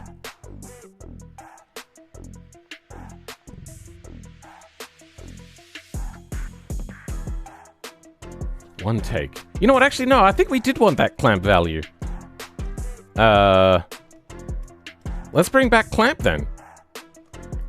So, negative difference, 0 to 1. Difference. I suppose we don't need clamp on this one. What do we get rid of this?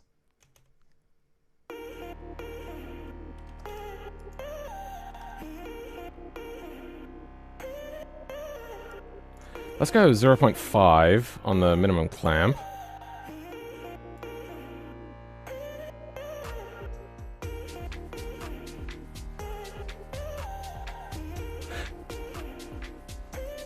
One take. Yeah, then we need that. 0.5 is the minimum. Okay. That should work. And we should always have a little bit of downforce now. So it won't... Ugh. Okay. Whoa, what? The tires spawned and popped? How's that work? Let's go again. Weird. Anyway. Steering. Okay. This does take a little bit of thinking on how to balance out downforce. Holy speed? Yeah, holy speed crash, yeah. How's the Gran Turismo mod coming along? On hiatus. I've got a few other things to do first. Might be a bit wrong and then explodes. BeamNG was always just meant to be a physics sim. Rookies of Rod, its predecessor, was also just that. BeamNG honestly lost its roots. I think the time is coming. Really? How much? Styrene isoprene is the automatic transmission. I think because Rings of Rod is still going, I think they always wanted Beam and G to be more speed dependent, but I think they just don't want to deal with downforce.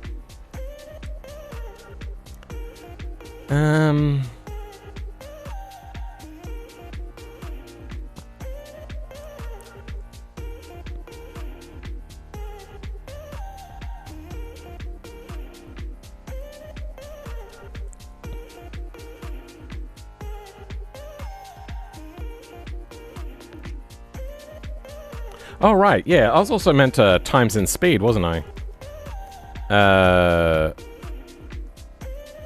Total magnitude.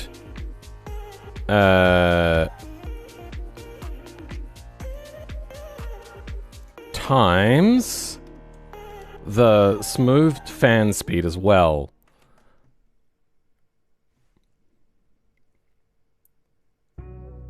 Me wheels. W reference? Which one? I don't know.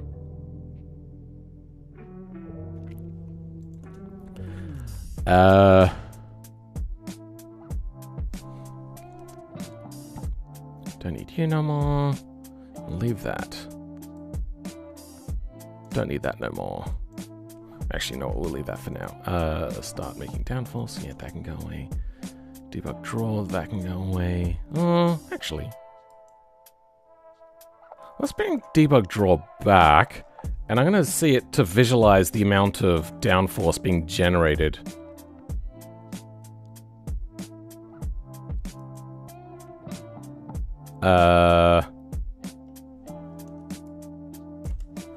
Then let's go.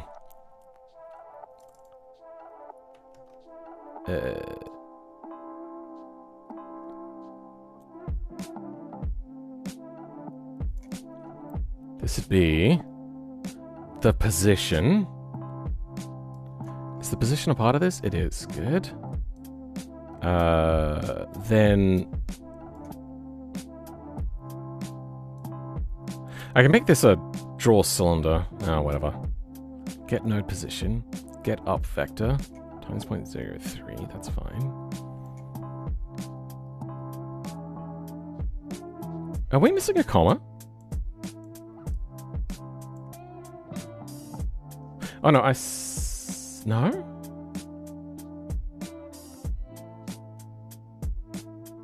Ah, yeah, no, the position, obviously, yep. You... Oh. Times that. Total magnitude. Now we should get a visual representation of our downforce amount. X, you go there.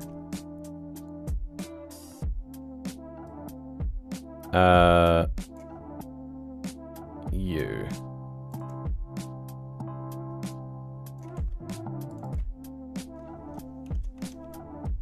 Then we'll do you again.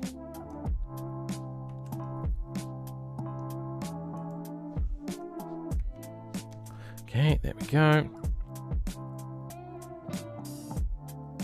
Directional effect times that. The clamp, yes, good.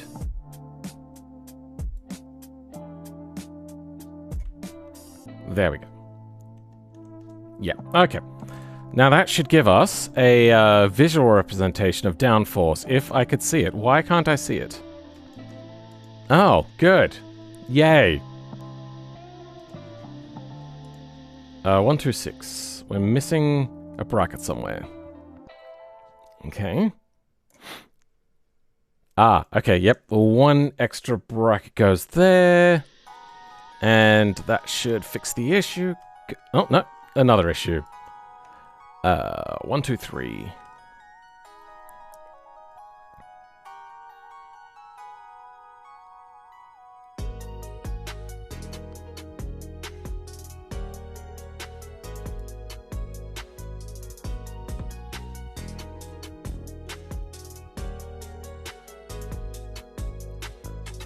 What is it having a problem with? Bad argument, add.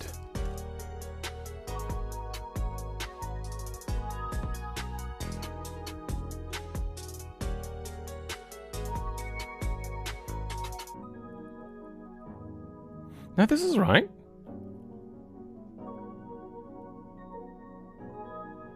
Velocity offset, get position, get node position, plus object directional vector up times that. Table.r, okay. No, we're doing this wrong, different now, so... Oh no, it would be... Table.id? Yes, table.id. Same thing.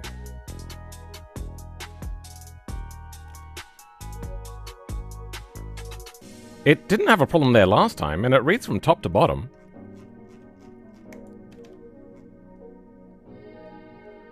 Suckvans, 1, 2, 3. Best guess. 1, 2, 3. Debug draw.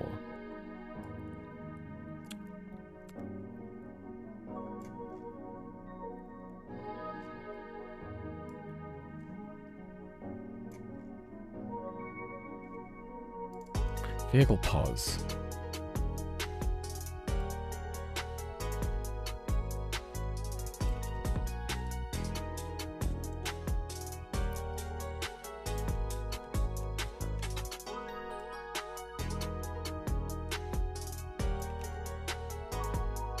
Oh, yeah, no, I see. Okay, yep. Vehicle pause. Vehicle pause. Vehicle pause, good. Plus, get node position, that's fine. Get node position, good. Object up times the clamp value. Fan smooth speed. This should always have a value, right? It'll never be nil, will it?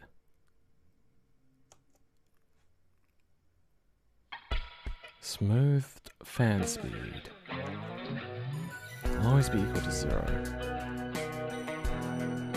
0.1. A smoothed fan speed. Did it just not like being times by 0?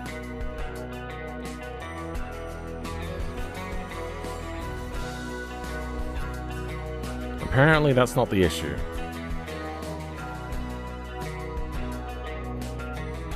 I wonder if in the future BeamNG will have full-on async style sketching where you mold a demo body to exactly what you want. I very much doubt that. I don't think BeamNG is going down that route. I think that's good enough for automation to do.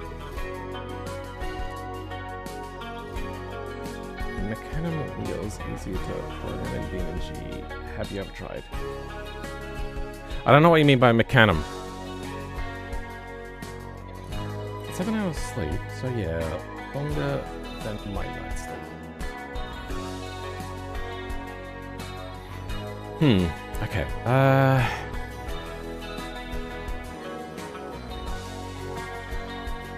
Table, ID, dist, that's all fine. String, fx2r, function, temporary nil, table,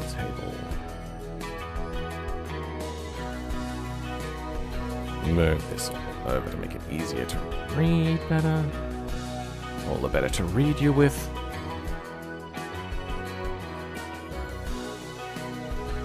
Function bulletin.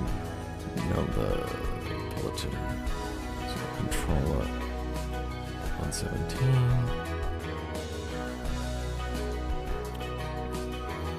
number 0.5. So there is a nil in there somewhere. What is nil?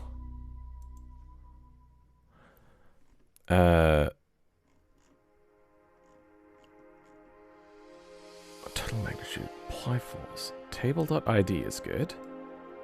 Total magnitude is good. DT is good. Times that. Difference is good. Smoothed fan speed is good. Oh wait, no, proxy. Okay, velocity offset. Ah, okay, that's what it is. Velocity offset was in the wrong place. Okay.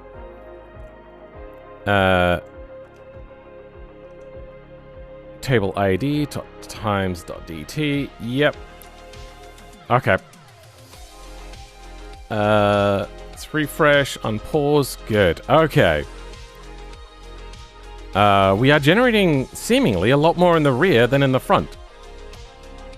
And if we start driving and start oversteering... Oh, right, we have to do it in the debug draw, don't we? Let's go do debug draw then.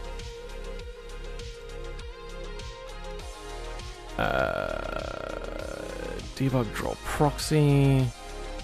Debug draw. This is what we want. You and then let's move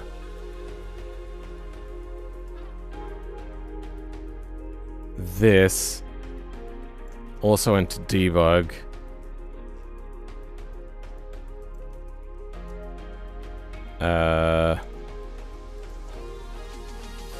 Is this going to be a problem? Probably is, isn't it?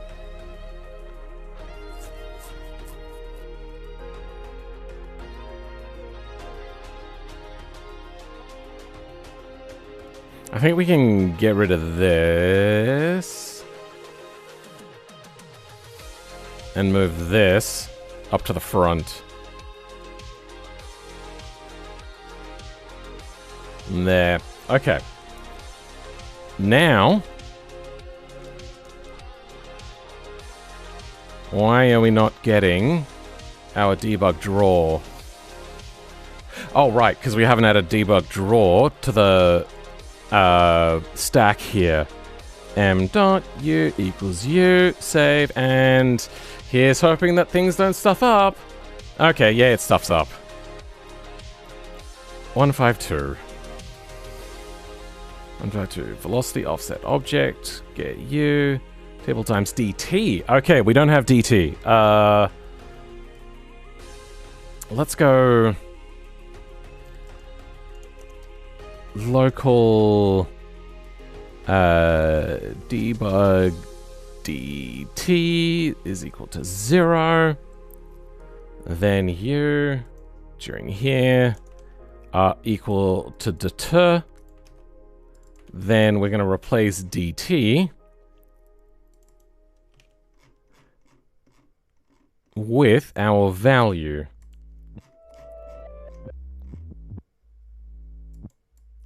There, and there. Okay, good. Hopefully that's the only problem. Oh, 158. Velocity offset is good. Vehicle position is not good. We don't have vehicle position.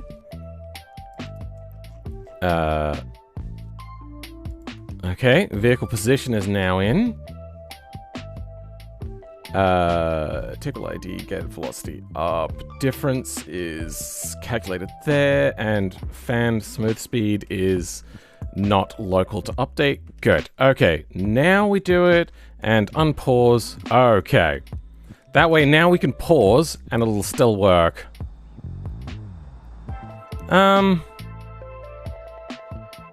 Oh, right. Yeah. Since we're in debug draw, we don't need to add our velocity offset no more. So we can get rid of those. Because debug draw happens at a different time. I don't know why the whole game engine doesn't work in that, but okay. Sure, whatever. Okay. We're starting to oversteer and we're losing traction on the rear. That's not great. So, what are we doing?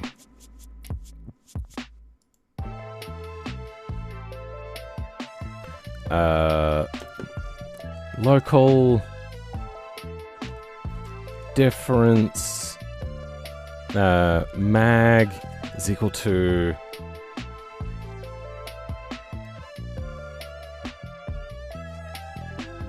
U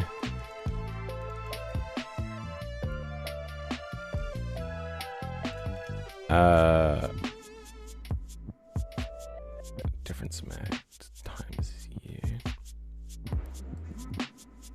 Times fan speed, huh?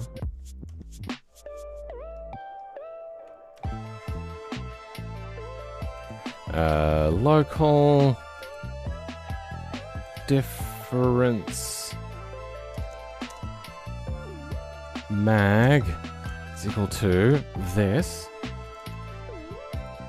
and that can go in there, and then I just have to change these values. Okay, so one take, if it is take a negative number, it adds more downforce. If it's a positive difference, you know what, let's quickly double check that this works. Oops.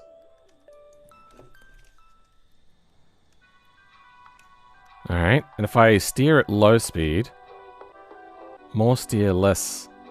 Okay, that's correct. If there's more steering, than other stuff, that is good. But then the back, if there's understeer, that's good.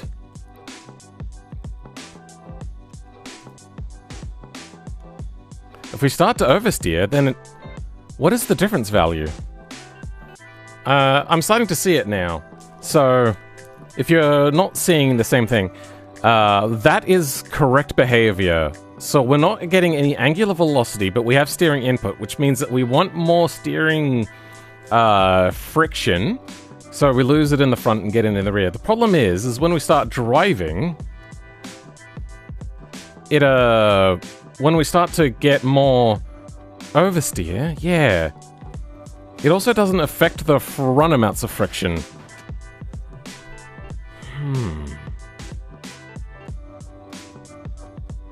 So I have to think about how these values work. And yes, the back end of this does look a little bit like a Muye video meme.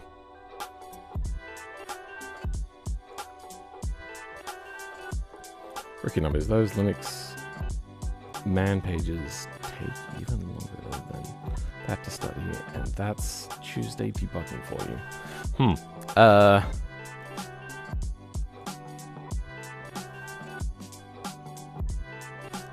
I do wonder why I'm not getting it until I go beyond a certain amount of steering angle as well. Like there. Oh, because I'm clamping it. That's right. Yeah, it'll only be like a minimum of that. Maybe if I linear scale it instead. But then one take.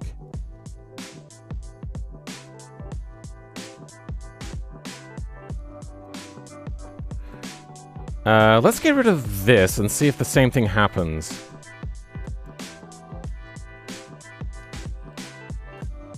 So why? One take.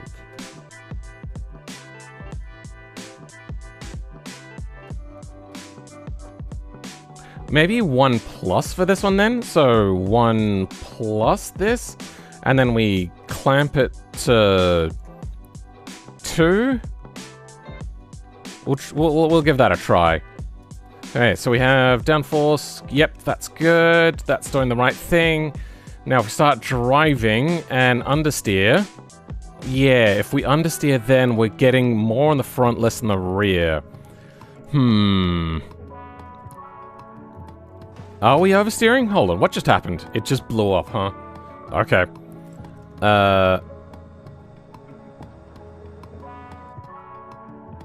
I want to cause an understeering event. Okay, understeer.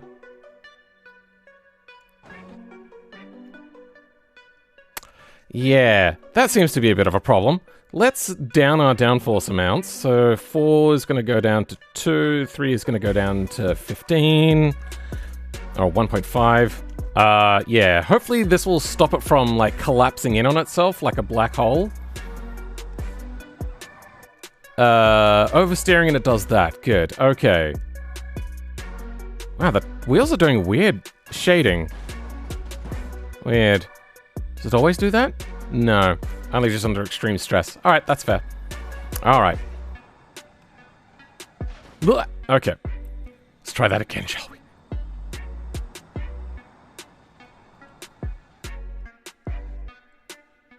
Okay, we are clearly over... Oh. No. I see the problem now. Because we're not actually getting angular velocity, we're just drifting sideways. The difference is nil. That's the problem. So I need to get the dot product between our velocity... no, our direction normalized and our velocity normalized. So our velocity is this way, our direction is that way. We find out the difference, and then we compare that to the steering input. Okay. Needs 2 toe hitches. Somebody got the joke. Then I want difference. Not math ABS. We're gonna go local angle difference is equal to obj. Then which one are we gonna want? We're gonna want direction, right? We have up vec, but not forward vec.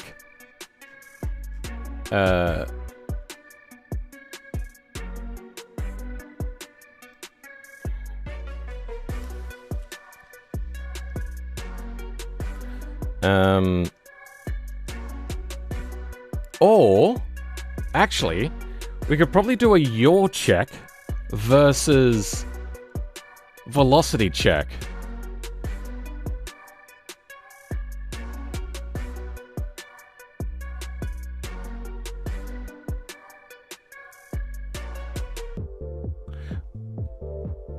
What is yaw again? Let's check yaw. Dump, obj, roll pitch yaw. Oh, right, debug. Ooh, okay. We have to deal with DT doing that sort of stuff.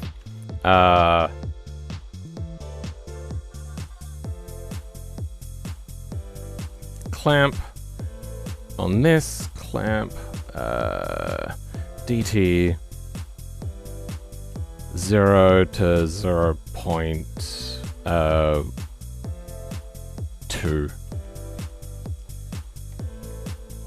Pause, unpause, pause, unpause. Okay, now if we refresh. Oh, right, yeah, okay, my bad. Still not happening, is it?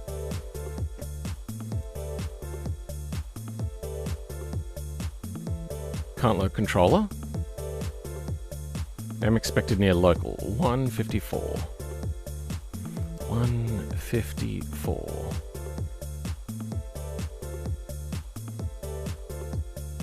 Did I start typing something in? Oh yeah, okay. Yeah, I forgot about this. There we go. Then pause. Alright, debug still happens, doesn't it?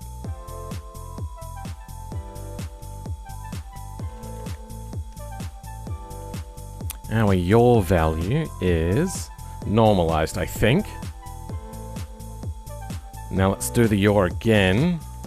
The yaw's cast. That is not normalized, it goes beyond 1. I just broke the suspension. Oh, I broke all my front suspension.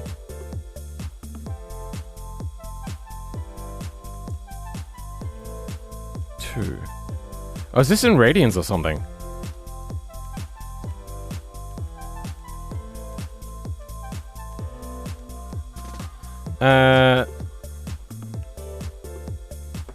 Let's go. Normalize.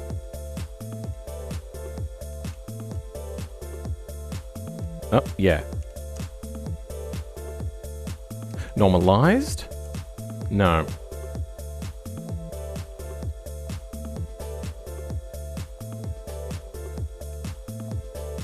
do we have to put this inside of another brackets?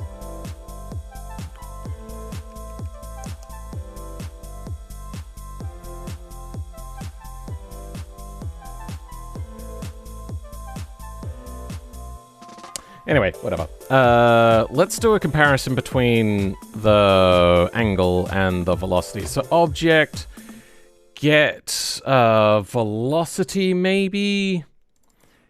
Get velocity. There's get angular velocity. No. Get velocity. Get angle velocity without wheels. Velocity vector. That's node. Get pitch angular velocity. No. Get smooth ref velocity XYZ. Don't think so. I think it's just get velocity. And that probably has no arguments in it. Yep, no arguments in it. Take. Oh, we're going to want this normalized, aren't we? Normalized. Does this work? Dump you. Yes, it does. Good. Okay. Then the other one we're going to want is... Oh, bugger. Direction. Okay. Get dir directional vector. Let's see what directional vector looks like. Dump obj u. That looks to be normalized, but let's just do a quick little check a little bit around here maybe. Good, that is looking to be normalized. And it's probably not... yeah. Probably not velocity based. You know what? I should probably check that. Yep, that is not velocity based. Then, with our newfound difference, let's go... local... No. Print... angle difference is equal to string that. Okay. Now what happens? Okay, that's no good. Let's go... I want the dot product between this, don't I?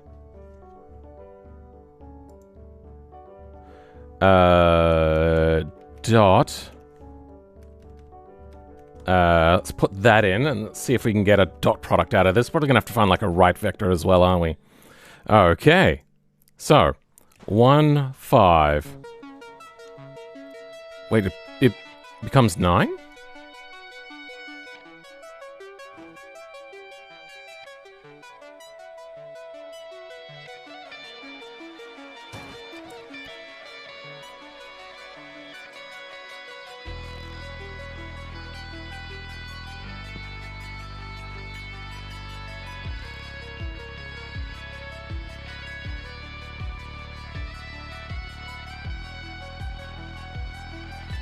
Plus, you study law? Ah. Oh my god, it destroyed my vehicle.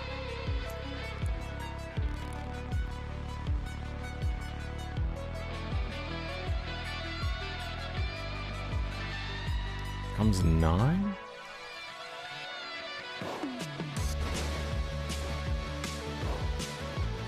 Well, not quite what I was expecting.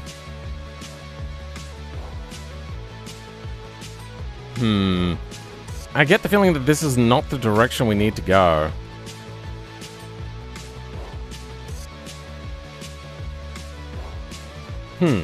We might need to add some outboard rigger fans at some point.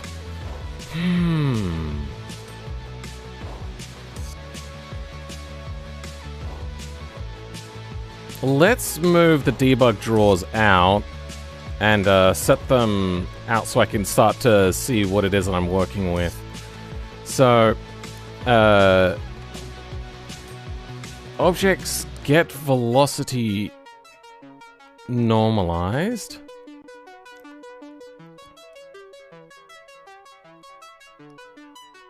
And we're going to need to have that node position. Vehicle position plus node. Okay, we don't need that one. Directional vector up. We don't need that. Different smooth. Don't need any of that. U.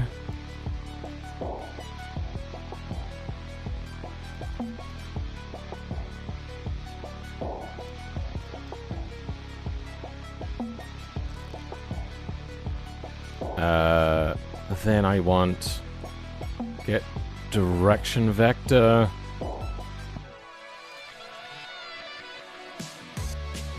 And let's see how they work. We might have to times it by a small amount.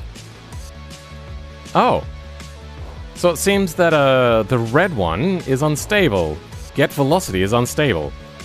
Oh my god, that is very unstable. I saw one that was smooth. Let's have a look at the smooth one.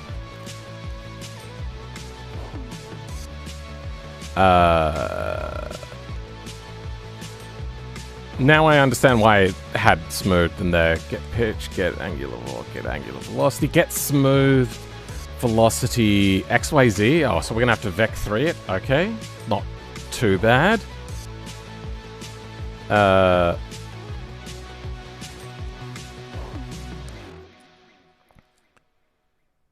You get velocity smooth XYZ. Vec3. Save. And refresh. This doesn't seem all that reliable. Let's reduce everything by an order of magnitude and see if that changes much. It does not. Okay. It, seems incredibly unhappy. Let's drop it by 2 orders of magnitude now. And it's still incredibly unhappy. Why? Whoa! Holy shit! That's no good.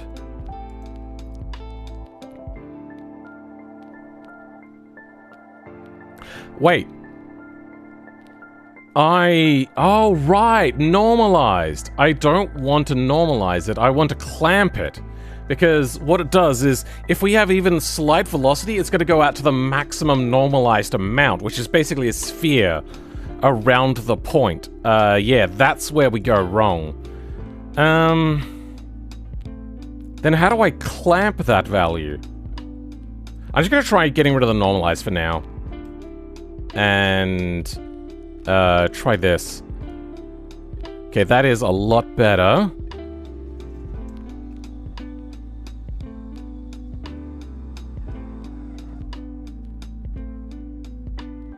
Okay.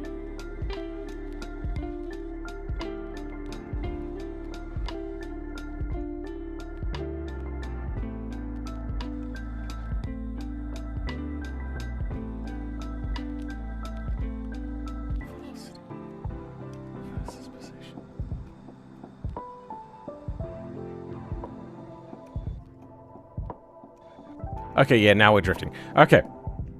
We are getting that. The dot product is not going to work, though.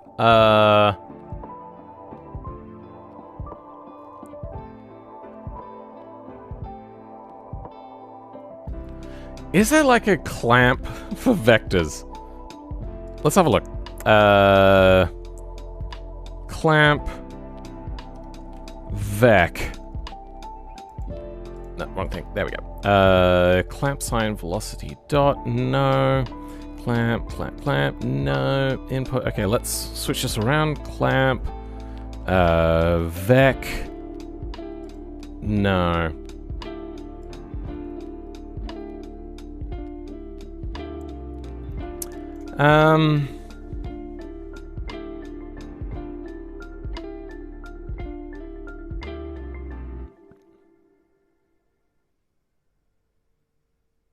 I can get the velocity as a singular number, then times, clamp that, and then times it by that.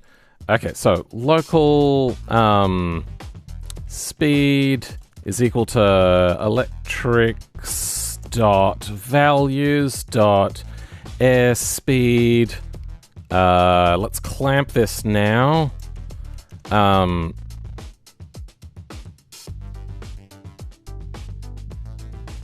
Clamp and 0, 1. Then we'll have that normalized again, but times that value. Normalized times speed. So then that way it can be 0 if it's 0. Okay, now if we go back, we shouldn't get something broken? Nothing is happening. Debug draw's not working. Why? The vehicle stopped. Oh, because we're paused. Okay. Oh, good. Yep, no, it is broken. Suck fans, 155. Times by speed. I think I should do then this or 0. Because I get the feeling that this will happen before debug draw starts happening. So, we're now in, and it still breaks. Attempt to index a number value. Huh?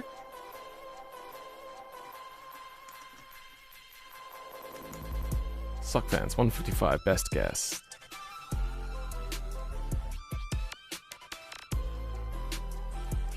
Point 0, 001.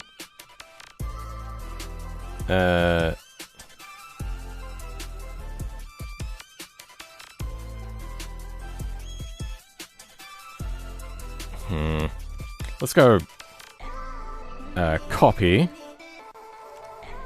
type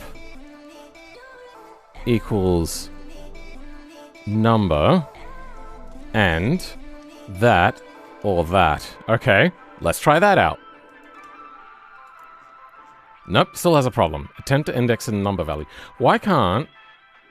Oh, right, of course. This has to go outside. Yes, I'm an idiot. Then let's lose that. We don't need that no more.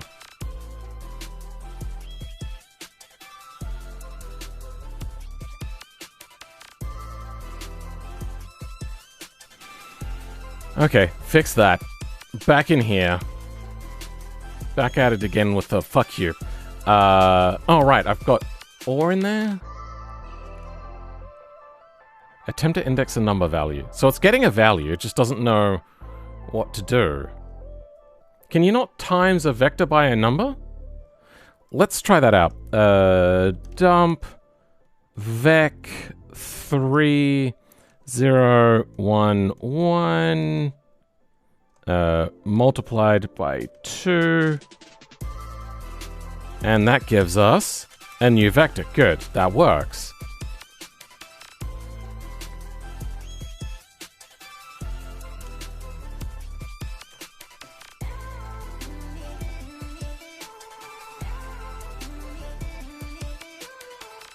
$155.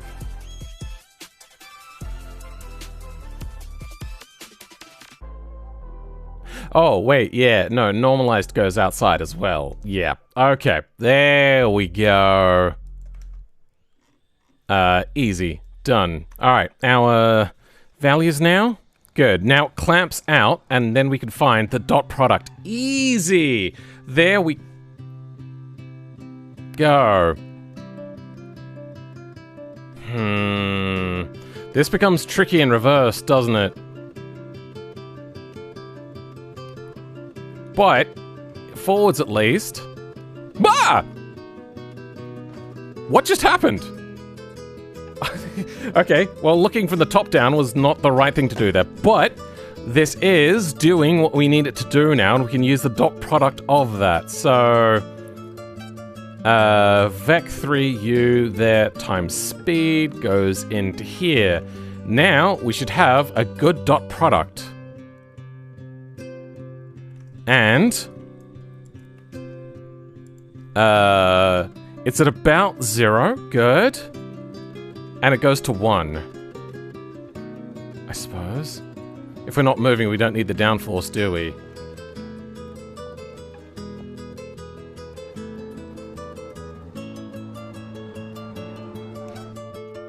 How is it not going down as we start to have our direction not be the same as our velocity number?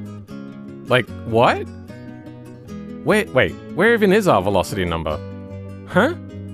Where's our debug?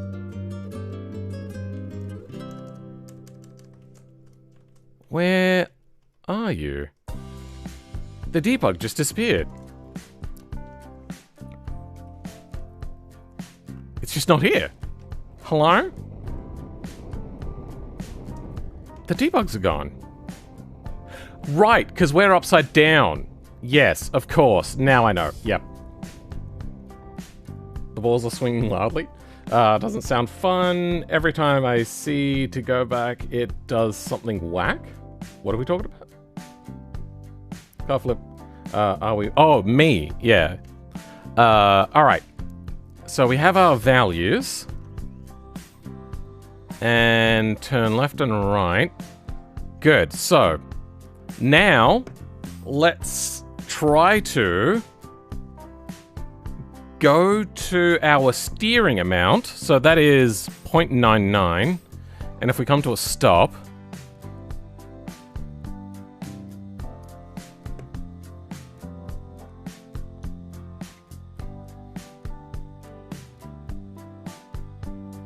I'm going to slightly move this ahead. Just ever so slightly. So, we have U times object get velocity. No, get velocity gets a little bit of... Wait.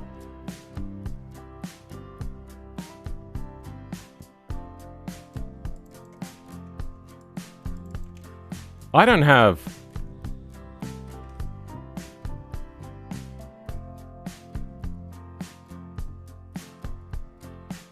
Oh, I don't... Yeah, okay, now I see it. I don't have directional vector in here. I just had velocity twice. Alright, let's plop that in.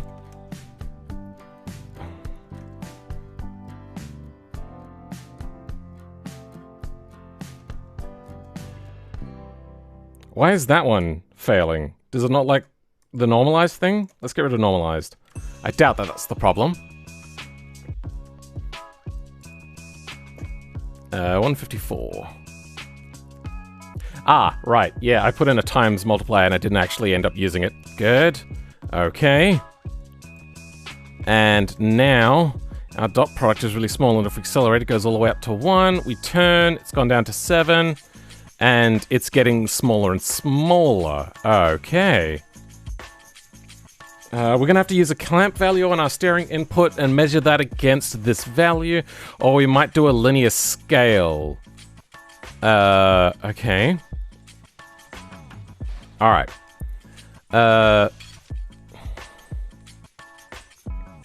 Speed. Clamp. Let's add a little bit of direction vector. Times... I don't know if it matters if this is in brackets, but we're going to do it anyway. Plus direction vector times 0.1. We'll go 10% on that. Alright, so if we now refresh, our direction vector should be a little bit further forwards. Why did you have a problem with now? 154, a number value.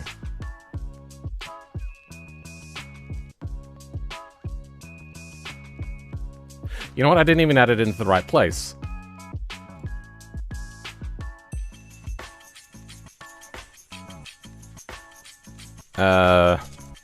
Local thing. I just need to see this clearer. There.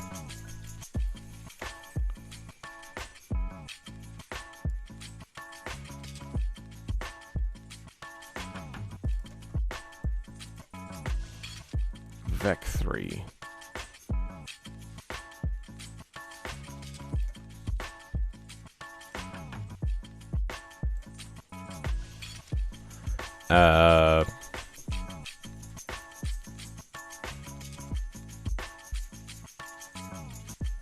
Velvec. Okay. Then I'm going to put Velvec in here. Now, what did he have problems with? It was Vector3 normalized. Nope, that is in the wrong place. That's meant to go there. Ah, and that doesn't need an extra lot of brackets. Okay. Then normalized plus U with that times that. Let's go times by speed plus our thing. Okay, that should now have it all happen in order, and there should be no errors. Good. Okay, so that is a little bit further forwards now. So it'll always...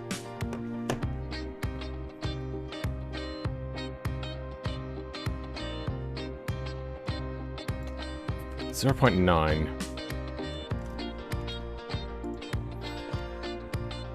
Yeah, that'll do. Our prints are happening. Good.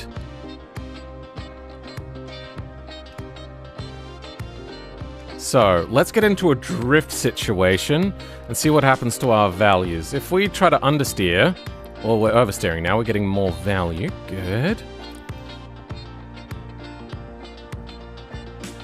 And we are now drifting. Good. Okay, it goes all the way to negative. We're gonna have to do a left-right thing. So we're gonna have to find the right vector, not the directional vector instead. And then we can get a positive and negative. So let's go left vector or right vector? I can't remember which one it is that we want. Right? Get direction vector right. Easy.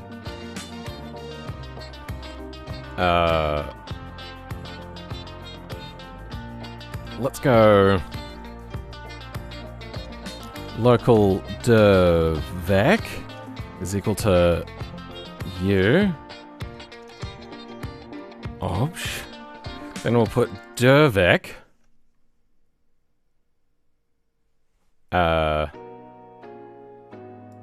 into here.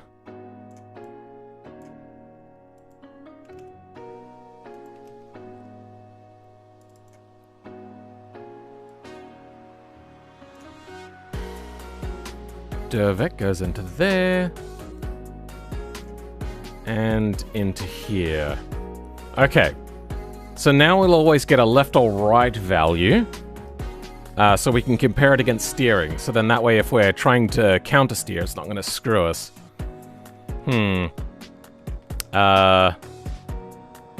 That's wrong. Why is that wrong? Angle difference. Dervec is get direction vector right. Vehicle pos plus derv. Why is vehicle position right still directly in front of us? Ah, there we go. Okay. That doesn't seem right.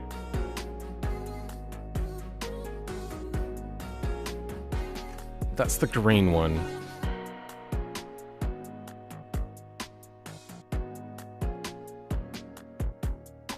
Which is this one. Dervec. Vehicle pos plus Dervec.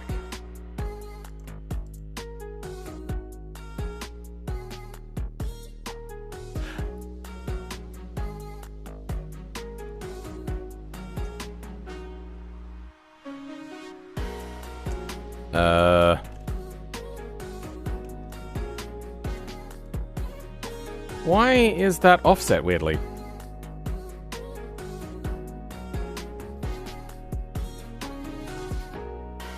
Good afternoon, Carrot. Who hasn't hit the like button? Absolute drift situation? A little bit, yeah. Vehicle position. Velocity vector.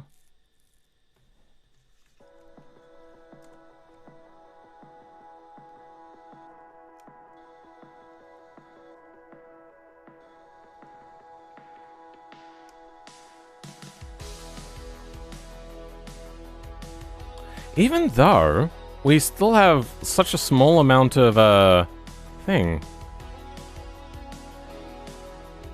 But it does seem more biased towards one side, like it's very easy to go up on one side. Definitely this is wrong.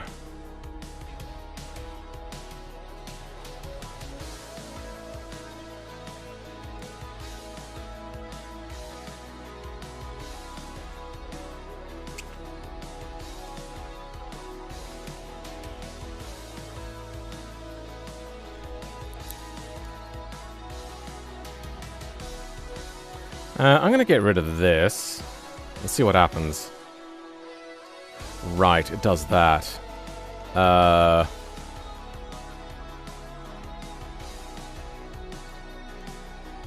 That's why we wanted to move it a little bit further forwards, isn't it?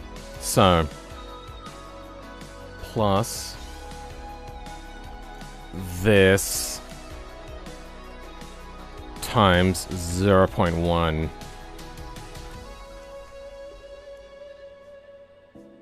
Okay, so it's always going to be a little bit forwards. Now what I want... Let's go 0.5. Let's see if that's actually working. That is definitely working. Yes, good. Okay. Why is right-vec wrong?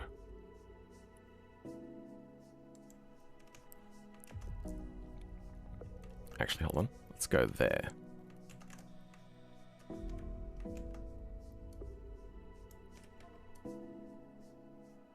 Yeah, that's meant to be the middle position.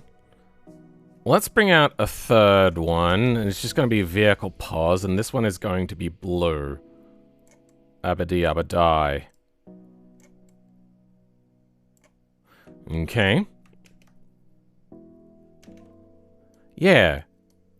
Why is right-vec wrong? Okay, what is happening to the camera? Please stop that.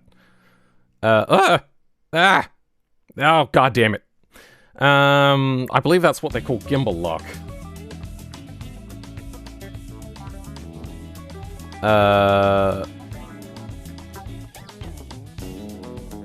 Dervec. Get direction vector right.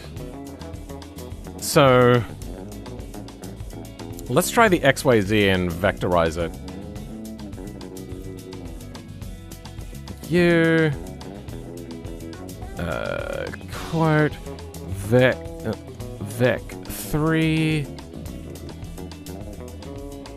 No, that doesn't do any better. Alright. So I did see another one, and I think it was left. Nope, okay then. No, there's nothing here left at all.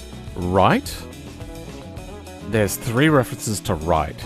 Node vec, planar cross, right forwards. What? What does that mean?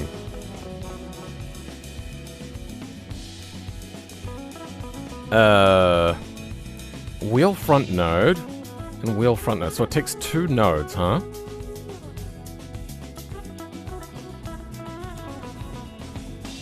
Front left wheel.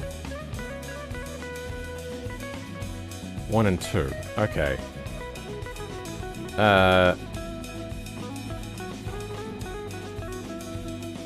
Oh! Right. My right vector, I can very easily do the right vector. So I'm going to change dervec to right vec. Right. vec.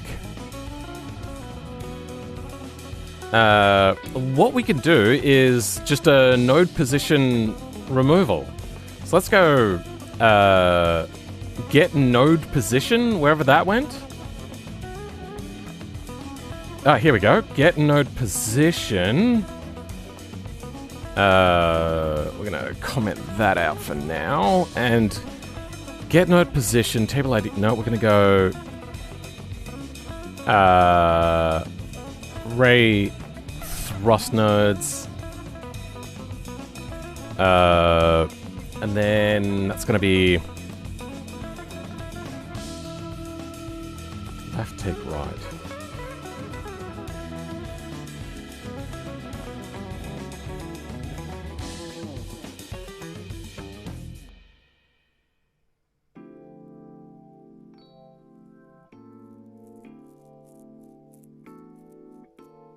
Oh, we could just use anything.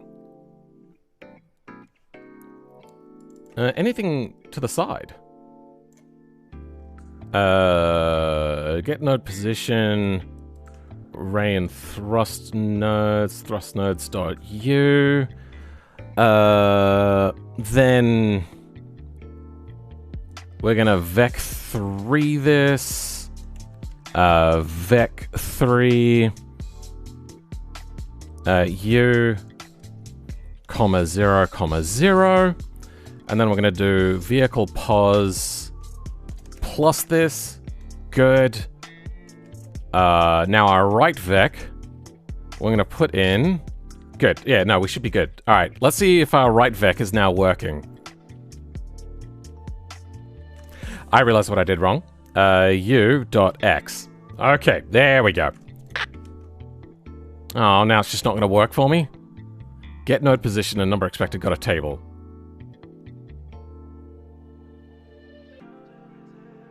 This is not a table. Oh, .id. There we go. Yep. Alrighty. And perfect. Okay. Our dot value, though, sucks.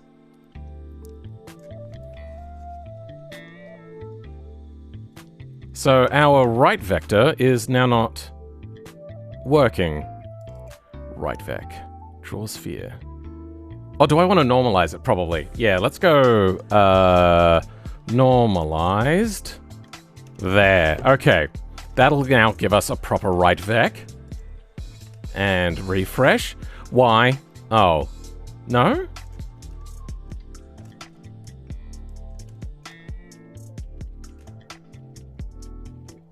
Are we just not close enough to it to have it render this position? No idea. Vehicle pos. Maybe I don't need vehicle pos. Let's get rid of vehicle pos for now. And there we go. What the hell?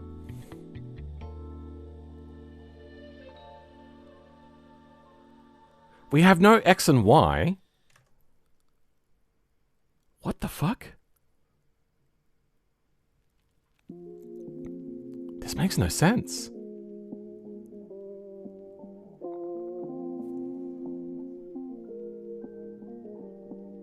Absolute drift situation. Hello, suck. Okay then. Debuggers, no more. Car flip. Yeah, that happens. Are we winning yet? No. Why would that happen?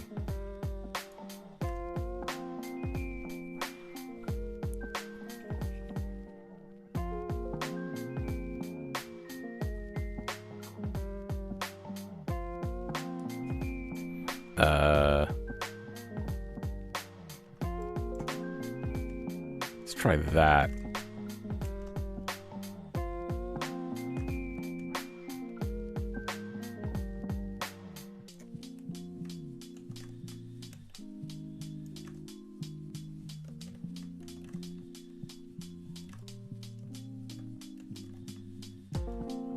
What the fuck?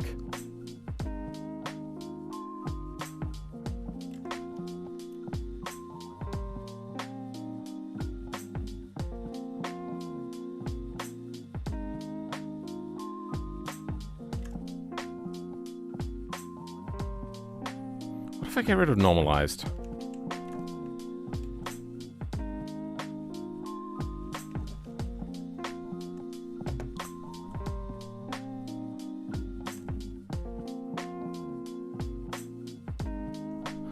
Node position relative?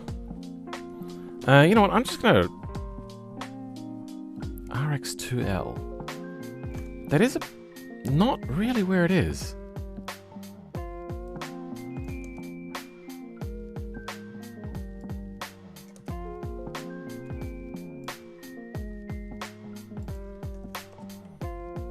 Save that.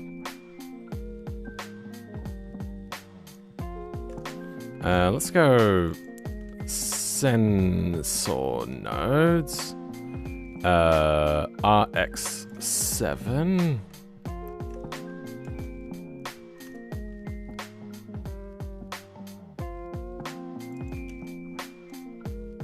Oh.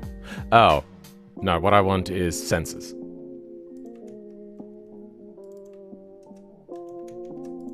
Okay, there we go. So that is the right position.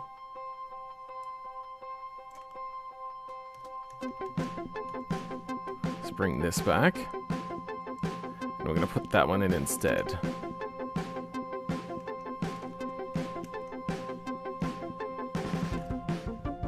What the hell? Let's just go 0, 0, 0. Okay, that doesn't... Oh, right. Vehicle pos plus. Is green in there now? I don't think it is. Let's get rid of the other two though, just in case.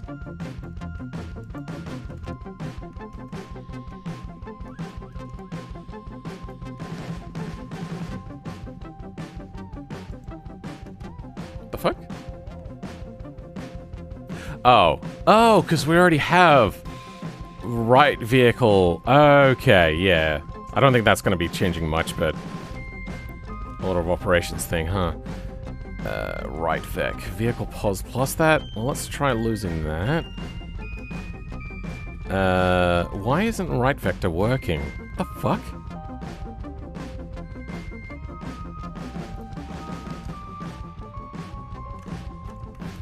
Whatever. Let's go back on that.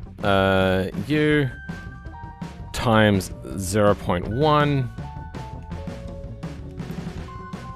And it is going out in that direction. So if we go 0.3 then, it reckons that's the right vector.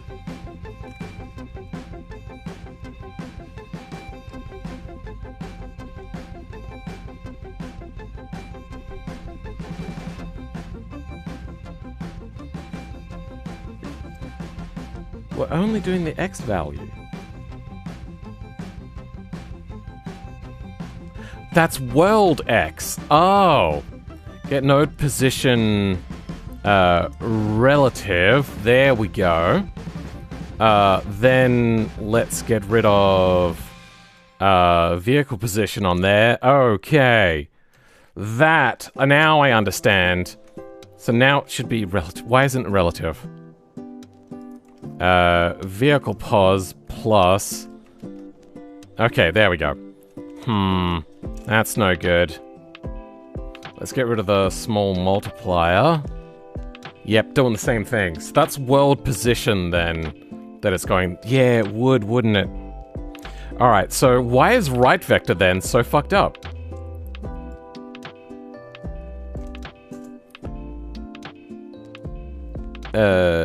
Directional vector right.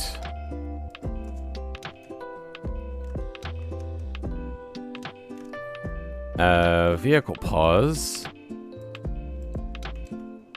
plus that. Why is it offset? Times 0.1. Do we need to add rotation to it first? Yeah, okay. Alright, it's going on the different axis. Oh, I get it now. So I'm gonna need to somehow, like quaternion or something it? Coding feels like teaching an imaginary group of toddlers sometimes. A little bit. It's more like I'm teaching myself though as an idiot. So, right. There's only 3 references. Get directional vector right.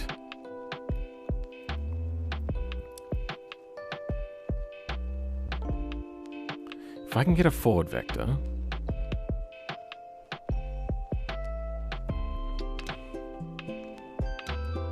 How do you get the right vector? Let's try this planar cross right forwards. That should give us a positional thing. So let's go U, obj, that, and then we need 2 nodes. So we're going to use our ray and thrust nodes. Dot. What was it? FX2. And the same thing, dot ID.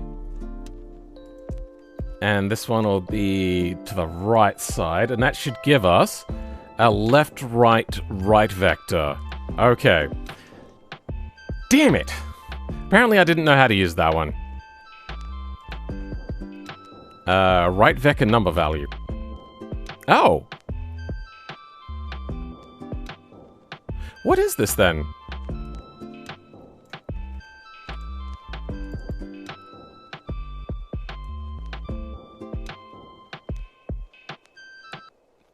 Node, vehicle, planar, cross, right forwards. Planar, cross, right forwards. What? Dump. U.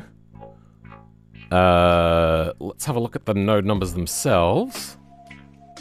Okay, we don't see them.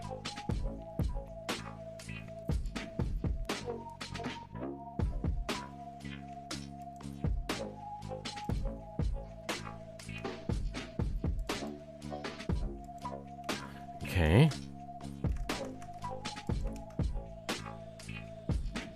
We want node 32 and 33.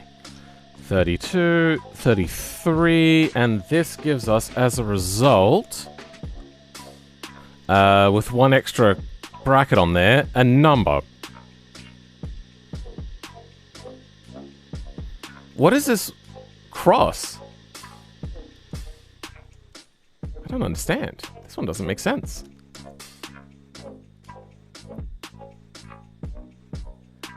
What? I don't know what that means. Well, we don't want cross vector, apparently.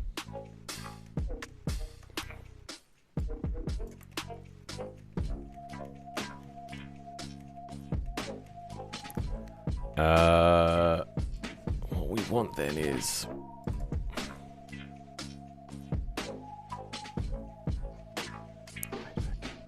But that's not the right vector.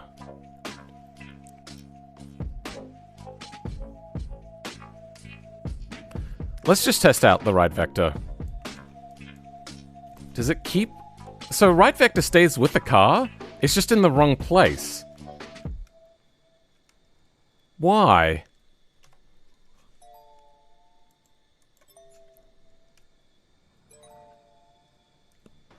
Yeah, this thing likes to flip. So that gets up to 3.3. It gets to 2.2. It's really hard to, like, gauge a thing. So let's go, like, 10, 7. 8.85.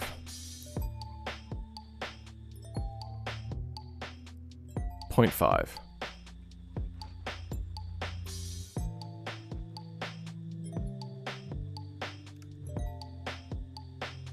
Okay, it turns easier to that side than it does the other side. It's like 0.8, 0.9. You know, definitely there is input bias happening here. I could add a little bit of forward vector to this to rectify the problem. I wonder what happens if we move this now into the main thing again. So let's go U, and we're going to plot this about here. And get rid of debug draw. Nop. And yeah, same thing. Nothing changes.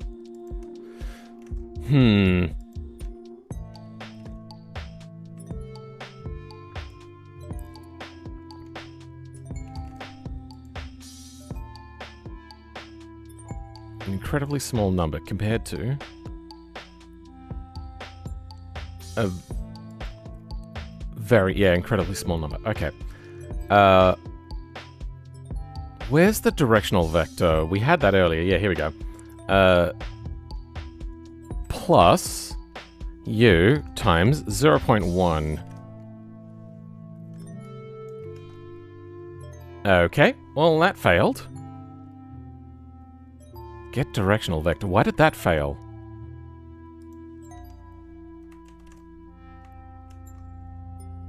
Oh, I was paused. That's why. And if we unpause, yeah, okay. That's kind of working. 2, 3.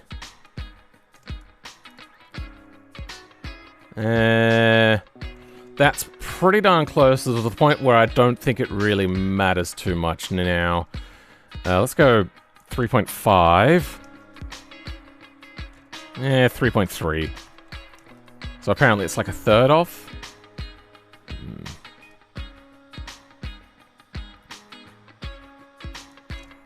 Let's go back to 3.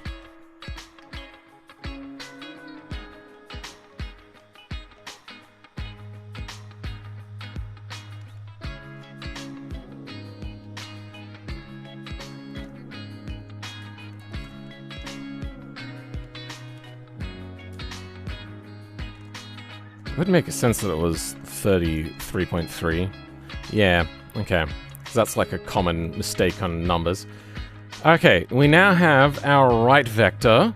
Now, we can use that in the dot product and start printing out the angle difference. Okay, it is incredibly small number.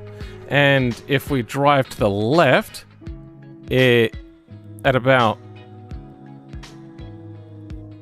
12, it's about 0.3. Now if we go the other way,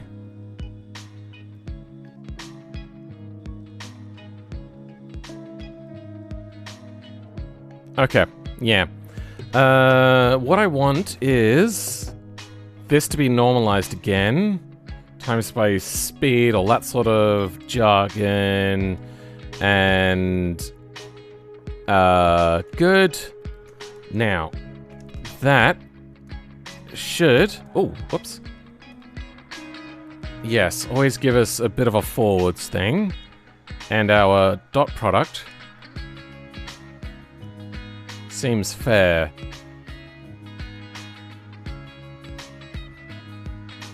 0.9-ish seems to be where it's kind of like tripping out. Okay, if we turn the other way now.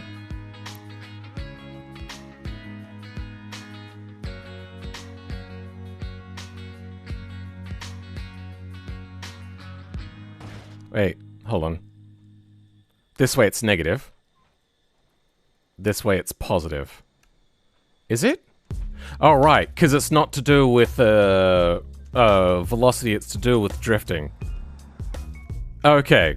We're getting negative that way, which is good. Then we go this way. And we are getting positive that way. Good. Okay. Fantastic. I mean, not the position that the driver would be in, but it's fantastic nonetheless. We are now getting a vector math. There's so much shit in here now. God damn. Angle difference. Now we need to compare the angle difference to our steering. Local steering difference is equal to... do I have like... Yeah, I do. I have steering input. What was that value when we started to oversteer? Goes up to 0.5. Okay, yeah. Let's print steering input then.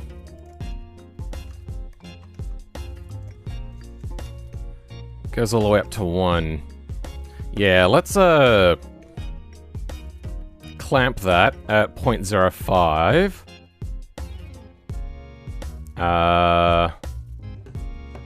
No, actually, let's do a little bit more on this. No, it does go all the way up to 8. Okay. Damn it.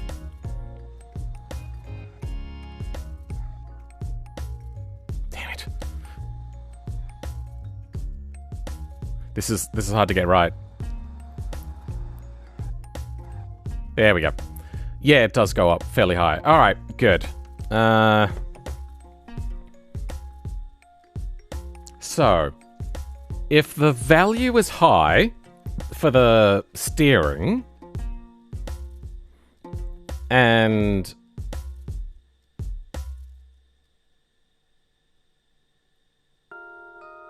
do we want to math ABS the difference? Yeah, we want to math ABS the difference. So steering difference. Then we're going to take angle difference. If it's that, then math.abs steering difference then goes into the difference magnitude. You go there. You go there. And then we're going to get rid of the old new debug and bring back the old debugs. And now we have our downforce amount. Okay, well, that's no good. Now we're getting no downforce. Unless we start to oversteer or understeer. Let's go 1 plus. Okay, let's see how that works. There we go.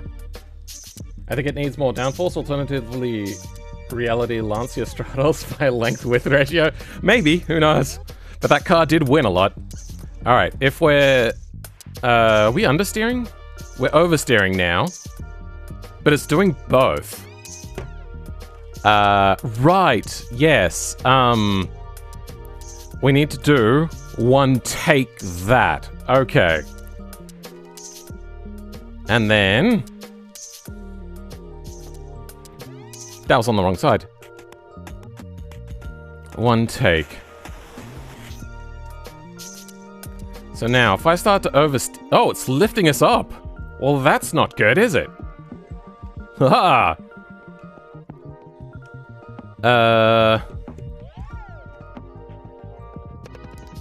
Let's go...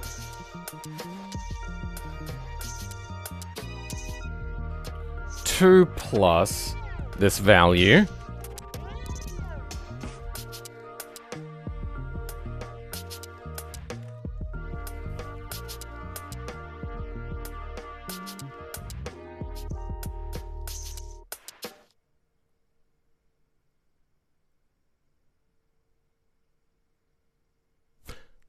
Steering difference, take 1, I think, is what we're going to want. Take 1. No, that's not right. No, that's not right at all.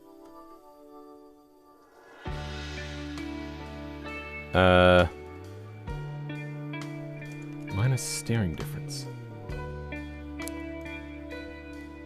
That's not right. If the number is greater...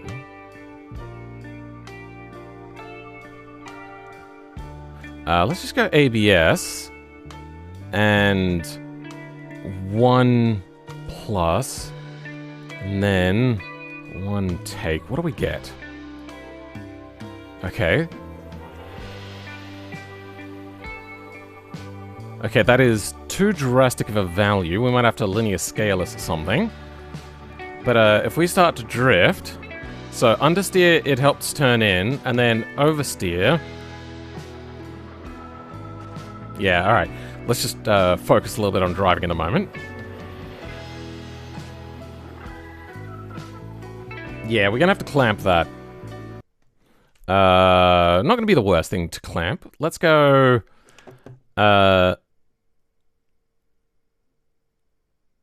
steering difference. So this is a math ABS. Clamp and 1, no, 0, 1.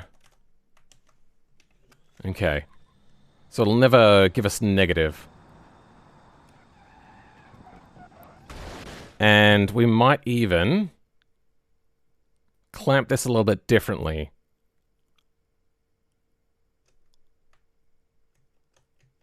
Oh, there it is. 0.8 and 0.2. Okay.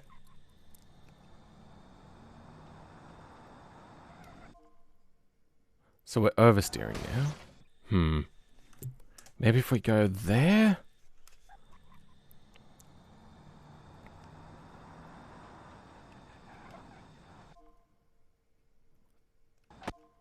It's hard to tell whether we're understeering or oversteering. Because we start to flip almost immediately.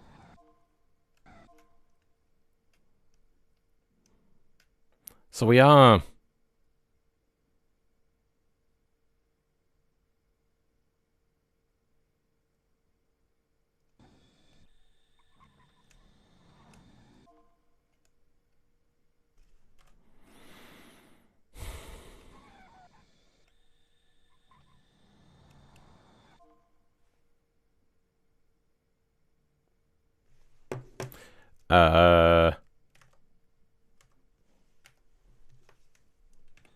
Let's do stationary. So we're understeering. Good. Then driving in a straight line. We are understeering. Now we're oversteering probably. Minus 0.8. Difference. Wait. Minus 0.8? Angle difference? Steering difference. Ah, yes. Steering difference is the one we want. Okay. Yeah. Okay.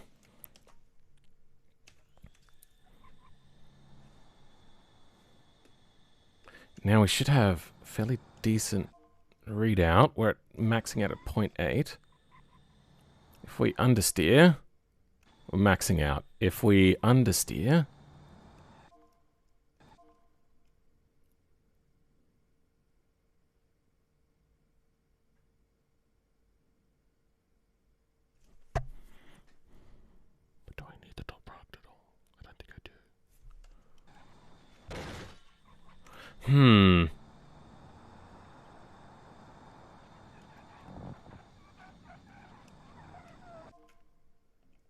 Yeah, when we're oversteering, we're not getting more on the rear. This might have to be the first one where I have to come back and do this a second time.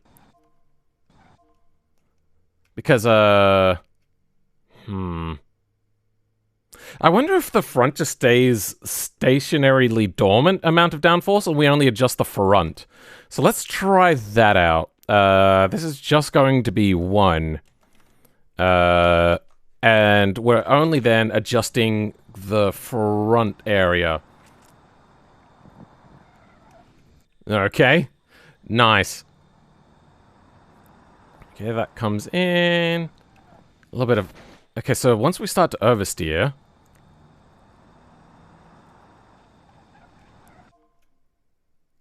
Feels like we're oversteering, but it's not reducing. I think I'm doing the numbers wrong. That's good.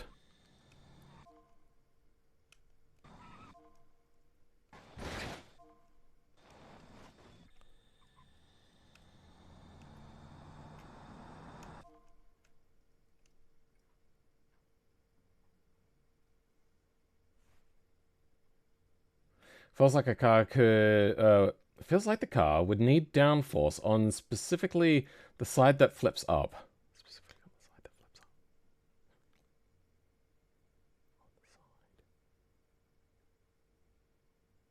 Oh, yeah. Yeah, I think maybe I will do something about that.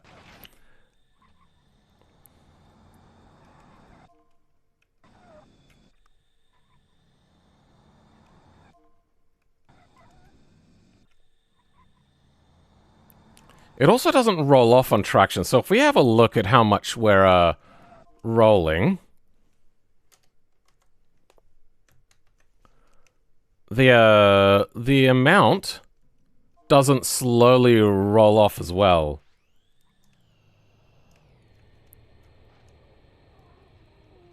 So this should be decreasing. What exactly are we going with here? This is draw sphere, get node position, direction vector up, difference, smoothed.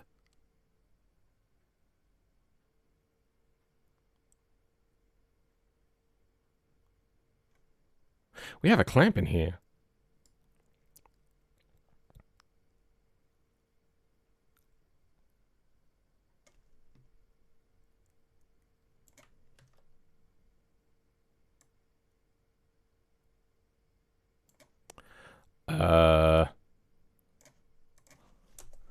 Local new val.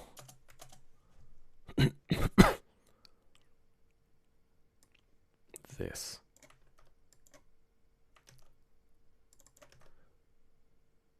Get node position, upper vector times new val. Local new val is equal to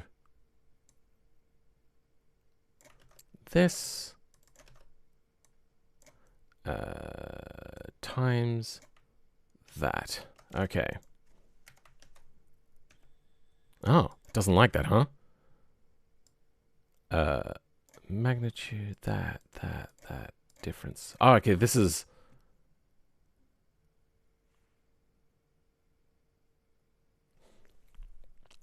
What?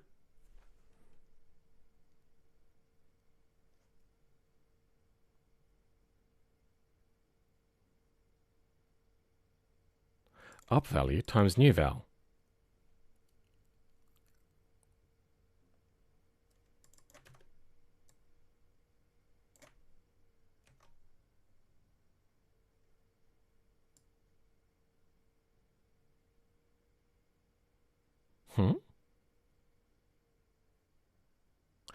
This is a vector value. Can you even times a vector value by a vector value? I don't think you can.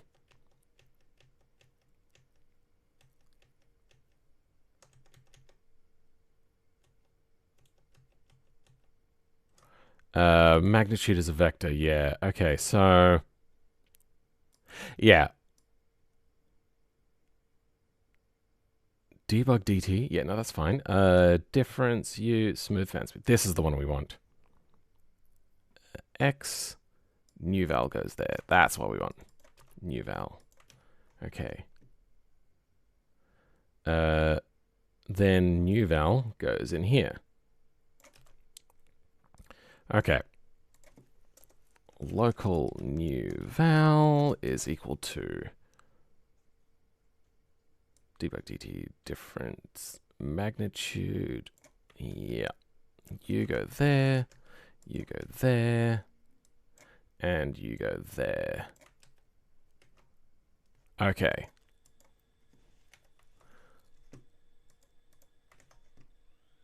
Good. All right. Why are we not getting blue ones?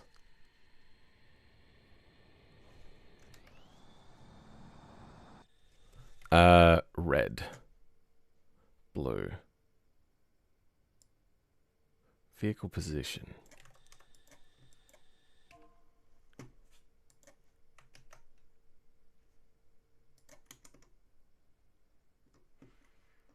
Yeah, nothing. Okay. And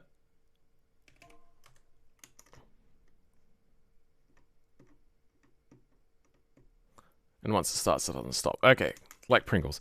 What happened to my mouse? There we go. Oops. Let's comment that out. And yeah, no balls. No balls of fire. Vehicle position plus get node position plus direction up value times new value. So this can be equal to 0. That's absolutely fine. So why is this failing now? Let's get rid of that and get rid of that. what happens? Well, they're there now. This is only adding on a directional vector of a value amount.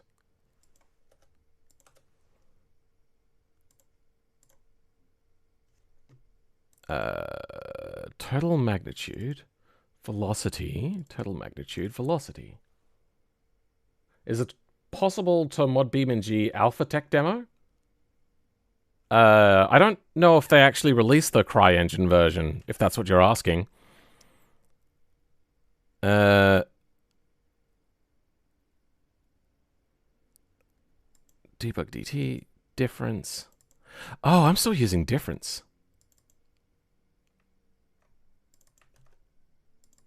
There we go. Not that that's really going to change anything. One take that, clamp 0 to that, times birthday, times debug DT. Oh, it's really big. Okay, I see the problem now. Difference magnitude.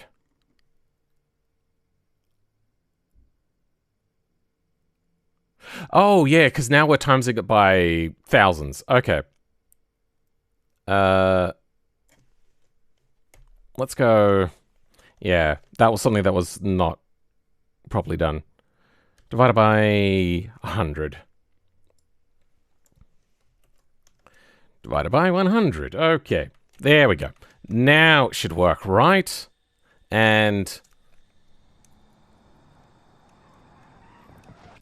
we are, yeah, well, I want to try to get it specifically in oversteer. At this point, it should release front traction, but it doesn't. So, okay, well that's no good.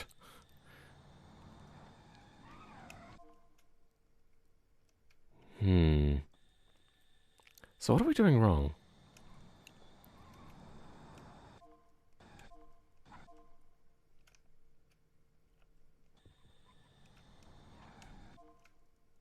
So it does reduce now when we start slipping.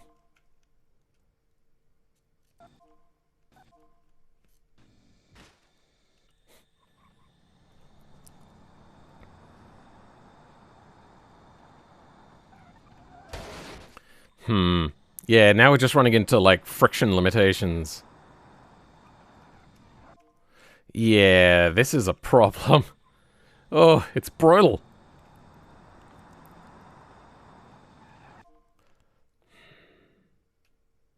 Yeah, definitely oversteering. What is the steering value? 257. Insert looking up meme? I don't know what you mean. Object, debug, draw. Does this still work?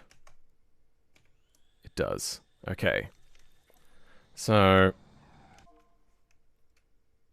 what I might do is see if I can get a steering vector.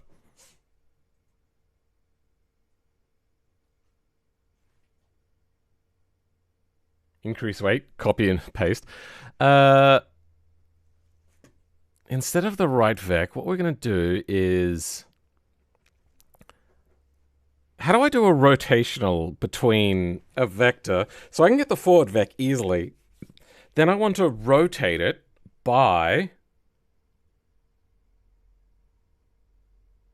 an amount of degrees. So how do we rotate a vector? Lure. I know about quaternions. Let's try the devil's magic, and we're going to go look at quaternions. Quat from... Okay, here we go. From axis angle. And we're going to rotate steering. So local steering dir is equal to this. Axis. Okay, that can be the left and right nodes. So let's go local steering axis is equal to... Actually, you know what? Let's have a look. Is that already in here? This is not. Steering axis. Get node position. There we go. Get node position. I suppose we're going to have to hard code this with the node name numbers.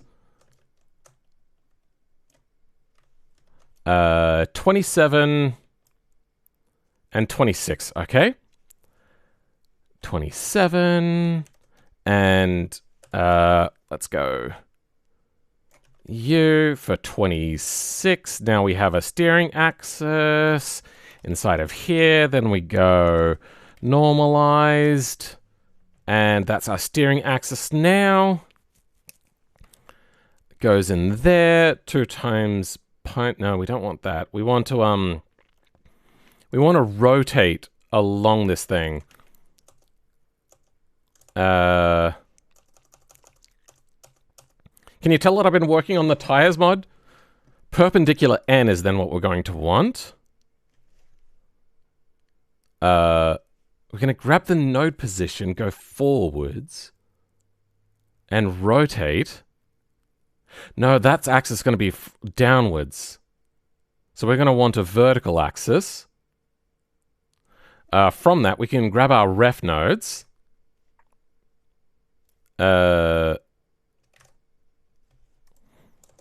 Local... No, we have upvec already. Where is upvec?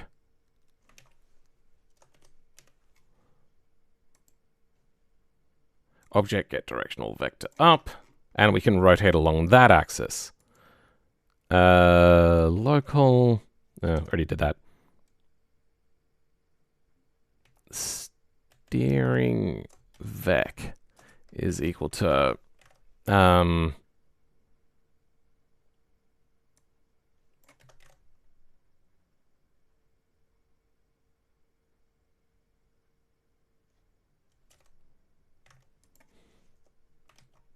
we want the rotation.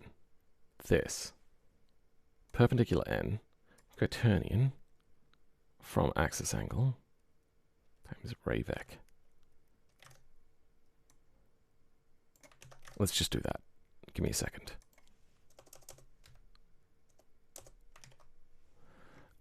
Get rid of you. Get rid of you. There we go. I hate this mouse sometimes.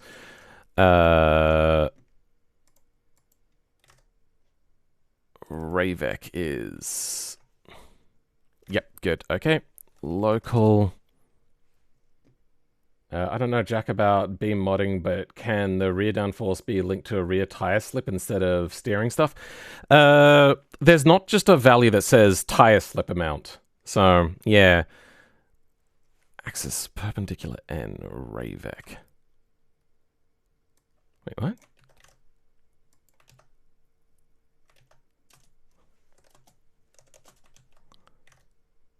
Then quaternion from axis. Ah, yeah, no, I see what's happened here. Ray rot. Okay, so ray rot, quaternion from axis, axis 2 times that. So we don't... That's the amount of degrees of rotation.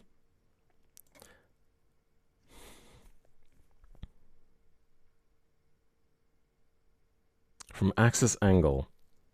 2 times pi. So this is in radians.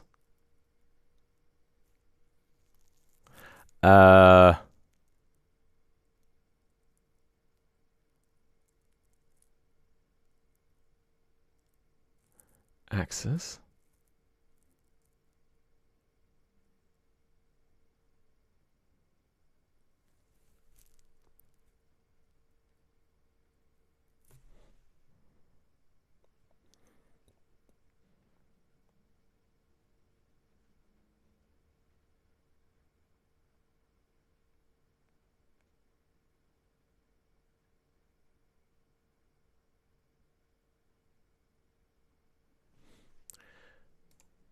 Is there a wheel in here? Wheel. Wheel turn radius. That's not going to help us. Add wheel node. No. Get cluster angle velocity without wheels. Without wheels. Without wheels. Get wheel. Get air temperature. Get that. Get coefficient. Get wheel EFI. Node 2 pair wheel ID. Set wheel. Set wheel torque. Wheel radius. Add wheel node. Okay, we're back to the beginning again. So there's no other wheel in there. I don't know how to work in radians.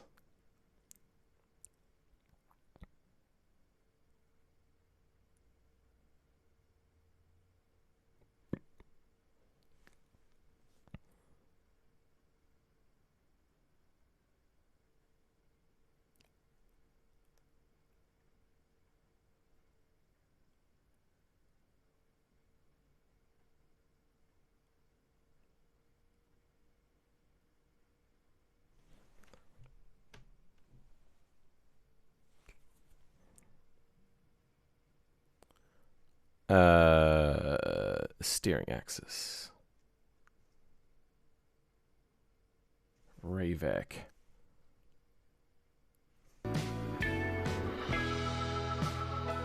Yeah, I think we're cooked, chat.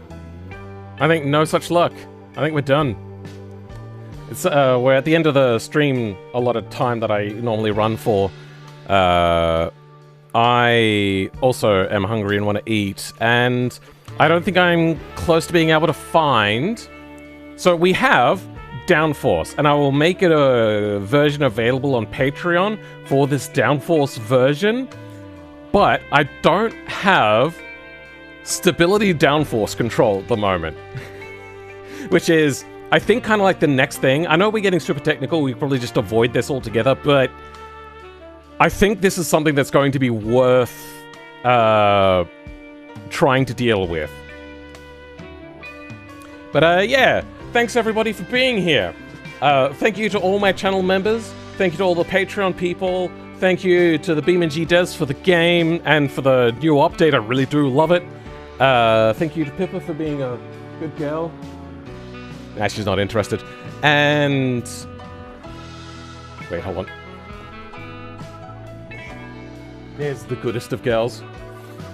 And a special thank you to my top tier channel member, DJM, for being a top tier channel member. For everybody else,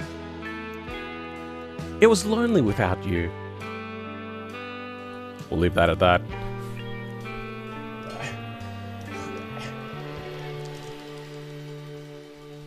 But yeah, we're done diddlyunskies. Thank you to Manic Gaming Guy. Thank you to Void SNW. Thank you to Andre Nwokori.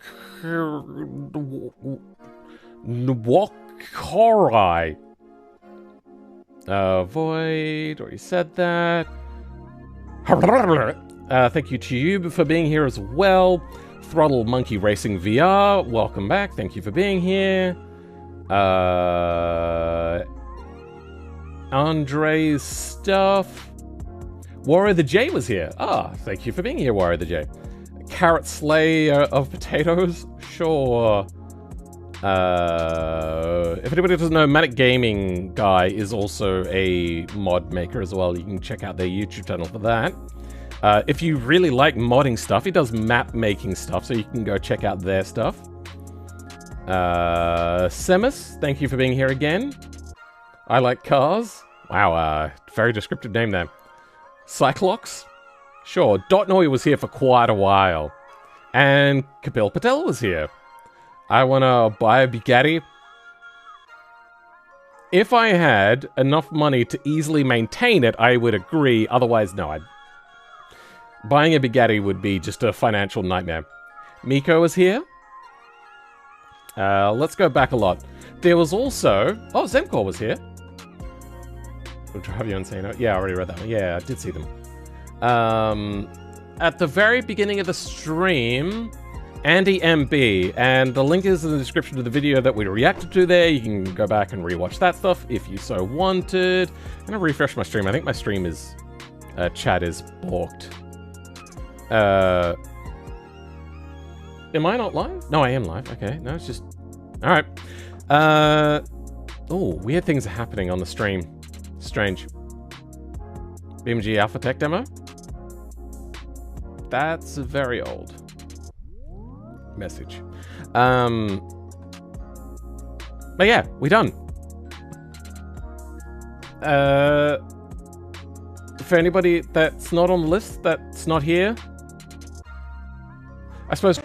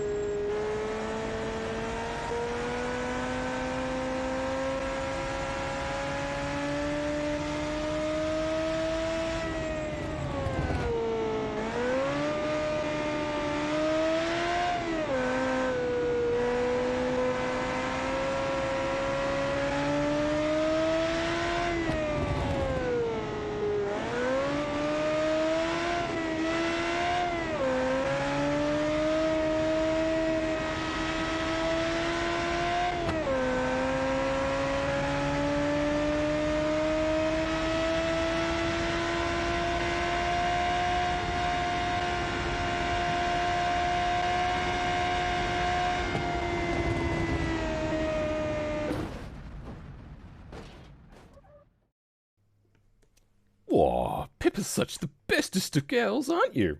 Yes, you are. Oh, you're such a good girl.